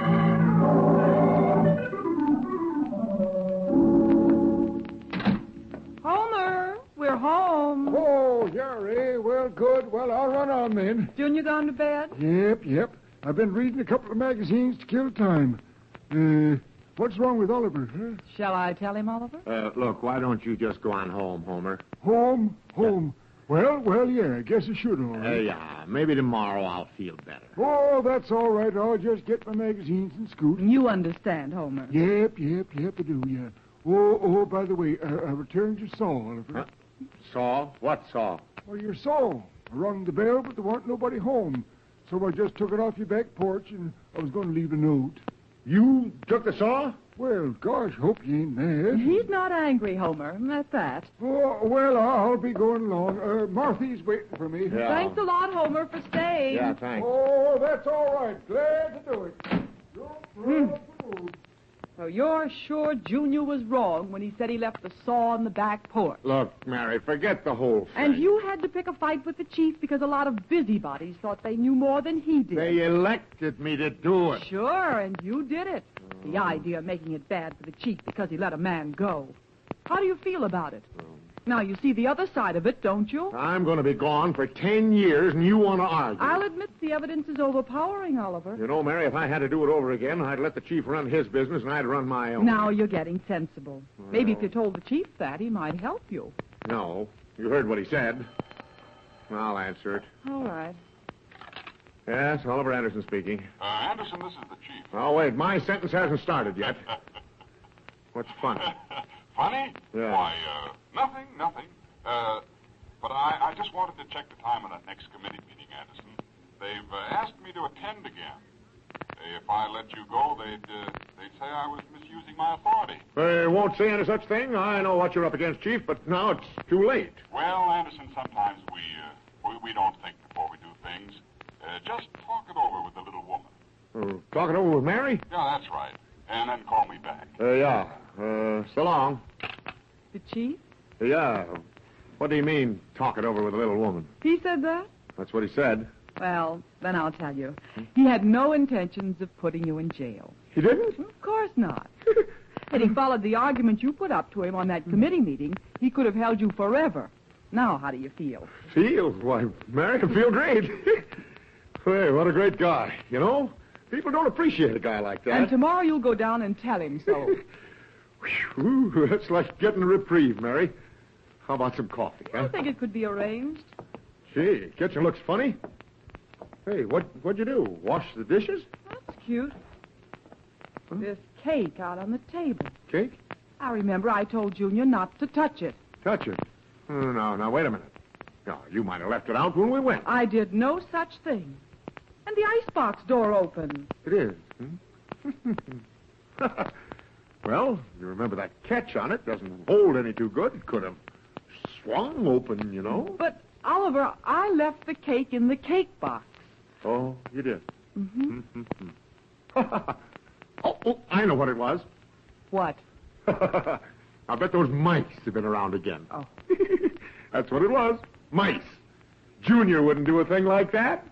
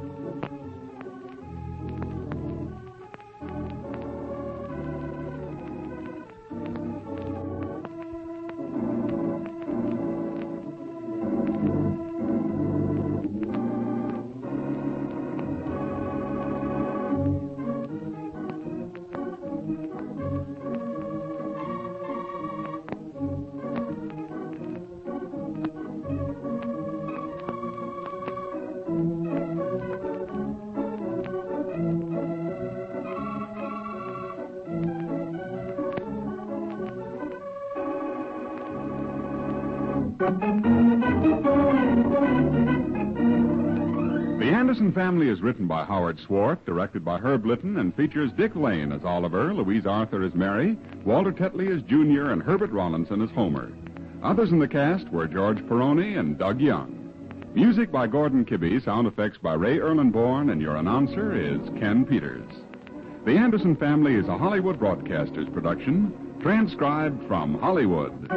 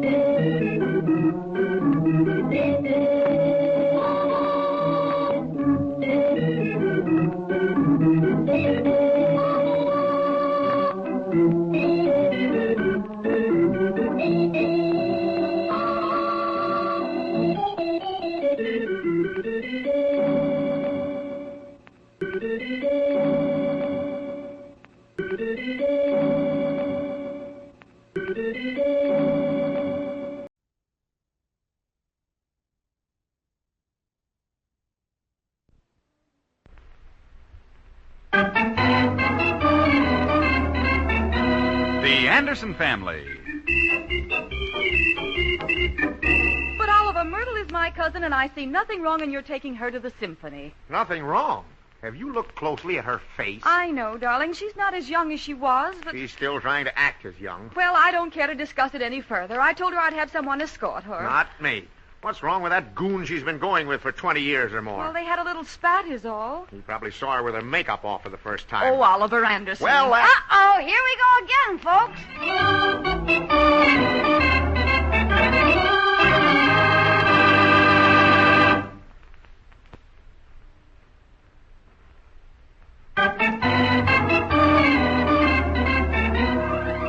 And now let's visit the Anderson family. Well, this whole thing started when Mary's spinster cousin cried on Mary's shoulder and told her that Phineas Pilston, her boyfriend, had refused to take her to the symphony. Mary hates to see anyone in trouble, so she reassured her cousin, patted her on the shoulder, and agreed to get her an escort. Oliver doesn't know about this as yet, but he will in one moment, for right now he is coming up the front walk and greets Junior. Hi, Junior. What are you hunting for? Nothing? Oh, nothing, Pop. I'm just cutting some flowers for Cousin Myrtle. I see. Myrtle, is she here? Yeah, and she feels awful, Pop. It's nothing new, is it? Well, no, but this time she has something to feel awful about. You mean she found her engagement ring was brass? No, not that. But her boyfriend has turned her down. Oh, well, it can't be very serious. I'll go on in and have her laughing in 5 minutes. She doesn't want to laugh, Pop. She just wants to cry. Okay, maybe I can help her out on that, too. When you get those lilies cut... Dahlias. Yeah, whatever they are. When you're through, come on in the house. Okay, Pop. Be right with you.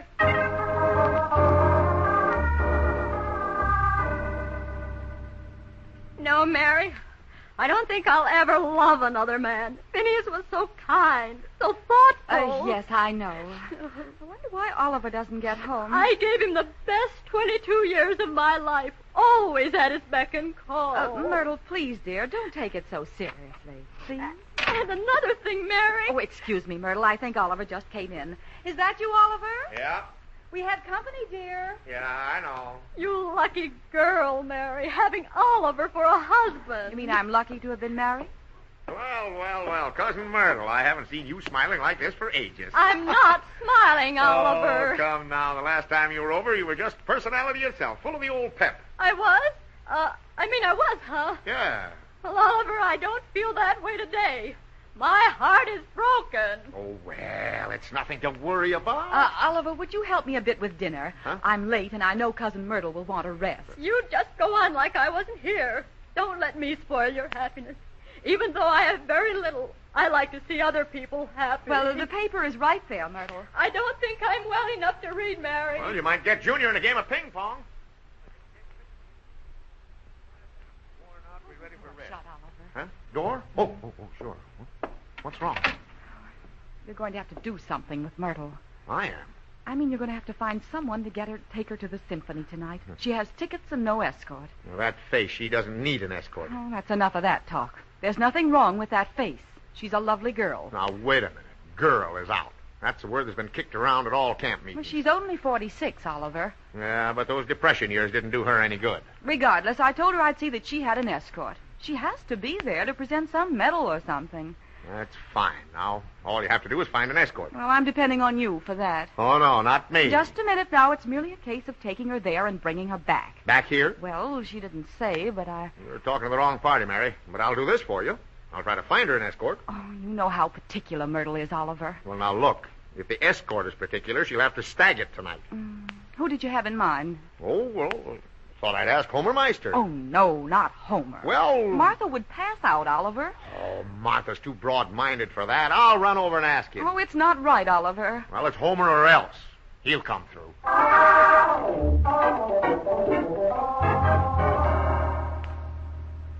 Now, look, Homer. I don't see no need of you going down to the corner and hanging around just because you got a new sweater. Oh, that ain't the reason. I've been tied down too much. I don't get out and get around like a fellow should. Well, there's lots you can do right here at home. Nope, I'm going, Marthy. A fellow's got to be seen around now and then. You coming home early? Well, I might. And then again, I might go way downtown. What do you know down there? Oh, nobody. Well, just remember this. I got the same right to be seen around as you have. Ain't nobody stopping you, is there? Someone at the door. Oh, go get it while I tie this tie. Oh. It's Anderson. Yeah. Come in, I guess. Oh, thanks, Martha. Gee, you're looking nice tonight. What do you want to borrow? Borrow? Well, nothing. Just dropped in to see Homer. Well, you better see him quick. He's a-going downtown. Hey, neighbor. Right. Come on in, Oliver. Well, what the best-dressed man should wear. Hey, aren't those pants new, Homer? Yep. So's the coat. Gee, they'll match that yellow sweater perfectly. Yeah, you like 'em, huh? Sure, for a change. What do you want with Homer? Yeah. What's up, Oliver? Oh, nothing much. I had just one ticket for tonight's symphony, and I thought Homer might want to go. Alone? How many do you think they let in on one ticket? Hey, let him finish, Marthy. Dag nabbit. You know, I like good music, Oliver. Well, that's fine. Then you're in. How come you got only one ticket? Why? Marthy's got a lot of stuff to do, Oliver. Suppose we run out to the garage, and then we won't bother Marthy. Come on, Oliver. Now, wait, Homer. Hey, you say the ticket's good, Oliver? Whoa. You heard what I said, Homer. You know, it's been a long time since I heard classy music, Oliver. Yeah. Homer Meister, you listen to me now. You'll do. I think Martha wanted to speak to you, Homer. Yeah, I know. She just mad she ain't got 2 tickets. Well, maybe she could just go on over to my house, and you can meet the party you're going with. Yeah, who am I going with? A cousin of mine. Oh, do I know him? It's her. Her? Oh, now, wait, Oliver. Oh, now, don't start to apologize. She'll like you. Nope, not me. I'm a married man, Oliver. Got one of the finest women ever see. Hey, how old's this gal? Old? Yeah. Oh, I'd say in the neighborhood of 45. 45, eh? Mm-hmm. Is she hefty?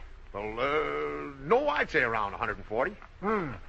Well, how come she wants to go with me? Well, she has to go with someone. Yeah? Wouldn't want a lady to go to a symphony without an escort. Well, no. 'Tain't hardly the thing to do, of course. And You love good music. Yep, I do. Don't I? You'll have a fine time, Homer. She's a lot of laughs. A lot of laughs, eh? Yeah. Hey, how do you mean that? Oh, nothing personal, Homer. Just jolly is all. She'd probably think you're all right. Oh, nope, Oliver. 'Tain't right. I shouldn't go. No. Wait a minute. Now, look at it this way. Here's this lonely girl. Everything is platonic. Oh, 'tis, huh? Sure, and Mary could think of no one whom she'd trust with Myrtle like she would you. Oh, she couldn't, eh? Nope. Well, of course, I'm a dependable She just feller. wants someone to take her to the concert and see that she gets home unmolested. Yeah? You know, a pretty girl appreciates an escort with finesse and class. One who understands music. Yeah? That's why I thought of you. Oh, you did, eh? That's the stuff. Come on. Yeah. Well, I guess Marthy would understand. Of course. And I sure like good music. That's the way to look at it. And I'm helping out a neighbor. And I appreciate it. Nothing wrong in it. Can't see what it'd be. Well, okay then. I'll do it. Good. Just for you, Oliver. Ho, ho, ho, ho, ho. Hey, you say she's 45, eh?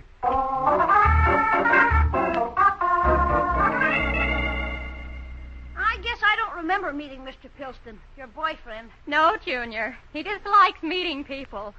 Something happened in his early life. He just doesn't like to bring it up. Well, you'll meet him someday, Junior. Yes, I must bring Phineas over. He's fond of children. Is he tall? Rather. He's distinguished looking, too, but he has a terrible temper. He doesn't know his own strength when he's aroused. You don't mean he's violent, Myrtle. Only when he's angry, Mary. But he's so sweet when he's happy. At one time, I merely walked to the drugstore with a neighbor gentleman, mind you. Merely met him on the street. And Phineas almost got 3 years. But they couldn't prove he had brass knuckles on. Oh, Junior, dry those few dishes for Mommy, will you, dear? I get it, Mom. Gee, brass knuckles. Oh, here's Oliver now. Come on, Homer. Take your hat off. Hat? Oh, yeah. Hat, Why, yeah. Homer, isn't that a new suit and sweater? Yep, 'tis. But there ain't no reason making fuss over it. 'Tain't the fuss suit I ever had. Oh, howdy, gal. Gal? Oh, I'm sorry, Homer. Meet my cousin Myrtle. Myrtle, this is Homer. I've heard so much about you. Yeah, got a good report on you, too, Myrtle. Yep. Oh, my.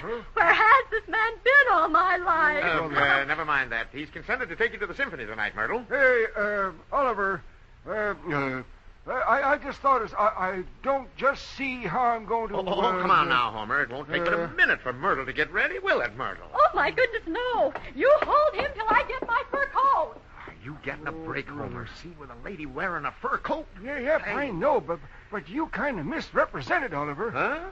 Boy, if I had a face like that, I'd nail a board over it. And she ain't going to see no 45 again. Honest, Homer, she's just 45.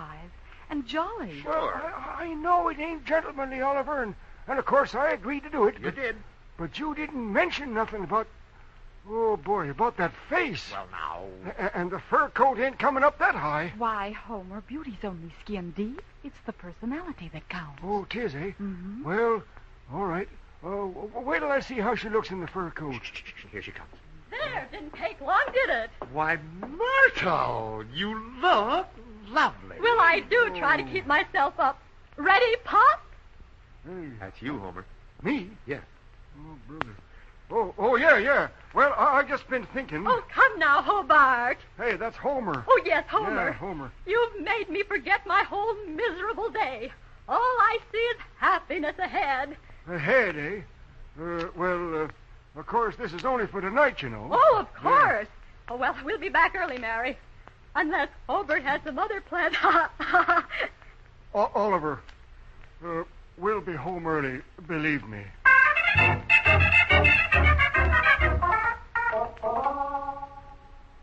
Well, that's the happiest I've ever seen, Myrtle. And the unhappiest I've ever seen Homer. Oh, I'll get it, Oliver. Probably Homer down at the bus stop without his fare. Yes, Mary Anderson speaking. Hello, this is Phineas Pilston. Is Precious there? Precious? Oh, yes, of course, Myrtle. Well, no, she, Oh, I said she would be. I'm calling from down the corner drugstore, and I am very angry. Oh, come now, Phineas. The world doesn't stand still. Myrtle must go on. No, that may be true, Mrs. Anderson. But she will go on with me, or she will go on with no one. And I mean that from the very bottom of my soul. Well, you'll have to speak to her about that. Good evening. Who, Phineas? Right. Angry as a hornet. Good. Let him see she can get another man, and he'll hang around all right. Jealous is a wonderful thing. Oh, but he's angry, Oliver. Well, so am I. I don't see why we have to always be caring for some of your wandering relatives. Well, this is what you wanted, isn't it? Well... Alone, quiet, no one to bother you? Doesn't seem natural. At least Myrtle's gone for 3 hours. Well, it was nice of Homer to go through with the deal. What else could he do? Now what? Who is it? Oh, Mary! Mary, the awfulest thing's happened. Huh? Let me sit down. Get me some water. Get some water. Oh, goodness, sit down. Oh, what is it, Myrtle? Oh, Mary, it's Hobart. You mean Homer? Oh, what's wrong with Homer? I don't know. Just as I was helping Hobart on the bus, Phineas rushed up and... Oh, no. Where's Homer? I don't know. They were rolling on the sidewalk, and I screamed and ran home.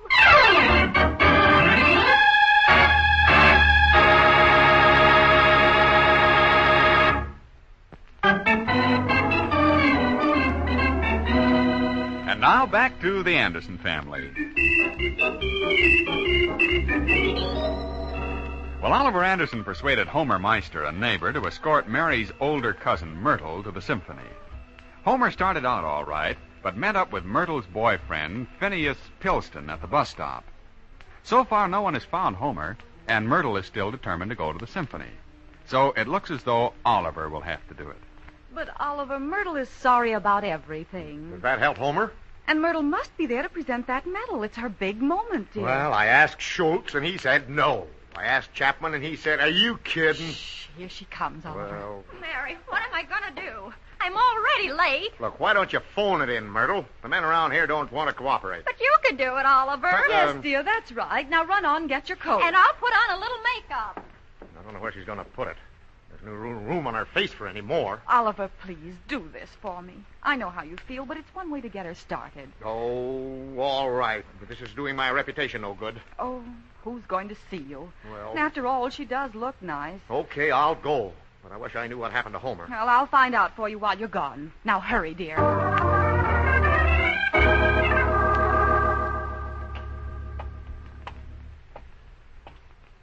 There. Right there. That's where Phineas leaped on Hobart. Homer! If this guy's still in a leaping mood, he'd better look before he leaps. I don't like him just because he's connected with you. Well, I told you he had a temper. Well, Don't see a temper, bus I got coming a yet, temper, Oliver. too. Well, look, Myrtle. Pull that fur up around your face. This night air, you know. I'm glad you thought of it. Is that man looking at you? What man? That smart-looking man there by the drugstore door. Oh, yeah. I see him. Oh. Hi, Freeburn. Good evening, Anderson. Gotta hit it? Why, yes. Excuse me just a second. It's Mr. Briggs. Fine fellow. Of course. Go right ahead, Oliver. Well, what's on your mind, Briggs? I don't seem to recognize the young lady. Oh, the young lady? Why, it's Myrtle. The stranger out here, isn't she? Why, yeah. Well, first time I've ever been out with her. Of course, it's none of my business, but, aren't you kind of close to home, Anderson? You mean with her? Yes. I was going to suggest. I'm going right downtown on the bus, alone, and I'd like to... Briggs, you're a lifesaver. She's taking the bus, too. Say, do you like symphony music? I adore it. That's swell. You want to go with her? It all depends. Of course, she's an attractive little creature. Well... and the fur coat and all. But, has she got the ticket? Yep, and paid for. Come on over. I'll introduce you, and then I'll bow out. You're a thoughtful person, Anderson. Oh, I'll be well. happy to do the same for you someday. Well, thanks. That's all right. Come on. Oh, Myrtle, it's an old friend of mine, Freeburn Briggs. What'd she say? Nothing. Keep the fur up, Myrtle. Oh, my goodness. She has a dimple, too. That's just the bottom part of it. I can't see you so well in this light, but you're a fine-looking lady, Myrtle. Everyone's so kind to me. What's happening now, Oliver? You're going to sneeze, I guess. Achoo! There you see. What's wrong, Briggsy? Could I speak to you just a moment, Anderson? Yeah. Excuse me a second, Myrtle. Say, is that her own face? Well, sure. What's wrong? I'm not taking the bus, Anderson. But she has tickets, Briggs. Not for me. I have to keep up a certain amount of prestige. When she sneezed, that was the last straw. Bring the man and come on. Well, let it go. There'll be another one along. So seeing how things turned out, I'll bid you a pleasant good evening, Well, now Anderson. look, Briggs. I've seen enough, Anderson. How did he get so hoity-toity, that little pipsqueak? Oh, I just know we're going to be late, Oliver. Well, the bus runs every 10 minutes. Now, don't worry. Remember, I'm just helping you out. Keep that fur up around your face more. Well, I can't see anything if I do. I know, and no one will see you either. What's that, Oliver? But nothing. Wait a minute. Hey, wait a minute. Here's Slim Slipnickel coming. Oh, excuse me just a minute, will you, Myrtle? Don't leave me standing here alone for long. It's embarrassing for me. For you, huh? Hey, Oliver. Oh, hi, Slim. Where you going? Well, I take the bus downtown and look over the ladies. I see. That ain't Mrs. Anderson you're with, is it? No. It's, Myrtle. Just a friend. How do you do it, Anderson? Oh, you know, a fella has to do this sort of thing once in a while to make his wife happy. Yeah. To what? Look, Slim, how'd you like to hear a symphony tonight? You mean music? Well, yeah. And escort a lovely lady.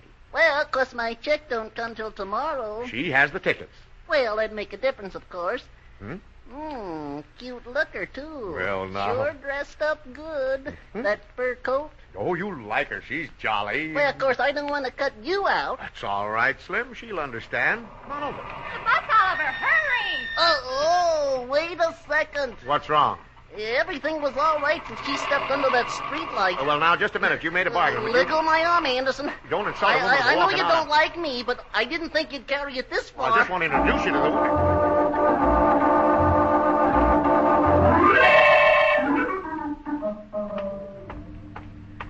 Top step now. Just take it easy now. Delightful concert, wasn't it, Oliver? Yeah. Oliver! Huh? Oliver! Look, Myrtle, go on in. I have to see someone. Just one humiliation after another.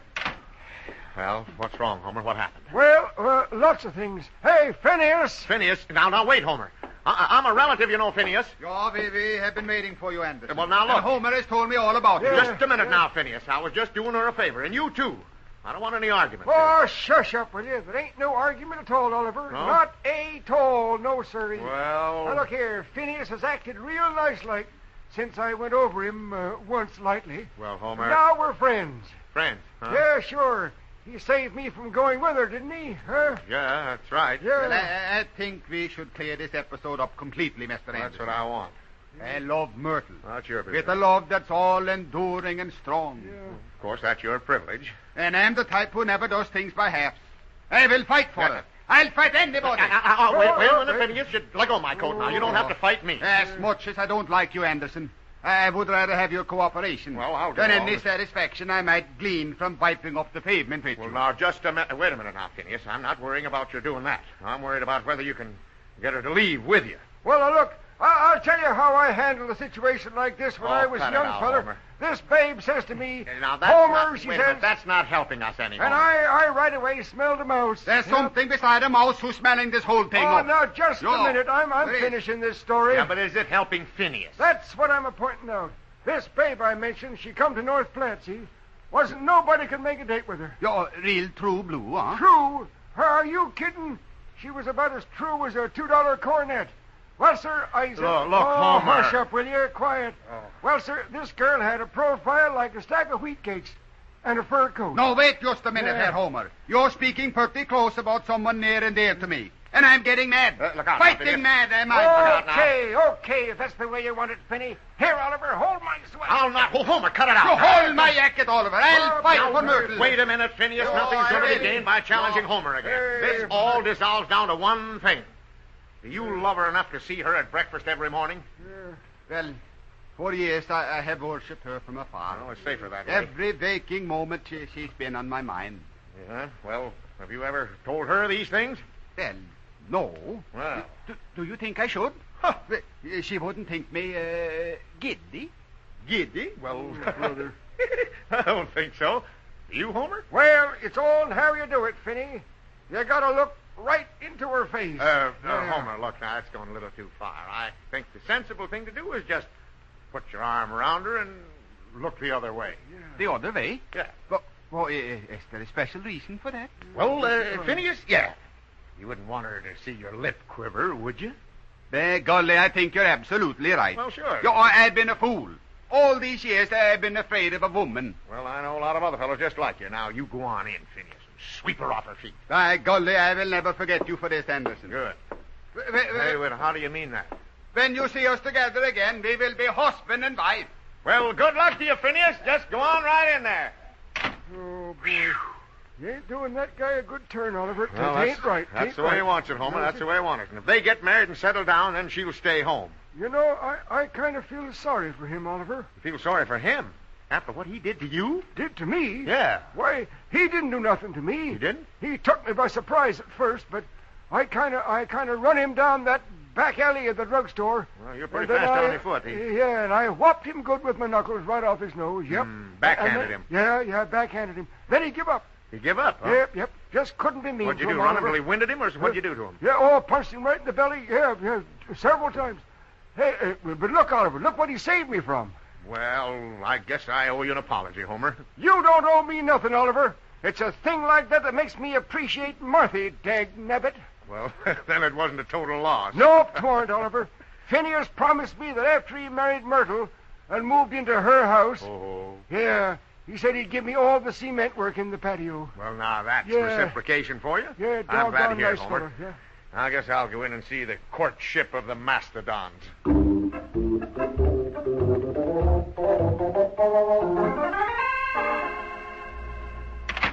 I hope I'm not too late. Oh, Oliver. Huh? I'm the happiest girl in the world. Well, Phineas promised to get the license tomorrow. And Wednesday we get married. Oh, I'm so thrilled. well, that's swell. How about you, Phineas? Oh, I'm just so proud and that she's so happy. Oh, good. Yeah, come, my sweetie. Let us go out in the moonlight Well, where there's we a can little be out there for alone. you. Huh? Oh, Phineas, you do care. Yeah, I do. Come. Let me carry your pocketbook, sweetheart. No more heavy work for my little pet. Night. Good night, Mary. Good night, you two. Well, I hope you're satisfied, Oliver. They're happy, aren't they? That man's up to no good, Oliver. He's a man. That's all Myrtle has ever wanted. That's not true. Well, at least we accomplished one thing. She won't be coming over here so often. Poor Myrtle. Poor Myrtle. She's never been so happy in her life. Junior, what are you doing up? I couldn't sleep with all that noise. Well, they've gone now. What was Cousin Myrtle crying about, Mom? 'Cause she's happy, Junior. Happy? And crying about it? Well, Gee, I don't get it. Don't worry, Junior. Someday you will. she'll always blame me for this. Blame you. That Phineas doesn't know how to treat her. He doesn't. No. You heard him ask to carry a purse, didn't you? I don't want Phineas coming around here later saying he got a bad deal on Why, this. Oliver Anderson, she's my cousin. Well- She's not a bad deal. Oh, well, I just got a side look. I've always tried to be nice to your side of the family. Gee, Pop, what's Mom crying about? Well, I guess she's happy, too. I'm not happy. Well, what are you, then? Here we go again, folks.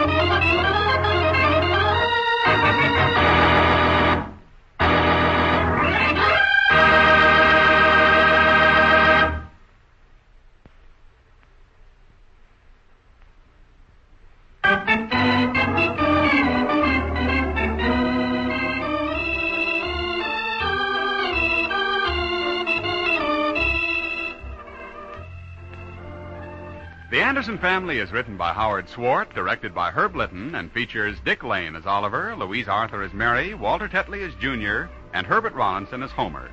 Martha was played by Jacqueline DeWitt, Myrtle by Jenny Johnson, Slim by Doug Young, and Mr. Briggs by George Peroni. Music by Gordon Kibbe, sound effects by Ray Erlenborn, and your announcer is Ken Peters. The Anderson Family is a Hollywood Broadcasters production, transcribed from Hollywood.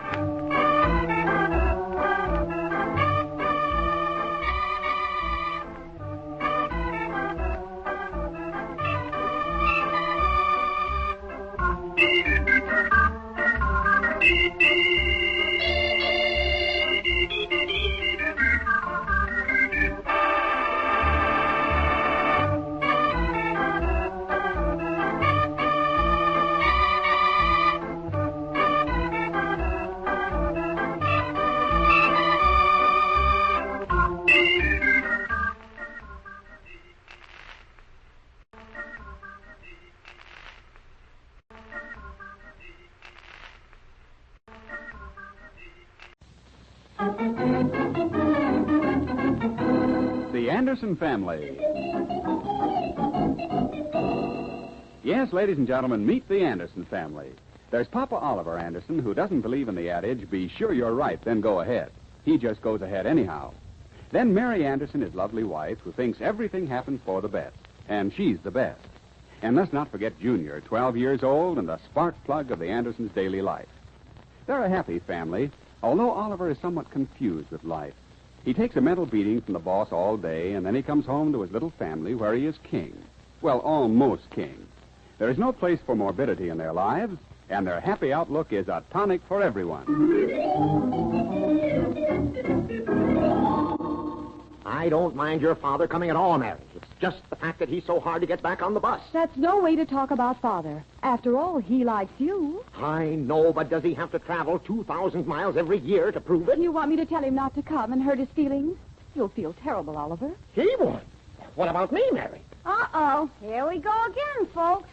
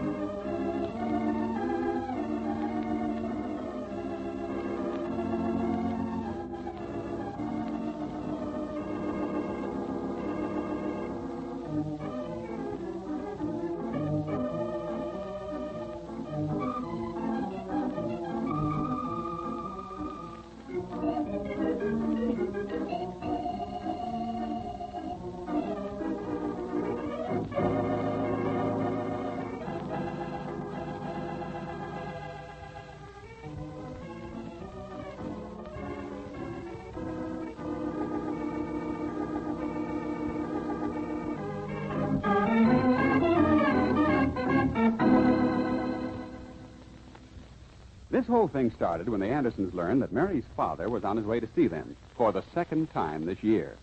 Oliver likes the old gentleman, but would like some kind of a contract holding the father to a certain date for his departure. Mary, of course, is anxious to see her father, while Junior is rather non-committal. Right now, they're on their way out to the junction in the highways, where Mary's father will meet them and follow them into town.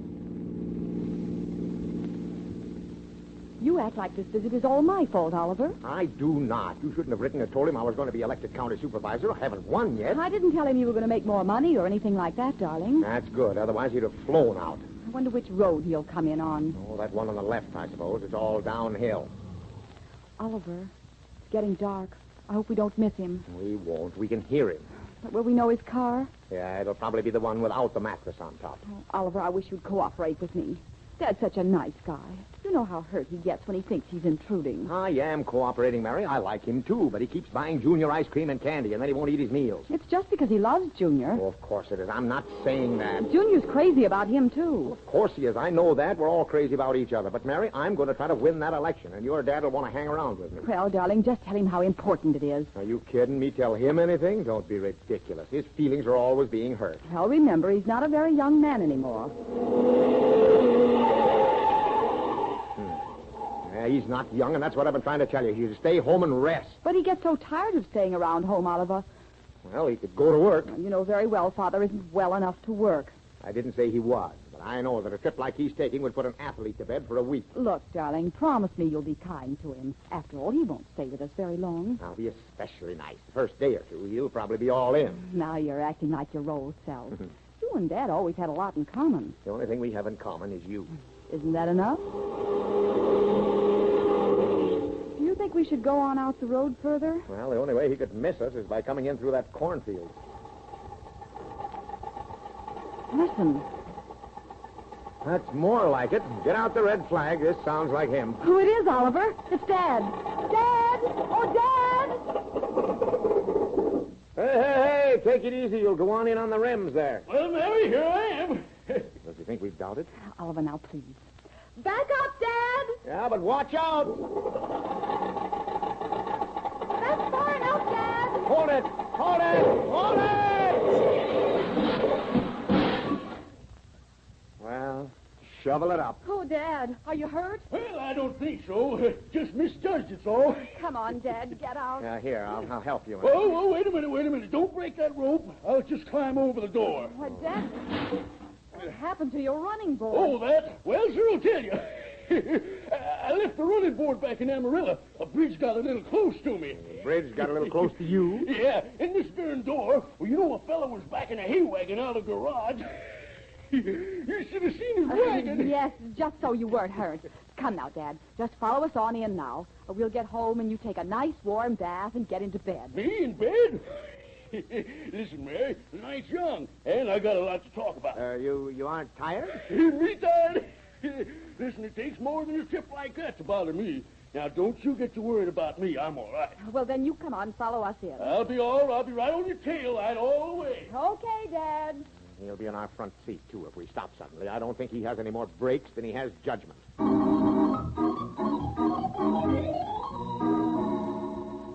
Dinner will be ready in just a moment, Dad. Oh, no hurry, Mary. I stopped back down the road a ways and had 5 hamburgers. 5 of them? I'll show you the model plane I just made, Grandpa. Oh, yeah, all by yourself, huh? Well, I'll help you make one. It'll make the kids' eyes pop right out. You will? Yeah. See, how long will it take? Yeah, there's no need starting it and then leaving before it's finished. Oh, I'll stay till we finish it. Oh. Dinner's ready. Come on, Dad. You're going to sit by me, aren't you, Grandpa? Well, I don't know any place I'd rather sit. You sit right here, Dad. Junior, you sit on that side. Oliver, you take the head there. That's pretty far from the food. Pop's always making Mom and me laugh. Yes. Hey, what's this Mary writes us about your running for some political thing, Oliver? Yes, I stand a fair chance of becoming county supervisor. What's the matter with the fella they got now? Well, some people don't think he's too honest. Well, then I say get him out. Impeach him. Throw him out. Oh, Father, the gravy. Oh, I'm sorry, Mary. Will you get me a towel, Mary? Oh, Oliver, you're used to. That's all right, just an accident. I must have lost my temper. I promised Ma I'd not do that. Pop doesn't care, Grandpa. He's got another suit. Shall I go get it, Dad? No, bring me my raincoat. Now, Oliver, stop clouding and let's eat. Had some meat, Dad? Meat? Oh, yes, Mary. Thanks. Meal, too. Beef. Some potatoes, Grandpa? I'll have some bread. The bread, Dad? Gee, I can't keep up with you, Mary. Yeah, scatter it around a bit. So this feller's a crook, eh, Oliver? Yeah, we just don't use that term, Dad. Well, listen to me. If he's crooked, I'll help you all I can to get in. Oliver's doing well with it, Dad. Feller needs all the help he can get. Slide them carrots over here, will you, Sonny? Carrots? Oh, yes, that's carrots, Pop. Carrots? Oh, yeah, sure. That Benson has a pretty good machine behind him, and I have to go easy. Then get him out. I say beat him at the polls. Down with the machine! Junior, the plate! Got it, Pop! Look, Dad, everything's going to be all right. Oliver has his committees, and they'll see that the election is run on a fair basis. Gee, it ain't like me to lose my temper that way. But doggone it, Oliver, I always play the game to win. Well, of course, I expect to win. Oh, excuse me. You folks go ahead and eat. I'll see who it is. Oh, Homer, what is it? Can they come in a minute? Oh, I guess so. I got bad news, Oliver. Bad news? Yep. This Benson fellow who's running again you is around asking people about you, trying to get something on you. But I let on like I didn't know a thing. You let on? What do you know about me? What's the trouble here, Oliver? This fella here bother you? Bother me? Oh, no, Dad, you remember Homer Meister? You met him when you were here, living here before. Oh, of course. How's your wife, Mabel? Her name's Martha, and she's feeling right good. Well, I'm glad to hear it. You're looking good, too. Dad, Homer wanted to tell me something. Oh, well, great. Come on in. Mary, put on another plate, will you? Harry's here. Look, Homer lives just next door. He eats at home. Oh, cancel it, Mary. He ain't eating. Now, what's on your mind, Henry? It's Homer. Why don't you finish your dinner, Dad? I'll join you in a minute. Oh, hello, Homer. Anything wrong? Well, not yet. Not yet? How do you mean? Well, this Benson feller is sending stooges around to get something on Oliver. And I just wanted to warn him. They're a dirty bunch, Mary. Well, of course they are. Oliver, you're too easy. Now, wait a minute. Maybe Homer and I should go out in the garage and talk this over. Dad, maybe we'd better finish our dinner. Not me. I'm in this fight to the finish. You are? Well, you don't have anything to do with it. Well, I just thought you'd like to know, Oliver. Well, I am, and thanks, Homer. We'll have trouble finding anything wrong with my life. And when he does, he'll have to prove it. Well, I just thought I'd tip you off. Right glad you did, too, Henry. It's Homer. And come on over later, will you? We'll have a little game of euchre, eh? Not tonight, Dad. Homer has to spend some time with Martha. Yeah, Martha's a good woman. Yeah, and you'll be here for a couple of days yet, Dad. A couple of days? I'll be here longer than that. Tell Martha I said hello, Homer. Yeah, probably will. Well, good night. So long, Homer. Good night. Night. Let's finish our dinner. The varmints trying to get something on you, eh, Oliver? Oh, you know how they do. It's just worry is all. Gee, sounds like election night already. Oh, we'll show 'em, won't we, Junior? Pass them beans down here this way, Junior. Here, let me have them first. Never reach across the table, Junior. How about some more potatoes, Dad? Nope. Guess I lost my appetite, Mary. Them varmints get me so mad trying to get crooked, eh? Now, Dad. We'll show 'em. Junior, the plate. Got it.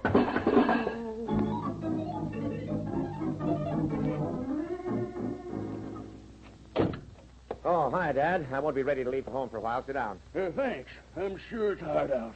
I've been standing down that meat market, arguing with that butcher in there. Oh, you mean Schultz? Oh, whoever he is, he sure ain't for you. I know it. He's pulling for Benson. Benson buys his meat there. I told him about your platform, and he just laughed at me. You told him, old shortweight Schultz? Why? Well, you ain't ashamed of it, are you? Well, why did you do that? We were saving that for a surprise. Was? Well, doggone it, I shouldn't be out, I guess. Look, you take the bus at the corner and don't get off until you get home, will you? Well, there ain't any need of getting upset now, Oliver. I've got an idea from talking to that feller. Look, Dad, forget the election, forget everything. Just let me handle the campaign. This Benson feller's a fast worker, Schultz tells me. Yeah, of course he is, and he'll have stuff out on me a half hour after it gets to it. That's what I wanted to know. You can't beat a man like that, honestly. But I think I can bring him down. Look, will you forget it? Not me, I'm a fighter, son. Oh. And no son-in-law of mine's going to take a drubbing while I can help it. But I don't need your help, Dad. That ain't what Schultz said. No. You're going to need a trick or two, and I'm just a boy who knows them. Don't you worry none about me. I'll be home when you get there. Now, wait a minute, Dad. Wait!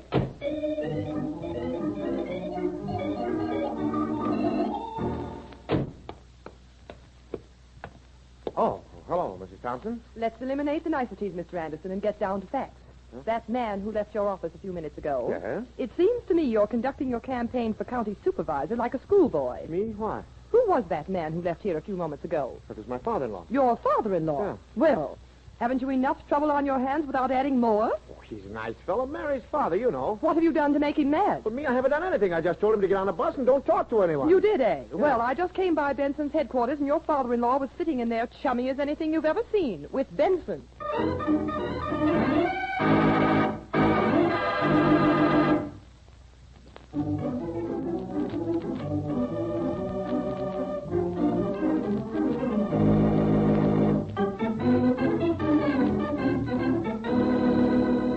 And now back to the Anderson family.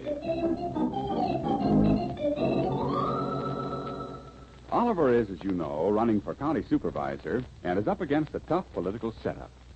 However, this didn't seem to stop Oliver's father-in-law from dropping into the opposition's headquarters after Oliver had told him to go home and talk to no one.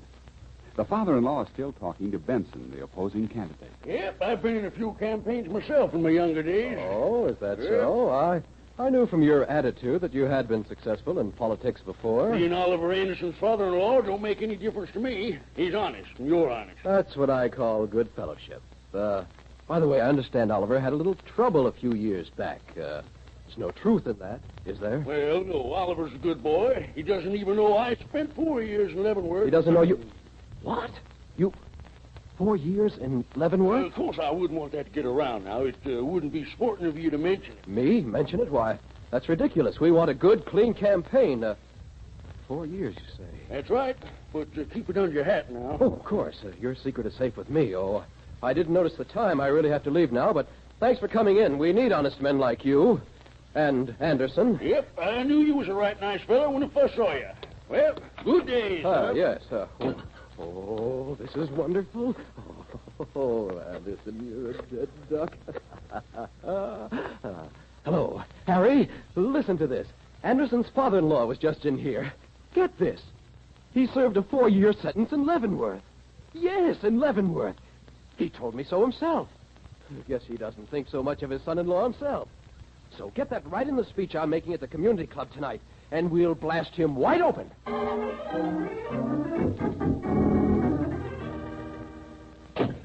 That you, Oliver? That's right. Where's Dad? Don't ask me. I'm not holding a leash on him. But he was coming home with you. He promised me he would. He's been in town 1 day, and he's talked to everyone he's met, but the topper is. He was seen going into Benson's headquarters by Mrs. Thompson. Oh, you know how Father is. Yeah. That's what's worrying me. You know, he talks too much and too loud, and it isn't particularly careful he is of what he says. But Father's no simpleton. You're biased, being his daughter. But any man who could snake the last piece of meat out from under my fork and then laugh it off. Oh, but Oliver, what could he possibly say that would hurt you? I don't know. Well, then there's nothing to worry about. Look, anytime he's loose and has Carter, there's plenty to worry about. I'll go see if I can find him. Yes, I wish you would. Well, maybe this saves me a trip. But don't expect me to fall all over him. Just calm down, Senator. Oh, it's Homer. Oliver home? Why, yes. Come on in. Yeah. Oh, I can't stay but a minute, but I want Oliver to hear the good news. What good news? Did Martha get back to her mother? Nope, but I'm going to be doing some cement work for the county pretty soon. Kind of political pull. I don't get it. See these handbills? Why, Homer, what are these? Oh, I see. A fine thing. A trader, huh? Delivering handbills for Benson for county supervisor. I ain't no traitor. He's a right nice feller. And he said if I swung this neighborhood to him, he'd see I got a lot of cement work from the county. Well, that isn't honest, Homer. And politics, we don't stand around and quibble over whether a thing's honest or not. Cement work has to be done, and I'm a party man, ain't I? Huh? Well, maybe I could have swung a little cement work for you if your price for the job was the low bid. Oh, well, of course, you're new to politics, and like you always say, you have to stick with the winner. Well, Benson hasn't won yet, Homer. It's in the bag, Mary. Gosh, you know, I'd give anything to help Oliver win. Yeah, I can see that. You're so anxious to see me win, you pass out handbills for Benson. Well, I'm a citizen, ain't I? I can vote for who I want, can't I? If you'd asked me to pass out handbills for you, I'd have done it. But Benson knows the influence I have in the neighborhood. Influence? You can't even get a pound of hamburger on credit at Schultz's butcher shop. Oh, I can't I? Look, let's stop this silly bickering. It isn't silly. My own neighbor, Homer Meister. Well, tell you what I'll do, Oliver. I'm a fair man, and I'll pass handbills for you tomorrow. I don't have any handbills. But Homer offered, Oliver. Yeah, he thinks I might win. I sure hope you do, Oliver. But gosh, this Benson fellow's experienced. Knows what to say. And the people go for him. Look, why don't you walk around the neighborhood this evening and tell them what a swell fellow I am? I'd sure do it, Oliver. Except I have to be at the Bensons for county supervisor meeting. I got a big blue bags to wear. Oh, there's going to be something big a-popping tonight. Something big? What? Well, I don't know. But they're sure excited about it down headquarters. Well, I'll run along. Remember, I don't want no hard feelings. Oh, of course not, Homer. Remember, Benson isn't in yet. It's in the bag, Oliver.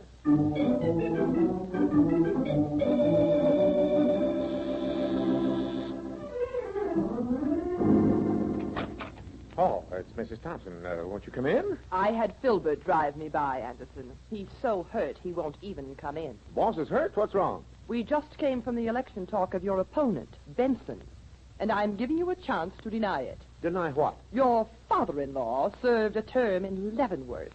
He did? Wait till I call Mary. She never told me. Oh, no. Don't call her. Mr. Benson told the audience that your father-in-law admitted to him that he'd served the term. Well, that's the first I knew about it. How did Benson find out? I understand your relative told him himself. Oh, no. But I could have told you about him. I am never fooled by golf knickers and French berets on elderly gentlemen. In many ways, I felt he was concealing something. Oh, now, surely you don't believe it, Mrs. Thompson. Facts are indisputable, Anderson. And now I must go. My heart goes out to poor Filbert. He trusted you so. I'll go talk to the boss. No, I think he'll talk to you tomorrow. Good night. Wait a minute. It must be a mistake. If it is, you've made it, Anderson. So the old gentleman spent a term, eh? Mary? Mary! Just a minute. Come on and hurry up. What's wrong now? Your father. Oh, no. What's happened to him? Nothing until he gets home. Why didn't you tell me he served 4 years in Leavenworth? Father in Leavenworth? I wish you'd have told me. But, Oliver, there's a mistake. I know, and he's it, Mary. He even told the Benson crowd about it. What makes him tick, anyhow? Now, Oliver, there's something wrong here somewhere. Oh, my father would never do a wrong thing in his life. Is this right? Did he have to come here to make his first mistake? Hi, Mom. Hi, Pop. Oh, home so soon, Junior? Yeah. Oh, what's wrong? Oh, Mr. Chapman told me I'd better run on home. If I wanted to know the reason, ask Pop. Ask me? Wait a minute. Did Chapman attend the rally tonight, the Benson rally? Yeah. And he told me to tell you that if you have anything over here that belongs to him, get it back there. Oh. Oliver, you mean people actually think Dad was in prison? Why, it's simply not true.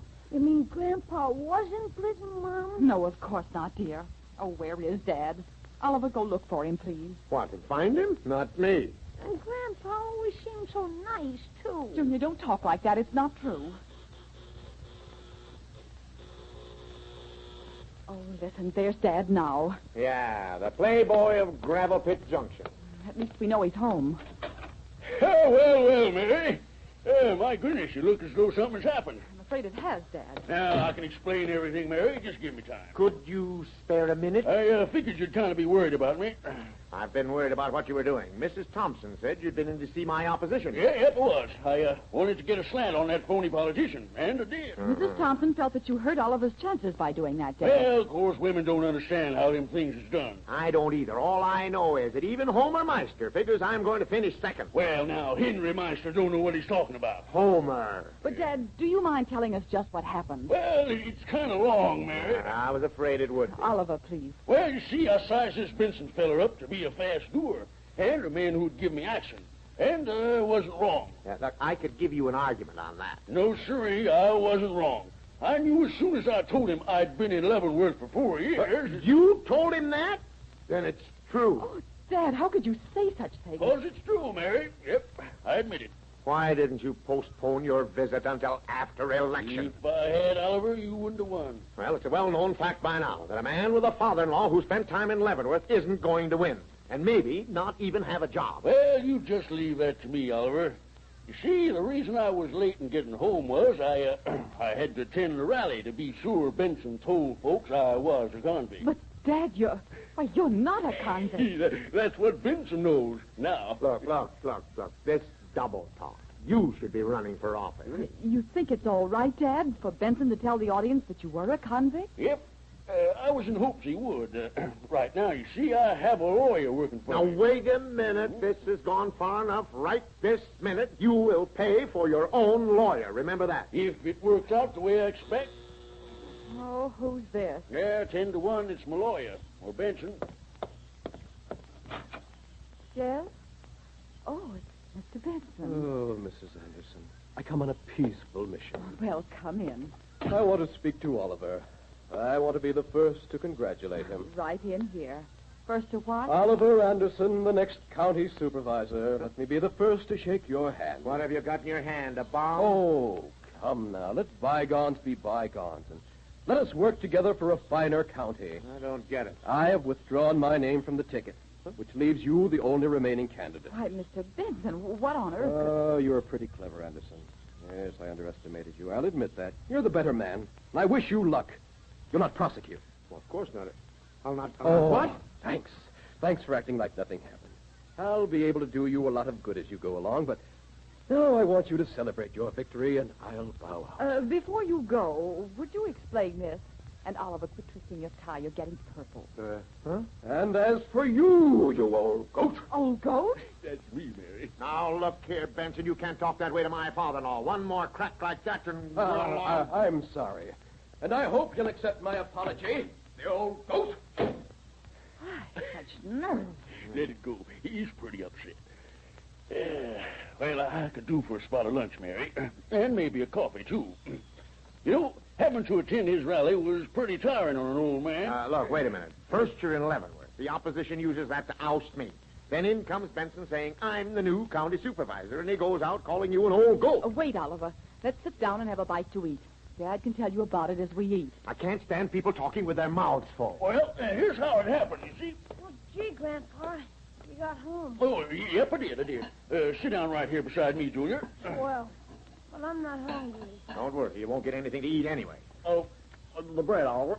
Oliver. Huh? Dad wants the bread. Oh, here. Thanks. Now, if everyone will be quiet, let's clear this thing up. Well, I told this Benson, told him, I said, I've been in Leavenworth for 4 years, and it's the truth. I knew Benson would grab at that like a conductor reaching for an extra fare. Didn't you realize that would hurt Oliver? Nope, wouldn't hurt him a bit. See, it was true. Huh? Gee, Grandpa, and you always seem so nice, too. But what I didn't tell him was I was in Leavenworth as a guard before I met Mary's mother. Gee, Grandpa, did you carry a gun and wear a uniform? Oh, Dad. And Benson misunderstood and started to sandbag. Oh. Just stuff all he hoped he would. You see, after he said those things at the rally, my lawyer asked him to prove it or be sued for slander. And, well, that's all there is to it. I'd like you to push the butter down this way, if you will, Junior. Sure. And here all this time we didn't know. I didn't know, but I worried just as much as if I did. I know a trick or two myself. With Oliver in here, we'll have honest government. We'll throw out of office people like Benson. From now on, we're free of crooked politics. Junior, the plate!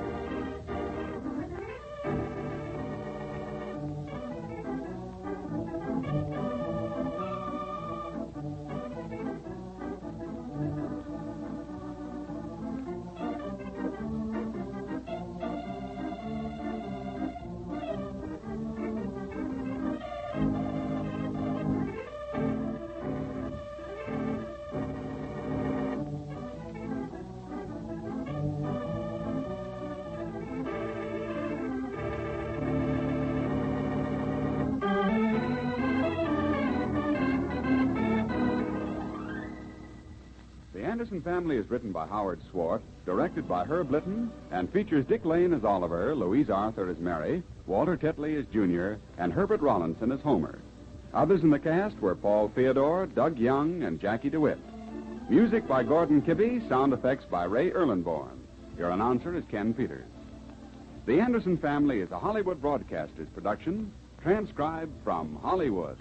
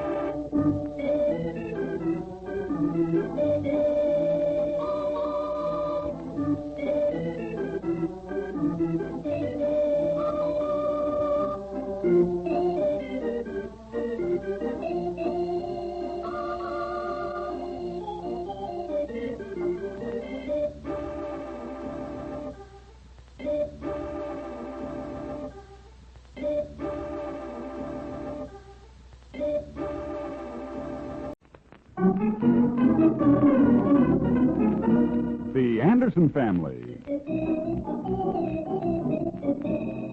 Now, Oliver, when Christine arrives this afternoon, please help me. She's an old schoolgirl friend. How long is she going to stay? I have no idea. Probably only a few minutes. Is that the babe who's trying to get into pictures? Yes, she's just been married, so please be careful how you talk to them. I don't think I'm even going to talk to them. Oliver, Christine would just love to go home and tell everyone I married a stoop. A stoop? What's a stoop, Mom? Quiet. Okay, I'll show them how a stoop really acts. No, please, Oliver. Spying on you so they can report I'm a stoop. They didn't say that. Well, they intend to, according to you. Uh-oh, here we go again, folks.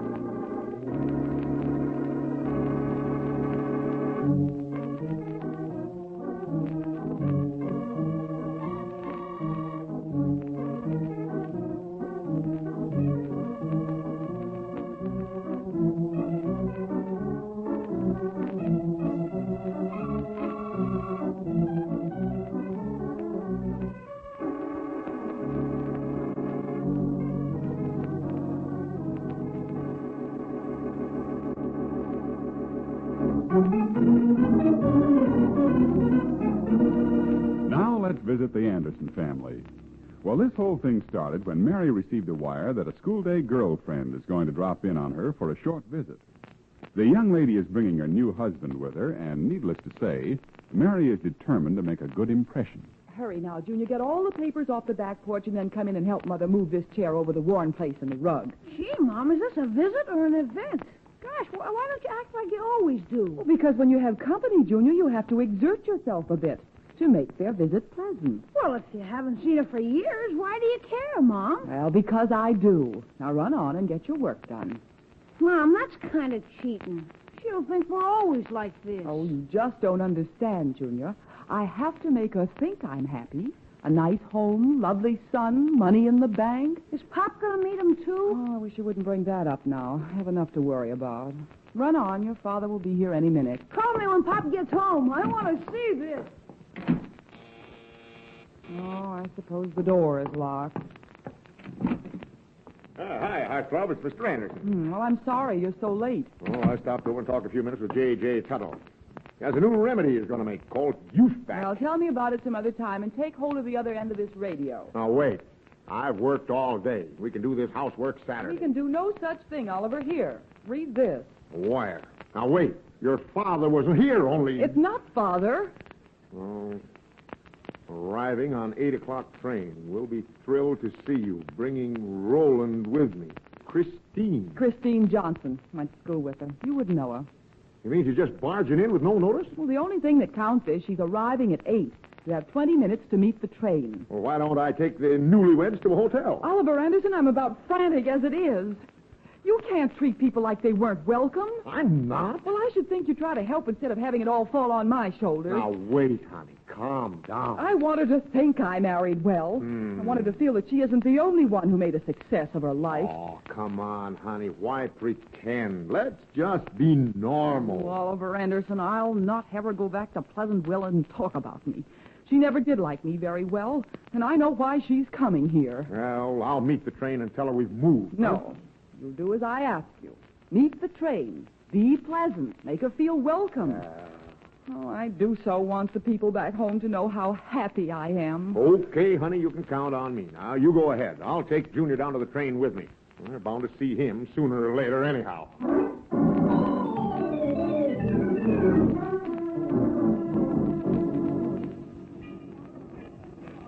They come in this way, Pop. Mom said she was a blonde and rather prominent front teeth. Well, all we have to do is look for teeth and hair. All right, you look for the hair and I'll watch I think this is the lady, Pop, coming over toward this post. Blonde hair, prominent teeth? Brother, she isn't kidding.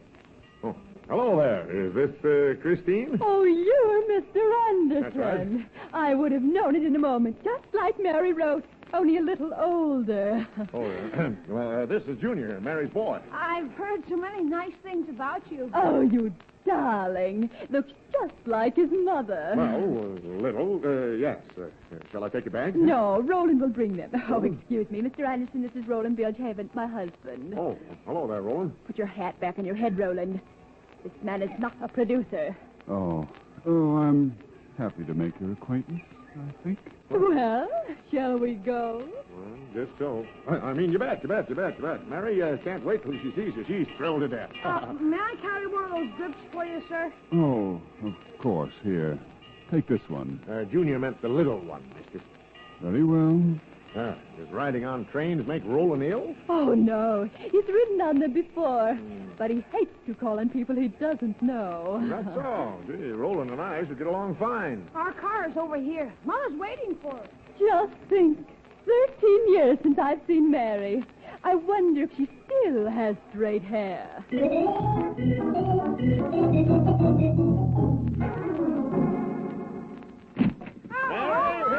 Christine, darling, how are you? Let me look at you. Hello, dear. I'm so happy I could cry. Oh, do put your things over there and come on in the other room. I don't know what to tell you first, Mary. How about Roland there? Oh, yes, of course. I'm not used to having a husband. This is Roland Bilgehaven. Mary, my husband. Oh, how nice. How do you do? Roland is assistant teller at the Farmers Bank over in Springfield. And he gave up his career to bring me here. Oh, are you going to locate out here, Christine? Oh, yes, of course. I have a letter from Mr. Weber there at the Bijou Theater, which will give me a few starring roles in pictures. Gee, are you going to be a movie star? You can just bet I am, and nothing is going to stop me. That's the spirit. Now, how do you feel about it, Roland? Oh, I suppose it'll be boring, but I'll go through with it because I love Christine with a love that is deeper than the deepest ocean. I like to see that in a man, Roland. Of course, it wears off a little later on, but... Yes, I guess that sort of thing could become monotonous, Roland. Will you have a cigarette, Roland? I don't smoke. Roland neither smokes, drinks, or plays cards. You cook, Roland? I abhor the kitchen. Oliver, dear, will you help Junior get dressed for dinner? Help him? Mm-hmm. Oh, yeah, sure, of course. Excuse me, folks. Come on, Junior. Yeah, excuse me. Of course we will. You run right along. Why did Mom want you to help me dress for dinner?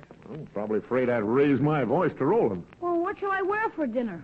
This is something new. Well, just change your shirt and comb your hair. Well, I always do that. Well, do it again. Did you get that remark about her going to be a picture star? Well, yeah, but she has a letter, Pop. Yeah, well, listen. Your mother could give her 10 minutes start in the powder room and make Christine look like the back row of a burlesque chorus. Well, gee, Pop, like Mom says, you're not showing the right attitude. Never mind my attitude. If she didn't go home and tell all Mary's friends how I acted, I'd really make her visit a nightmare. How are you coming, darling? Well, Oliver Anderson, if you don't hurry, I'll scream. We'll be right there, Mom. now, don't worry, honey. I'll pass the stuff to Christine first. and I'll be- And the husband makes me so nervous. Oh, come now. In 10 minutes, I'll have meat out of your hand, or else on his way to the railroad station.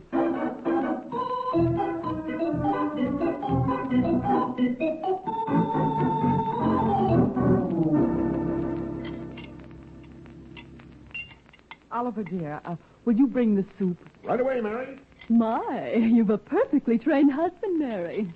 Does he always help this way? Well, he does now, but it took a lot of patience on my part. I do hope Roland will cooperate. Excuse me, Christine. Hot. Oh, my goodness, I should say it is. And you, Roland? What kind of soup is it? Split pea. I don't eat it. Not it, huh? These peas are different. They're split sideways. Junior, please, you're spilling your milk. I don't care for any, thank you. Okay. Mary? Thanks. How about you, Junior? Oh, yes, thank you. We'll spend a few minutes for the soup, but there's more coming. You just read the paper, Roland. Thank you. Comics are on page 11. Roland, dear, you're not yourself. You're generally so quick with witty answers. Please leave me be, Christine. Don't nag. Oh, Mary, I must tell you. Remember Creepers Christensen, the boy with 6 fingers? Vaguely, yes. Well, he married a girl from the city, and when he brought her home, people just gasped. What's the matter? Did you have 2 heads? Well, no, but she was a sight. And they have 3 children now, and... Oh, I know what I wanted to tell you. Remember that little dark girl, Irma Crumps, who sat right behind you in the 8th grade? What was the matter with her? Oh, nothing. But I do remember that day the teacher sent you home to have your hair combed. Remember that? Seems as though I do. I guess the wind had blown it. And how Mrs. Buzzford begged you to curl it. Well, yes, but remember, I was young then, Christine. If you'll excuse me, Mama, I'll take the plates. All right. Go ahead, Junior, but look out now. Be quiet. You'll wake Roland.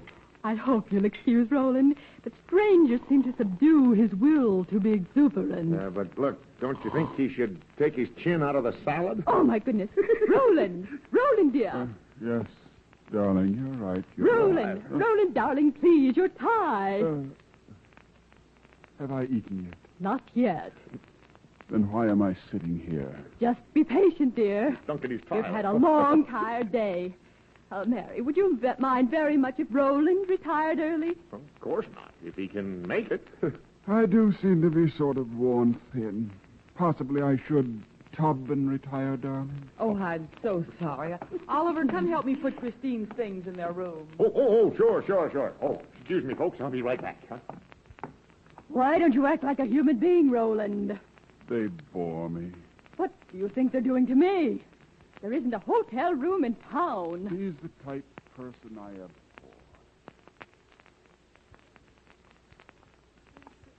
Junior, what are you doing in our bedroom? Oh, gee, I don't know, Mom. And I know it isn't the thing to say, but, gosh, I wish they'd never come. Oh, come now, honey. Don't give it another thought. Nah, they don't worry us, not a bit. But the thing she said about Mom... She doesn't do it to be mean, darling. She's just reminiscing. But surely you did something that was all right when you were young. Sure, she married me. Yeah, she probably thinks that was a mistake, too, Pop. Yeah, I know. I wish I could put some cinders in their bed. Oliver. Oh, you don't know where we can get some, do you, Pop? Look out now, Quiet, please. They'll hear you. Christine was always like this. I understand her. Now let's just all relax. I'm going to relax, but I'm also thinking of a way to bounce that gopher face. Oh, why, Oliver. Kid likes it. Now her teeth aren't bad at all, Oliver. Her teeth aren't bad. Those teeth. She's the only woman I ever saw who could eat corn on the cob through a picket fence. Gee, Pop, we should tell them that. Don't worry. I'll tell you what I'll do. I'll have them out of this house in an hour from now.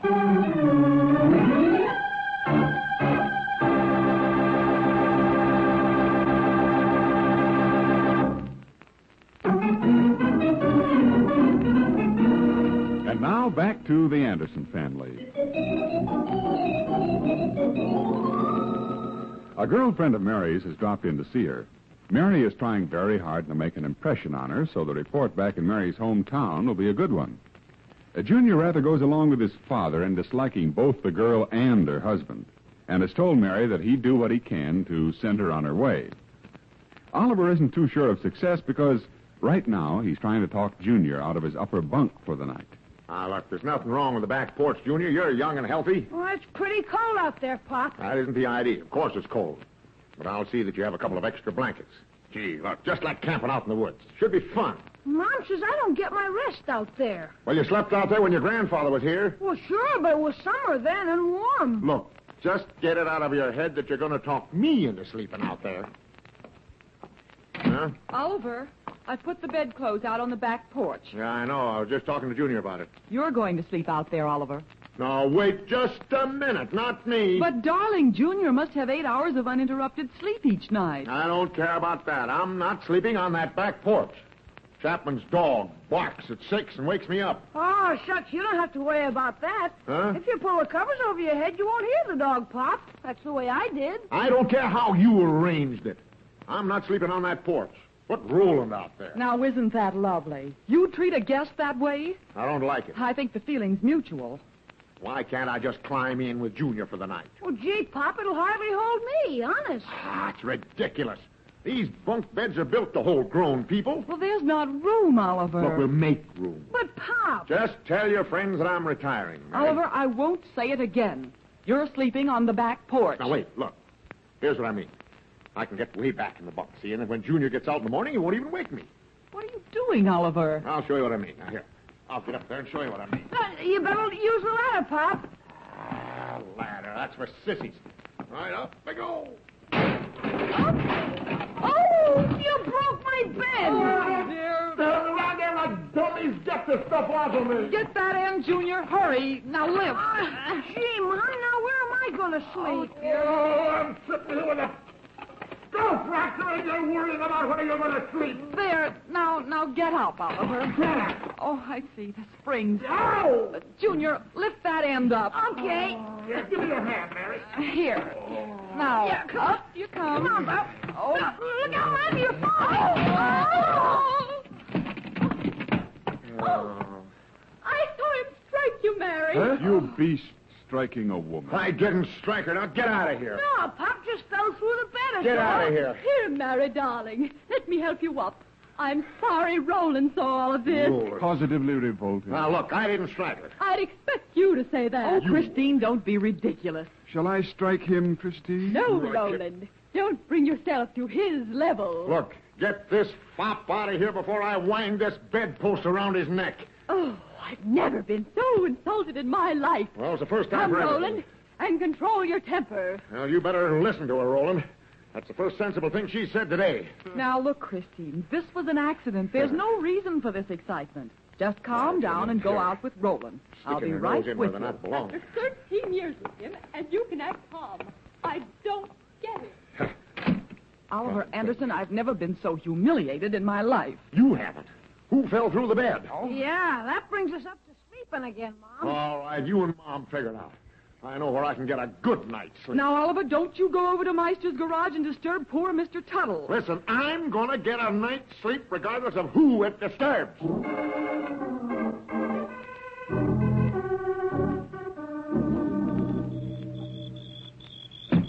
Tuttle. Hey, Tuttle, let me in. Tuttle. Great Caesar. Who is it? It's Oliver Anderson. Come on, open up.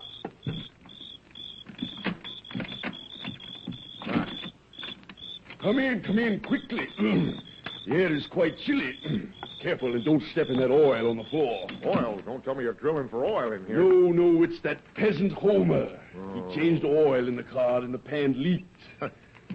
Now, my boy, to what may I attribute this late call?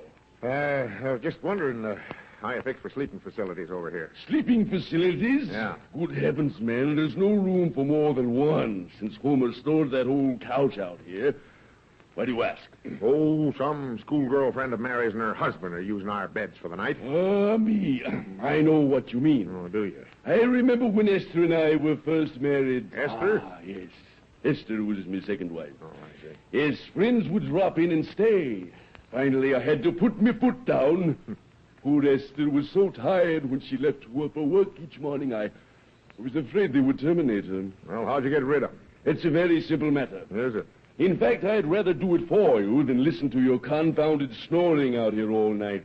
You don't insult him, do you? Oh, no, of course not. Oh, come on. Just how good a friend is this schoolgirl? Well, I don't think she's a friend at all. Just remembers the bad things about Mary, nothing good. Says she's going to be a star in pictures. Ah, just the type I love to play with. As a cat doth a mouse. Mary won't stand for any rough stuff now, J.J. Rough stuff? That's medieval, Oliver. When I get through with them, they're on the train before they know it. You run on now, and I'll be right with you. No. I'd rather you go back with me. Very well, but let me warn you, don't contradict the thing I say. And here's what I'll do. All right, I'll go along I'll with you. pretend to be a well-known personality who just arrived from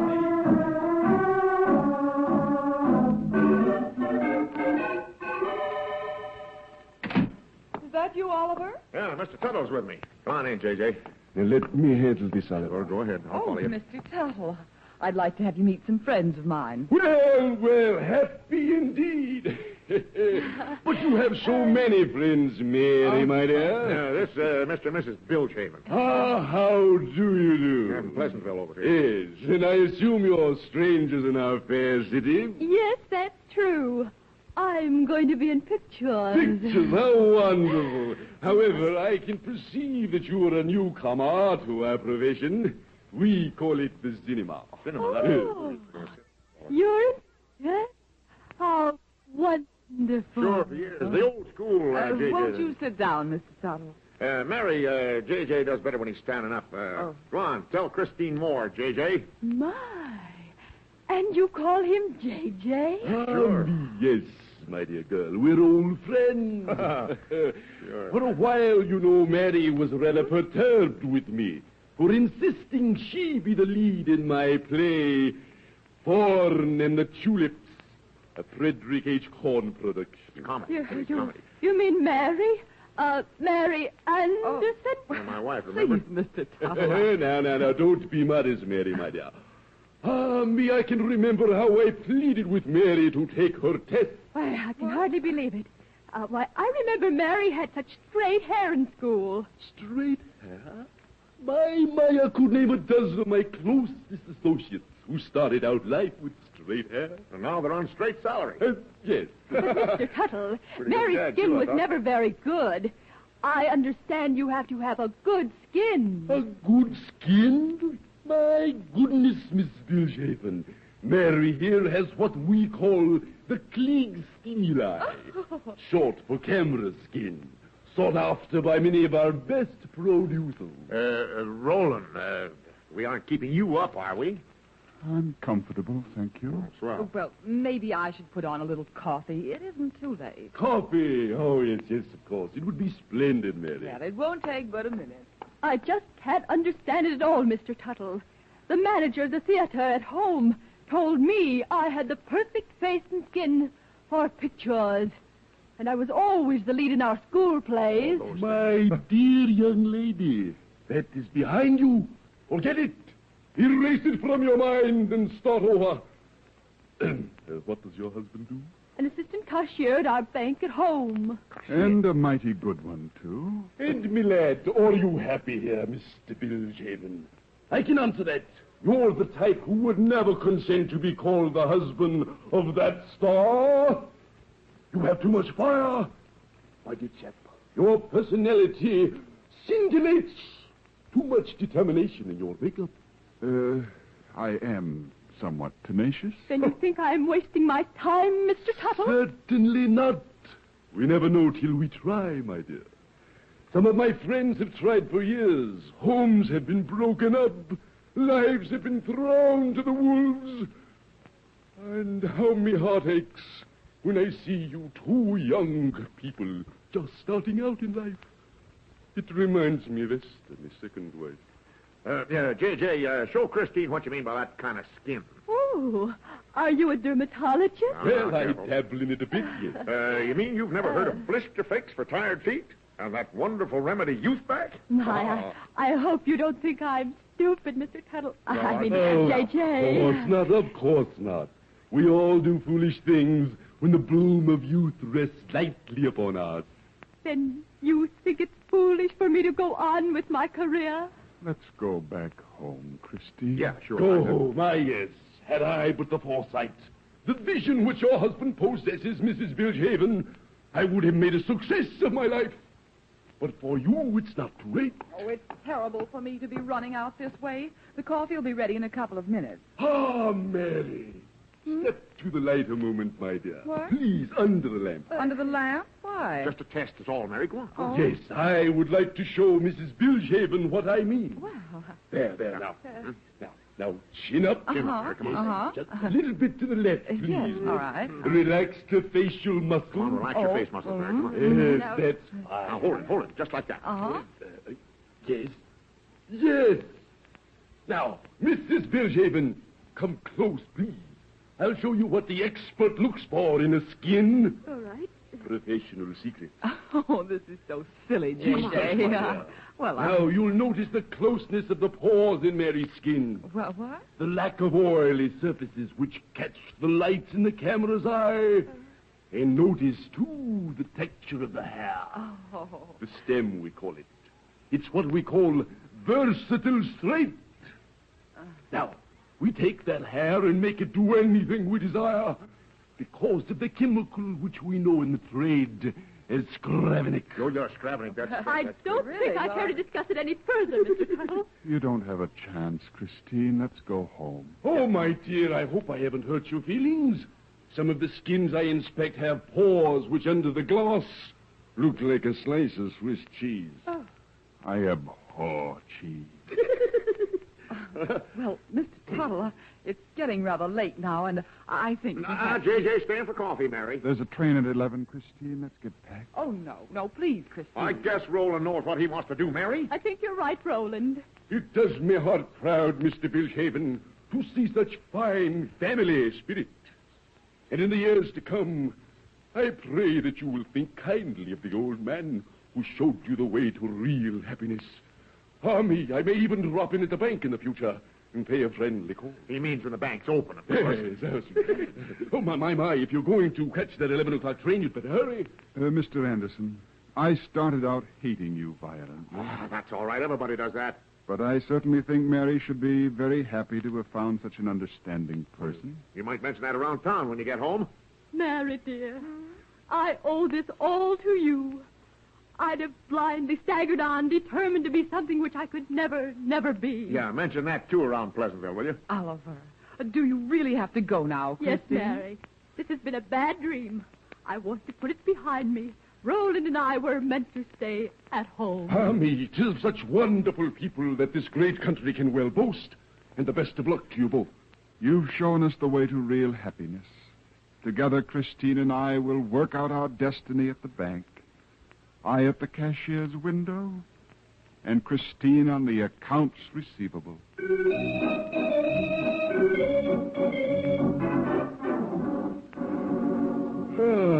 Gee, it's quiet with them gone, Mary. Oh, Oliver Anderson, I've never been so humiliated in all my life. Now, just a minute. How long do you think Roland would have stayed around and starved with her? I don't know. About 2 weeks. Now they're home and happy. What else could you wish for? But the way it was done, Oliver. Oh, yes. An artist to his fingertips. You know, Mary, that Tuttle's a mighty handy fellow to have living around you. Well, maybe you're right, dear. Now, is everything taken care of for the night? Yeah. Oh, wait a minute. I better get Junior. Junior? Oh, why, of course. There's no need of his sleeping out there on that cold porch. I'll go get him. Mary! Yes? There's a note on his cot here. Huh? He's sleeping in Homer's garage tonight.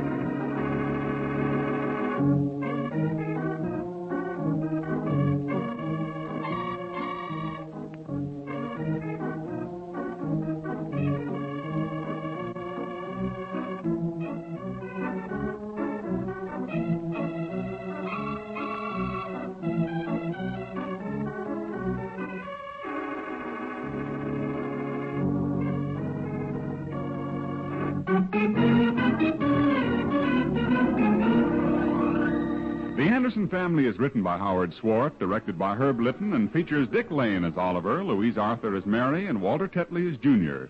Others in the cast were Ginny Johnson, Doug Young, and George Peroni. Music by Gordon Kibbe, sound effects by Ray Erlenborn, and your announcer is Ken Peters. The Anderson Family is a Hollywood Broadcasters production, transcribed from Hollywood.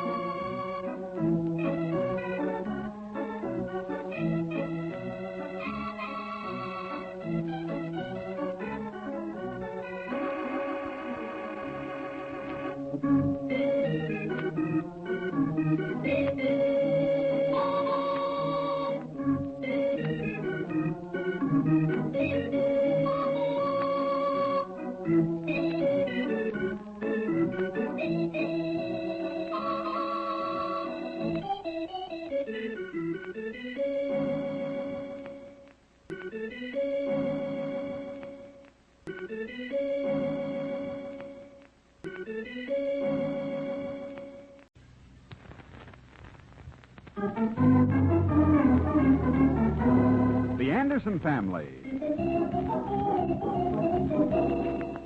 Mary, this is your birthday, and Junior and I have a little surprise for you. Oh, Oliver, I hope you didn't buy something foolish. I didn't. Look, a fur coat. Oh, no, Oliver. How could you? How could I? Why not? But that's that old second-hand coat Mr. Jacobs has been trying to sell everyone in the neighborhood. Gee, Pop, were you taken? I was no such thing. What's wrong with it? I simply won't wear it. You can take it back to him and get your money. But I couldn't do that. I wouldn't wear that imitation weasel to wash our car. Uh-oh, here we go again, folks.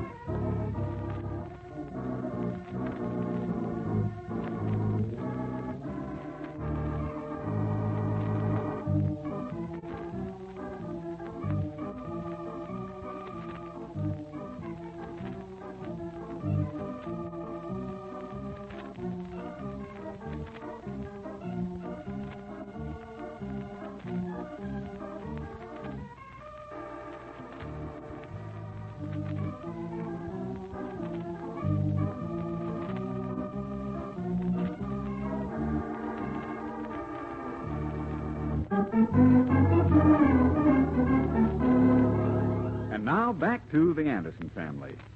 Well, this whole thing started when Oliver Anderson and Junior decided to surprise Mary Anderson with a birthday gift.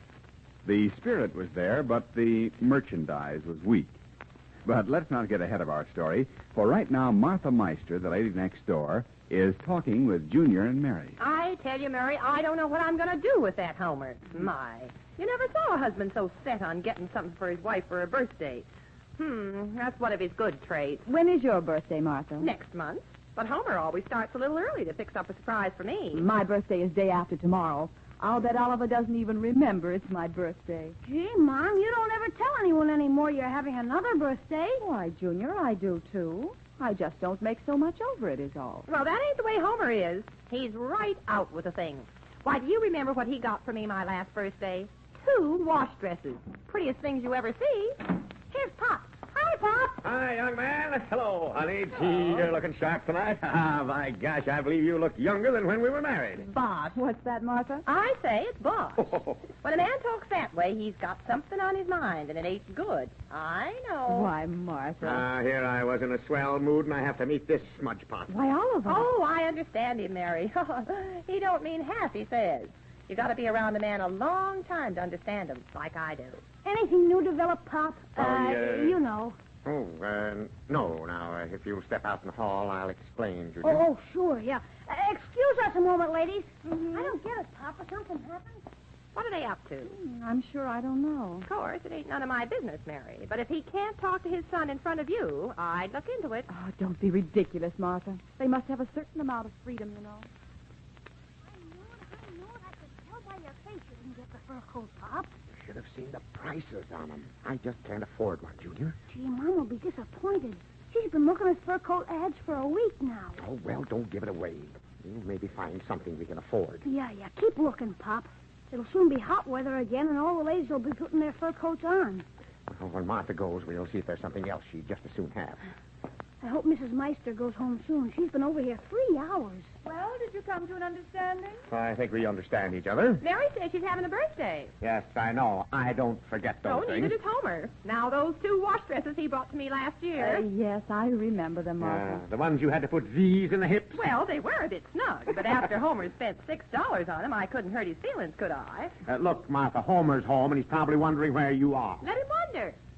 That's funny. Mary, look.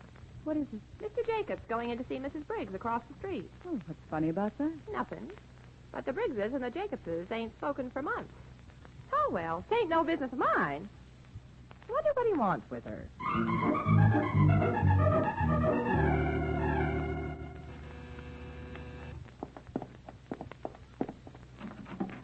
Yes, Mr. Jacobs, what is it? Mrs. Briggs, I have something for you. Oh, something for me? Come in. Thank you. Could we go someplace where we can talk private? My, it must be a secret. However, we can talk here. Free Baron is still downtown. I wouldn't want anyone to know I was offering this fur coat for sale. A coat. No, not just a coat, Mrs. Briggs, but a genuine Bronx wolf, almost extinct. Well, I don't think that I I was would... talking to Mabel this morning, my wife, you know, and she said, darling, I wouldn't sell this coat to just any woman. On Mrs. Briggs, it would look superb. You know, Mabel likes you. But, Mr. Jacobs, I can't buy a coat of this kind. I have a certain position, and I must keep it. Do any of the other ladies have a genuine Bronx wolf? Oh, I don't think so. That's what I mean. You don't want to look like every other woman with a fur coat. With this, you'll stand out. And for $72.50. Really, Clarence, I can't even bear to touch it. You don't like it. I abhor it. Let me show you the lapels. See? Fur on both sides. Please, Clarence, I don't want it. Wrap it up. It's practically new, Mrs. Briggs. It was owned by a school teacher who didn't go out much. Looks like new. I don't care for the coat. I don't care for Bronx Wolf. And I don't care to discuss it further.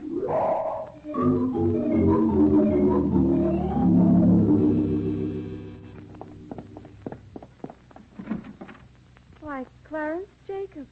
This is a surprise. Quick, Mrs. Anderson. Let me in before anyone sees me. Before anyone sees you? I'm always nervous when I have something valuable out of our store. Is anybody else home? Anyone else? Oh. Why, no, Oliver and Junior are downtown. What's wrong, Clarence?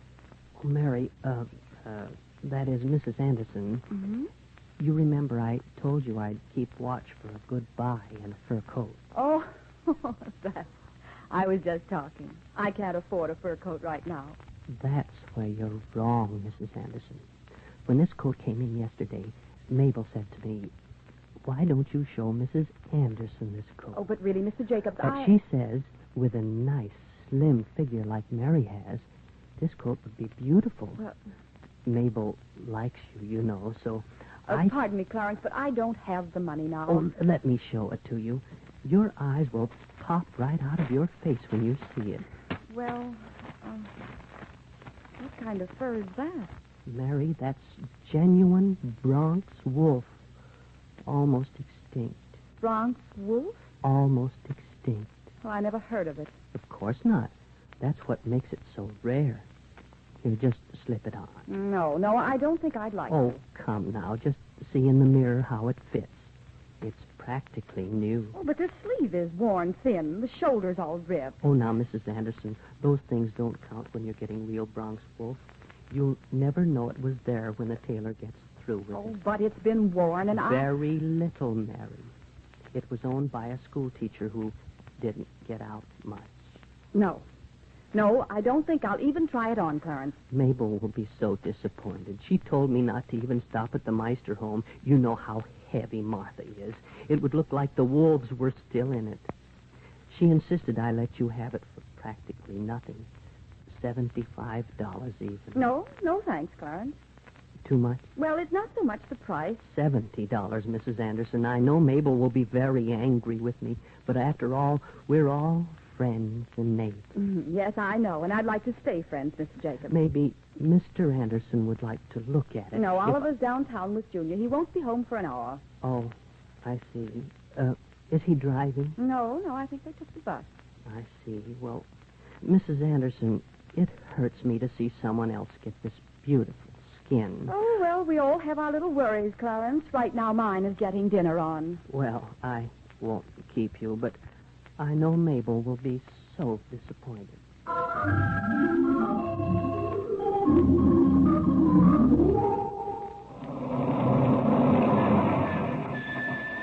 Okay, Junior, get off.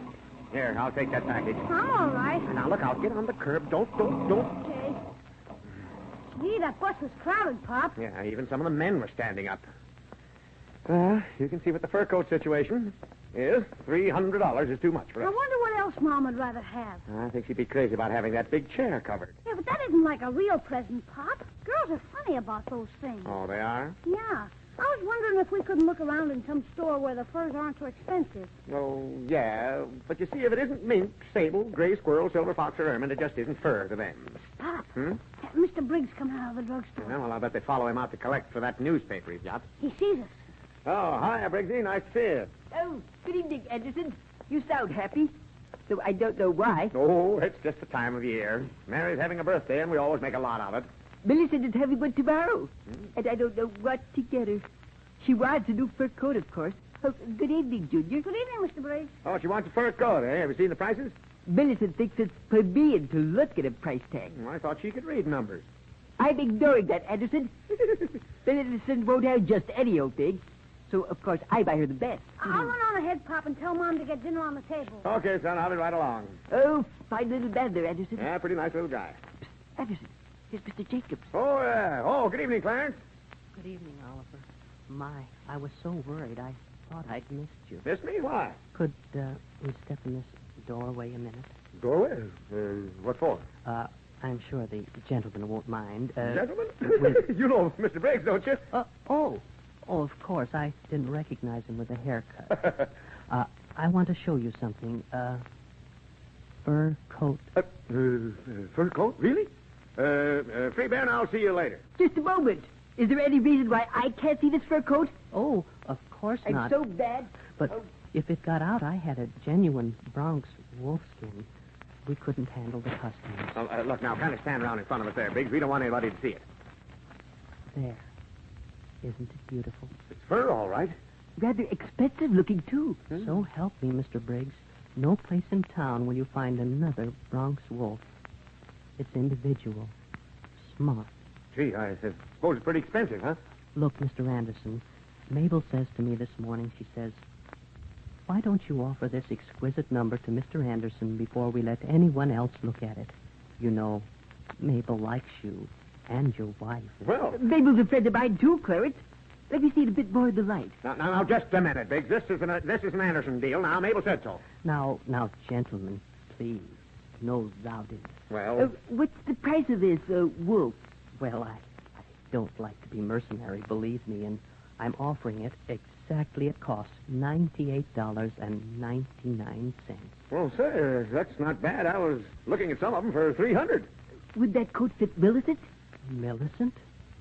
On her?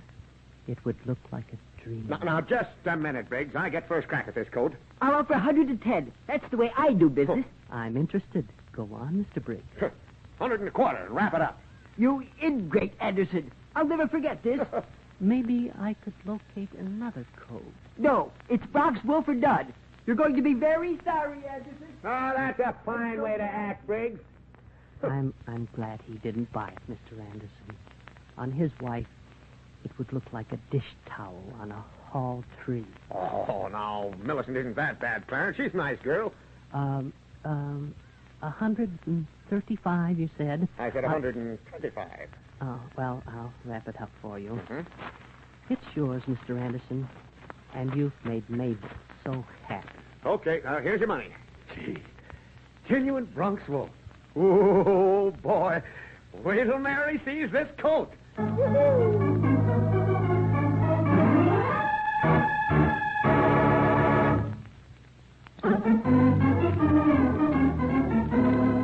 And now back to the Anderson family. Oliver Anderson shopped around for a fur coat for Mary's birthday, but couldn't afford the best. But on his way home, he met a neighbor who runs a small clothing store, and he bought a fur coat from Mr. Jacobs, the neighbor. But he doesn't know that Mary had been offered the same coat and would have no part of it. Oliver is just entering the house with a fur coat in a package under his arm. Oliver Anderson, what held you up? Oh, I had a little talk with someone in the corner. Well, please hurry. We're waiting dinner. What's in the package? Package? Oh, nothing important. Just a little something I picked up. Don't let it worry you. Oh, it's not, but I thought I recognized the package. No, not this one. Oh, goodness, what's this all over your coat? Looks like hair. Hair? Oh, that. Well, that's fur. Now, I'll put this up here. Oliver, wait. Huh? Let me see what's in that package. Oh, Mom, don't be snoopy now. I want to see what's in that package. No. Oliver Anderson, have you seen Mr. Jacobs? Why, yeah. I talked to him a couple of minutes at the bus stop. Oliver, you didn't buy that fur coat. Fur coat? Why? I won't have it. Oh, now, come on. We can afford I won't it. wear a thing like that even if I could, and I wouldn't pay $75 for it. 75? Then you did buy the coat. Oh, well... Another birthday gone. Why can't we be like other families? Surprises and all. Because I won't wear a rabbit skin coat. Hey, Pop, let's see it. Leave it in that package. I can't look at it. I see. All right, I'm sorry. I don't seem to be able to please. Well, if you'd only asked me first, I could have told you. Oh, Gee, I hate to see Mom unhappy. well, so do I. But how do I know about furs? And just 5 minutes ago, our home was a happy one. Sunshine and smiles. And I came in with a cloudburst, huh? Oh, I didn't mean to infer that, Pop. Well, you... But you are a bit impulsive, if I may coin a phrase. But let's face facts. You're stuck. You've been taken again. I am not stuck, and I haven't been taken. Look at that fur shine. What's wrong with it? Well, I'm no judge, Pop. Hey, don't shake the coat. There's more hair on the floor than there is on the coat. I should have looked at it in the light. Hide it, Pop. Why? I paid for it. I'll see who it is. Oh, good evening, Mr. Meister. Is Paul home? Yeah, won't you come in? Yep, leave it will. We were just going to eat, Homer. Well, I won't stay long, Oliver. I just want to be where I can see a friendly face. Take a fast look. A smile to warm my broken heart. Oh, Oliver, I'm a beaten man. Excuse me, Mr. Meister. I'll eat my dinner. Yep, you run along, young fella. Oh, me, Oliver. Youth. Yep, wonderful thing. Let me sit in that chair and you take this one. Huh? Yeah, it's got a sharp spring sticking up in it. Now, look, Homer. I'm in no mood tonight to coddle you or anyone else. I know. Oh, me, my heart's heavier than a pan of Marthy's biscuits. Marthy again? Yep. Well, of course, 'twas my own fault. Marthy got to looking at ads for fur coats, and I, like a darn fool, told her I'd get one for her. Fur coat? For Marthy? Yeah, yep. Marthy's a good woman, Oliver. Yep, she deserves the best. Why, I'd have spent up to $150 for a good one. But there just ain't any for that price. Fur coat, Look, Homer. Have you had your dinner, Homer? Yep, sure have, Mary. Thanks. Homer, remember now, I'm not promising anything, but I might be able to locate a good buy for you in a fur coat. You can? Martha says she's going to have a birthday soon. Yep. Next month it is, somewhere around the 10th. Mary, let me talk to Homer a minute, will you? Oh, excuse me. How stupid of me. Well, it's not that. I'm helping Homer out of a spot. Hey, did you say something about a fur coat, huh? That's right. Now listen, Homer. Did you ever hear of a Bronx wolf? No, can't say I have. But I remember back on the range, I shot an breasted coyote once. Yeah, I was aboard well, one mule. Then you know all about furs. Ah. Yeah. You can see how rare this coat is. I know where you can pick up a Bronx wolf fur coat. Yeah? Worn by a school teacher who didn't go out much. Oh. Do I know her? You don't mean old Abigail Snodgrass wore a brown dress? No, not her. And that isn't the point. Now, I can locate and deliver a 3/4 length double fur collar, which will go clear around Marthy and still have room to button it. Well, now you got me all hipped up. Of course, a coat like that would be kind of expensive. Huh? How does 125 sound? Sounds like it'll fit my budget. Where is it? Right behind that chair. Wait a minute. Huh? Pull that shade down. Shade? Well, now, anything wrong with it? No, nothing. Here, look. Hey, that's real fur. Would any woman be happier than owning this coat? Well, whose is it? Yours. $125. Well, now, let's see how long it is. Wait. Don't shake it. No? Never shake Bronx wolf. Never shake it, huh? No, sir. That's right. Now, what do you know? Now, look, I'll wrap it up. And you keep it out of sight till Martha's birthday. Well, now, that's right nice of you, Oliver. Oh, I don't know. You lifted a load off of me. Here's some of the weight's gone off my heart. Well, no, that's swell. I mean, here, quick. Take it now. Bring me the money. Right? Yep, right. Yep. Hey, I'll get it for you right away. Yeah. And if Martha wants to look at it, don't let her. Oh, no, look, I know how to handle her. I'll be right back, Oliver. Well, I think I can eat now, folks. Is Mr. Meister gone? Yep, and also the coat. Oliver Anderson, you didn't sell that coat to Homer. Sure, Martha won't know the difference. Well, I think that was a pretty mean trick. Martha knows all about that coat, and it's way too small for her. Okay, just remember, 60 What's that, Pop? That means let the buyer beware, I think.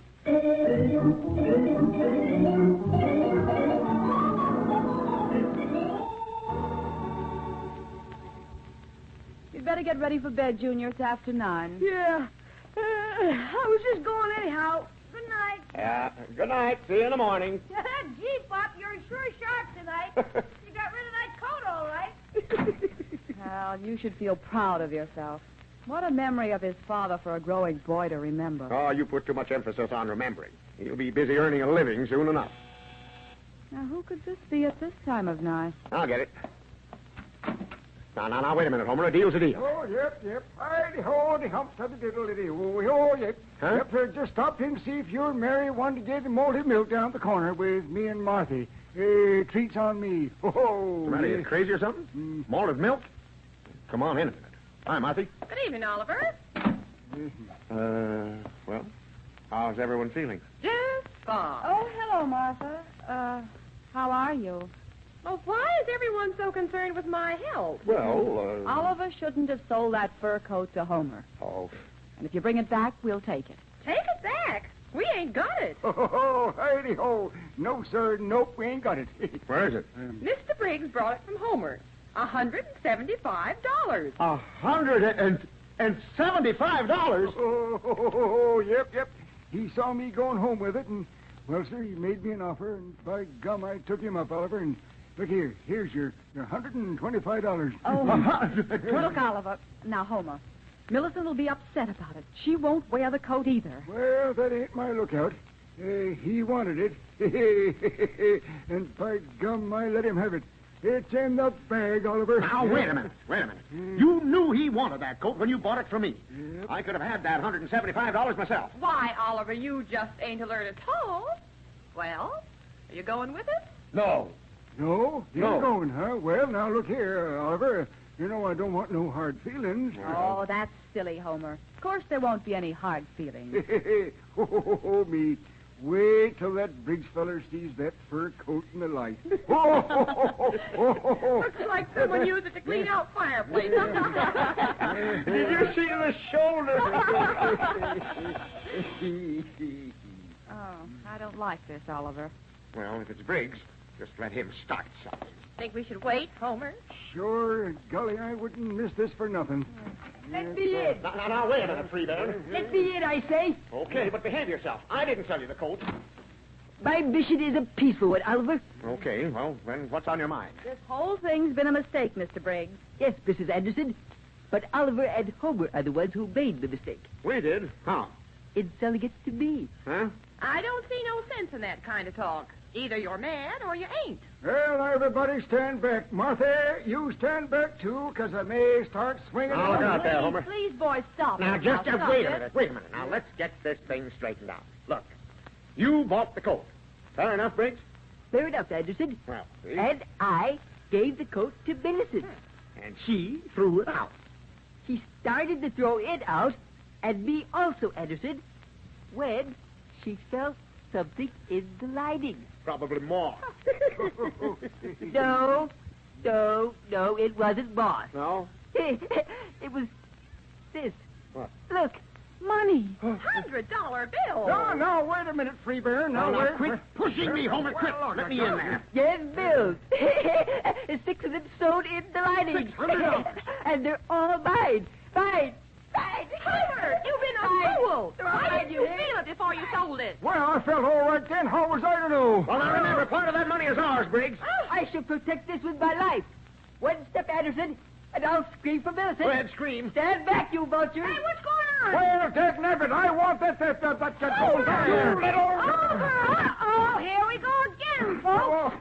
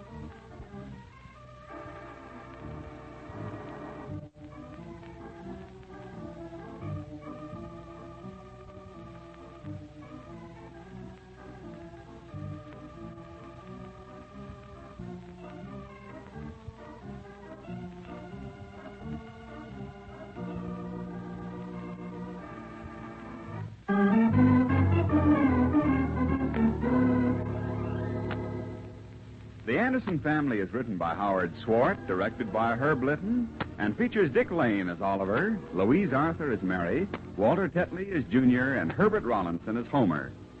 Also in the cast were Jacqueline DeWitt, George Peroni, Ray Erlenborn, and Jenny Johnson.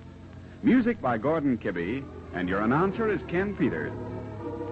The Anderson Family is a Hollywood Broadcasters production, transcribed in Hollywood.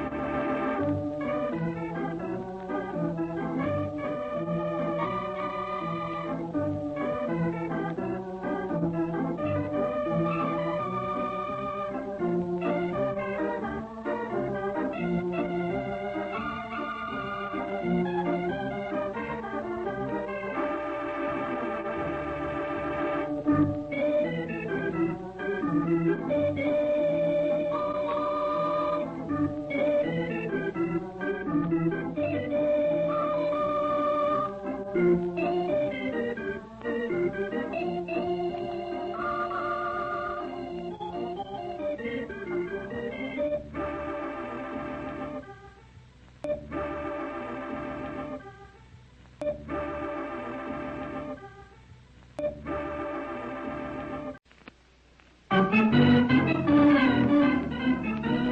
Anderson Family. Can you imagine this J.J. Tuttle trying to sell me a third interest in his book, My Life in the Sudan? Why, Oliver, you talk as though his book isn't any good. Just this afternoon you told him it sounded great. I told him that just to get rid of him. Oh, then you think the book's no good? Of course not. Tuttle's never been further than Long Beach. Well, I wouldn't put a dime in it. Homer Meister did. Well, what would you expect? Of course he did. Well, then you can prepare yourself for a shock. A shock? Yes. You seem so interested in the deal that I paid Mr. Tuttle $150 for a share. $150? Where did you get it? Out of the cash box. Out of the cash box? That wasn't my money. That belongs to the boss. Uh-oh, here we go again, folks.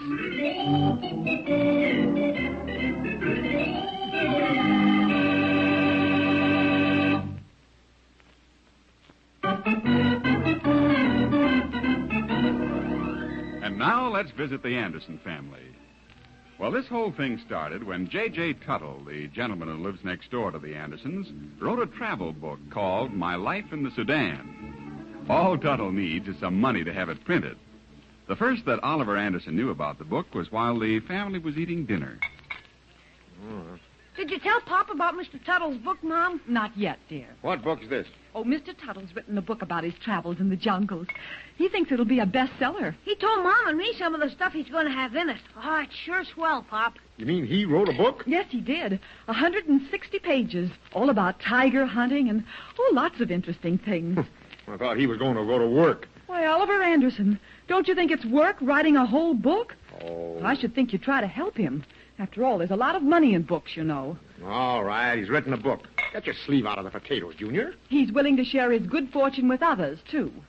That's a good trait in anyone. Oh, I didn't say it wasn't. He wants to see you, too, Pop, after you eat. I don't know anything about books. Bread, Junior. Yeah, sure.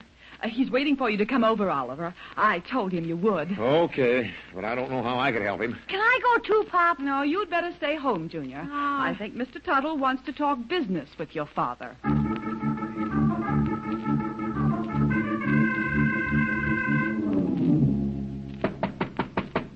Hey, Scott, what now? Yes, what is it? Never mind, it's just Anderson. My, step right in. Oh. Why don't you identify yourself, my dear fellow? Why, were you expecting the cops? Cops? What made you mention the constabulary? Oh, just kidding. Huh? Hi, Homer. Hi, Oliver. Tuttle, Mary said you wanted to see me. Yes, I did. Oliver, I've the greatest book which has hit the publishing field for many a year. Have I read it? Well, no, not yet. Oh. You see, we have to be mighty careful who we let in on it. And the first one we thought of was you. Yep. Is this going to cost me something? Like I told Mary this afternoon, a man with your wonderful sense of humor will go far. Lock the door there, Homer. I don't want a word of this to leak out. Yep. Well, maybe if it's a secret, I shouldn't listen. Come now. Let's get to the business at hand. Homer, were you successful? Here, Homer, sit down in my chair. No, thanks, Oliver. I'm going to stand. Well, Tuttle, I hate to say it, but I didn't make it. Marthy's got a new lock on the trunk. A new lock? Yep. You don't mean you're moving out, Homer? Quiet, please. Homer, you told me expressly that you could obtain the $200 on a moment's notice. Well, Yes, so I saved you a fourth interest in my book, My Life in the Sudan. $200? That's silly. Well, I can buy any book for $1 and have no worry. Please, Anderson, just a moment. Well, a stupid $200. Homer, this is a fine state of affairs. After I've made arrangements for you and the photographs and all. Oh, well, Homer doesn't take a very good picture anyhow. Oh, well, I done the best I could, Tuttle. Look, maybe I just better run on home. No, please, Anderson. This is most important. Oh, well. Now, Homer, I've made concessions in your favor. I made arrangements for your picture to be taken with my old squirrel gun. Oh, me. Yes, that, of course, goes on page 2 of the autobiography. Well, just how is that going to help Homer, Tuttle? Help him? Great Scott, he can send an autographed copy to the mayor of North Platte. Yeah, well, maybe the mayor can't read. Oh, he can, too. He can read as good as I can. Yeah, right nice feller. You say I get my picture in the front? Oh, me. How big a picture? Well, now, wait, Homer. You only got half a page, you know. Yes, half a page.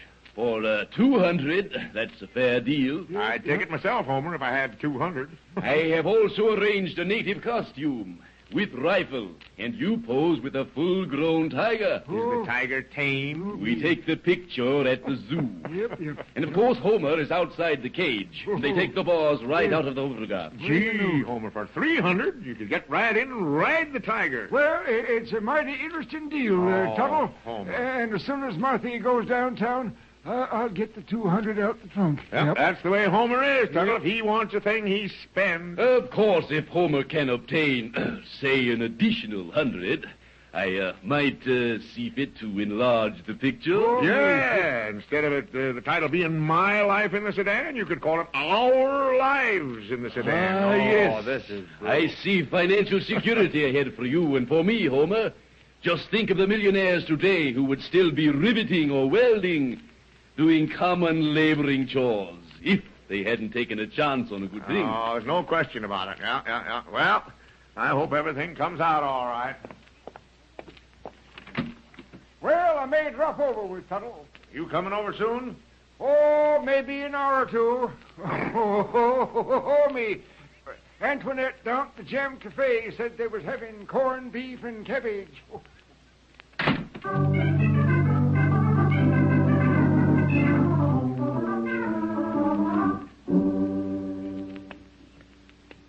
Good evening, partner. Oh, hi, Denton. Just getting home? Yep.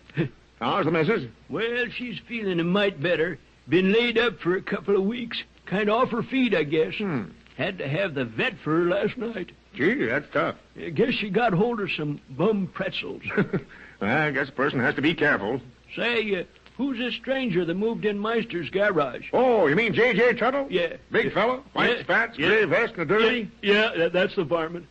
Thought he was with a medicine show. No. He writes books. You don't say. Yeah, got one ready for the publisher right now called My Life in the Sudan. You don't say. About time somebody wrote about the housing shortage. No. It's Sudan, not Sedan. You know, I'd kind of like a place where I can stretch my legs Now, a look, bit. you don't get it. It's a hunting story. Hunting about tigers, jungles, and stuff. He expects to clean up with it. Yeah, that's the way with them fellers.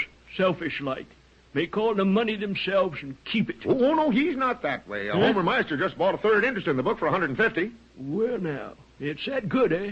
I don't know. I haven't read it yet.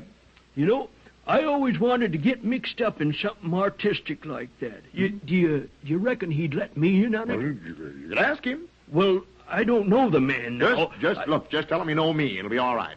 You don't? Well, do tell. You know, it's right nice of you to steer me onto this thing, Anderson. I won't forget it. You know, I may be able to do something for you someday myself. Always glad to help a neighbor, Denton. Well, I sure hope this thing turns out good, Anderson. Last investment I made, I ended up broke. And the other varmint ended up in Boot Hill.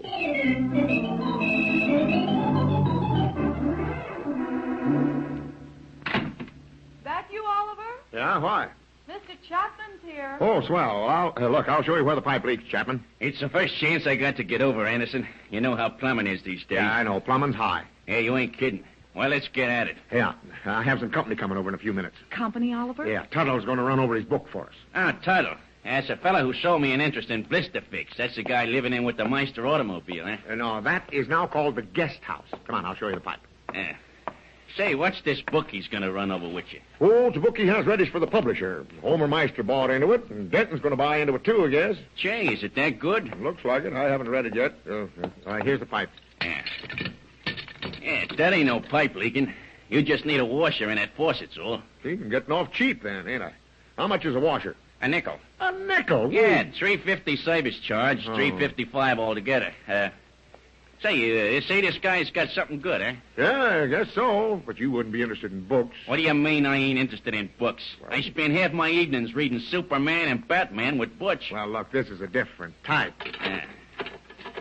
Any pictures in it? I suppose so, but you wouldn't be interested. Now, wait a minute here, Anderson. You mean I ain't got with culture? I didn't say that. Then why don't you want me to buy a share? I don't care if you do or you don't. Ain't nothing wrong with me. I can read. I know you and can. I got the dough. Then why don't you talk to Tuttle? I will. I got the same right as anybody else to make a buck. Well, of course you have. And I'd like to see this Tuttle guy try to keep me out. I don't think he will. My dough's as good as yours. Look, Chapman. Don't get pushy here. I don't care what you do with your money. What's going on out here? Nothing. Mr. Chapman's just leaving. Yeah. But first, give me $4.75. I didn't know you owed Mr. Chapman anything, Oliver. I don't. Look, I thought you said the bill would be $3.55. It would.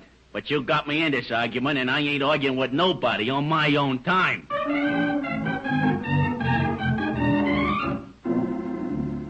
You know, Mary, I'm sorry we got mixed up in this book business. If anything happened that wasn't any good, I'd have to leave town. Oh, don't be silly, Oliver.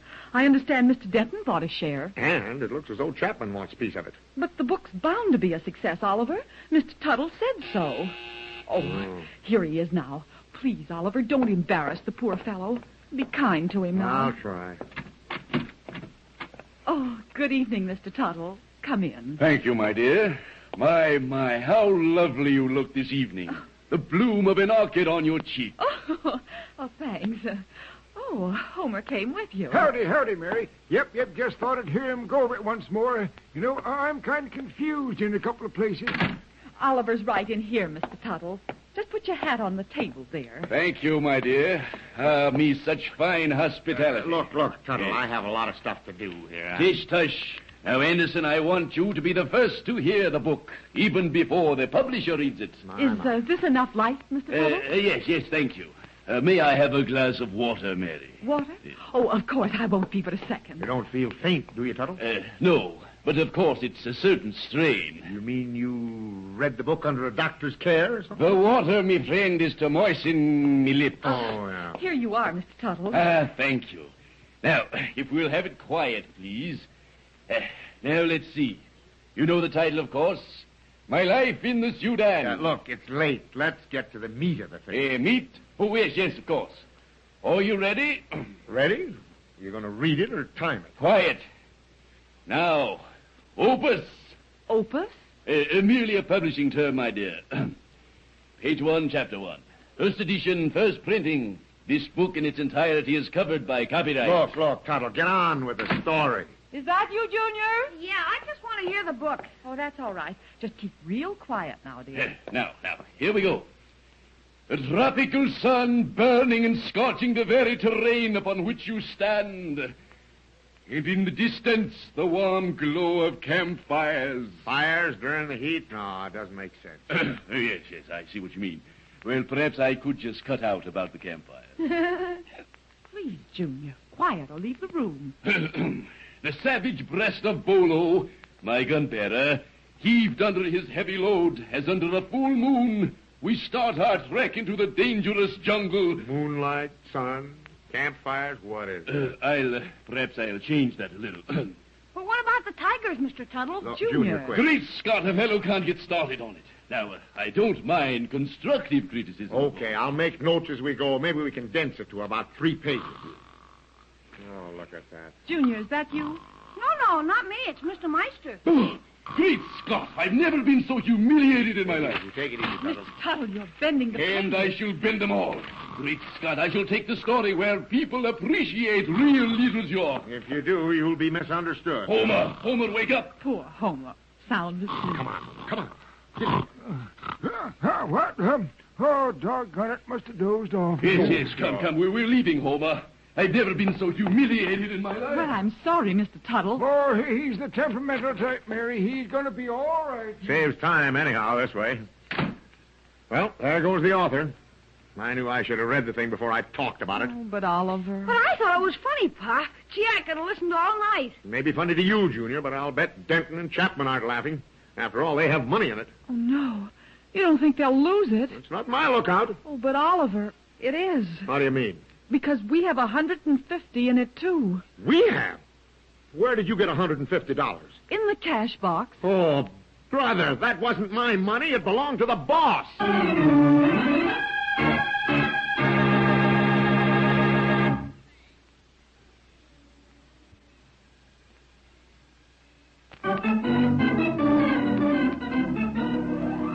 And now back to the Anderson family. Well, J.J. Tuttle has been talking to Oliver about a book he has written called My Life in the Sudan. Oliver talked about the book to several friends and found out that they bought an interest in the book.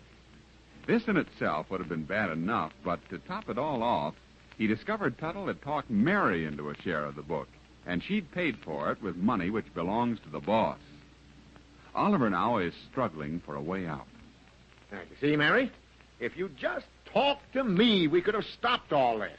I won't even dare go out of the house now. But you had nothing to do with these other people buying a part of it, Oliver. Yeah, but they think I did. Why, that book isn't even an article. It's just rubbish. But Tommy rot, blutter talk. It's sure funny, Pop. Oh. It isn't supposed to be funny, Junior. Well, it would be funny if you hadn't put my $150 into it. Now, how do I pay the boss? I think you're taking it too seriously, Oliver. You think so? Huh? Mm-hmm. This doesn't sound so good. Just take it easy, Senator. Oh, Mr. Denton. Good evening, ma'am. Is your man to home? Why, yes. Won't you come in? Thanks. Mr. Anderson is in here. It's just a little business matter, ma'am. Oh, good evening, Mr. Denton. Well, sit down. No thanks, partner. It's all the same to you. I'll just stand this one out. Well, suit yourself. What's become of that hombre next door? I rattled his doorknob, and nobody answered. Looks like he's gone over the hill. Mr. Tuttle gone? Yep. He's saddled up, I reckon. Oh, no, I don't think so. Well, of course, I know my money's safe. As long as Anderson's got anything to do with it. Sure, of course. Well, I'm glad to hear it. I thought I'd drop in and pick up my investment. I understand you're in the firm, too. Yeah, I am, but I'm not the cashier. Oh, you ain't it? No. Well, all I can say is this. Some varmint is going to get dry gulched in this neighborhood if I don't see my money by tomorrow's sundown. Oh, well, I'm sure you won't lose anything, Mr. Denton. Well, I'm glad to hear that, lady. I'm not aiming to have no trouble. All I want is my money back. I'll see Tuttle. I just want my money, and by tomorrow's sundown. Fine mess. I'm not going to be stuck with this thing. Well, maybe you could sell it to someone, Oliver. Are you kidding? Well, Junior liked it. Maybe it would make a good children's book. Yeah, but it made him laugh. All the better. That might be a funny book for kids. Hey, wait a minute. Maybe you've got something there. Yeah. I know Peterson down at the publishing house.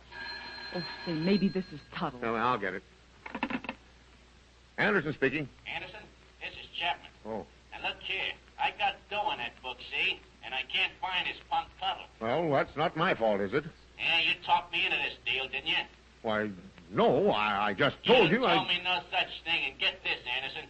I'm collecting that $200 before Saturday, or there's going to be something mighty unpleasant happen on this street.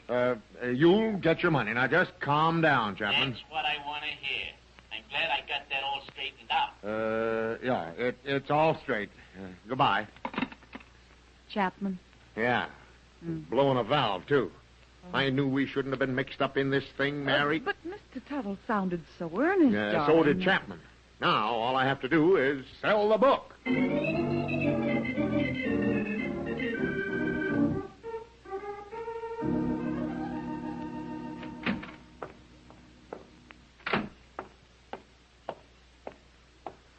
Is that you, Oliver? Oh, boy in the flesh, Mary. Look, money, lots of it. Well, Oliver, where did you get it? Oh, that's $700. But how did you... I mean, Well, Peterson thought it was the funniest kid's book he'd ever read. Said he'd give me $700 now and more if they sold a second printing. But have you told Tuttle yet? Well, he's not over there. Neither is Homer. And Martha won't even speak to me. Well, Well, at least you can give these people their money back. Oh, That Oliver. is the first thing I'm going to do. And from now on, when Tuttle mentions anything about investments, say no automatically. Do you hear? Oh, say, maybe this is Tuttle now. Yeah, well, maybe. Oh, Mr. Chapman. Won't you come in? Oh, yeah. Yeah, thanks, Mrs. Anderson. Say, would you leave the house for a few minutes, please? Leave the house? Yeah, I got words with Anderson. I've been waiting for 3 hours for him to show up. Right in here.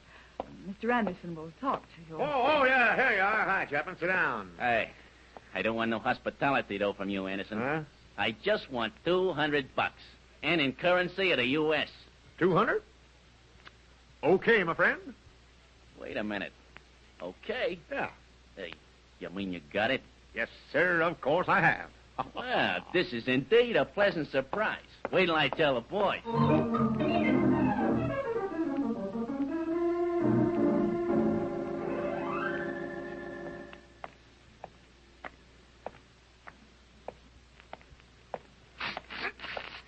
Hey, Oliver. Huh? Who is it?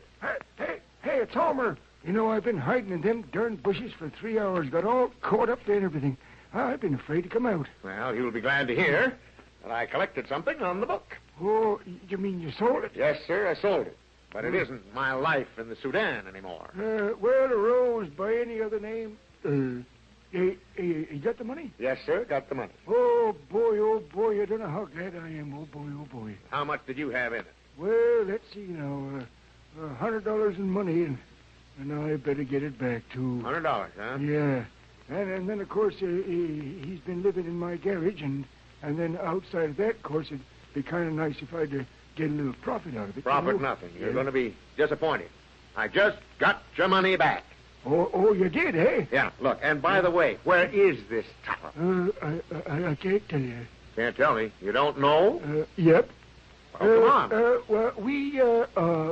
Well, no, I can't tell you. Oh, yeah, can't tell me, huh? I can get him, though, if everything's all right.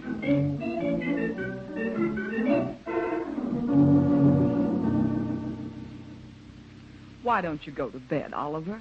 You're worn out. Oh, I'm waiting for someone. Waiting for someone. Yep. Homer's gone out to dig Tuttle up and send him over. Tuttle? Yeah. Oh, now, wait, Oliver. The poor fellow's had enough trouble already. I'm not going to cause him any trouble, but I'll certainly mention that we're not interested in any more of his phony deals. This must be Tuttle now. I hope so. Don't make things any worse for him, dear. I'll wind him up like a clock. Come in, Mr. Tuttle. Thank you, Mrs. Anderson. Your kindness is gratifying in the extremity. Why, Mr.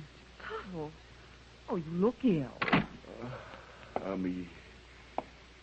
How does your good husband feel about it? Well, I'm sure I can't say. Well, Tuttle. Come on in, partner. Sit down. Yes. Homer told me all about it. Oh, he did, huh? I want to shake your hand, and... Never mind that. Now, look. Where's the money you got from these people? It's gone, Oliver. Gone? Yes. We thought perhaps that Homer and I could augment the sum collected, but Homer picked the wrong goat. A fine thing. Horse race betting. And you took tips from that character, Homer? Well, look, Tuttle, just for your information, I paid off the people and kept us both out of jail. Anderson, I'll never forget this. Your kindness, your interest in me welfare, it touches me to the very core of me being. Yeah, very touching. But look, now, wait a minute. I paid everyone. I have my own money back in here. Here's $50 left over. $50? That's right. I mean, in cash? Yes, sir. I got $700 for the book. $700 for a bestseller? Well... Great Scott, Anderson, why do you constantly interfere in me transactions? But, Mr. Tuttle, we couldn't find you. And I'm not going to crawl under automobiles to dig you out. Automobiles? Yes, automobiles. Look at you. Cobwebs on your coat, grease spot on your vest. Look at your knees. Very well, I accept defeat. I shall take this paltry pittance and start anew, looking forward to even greater triumph. Oh, hi, Mr. Tuttle. Me. Youth. What a wonderful thing. Yeah, me. It takes me back to me childhood. Look, Tuttle, look, it's late and now... My dear old mother, looking down at me with tears in her eyes. Wait a minute, Tuttle. Let's not go into that. Let's close the whole deal here and now. And listen, leave me out of any further deals you may have. I will respect your wishes, Oliver, me colleague. That's fine. Me, now I shall have to start with $50 and run me remedy youth back into thousands. Then I hope to repay you for your kindness. Youth back? Youth back, huh? What's that? Merely a little remedy I perfected for people of 60 or over. Put spring in their steps, sparkle in their eyes. And when the nation learns of me discovery... How do you handle it? Oliver? Bernie. Well, I just asked is all. And when preparations are made, I shall contact you, Anderson. And perhaps from the embers of sordid defeat, we may fan the flame to the very pinnacle of success. Well, wait a minute. Never interrupt when people are talking now about this youth back. Oliver, it's late. Of course, It doesn't hurt to listen, does it? I know just what'll happen if you listen. Yes, I remember Well, one... a fella can ask questions, can't he? Of course, but we're not going to get into anything else. Oh, You're always... Oh, here we go again, folks.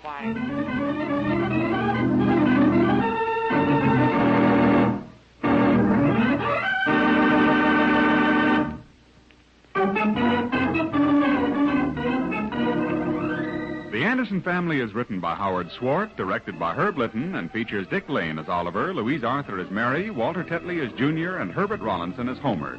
Others in the cast were Doug Young and Ray Erlenborn. Music by Gordon Kibbe, and your announcer is Ken Peters. The Anderson Family is a Hollywood Broadcasters production, transcribed from Hollywood.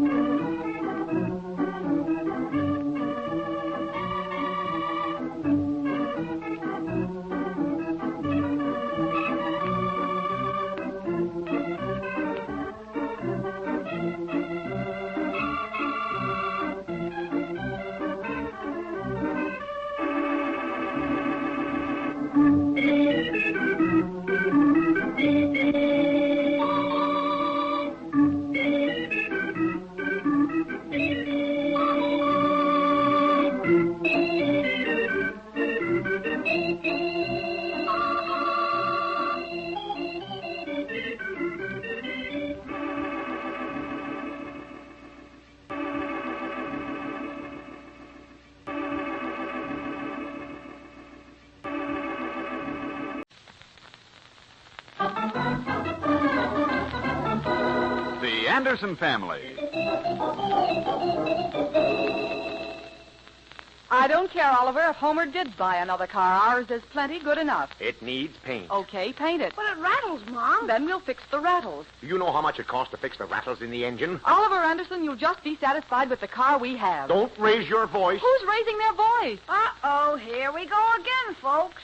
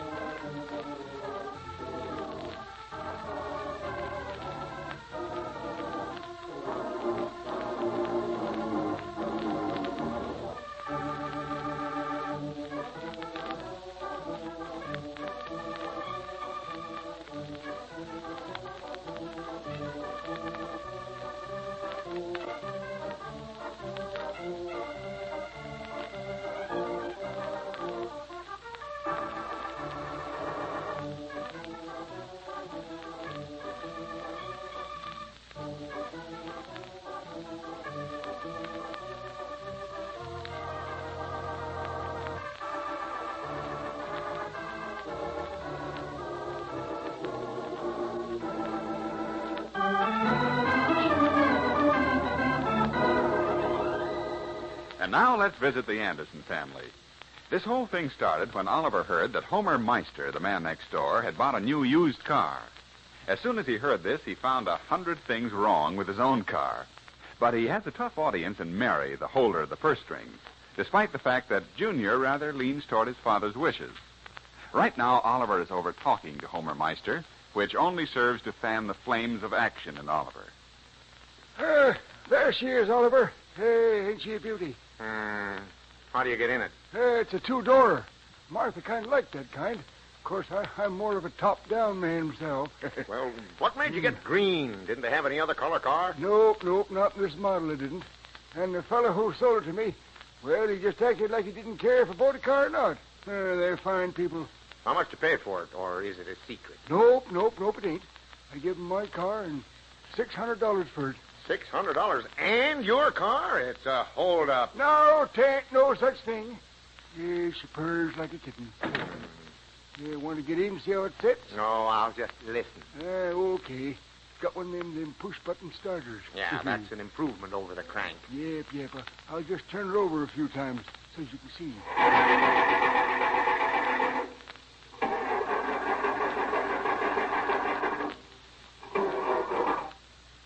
Maybe she needs gas. Yeah, got plenty of gas.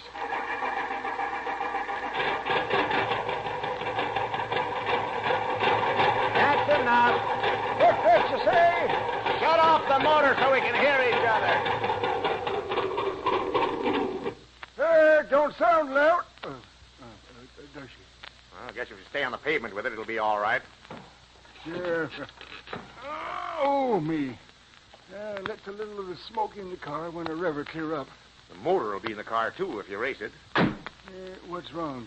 You jealous, are you, Oliver? Me? Jealous? Don't be silly. Jealous of what? Oh, me being progressive-like? But what's progressive about buying a car when you need it? Well, now, if you want to go down and meet the fellow where I got this, well, he can get you one of them unusual deals. No, I don't think so. If I decide to change my car, I'll shop around a bit, not pick up the first thing they offer me. Pop, are you all here?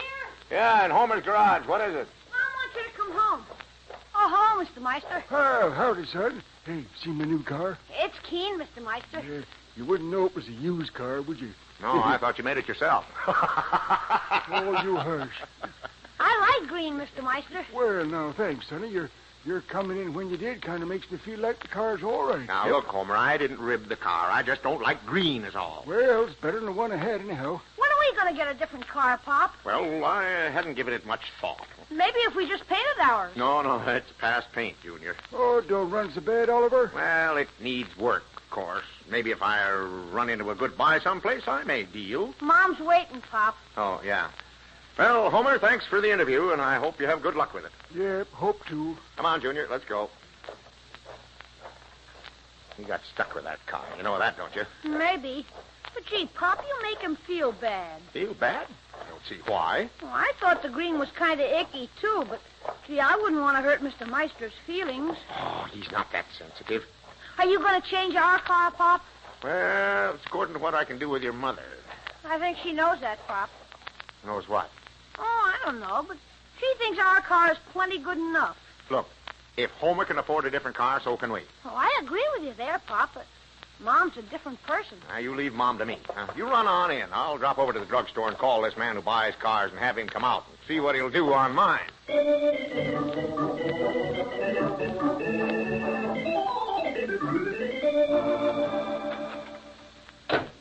that you, Oliver? Yeah, What did you think of Homer's new used car? same as you. Oh, now, Oliver, it's really not that bad. Martha was over. She's just thrilled to death with it. That's the first thing they've agreed on for years. But this other car was in pretty bad shape. Yeah, I know. He's right about that. When a car begins to need a lot of repairs, get rid of it. Well, thank goodness ours doesn't act up. Oh, yes, it does. You haven't complained much about it. Okay, Junior. Tell Mom what the kids do when I drive my car past them. They take off their hats, Mom. You see? Take off their hats? Why should they do that? The kids say you should always take your hat off in the presence of old age. Oh, I see. And he didn't make that up either. I noticed the difference in the way the car runs lately, but I haven't spoken about it. We could have it fixed. I doubt it. It needs paint, rattles like a pair of phony dice, needs tires. It's pretty noisy, too, Mom. And the smell of oil keeps getting in the car. Well, why don't you wait till the new cars come out, Oliver? Because I have to have a car now, Mary. Look what I say. I turn it in, and whoever buys it has to pay for everything. Well, how about the car you buy? That's where smart buying comes in. I see. Well, suppose you show me just what you mean when you say our car's on its last trip. I can't. I left it over to Pete's garage. He said he'd look it over, and if it needed too much, he'd just drive it home and leave it. He's already done that. It's in the garage now. It is? And on its own power? I don't know. I wasn't home when he left it. Well, leave it where it is, then. You can see that even Pete gave up on it. Oh, who is this now? Well, maybe it's the man from the used car lot. Well, if it is, it'll be a long trip back for him. Yes?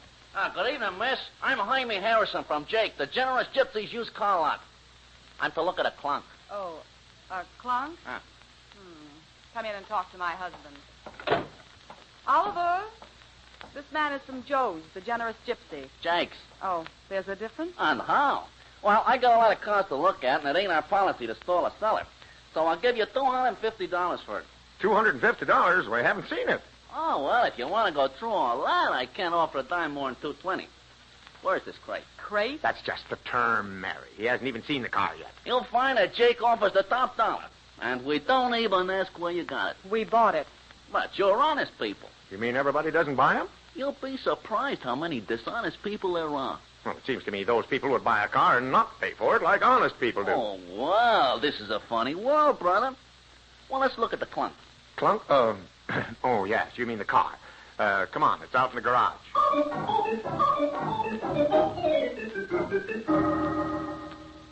Now, let's start at the top dollar on this model here. It's a 1934. Late 1934. Tires, 2 with tread, and a couple of baldies. I was going to get new ones. Well, let the guy who buys it get them. Now, let's see. Does a dog sleep in a car? Dog? We don't have a dog. Upholstery needs cleaning. Paint bad. How's the motor? I use it every day. Motor's in bad shape. Do you owe anything on it? No, it's paid for. Good. Let's see here. Radio? Yeah, it works swell. Get anything on it. Come with the car, huh? Yeah. Old-fashioned radio. No charge. If the radio isn't worth anything, we'll take it out. No, leave it in. It fills up the dash. Now, let's see. Suppose it has an engine? Oh, sure. I'll start it up. No, never mind. I'll just take a look at it. Looks good, doesn't it? Yeah, needs motor overhaul. We just put new spark plugs in it. Plugs won't help this chariot, miss.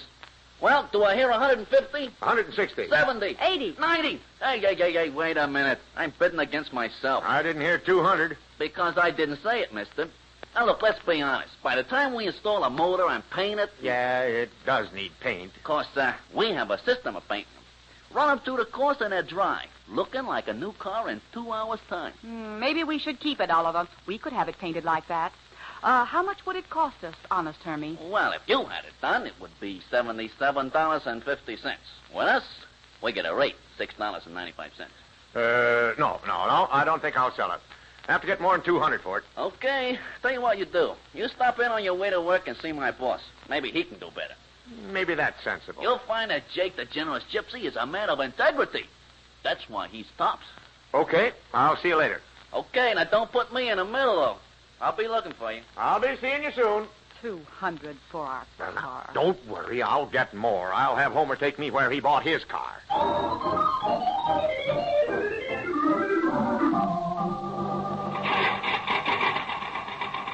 Hey, it's right around the corner here, Oliver. You think we'll make it? Well, ain't so sure. I guess I better have them tuned up a bit. They're right nice about things like that. Well, they should be for the kind of money you spent for this. Well, here we are. Gee, this is the Generous Gypsy's place. Yep. I bought it from him because I like the name. Oh. Hey, wait a minute, buddy. That's parking for customers only. Get that iron out of here. Me? Well, now, wait a minute, young feller. I'm a customer. Oh, well, that's different. I'll give you 6 bits for it. 6 bits? I just paid $600 for it just today. Well, that's your fault. If you'd have stopped here, you could have picked it up for half that. Oh, hello, Anderson. Hello, Hermie. I told the boss about you. Come on in. He's in a dealing mood. That's fine. You make a deal with him, then. I just listened to one of your deals. He's just joking, Oliver. Of course I am.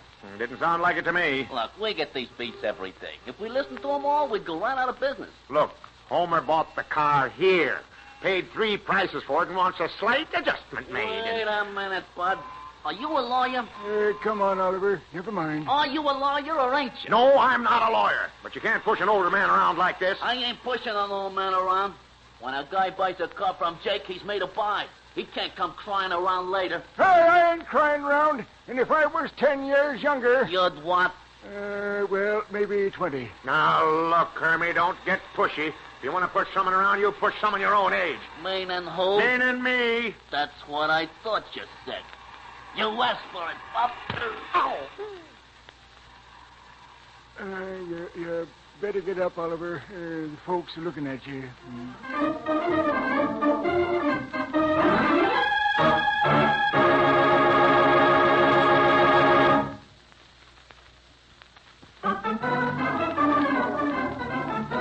Now back to the Anderson family. Oliver Anderson had a little difficulty with the buyer at Jake the Generous Gypsy's used car lot when the man started pushing Homer Meister, Oliver's neighbor. At Oliver's invitation, the buyer turned on Oliver, which, of course, eliminates any deal Oliver might have made with him. Mary Anderson has waited for word from Oliver, and not hearing from him, is about to start out to sell the car herself. Hurry, Junior. Slip on your jacket. We'll drive down and see what we can do with selling the car. Maybe Pop's already made a deal, Mom. Well, if he has, it's a secret. I don't want him to sell it for $200. I think we can do better. Okay, Mom. I'll be right with you. I know where the used car lots are. I'll keep the car before I'll accept $200 for it. Now, if you're ready, let's go make a sale.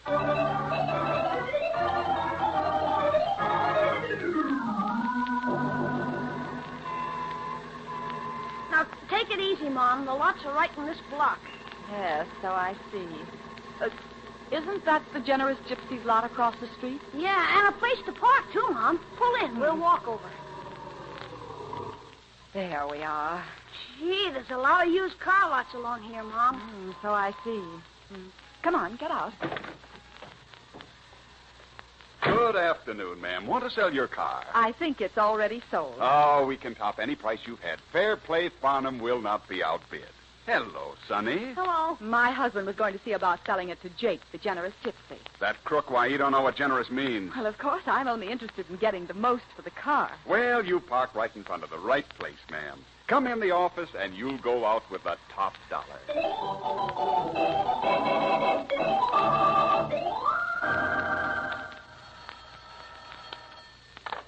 Oliver Anderson speaking. Oliver, I just sold the car. You did?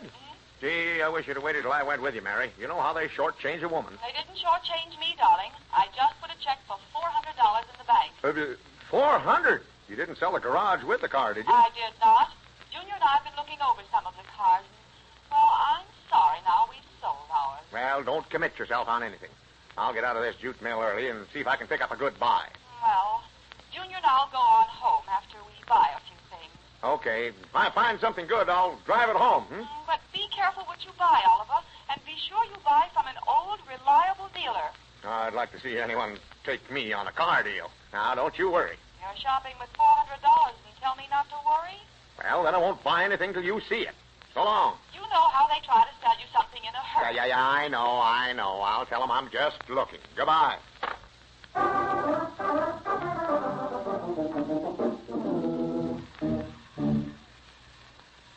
How do you do, sir? Find something you like? No. I'm just looking around a bit. We sold our car this afternoon. Oh, then you've come to the right place. There's no high-powered salesmanship at Fair Play Farnham. That's the way I like it. Now, if you'll step this way, we'll see what we can do. I'm just looking. That's all right. Now, let's see. Are you married? What's that got to do with it? Any children? One. Oh, then you'd like a sedan. Now, over here, I have an excellent buy in an Essex. Essex? Now, wait a minute. Let's not go back that far. Oh, it's the condition of a car that counts. I don't want an Essex. How much do you want to spend? Not any more than I have to. I see. Now, over there is a good, clean, mechanically good Pierce-Arrow. Good, heavy road car and built like a battleship. And steers like one. Too big, Well, I know more now what you want. Let's go over there. And to save you time and myself, don't show me any unless they have starters and electric lights. I'm just showing you what we have. How much is that black car there? That black one? Oh, yes, the black one. Oh, that's a 35 in perfect shape, just gone over in our own shops. We give a 10-hour guarantee on that one. Yeah, but how much? Well, I can let you have that for $1,650. $1,650? Mm-hmm. It's sold new for $900. Can you buy a new one? Well, you got me. No. But are you allowed to ask that much? Oh, come now. Don't be naive. You know how things are today? I'm beginning to learn. However, I did take in a fairly clean 34 Rolo 6 this afternoon. It's in the paint shop now. Be ready in about 10 minutes. Maybe you'd like that. Well, that sounds more like it. I just sold a 34 Rolo 6. Oh, then you know what a lot of service you'll get out of it. Mine was in pretty bad shape. Well, you did the right thing. When they get in bad shape, sell them and let someone else spend the money on them. Okay, let's look at it. Well, we're about ready to close now, but if you like, I'll stick around a few minutes and wrap it up for you. Well, now, don't change your routine. Oh, no. It's no bother at all. You can see it anyhow. Hey, Oliver. Huh? Oh, boy, gee, am I glad to see you. What's wrong with you, Homer? What are you doing down here? Well, there won't be nothing but my car, and Marthy's mighty unhappy. And you know something? What? I can't get home. Well, stick around a few minutes. I'll tow you home if everything comes out all right. Want to trade it in on a good one? Nope. Shucks, I just bought it yesterday from Jake, the generous gypsy. Every time anyone mentions a deal with that outfit, it's bad news. Well, sit down over there, Homer. I'll be with you in a few minutes. Okay.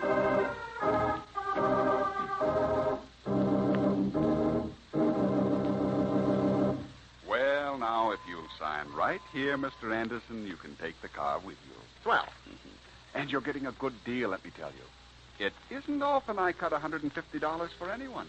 I see. Now, this calls for $850. And $35 for the radio. Yeah, but it's an old radio like the one I had. The old ones are better than the new ones. Are they? And then the $50 for the 2 new white sidewalls. Oh, well, just add it up. Homer's waiting for me to tow him home.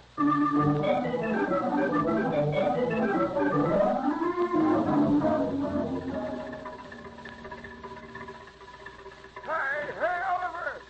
What are you stopping for? Homer, I'm a dead duck. What's the matter?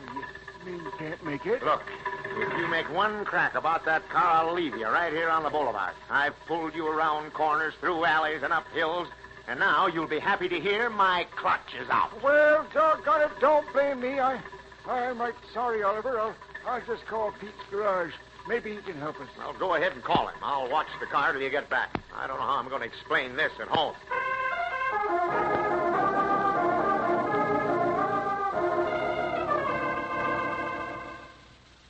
You think this car will run now, Pete? It should. It needed those new points, and its coil was weak. I'll try it now. Step on the starter and see what happens.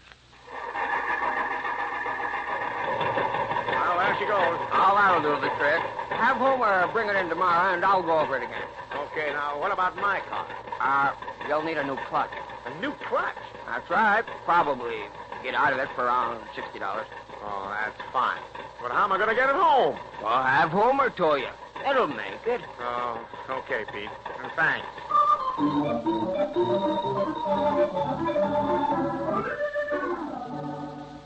Do you see your father coming, Junior? Nope. The bus just stopped, but he didn't get off. Well, I hope he didn't stop and buy some rattletrap car. Oh, he wouldn't do that, Mom. Pop knows a lot about cars. Just the same, you don't know what they've done to them. Hey, Mom, come here quick. Here comes Pop. What's so exciting about it? He's got 2 cars, Mom, tied together. Oh, no. That's all we need. Turning into the driveway. Oh, I see now. He's pushing Homer's car. Well, of all things, treating a new car that way. Gee, Mom, it's sure a beauty. Green. Oh, no, not green. Come on out, Mom. Let's look at it.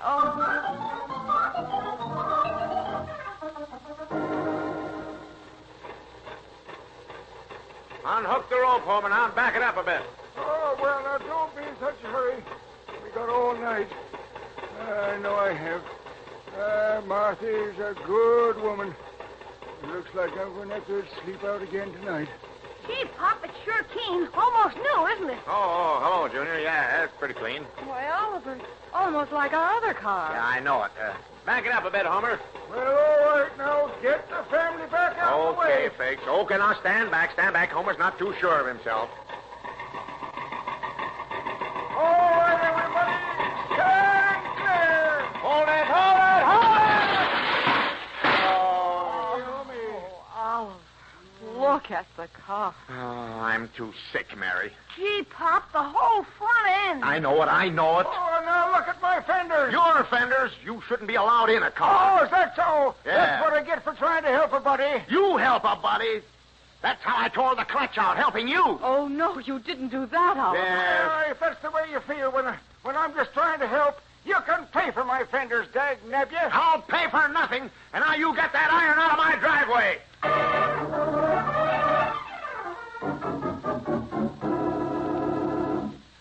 Gee, Pop, Mr. Meister is sure mad at you. I'll let him be mad. And Mom isn't happy either, Pop. I can't help it. A person can only do so much.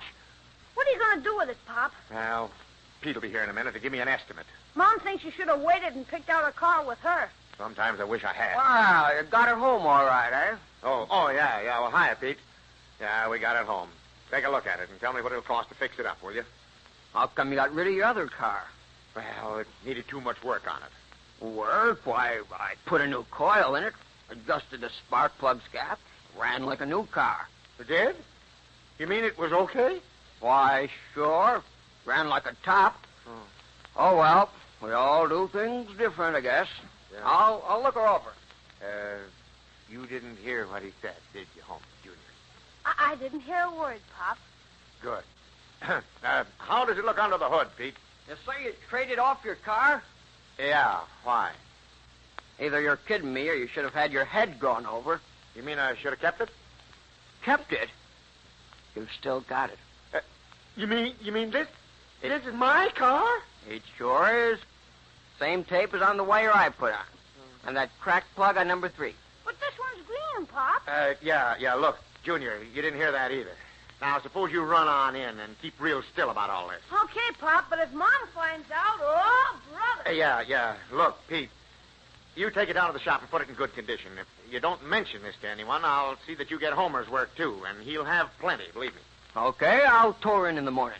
Swell, and mail the bill to me at the office.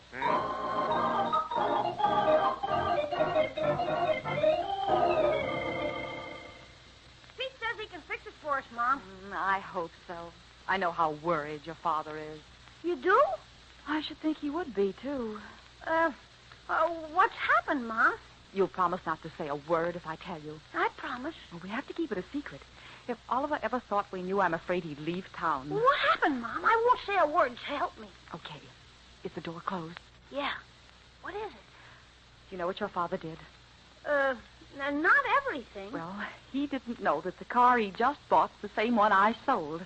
Gee, Mom, are you sure? Of course I am.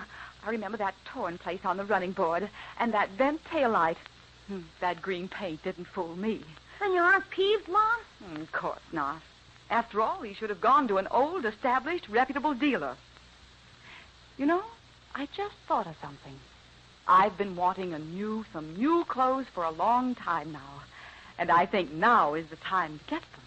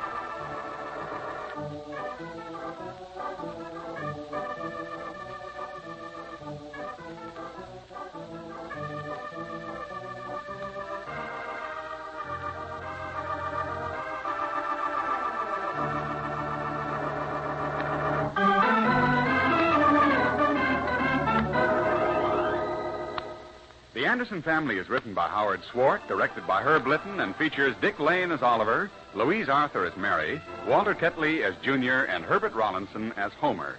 Others in the cast were George Peroni and Doug Young. Music by Gordon Kibbe, sound effects by Ray Erlenborn, and your announcer is Ken Peters. The Anderson Family is a Hollywood Broadcasters production, transcribed in Hollywood.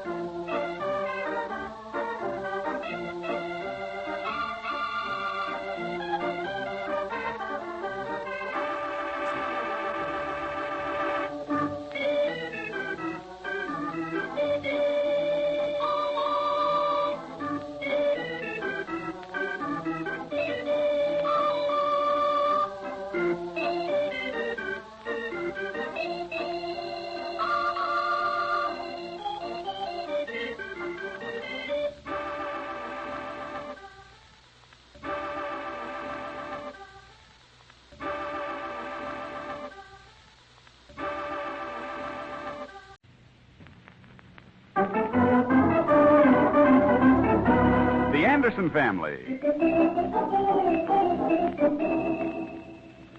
Oliver, did you know the Meisters have taken in a new roomer? Yeah, Pop, he's been all over the world. He's a great hunter, too. What's he hunting for at the Meister home? Just wait till you meet him. He bows from the waist and clicks his heels. Probably has broken arches. Oliver Anderson, that's not the way to talk. Well, what way do you want me to talk? Uh-oh, here we go again, folks.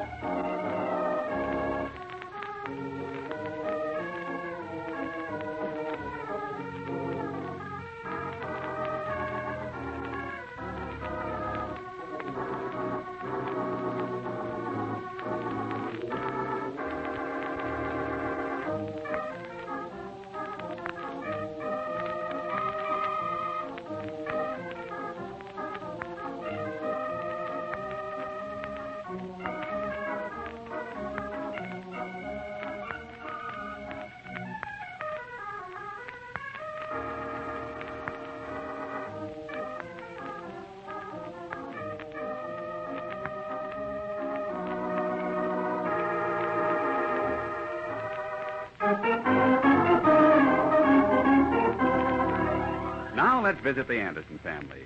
Well, this whole thing started when Homer Meister, the neighbor next door, rented a room to a man he had just met. Mary is explaining to Oliver just what Martha Meister had told her about the new roomer. But he seems to be a very cultured person, Oliver. And has he been around? Europe, Africa, gee, everywhere. Homer wants him to have a home. What's the matter? Did the pool hall burn down? Now, that's a fine remark. You've never met him. And I don't want to meet him. Now, look, Mary, I have something important to talk about if you can tear yourself away from this Meister's roomer for a minute. Important? Yes. You know, we talked about a piano for Junior. A piano? Oh, swell, Pop. Well, I found one today at the piano store. $300. Why, Oliver, that's cheap. If the piano's any good. Well, it sounds all right. The young lady played a couple tunes on it for me. Young lady, what was she wearing? Oh, why, I didn't notice. Just a black dress and nylon hose. Nylon hose? Well, sure, I know nylon when I look at it. Now, about the piano. Oh, well, it's a swell little upright. I've had my eye on it for a week. Gee, Pop, buy it. Well, I'll see. Now, if we can have it quiet for a minute, let's see how our money stands. Oh, we have the 300. Oh, it's Homer. Come on in. Oh, thanks, Mary. I just wanted to bring Mr. Tuttle over and sort of introduce him around. That's fine. Yeah. Mary, you remember Mr. Tuttle? Oh, of course. How do you do? Mrs. Anderson, lovely as a gardenia. Oh, thank you. Oliver's in there. Look here, Tuttle. When you meet this feller Anderson, you'll be meeting someone. Oh, Homer. Yep. Howdy, Oliver. Hi. I want you to meet a bosom pal of mine. Moved in with us yesterday. Oliver, meet Mr. J. Tuttle. Hi. Greetings, friend and neighbor. Huh? Greetings in the top of the day to you. Oh. This is indeed one of the most pleasant moments of the day. Won't you sit down, gentlemen? Well, we can't stay, Mary. Oh, must you go so soon? You heard what Homer said. He said he couldn't stay. Well, sit down, J. Might as well rest. Look, Homer, we were just discussing something when you came in. Ah, yes. The little family unit. My. And this young man's a member of your family? Yes, sir. Polite little fellow. Junior, dear, take the papers out for Mother, will you? Sure. But I'd like to hear more about Mr. Tuttle's tiger hunt. He won't get to that till probably 10 o'clock or after. Yeah, it's sure interesting, Oliver. If he gets to it before 10, call me. Run on now, Junior. Be a good boy. Ah, me. Such a lovely home life. I remember as though it were only yesterday. Esther promised to be my wife. Oh, she spoke English, huh? Esther? Yes, my third wife. Yes, Esther and I decided to buy a little cottage with roses on the porch. And she ran out of money. And she ran out... Yeah. Hammy, I can see we're going to have jolly times together. Where is Esther now? Mary, maybe he'd rather not say. Now, where is she? I often wonder. That is, she's doing well. Yes, we hunted for days for a place to live, but Try as we could, we couldn't find a thing. What was wrong? Did they want the rent in advance? Oliver. Well, Mr. Tuttle used to manage a large symphony orchestra. Oh, is that so? Yep. That's strange. We were just discussing buying a piano when you came, Homer. Piano? Mr. Tuttle, if you lift your feet off the radio, I'll put this paper under your shoes or scratch the finish. Paper? Oh, I see. How rude of me. Oh, that's all right. Do you know anything about pianos, Mr. Tuttle? Pianos? I'm familiar with the concert grand. Well, look, we're not getting a concert grant. Yeah, seems like J.J. could help you on that one, Oliver. No, look, I've already picked out the one I want, and I like it. It may help, Oliver, my friend, if you'll present my card to the salesman when purchasing the piano. No doubt he's heard of me. Professional discount, you know. Here, my card. Oh, thanks. Actually, it's... J.J. Tuttle. It's Will Brutus J. Tuttle. Will Brutus? Yes, but the printer made a mistake, and until the cards are used up, I prefer the shorter or abbreviated J.J. Well, it was nice that you could come over, Mr. Tuttle. Yep. You'll be seeing a lot of him, Mary. You see, he ain't working right now. No. Oh, well, something will turn up soon, I'm sure. That's what he's trying to avoid, Mary. Yes, I must have a place that's quiet, so I can finish my book. Oh, you're writing a book? Yep, it sure is. It's all about animals. Well, how wonderful. Yes, it's a brief resume of my hunting trip through the jungles of the Sudan, about the habits and home life of the animals. Oh. I think their private home life is their own business. Yes, that's true. However, during our dangerous trek through the undergrowth, I was ever alert to dangers. Mabel walked on ahead of me, carrying the camp equipment and tent. Mabel? Yes. Mabel was my second wife. Rather a strong young lady, and Mabel was a wrestler in the circus. Well, surely you don't mean your wife was carrying all the equipment and you carried nothing. But, my dear young lady, I carried the rifle. We never knew at what moment we would be ambushed by some ferocious beast. Oh, where is Mabel now? Mabel? I really don't know. The last I heard of her, she was engaged to a traffic cop in the Congo. Look, I hate to break up this tour, but I have to go down and take a look at this piano. Yeah, how much you paying for it, Oliver? $300. That's not too much, is it, Mr. Tuttle? Well, as we say in the French, c'est la guerre beaucoup, which translated means he who has gets. Now, look, I've found the piano I want, and that's the one I'm going to see about. Now, if you'll just excuse me, I think I'll slip on my coat and hat and go down and see that piano again.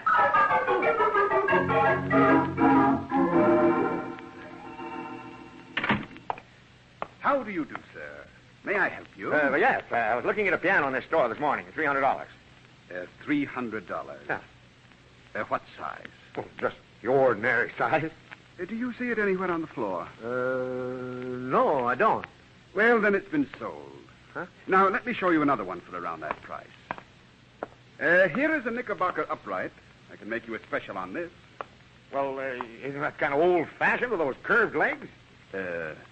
You said 300? Yeah, that's right. Then it's curved legs, my friend. But look, I don't want curved legs. I just want to show you the construction. There, you see, inside the piano, elliptical sounding board and the foot release on the vibrato. Oh, yeah. Uh-huh. Well, does it look to you like all the strings are there? Strings? Yeah. Well, of course, on these cheaper models, we don't guarantee a full set of strings. However, I will tell you this, my friend, the strings that are missing are the B-flat strings. No one hardly ever uses that key anymore anyhow. Oh, I see. Well, how are the C strings? C strings? They look pretty substantial. Well, that's good. That's my favorite key. Shall I wrap it up? No, wait a minute. That piano over there, how much is that one? That one? Yeah. Oh, I believe that's $650. $650? I've seen them like that for $300. Possibly, but this one is polished. Oh. How about a set of drums? No drums. Possibly an accordion. No, look, I want a piano, and I'll pay $300 for one, and I want it today. Well, let's step in the office and talk to Mr. Bruckman. You think he can work out a deal for me? Don't worry. Anyone Mr. Bruckman talks to buys a piano.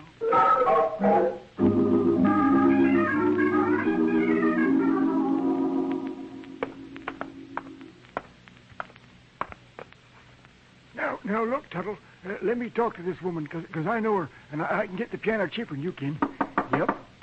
I'll have to work rapidly before Mr. Anderson buys one. Yes?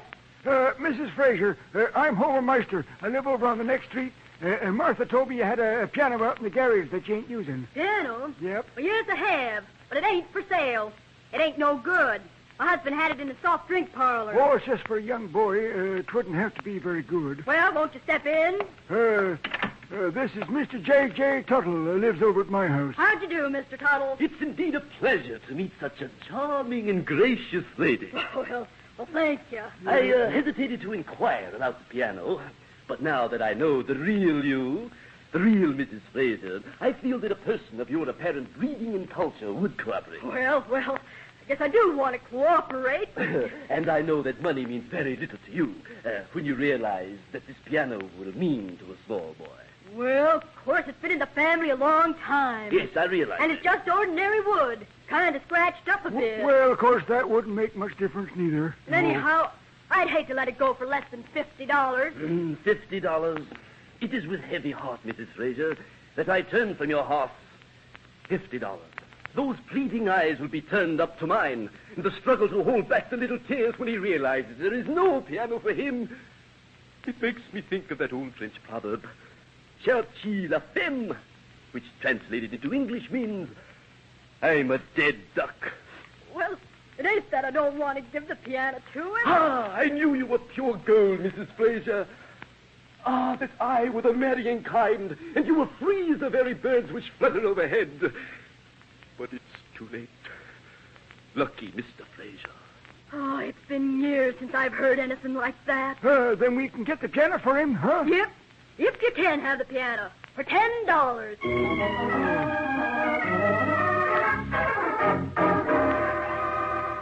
Is Pop going to bring the piano home with him, Mom? Well, I'm sure I don't know.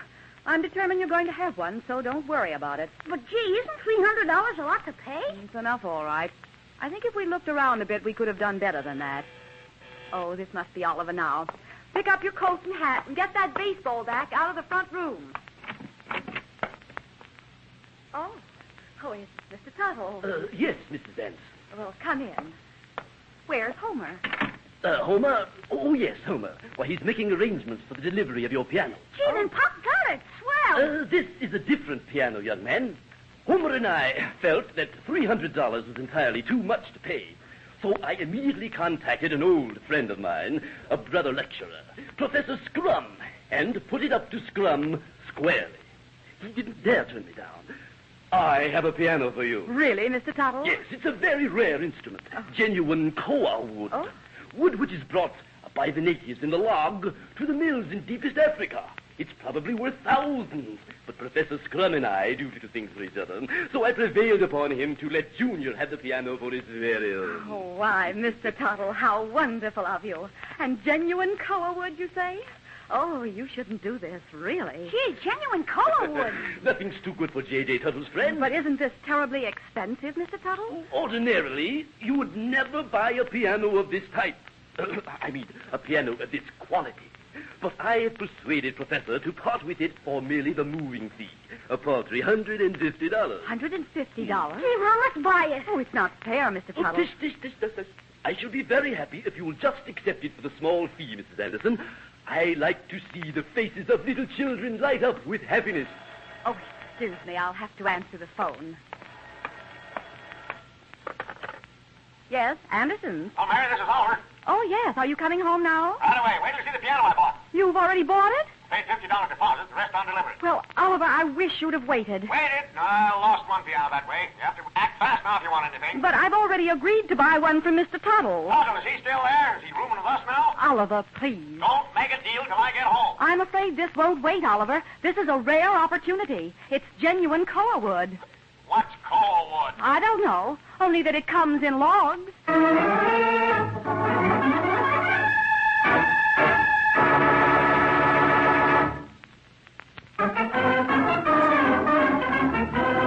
Now back to the Anderson family.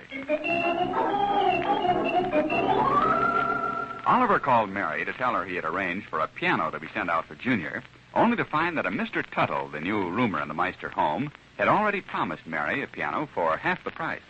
Oh, now, where is this work of art you mentioned on the phone? Mr. Tuttle's gone after it for us. It's owned by some Professor Scrum, I believe he said his name is. How much? Only $150. And you bought it without looking at it? Well, I'm sure it must be lovely. It's a genuine koa wood. Koa wood, huh? Well, we can't use two pianos. Just send the one you bought back to the store. Look, I've already paid $50 on it. They'll keep that.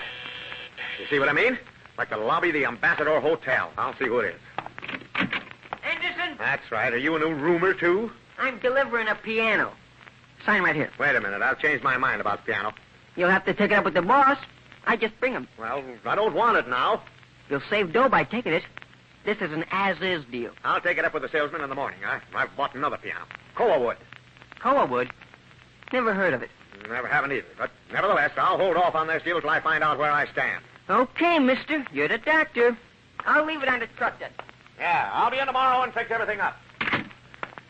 Well, now, where were we? Oh, I don't remember. Is the man taking the piano back? Sure. You'll get your $50 all right? You know, Mary, I don't feel right about this. That's because I showed enough initiative to push on ahead and get a piano for $150 when you were going to pay $300. It's not that. Junior! Yes, Mom? Come in here and help your father move some of this furniture. Move furniture? Yes, I want the piano right there along that wall. Piano hasn't even come yet, Mom. That's all right. I want to put it in the right place while we have some help. Well, it's 8 o'clock and no piano, no help or anything.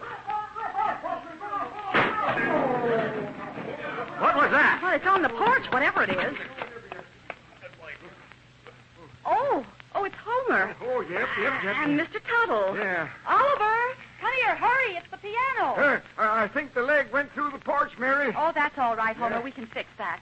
Can you bring it in? We must be very careful and not scratch the finish, Mrs. Anderson. And it's rather heavy, too. Oh, you got the piano already, huh? Oh, yep. Schultz helped us put it up on the porch. Now, get hold of it with them, Oliver, and let's get it off the porch. Jeepers, Pop, it's sure shiny. Ah, yes, me lad. Nothing like a genuine koa wood. Well, do you think it'll go through the door? Why, yes, there seems to be a clearance of 30 thousandths of an inch there. Possibly more. Grab that in there, Homer, and Oliver, you take the back. What are you taking? Oliver, please. Let's get the piano in before it gets damp. But it won't go through the doorway, Mary. Oh, tush. We have plenty of room to spare. Ready, Oliver? Yeah, I got my end. Now, look, when I get her started, keep her going. How about this porch? Never mind the porch, dear. You better stand back out the way, Junior. We got to keep her going when she starts, yeah. But it won't go through. When I say 3, everyone exerts themselves to the fullest. Now, 1, 2, 3!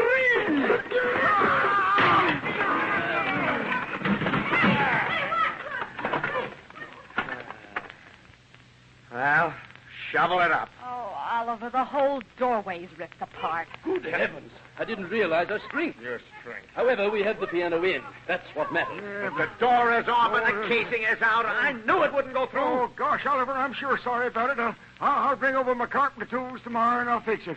I won't charge you much. Well, we could just remodel the house. We've got a good start. Look, will you boys push the piano right over against this wall? Yep, you bet, Mary. Oliver, take the back and I'll take the front end. How about you, Tuttle? Are you on a project? Project? Yeah? Why, I'll be most happy to help. Well, help. Come on, get it rolling. Yeah, come on. I got to push it here. Hey, Pop, get in the way! Oh, that's wonderful. Right where I wanted it. Can I play it now, Mom? No, Junior, not now. Well, where's the piano bench? Bench? Good heavens, I must have forgotten it. I consider myself very lucky to get just the piano. Professor Scrum cried like a baby when we took it out. Cried, eh? Well, maybe you shouldn't have slugged him to get it. Me, a smile is worth 1,000,000 frowns. 2 jowers vom wit, which translated means, let the sun shine through. Isn't that awful? It's sure an old piano, Pop. Yeah, it's one of them antiques, Junior. They're hard to get now. This leg, it seems to be sort of cracked. Cracked? Characteristic of the koa wood, Mrs. Anderson. And curved legs. How's the inside look? It should be perfect. Professor Scrum had it in his drawing room for years. Oh, you broke it, Junior. Well, probably koa wood splits easy. Hey, look. Professor Scrum has mice. Did he know that? Mice? Well, looks like mice nests back of that sounding board. Professor Scrum has been doing his own housework since his wife left. Possibly he's rather inefficient. Oh, well, Junior can get rid of the mice, all right. Of course. Good heavens, man, you have a priceless jewel here in this piano. I wish it had a bench. Bench, eh? Well, we'll get a bench for you, Junior. This is the front of the piano. Ah, yes. The sentiment wrapped up in this beautiful instrument. Brother, they went overboard on the sentiment. Look at that front panel. Ha! Someone put a heart with an arrow through it. Yeah. And with a chisel. Yeah. I had one with the fish one time, I remember. Oh, Homer. Well, Dick, never if they ain't gone and done it. Yes, they did. No. Well, any antique is bound to be scratched a bit. Scratched a bit. Looks like they pitched horseshoes on it. Well, never mind, Oliver. Mr. Tuttle did the best he could. Yep, Dick, never he sure did. Yes, he sure did. What's this in the bottom of the piano? Could be anything. Find something in there, Mom? Looks like a couple of mason jars. Oh, let me see. Mason jars? And they have canned plums in them. Hey, look around and see if you can find any kumquats. Homer, shut up. I love my kumquats. Shut up, Homer. Canned plums in a piano. Brother, that's all. Professor Scrum must have put up his fruit in it, too. See if there's any sugar in there. Canned plums? Yeah. Oh, Mrs. Anderson, Professor Scrum told me once that koa wood must be kept at a certain dampness. Possibly these cans of plums were put out there for that reason. They look kind of good. Can we eat them, Mom? Junior, of course we'll not eat them. Well, I did the very best I could for you, Mrs. Anderson. And if everything isn't satisfactory, I must offer my humblest apologies. Oh, now, Mr. Tuttle. Oliver really appreciates all this. I'm happy to hear you say that. Homer and I must leave now and get the piano bent. Well, maybe you should let it go for tonight. Oh, gee, I'd like to play tonight, Pop. Let it go for tonight. Okay. Well, come on, J.J. We got places to go yet. Now, look, about this doorway here. Doorway? Oh, yeah, doorway. Yeah, doorway. Well, I'll be over in the morning and repair it. But what about tonight, Homer? No door. Well, I guess I could get over tonight. No, not tonight. Never mind. I'll sit up and guard it. At least I'll be alone. Very well, Mrs. Anderson. May you have the best of luck with this instrument. Yeah, fine. Come over again sometime. So, you have your money? Why, yes. I paid Professor Scrum. Everything is paid for and delivered. And now, I bid you good evening. Oh, good heavens, who could this be? Well, about the only one missing is Professor Scrum. Maybe I should go. It's my turn.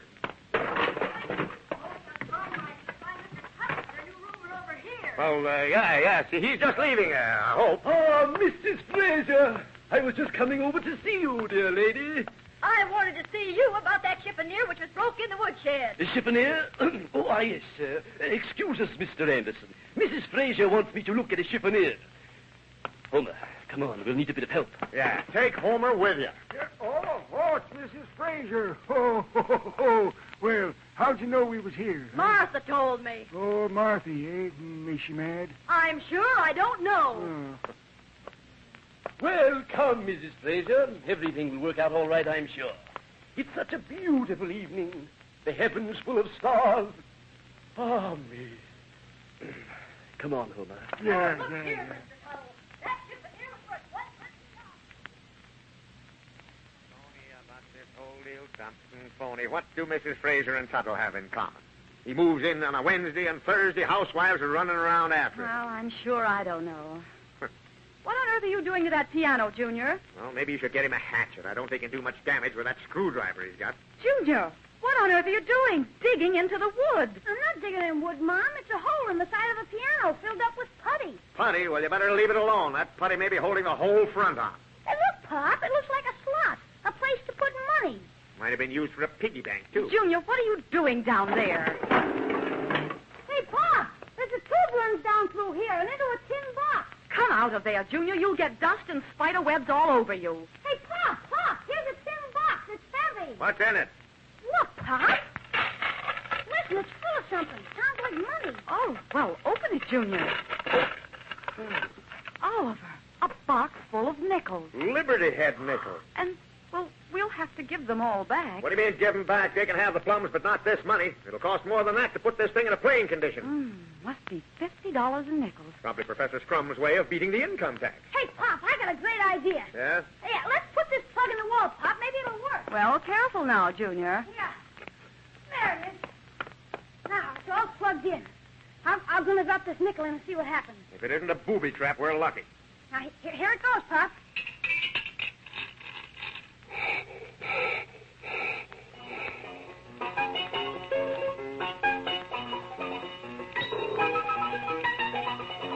It's a saloon piano, Mary. I told you to Oliver, wait. Anderson, don't you scream at me. Oh, that's Uh-oh, here we go again, folks.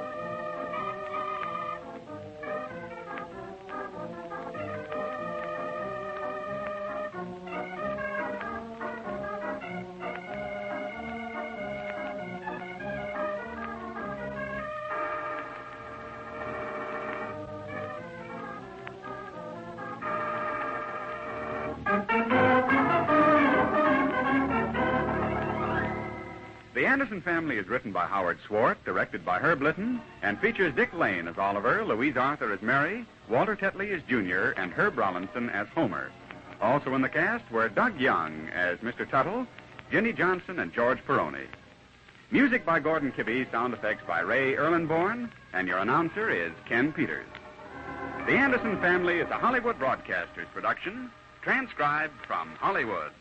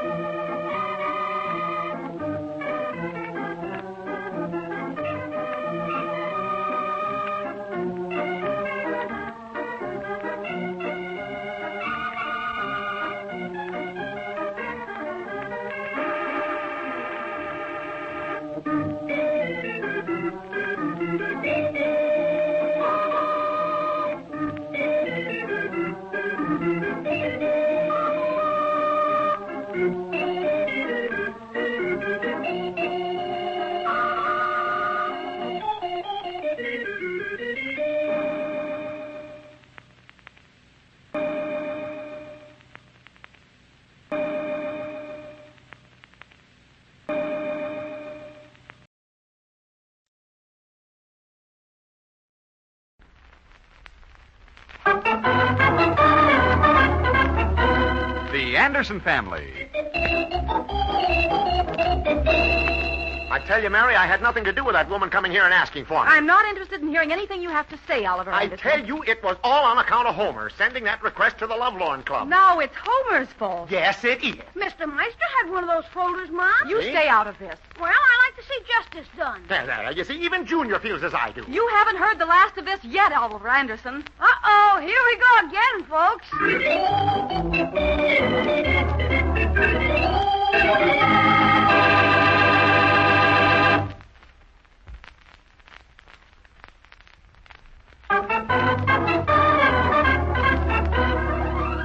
And now let's visit the Anderson family. Well, this whole thing started when Homer Meister, the man next door, hired Junior Anderson and Butch Chapman to clean out his garage. Mrs. Meister insisted Homer clean the garage, and right now Junior and the Chapman boy, Butch, are piling up old letters, envelopes, pictures of pin-up girls, and miscellaneous artworks that Homer has accumulated over the years. Tie this junk together, Junior. I'll stack up all these old newspapers here. Okay, Butch. Gee, what a bunch of junk. What's Mr. Meister doing with all these pictures of these dames? I guess it's just a hobby with him. Besides, Butch, he's married. Oh, don't be a jerk, Junior. That's the kind that got their eye out. Mr. Meister explained to me that he's fond of art. Art? Call this dame art? She's too fat. What a face. Look at the way she's trying to look pretty. Yeah, well... shall we get this stuff out of here? Oh, yeah. Hey, wait a minute. Looky here. What is it? A folder. Gee, all kinds of coils. With numbers under them. Yeah, well, throw it on this pile and let's get going, Butch. Throw it on the pile, nothing. Listen to this. Are you lonely? Huh? Does the same face across the breakfast table each morning bore you? Would you like to trade off the old model for new? It's just an ad. It doesn't mean anything. Besides, maybe somebody just loaned it to him. Mr. Meister wouldn't send for it. Oh, we wouldn't, eh? No. See that? Homer Meister, Esquire. Oh, we shouldn't be reading Mr. Meister's mail, Butch. It's open, ain't it? Guy can't help looking at something he finds, can he? I think I'll take this home with me. Yeah, and then what? Hey, let's ask them for a catalog. Then we'll show the kids at school and all the pictures, and just for laughs. Just for a gag, huh? Sure, will their eyes pop out? Yeah, I can see the kids now, calling you Casanova Chapman. It don't hurt none, Yeah, but some of these ladies on this folder are old enough to be your grandmother, Butch. Oh, I'll cut them out. There certainly should be one or two on the folder that'd take a good picture. You mean like this one? Oh, boy. Say, she's a peach. You know, Junior, I got an idea. Let's write to this thing. Say we're interested in the picture of this particular girl. You and me? Me? Sure. Well, why don't just you? Oh, you're scared, huh? Oh, come on. We'll have some fun. It's just for laughs. Well, we could get into trouble. Trouble? Don't be funny. My old man would punch anybody in the nose who gave me a bad time, and he's just the guy that can do it. Yeah, I know. Butch, look. Don't say nothing to nobody about this until they send the pictures. Then we'll have some fun. Well, gee, what are you going to do? Well, here's exactly what I'll do. Wait a minute. Here, someone's coming. I'll slip this folder in my pocket. And if you know what's good for you, you'll keep your mouth shut. Well, for God's sakes, you mean you ain't got this garage cleaned up yet? We're tying the last bundle right now, Mr. Meister. We were held up a bit. Oh, you was, huh? Oh, me, I kind of hate to see them pictures go. It kind of made it home-like out here. Yeah. It'll be kind of lonesome now. Yep, but of course there comes a time in every man's life when he has to kind of forget the past and close his mind to things you like. Get that end over here, Junior. Yeah. Time was when I'd rather fight a man than eat. Yeah, just put that pile on top and we'll take both piles, Butch. Why, I had so many women crazy about me, I had to leave town so the other fellas could find a wife. Okay, up Yeah. she comes. Look out, Mr. Meister. Oh, gosh, you're like a trample me to death. Now, right on out the door now, Butch. Come on. Boy, Pat, this is all of it. Hey, just put it right by the incinerator there, boys. Hey, I got to speak to Mary about Junior running around with that Chapman kid. It ain't good for him.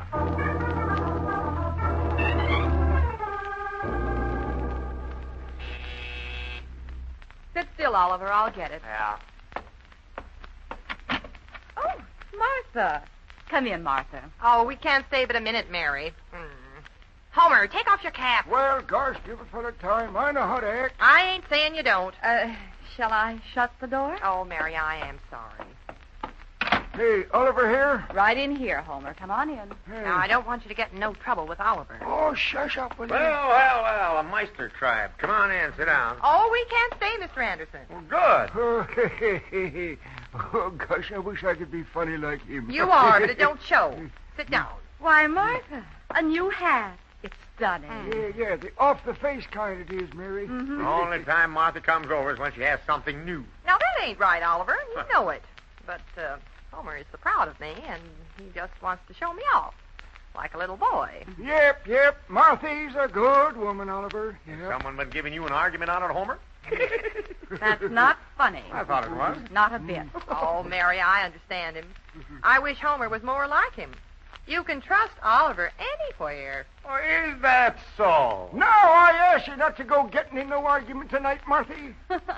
You've hurt his pride, Martha. Pride? It's not pride. I don't think just because a man gets married that he loses any attraction for ladies. Well, he should. Martha's right, Oliver. You don't see ladies looking at Homer. Oh, they don't, eh? I mean, I just don't invite it, so. You don't mean to insinuate that Homer ain't got appeal. Oh, look, Martha. Oh, it's Junior. Hi, everybody. Hello, dear. Say, Mom, did I get any mail today? No, not that I know of. Mail from whom? Oh, just wondered if I got any is all. Maybe tomorrow I'll get some. Now, there's a nice little boy. Everyone says so. We think so.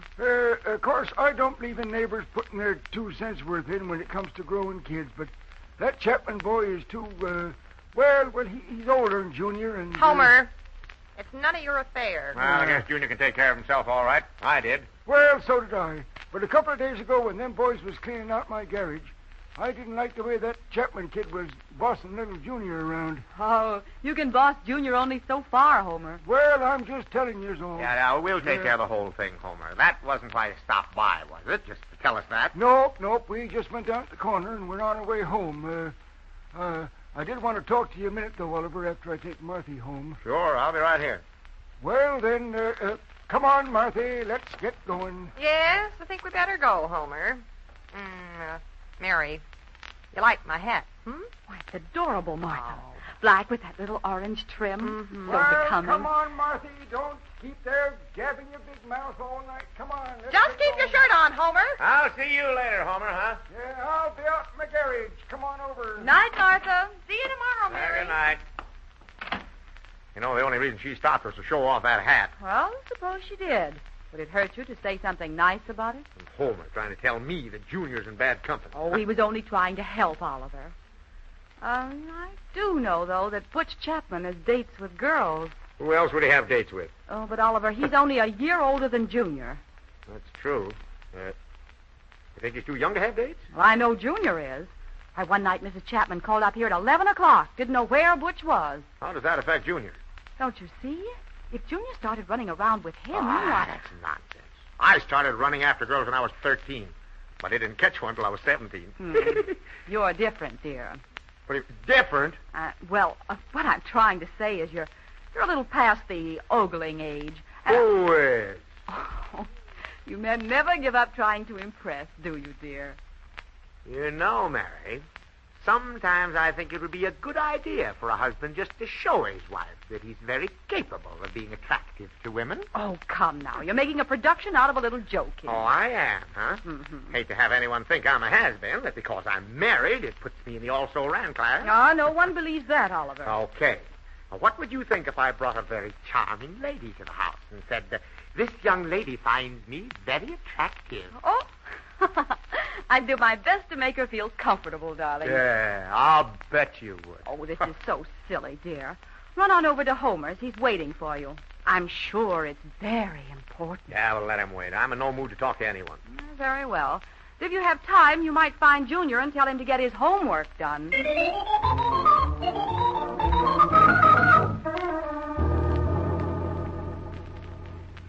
Junior, did you get your mail? Huh?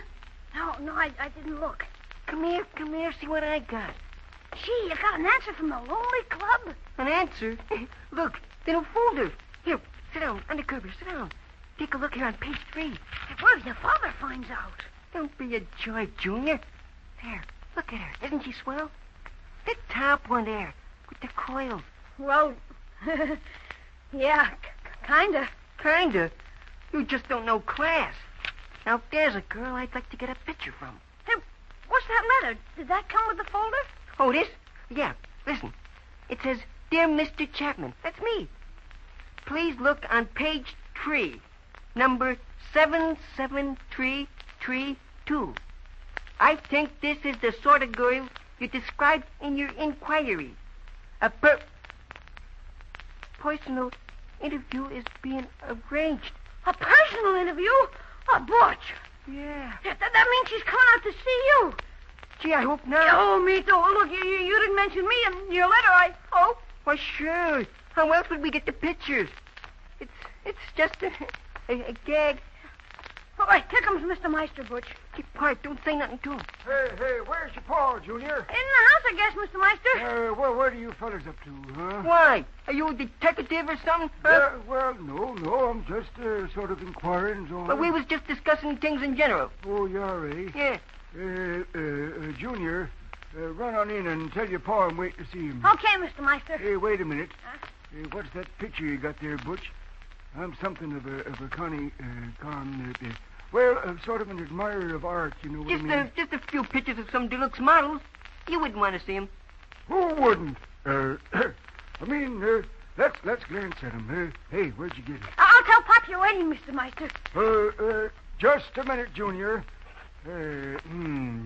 What's wrong? Oh, nothing. 77226. Oh, boy, she's a little beefy. Reminds me of some cattle I had one time. 77229. Oh, boy, look at that face. There's a mean face. Oh, but look at here's one. Oh, 77332. Hey, you better let me have this one, Sonny. Nothing doing. You find your own pictures. I've got one you can have, Mr. Meister. Well, gosh, thanks, Junior. You what?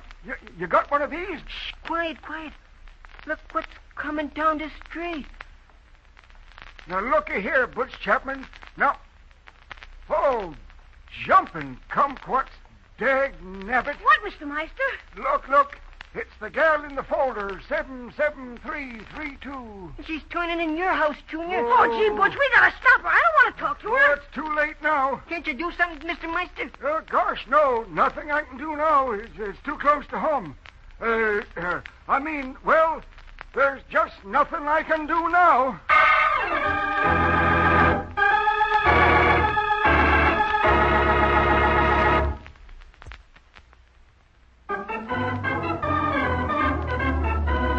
Now back to the Anderson family. Butch Chapman, a neighbor's boy, sent to a Lonely Hearts Club for one of their folders, just as a joke. But it seems to have gone beyond that, for in answer to his inquiry, a young lady has made a personal call at the home of Junior Anderson. It seems that Butch had asked for a folder for Junior, too. Well, Mary and Oliver Anderson are in the kitchen when the buzzer announces a caller. Oh, get the door, will you, dear? My hands are all flour. Probably Homer Meister. Can't he stay home at all? Hello? I beg your pardon. Mr. Anderson? Why, yes. My, I didn't think I'd find such a handsome man. Well, I'm... what?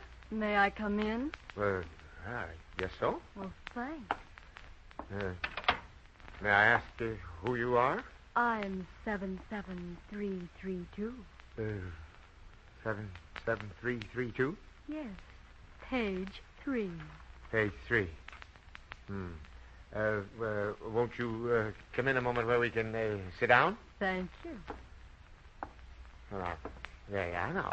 Won't you sit down? Thank you. I do hate being so formal, but remember, I've just met you, Mr. Anderson. Oh, we're not formal here at all. I hope you won't think I'm mercenary if I ask if you own your own home. Well, almost. There's a little left to pay off. Well, I think that's very important. It shows thrift. Yeah. And I insist on a thrifty man. Pardon me. You aren't looking for Homer Meister, are you? Mr. Meister? I don't know it. Oh. Now, please don't misunderstand me, Mr. Anderson. A girl can't be too particular these days. You mean with the shortages I and asked all, yeah. for so little, Mr. Anderson. A girl unprotected and alone these days finds it very hard to manage. Well, of course, I could be so happy with a home of my own. I'm sure you could. And until I met you, I'd almost given up hope. I've been in 3 issues, and I've had offers from motormen to cowhands. Yeah, but let me tell you now. Please, don't tell me anything now. Huh? Just let me look at you. Well. Let me drink in the kindness from your eyes. Well, gee, I hardly know what to say here. Don't say it. Just look at me. Well. My slave. Now, wait a minute. That last was uncalled for. Somebody's giving you a wrong impression here. Oh, no, I don't think so. Is this your name? Oliver Anderson, Jr.? Why, yes, Junior. Now, don't try to deny that this is your request. Now, wait a minute. That other letter there. That letter. Yes. Do you know him? No. Mr. Quillen K. Chapman. Indeed, plumber. I do. A fine man. But how did you... Yeah, never mind that. This Chapman turns out to be another turkey. Brother, you'll hear from me later. And you don't need to take me to the door either. But please understand, I had nothing to do with this. Don't beg. I hate a cross. Yeah, but this is a mistake. And you've made it, brother. Fine thing. All right, Mary. What's so funny? You. Oh. Now what? Well, what do you want, Homer? Nothing exactly, but the young lady that just came out the door. Yeah? Well, she asked me how to get to Chapman's house, and now I can tell you all about it. I don't want to hear any more about it. Now, is there anything else? Yeah. Well? Did you get her phone number? What? That'll hold you, Meister. Don't talk, you sweet man.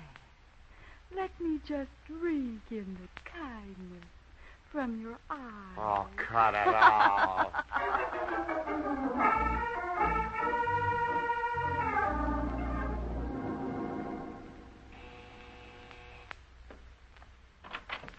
How you doing, ma'am? Something? Are you, Butch? Me? Nah, but I'm expecting him any minute. Want to wait? Yes, if you don't mind. Okay, hop in then.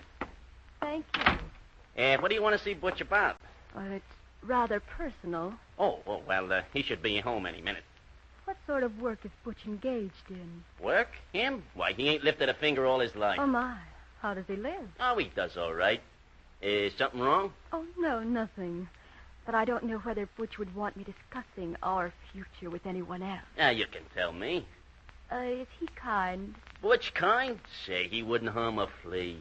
Why, he's had 3 little turtles and a guinea pig for months now. He loves animals. Guinea pig? Yeah. He's sure proud of them. Plays with them all the time.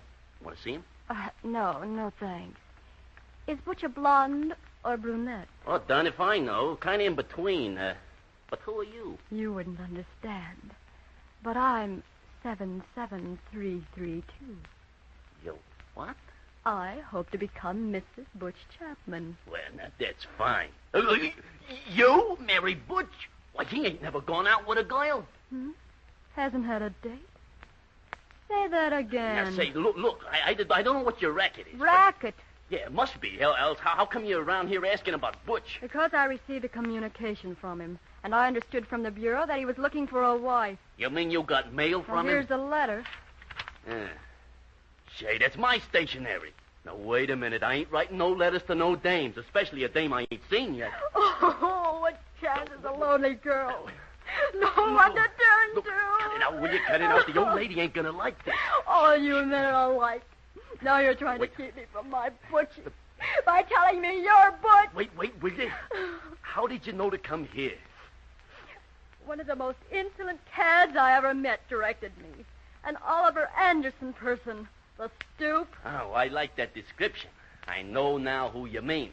Yep. And, lady, if you don't mind, take a powder, will you? Scram. I got business with this Anderson, Jake. Where is Junior? He'll hear from this, Mary. Well, why do you try to blame it on Junior? Your little gag didn't work, so now it's Junior. I tell you, I saw the letter asking about different models. You mean Junior's writing to girls he's never seen? It looks that way. I wonder how long this has been going on. Oh, I see now what Homer meant when he said Butch was too old to be playing with Junior. You think Butch put him up to it?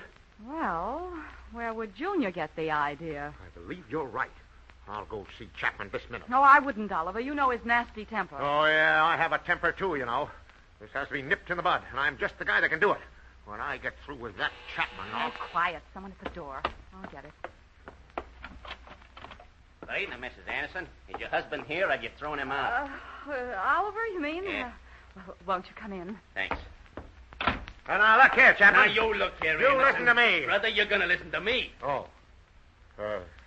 Let's talk about something else. Don't change the subject. You mail order Romeo. Now, look, it's all a mistake, Chapman. Yeah, and you're the guy who made it.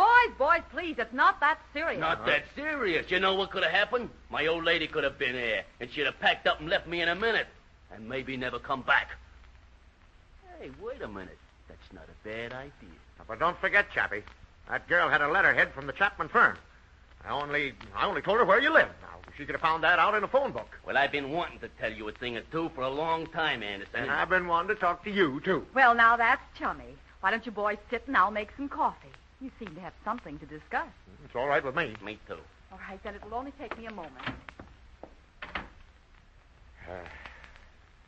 Sit down, Chapman. You sit first. It's my home. You're my guest. It ain't 'cause I want to be.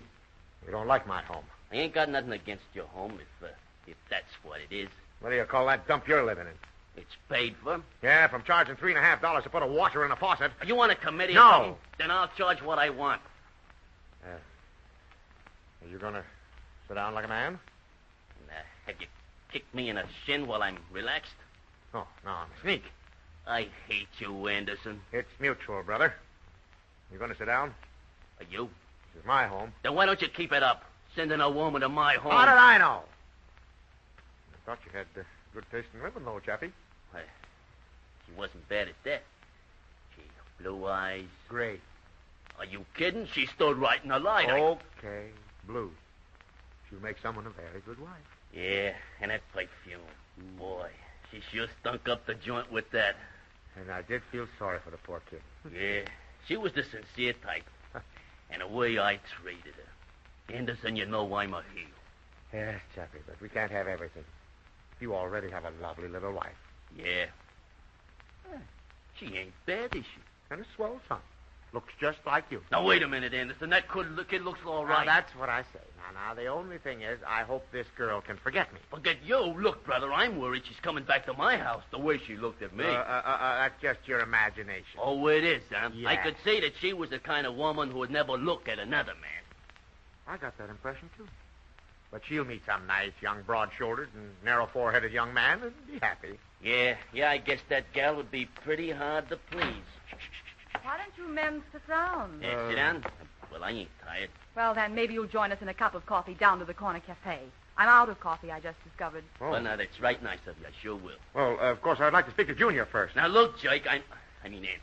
I'll take care of the whole thing. Junior and Butch just didn't realize what they was doing. Yes, maybe he has an explanation, dear. Well, I just thought it was funny. I haven't seen him around this evening. Well, there's lots of time to speak to him. Come on, let's go.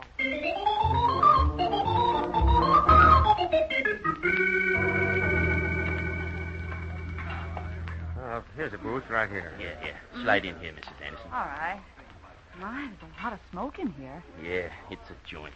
Oh, well, just coffee. You know, Oliver, I just can't help thinking about that poor girl. Maybe she was hungry. Yeah, gee, I never thought of that. Anderson, I'm a heel. And she did look so afraid. Seemed like a lady, too. Yeah. Wait a minute. What is it? Yes, sir. You're right, Mr. Chapman. It's the girl. 77332? Yeah. And look, with some guy, too. Yeah? Yellow sweater and cap. They're coming this way. Quiet. She doesn't see us in this smoke. Look. Yes, I am sorry. Oh, here's the booth, darling.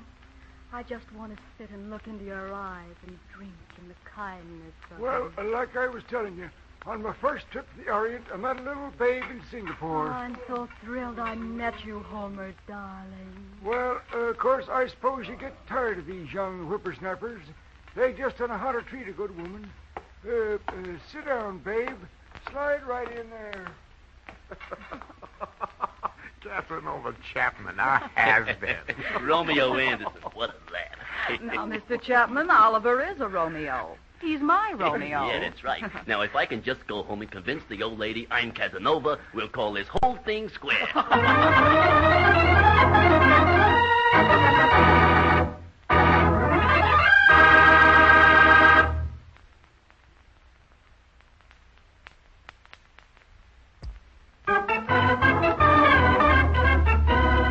The Anderson Family is written by Howard Swart, directed by Herb Litton, and features Dick Lane as Oliver, Louise Arthur as Mary, Walter Tetley as Junior, and Herbert Rollinson as Homer. Others in the cast were Doug Young as Chapman, George Peroni as Butch, and Jenny Johnson as 77332. Music by Gordon Kibbe, sound effects by Ray Erlenborn, and your announcer is Ken Peters. The Anderson Family is a Hollywood Broadcasters production, transcribed from Hollywood.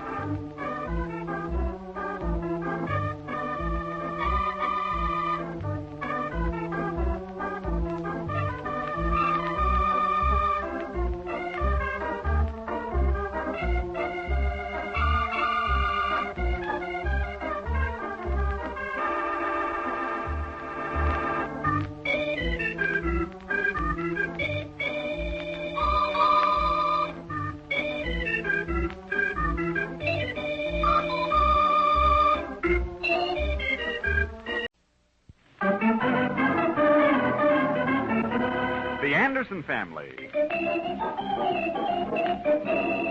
Now, wait a minute, Chapman. You don't hold a football that way at all. You're telling me how to kick one of those things? Stand back and no lip, Anderson. Let Mr. Chapman have it, Oliver. He's not going to kick it on the lacings and break it. Who ain't gonna kick what football on what laces? You might punch her up, Mr. Chapman. Let me have the ball. Stand back, Anderson. I might miss the ball and kick where you're not looking. Uh-oh, here we go again, folks.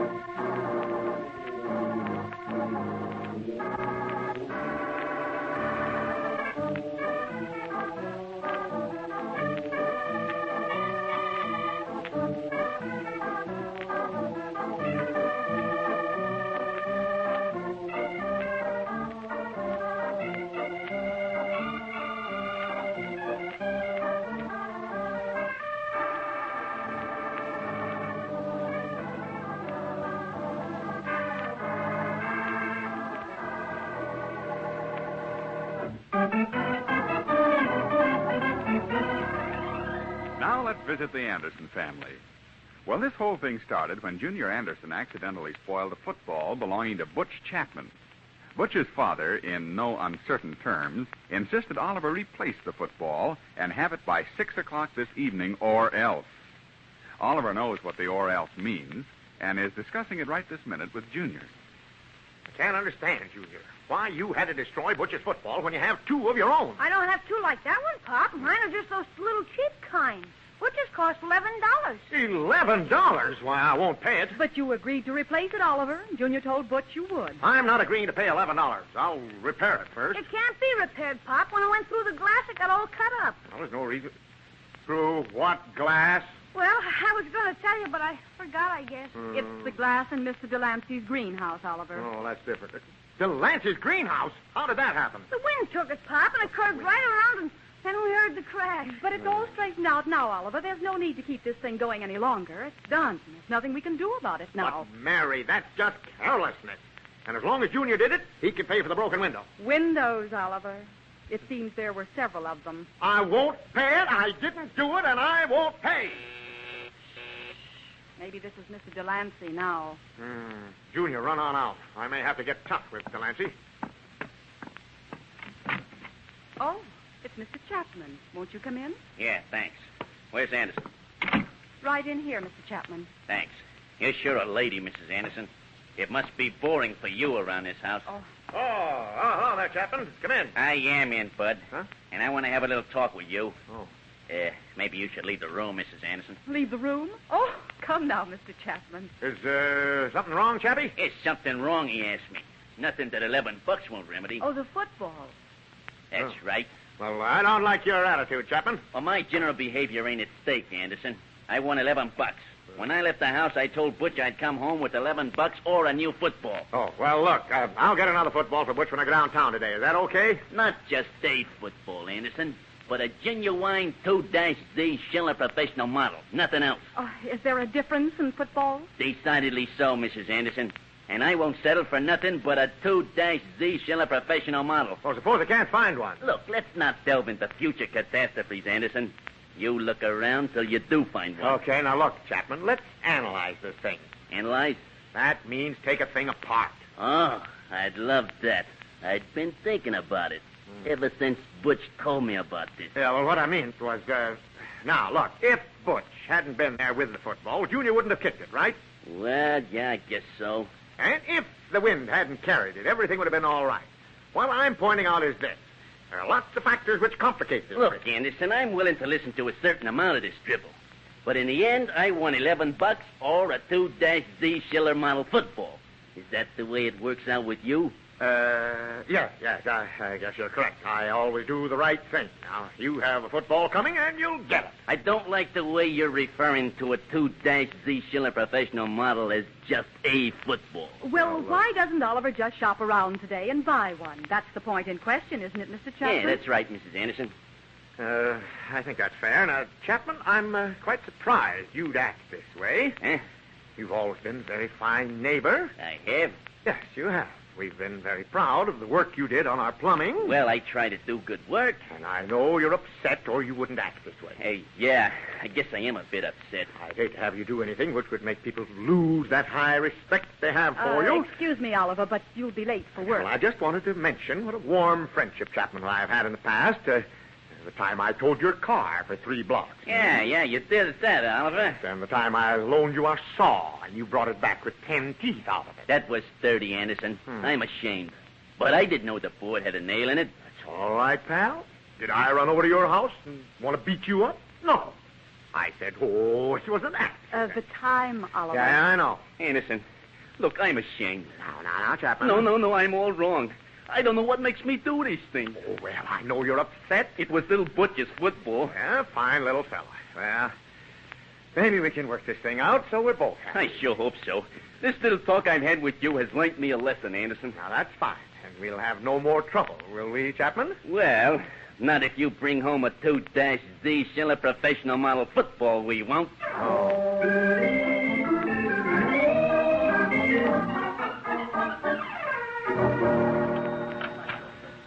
think they have a 2-Z Schiller football here, Mary? I'm sure they have, Oliver. This is the most complete department store in town. Well, I wonder if we should disturb this gentleman over here with a wilted carnation or just hunt for the football ourselves. Oh, now don't start off the trip that way, Oliver. Of course he'd be happy to help. That's what he's paid for. You won't resent it then? Silly. Pardon me. I'm looking for a football. Oh, how interesting. What position do you play? Position? Well, now look, she started out as a substitute, but now she's a guard, and I might add, the end. I'm sure there must be humor in that remark somewhere, sir. Don't bother. But I fail to see it. Football, you say? That's right. Do you have any? Why, yes, I believe we do. Several of them. 2-Z Schiller professional? Who told you we had one of those? No one. We just asked. There must be a leak in the organization. You mean a leak or a drip? I'm ignoring that, sir. However, I will tell you that we have just one 2-Z Schiller professional, but you can't buy it. Can't buy it? That's right. I'm reserving that one for myself. Me, Mr. Norman Oswald Good. Look, we're customers. That has nothing to do with it. But you might drop up to the 3rd floor and ask if they have any other models of football. I'm sorry, but we'll have to buy a 2-Z Schiller professional football. Does much depend on that particular purchase? I should say it does. Doesn't it, Oliver? Now, let's not go into detail on this. Let's go up there and have a girl browse around the merchandise, and maybe she can find something. And thank you, Mr. Brood. It's not Brood. It's G-O-O-D. Good. That is good. Oh, well, I see. Okay, Mary, it's 3 and footballs. Now,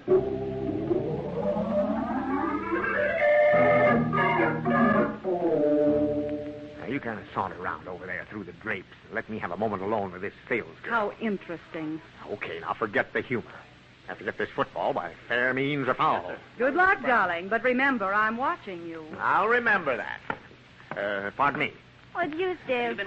Nothing. I just wanted to inquire about a football, but I didn't stop to think that such a beautiful girl probably doesn't sell footballs. Yeah, you're just saying that, I'll bet. No, I'm not. I'm serious. I'll have to congratulate Joe on his choice of employees. Joe?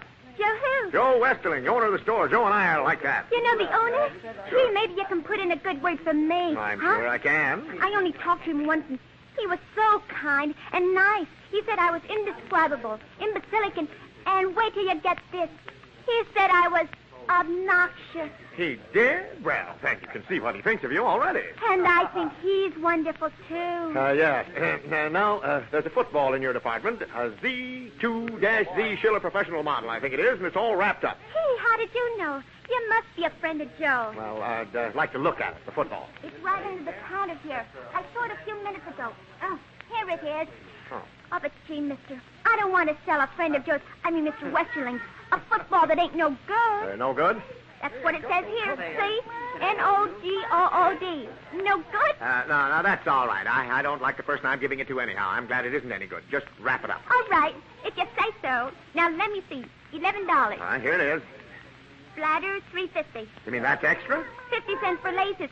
And do you want this gift wrapped, or will you take it with you? No, just mail it. Pardon me, I'm a little upset, I guess. No, I'll just take it with me, and right now, please. There you are. Remember, it's not returnable. I'll write it right on your sales slip. No, that's all right with me. And if you see Joe again, Mr. Westerling, you might say something about me. You can depend on that.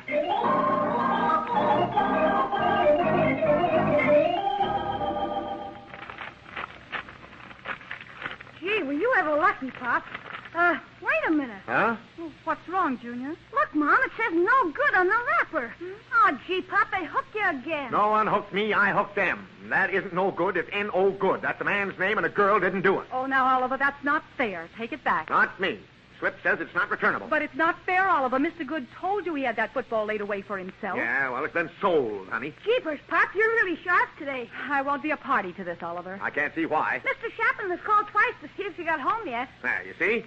Why, take it back and compromise me. Well, it's the honest thing to do is all. Gee, Mom, they're hard to get. Well, of course they are. Take it back. No, I'll call Chapman and tell him to come and get his football. It's not fair to Mr. Good, Oliver. Let Good be on his toes, then. I'm on mine. Chapman speaking, contracting the cement white. Chapman speaking, and we ain't got any. This is Oliver Anderson. We still ain't got... Who? Oliver Anderson. Oh, yeah, Anderson. Where's that football? I got one. Yeah, I'm sure glad at that. It saved me a nasty job. Now, just calm down and come and get it. I'll be right over. And, brother, it better be a 2-D Schiller professional football.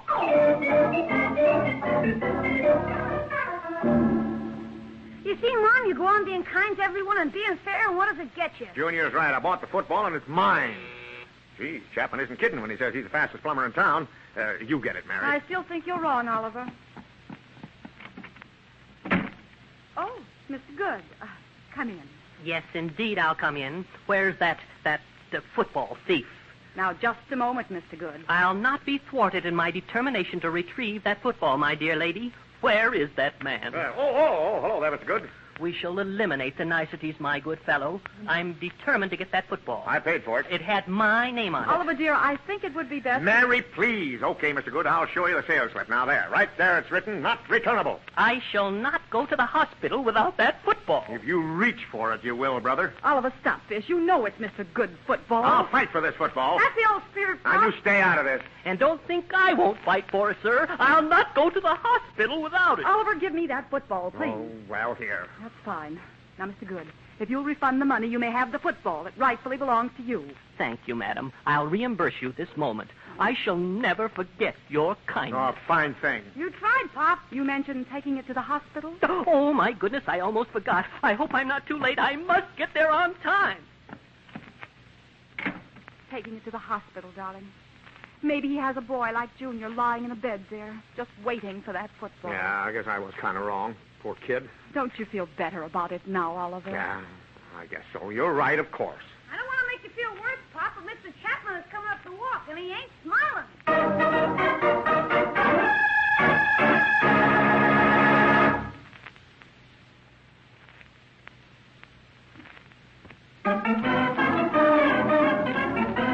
And now back to the Anderson family. Oliver Anderson bought a football to replace one Junior had broken. But unfortunately, Oliver had bought the football in a rather unorthodox manner and had to return it. Now, all he has to do is either avoid or face the irate Mr. Chapman, who at this moment is coming up the front walk. Well, now, look, Mary. Tell him I've stepped out. And you won't be lying, because I'm leaving right now. I'll be over in Homer Meister's garage. But don't tell Chapman. This is no way to handle this, Oliver. Well, now, let's not argue about the right and wrong of it. I'll have to have time to think. Oh, Junior, you go to the door. I'm not afraid, Mom. He likes me. Oh, gee, this is a surprise. Come on in, Mr. Chapman. Come in? Oh, yeah, Junior. Much obliged. Oh, well, it's Mr. Chapman. Sit down, won't you? Thanks. Where's Anderson? He's out. Oh, out, eh? Where's the football? Football? Why, the football? Yeah, he called me and told me to come and get it. He wasn't lying, was he? Oh, no. He had the football. Oh, he had it, huh? You mean he ain't got it now? Well, I'm sorry, Mr. Chapman, but the man wanted to take it to the hospital. Oh, the man wanted to... Say, what is this double talk? What hospital? Well, Oliver bought one, but it really belonged to another man. And the man came and got it back. He had to take it to the hospital. Yeah, I think maybe his little boy was hurt or something. Hey, you mean his kid was hurt? Well, he mentioned he had to take the football to the hospital, so it must be a little boy. Poor kid. And Anderson let him take it. Why, yes, what could Oliver do? Gee, I admire the jerk for that. You know, there must be some good in Anderson, and this proves it. Oh, he's a swell guy when you get to know him, Mr. Chapman. Gee, poor kid lying there in a hospital. Maybe run over or something. Gee, I gotta hand it to Anderson. I'd have done the same thing, and to think I acted like a heel. Oh, now, Mr. Chapman, you were within your rights. No, I'm just no good. I'm always shooting off my big mouth. Look, tell Anderson to forget about the football. He don't know me nothing. But I'm sure he intends to find another ball. No, I don't want it. And Butch don't want it, and I'm apologizing for acting like I did. Oh, that's very nice of you, Mr. Chapman. And I know Oliver will be happy to hear of it when he gets home. I'd sure like to see him. I'll tell him. Then he could talk to you. Okay, any way you say, Mrs. Anderson. Mm-hmm. Well, gee, I feel a lot better now about Anderson.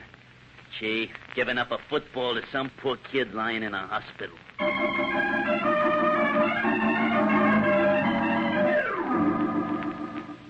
Hey, have you seen Chapman leave yet, Homer? Nope, nary a sign of him. Well, maybe I should face it. Have it out with him. There must be a better and safer way, Oliver.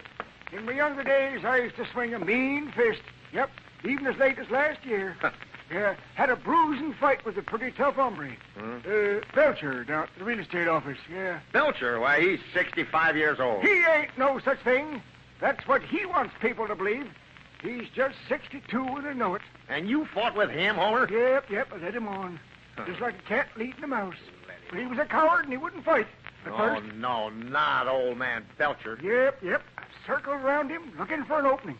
And finally I found one. Through the back door. Through the back door.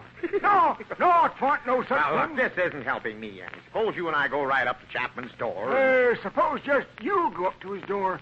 I didn't break no football, did I? Well, you're my friend, aren't you? Well, yes, I be, Oliver. But I've been having trouble with Marthy over that same thing. Fighting, yep. And I can't afford to carry it no further. I see. Well, I still have to face it. And Delancey, too. I owe him for some windows out of his greenhouse. Well, now you're talking. If you want him pushed around a bit, well, that's different. Now, wait a minute. He's an old man. Oh, that's the kind I push around. No, never mind. I'll take care of my own problem. Hey, Oliver, he's leaving. Chapman's leaving. Yep. Well, look. Suppose I stop him and have it out with him. He'll see you standing there. Oh, he ain't seeing me standing there. No, sir, not me. No. Oh, okay, then. I'll let it go for a day or two. Yep, I guess that's the best way. Once I had a run-in with Marthy's paw. Yeah, you told me. And once. he come right at me. Of course, I was younger then and didn't scare easy. Look, I've heard that twice. You ran under a wagon and he chased you and hit his head on a whipple tree, right? Hit his head on a whipple tree. Yep, that's right. Yep. I thought so. Now, look, I'm going over and find out just what I'd better do about this Chapman.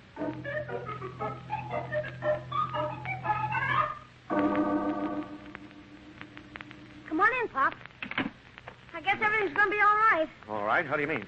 He's sorry. What, about losing the football? No, about the kid in the hospital. Oh. What's going on out here? Oh, you. Yeah, Junior says Chapman's all right. He is. I think he acted very much the gentleman. How do you mean?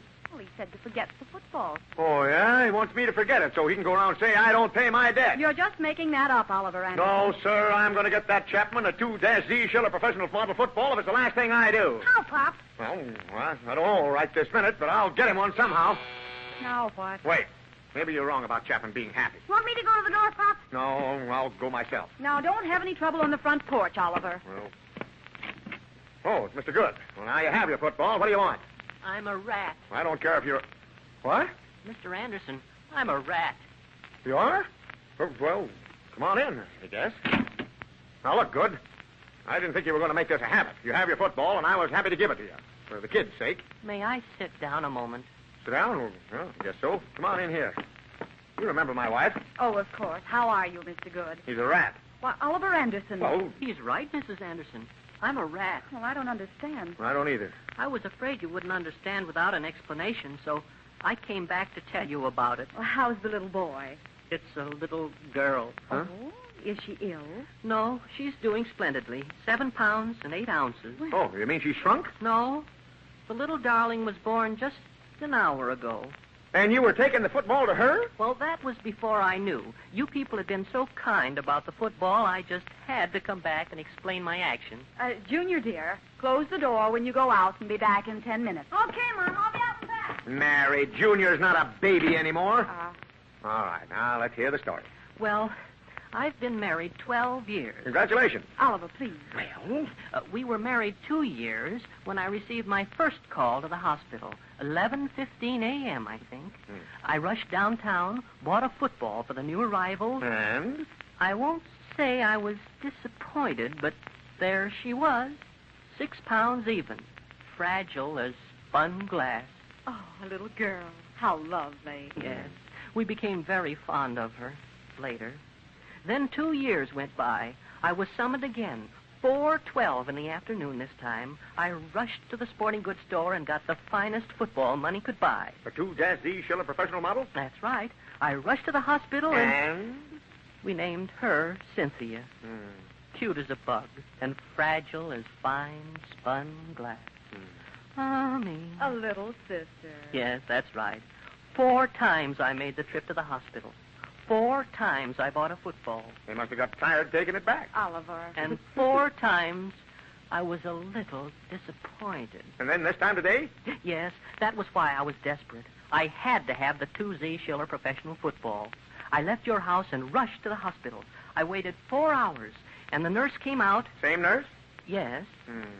You probably call her by her first name by this time, huh? Go on, Mr. Good. Well, the nurse laid the little bundle in my arm. And you started blowing up the football? I did not, sir.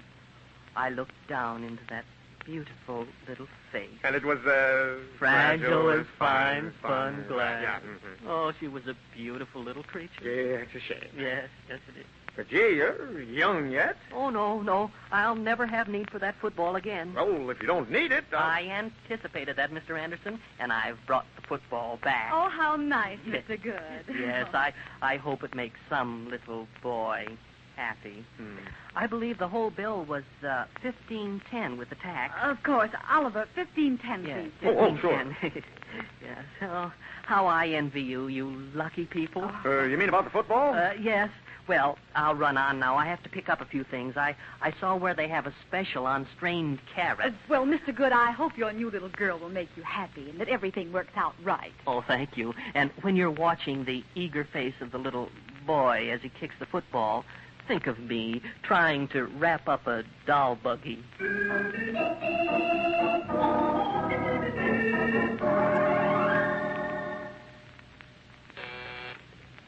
That's Mr. Chapman now, Oliver. We can straighten this whole thing up right now. Good evening, Mrs. Anderson. The missus said you folks wanted to see me. Yes, come on in. Oliver wants to see you. Oliver, it's Mr. Chapman. Oh, yeah. Sit down, Chapman. Thanks. What's on your mind? Footballs. Yeah, what's that, huh? Yeah. Don't be ridiculous, Anderson. I don't want no football. Huh? I forgot the whole incident. You don't owe me nothing. No, but I have a 2-D Schiller professional model. Oh, you have? Well, it's different. Is it a genuine one? Sure is. Here, look. It's too good for a kid. They always are busting something with it. Yeah, I know, but you can watch, Butch. Yeah, it sure is a beauty, Anderson. Gee, I bet I could kick it a mile. Not holding it that way, you couldn't. Here, let me show you. Hey, let go of that ball. I know how to kick him. But I just want to show you the right way. Oh, I'm a stoop, huh? Well... Don't know nothing. You're going to show me, huh? Now, wait a minute, brother. You kick it any way you want, but you don't hold the laces down. Hey, look, Anderson, I kicked footballs before you even knew how to hold Oh, one. boys, it's late, and maybe Mr. Chapman should take the ball on home. Yeah, you're right. But don't try to tell me how to hold a football. Okay, you know. Of course I do. Come on outside and I'll show you how it works. It's kind of dark, Mr. Chapman. That's okay. I'll just boot it easy. It ain't like some kid doing it. Come on out. Be careful now. Don't worry. Stand back. The strings are down. Oh, what? Stand back now. Here she goes. I'm gonna boot her a mile. Brother, look at it go up. Yeah, nothing to it. Theory's all right, but... Hey, where's it going? The wind. It's going over the house. Remember, it's your football, Chapman. Ain't nobody else's. I'm gonna get it. Oh, my goodness. Right through Mr. Delancey's greenhouse.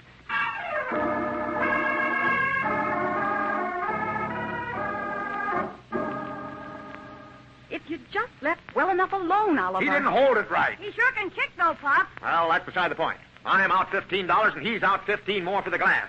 You know, Mary, boys and footballs are a menace. Dear, maybe Mr. Good had something after all with that fragile as fine spun glass idea. Now, don't start that. Uh-oh, here we go again, folks.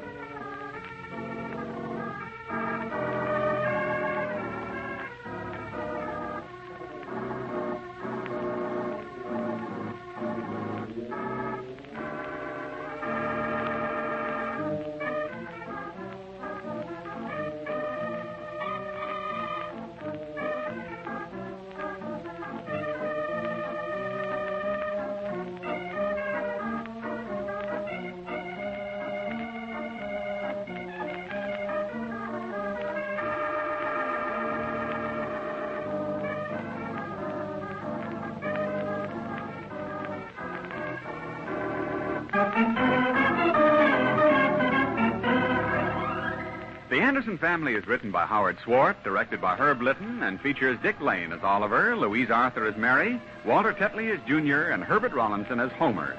Mr. Good was played by Ray Erlenborn, Chapman by Doug Young, and the salesgirl by Jenny Johnson. Music by Gordon Kibbe, and your announcer is Ken Peters. The Anderson Family is a Hollywood Broadcasters production, transcribed from Hollywood.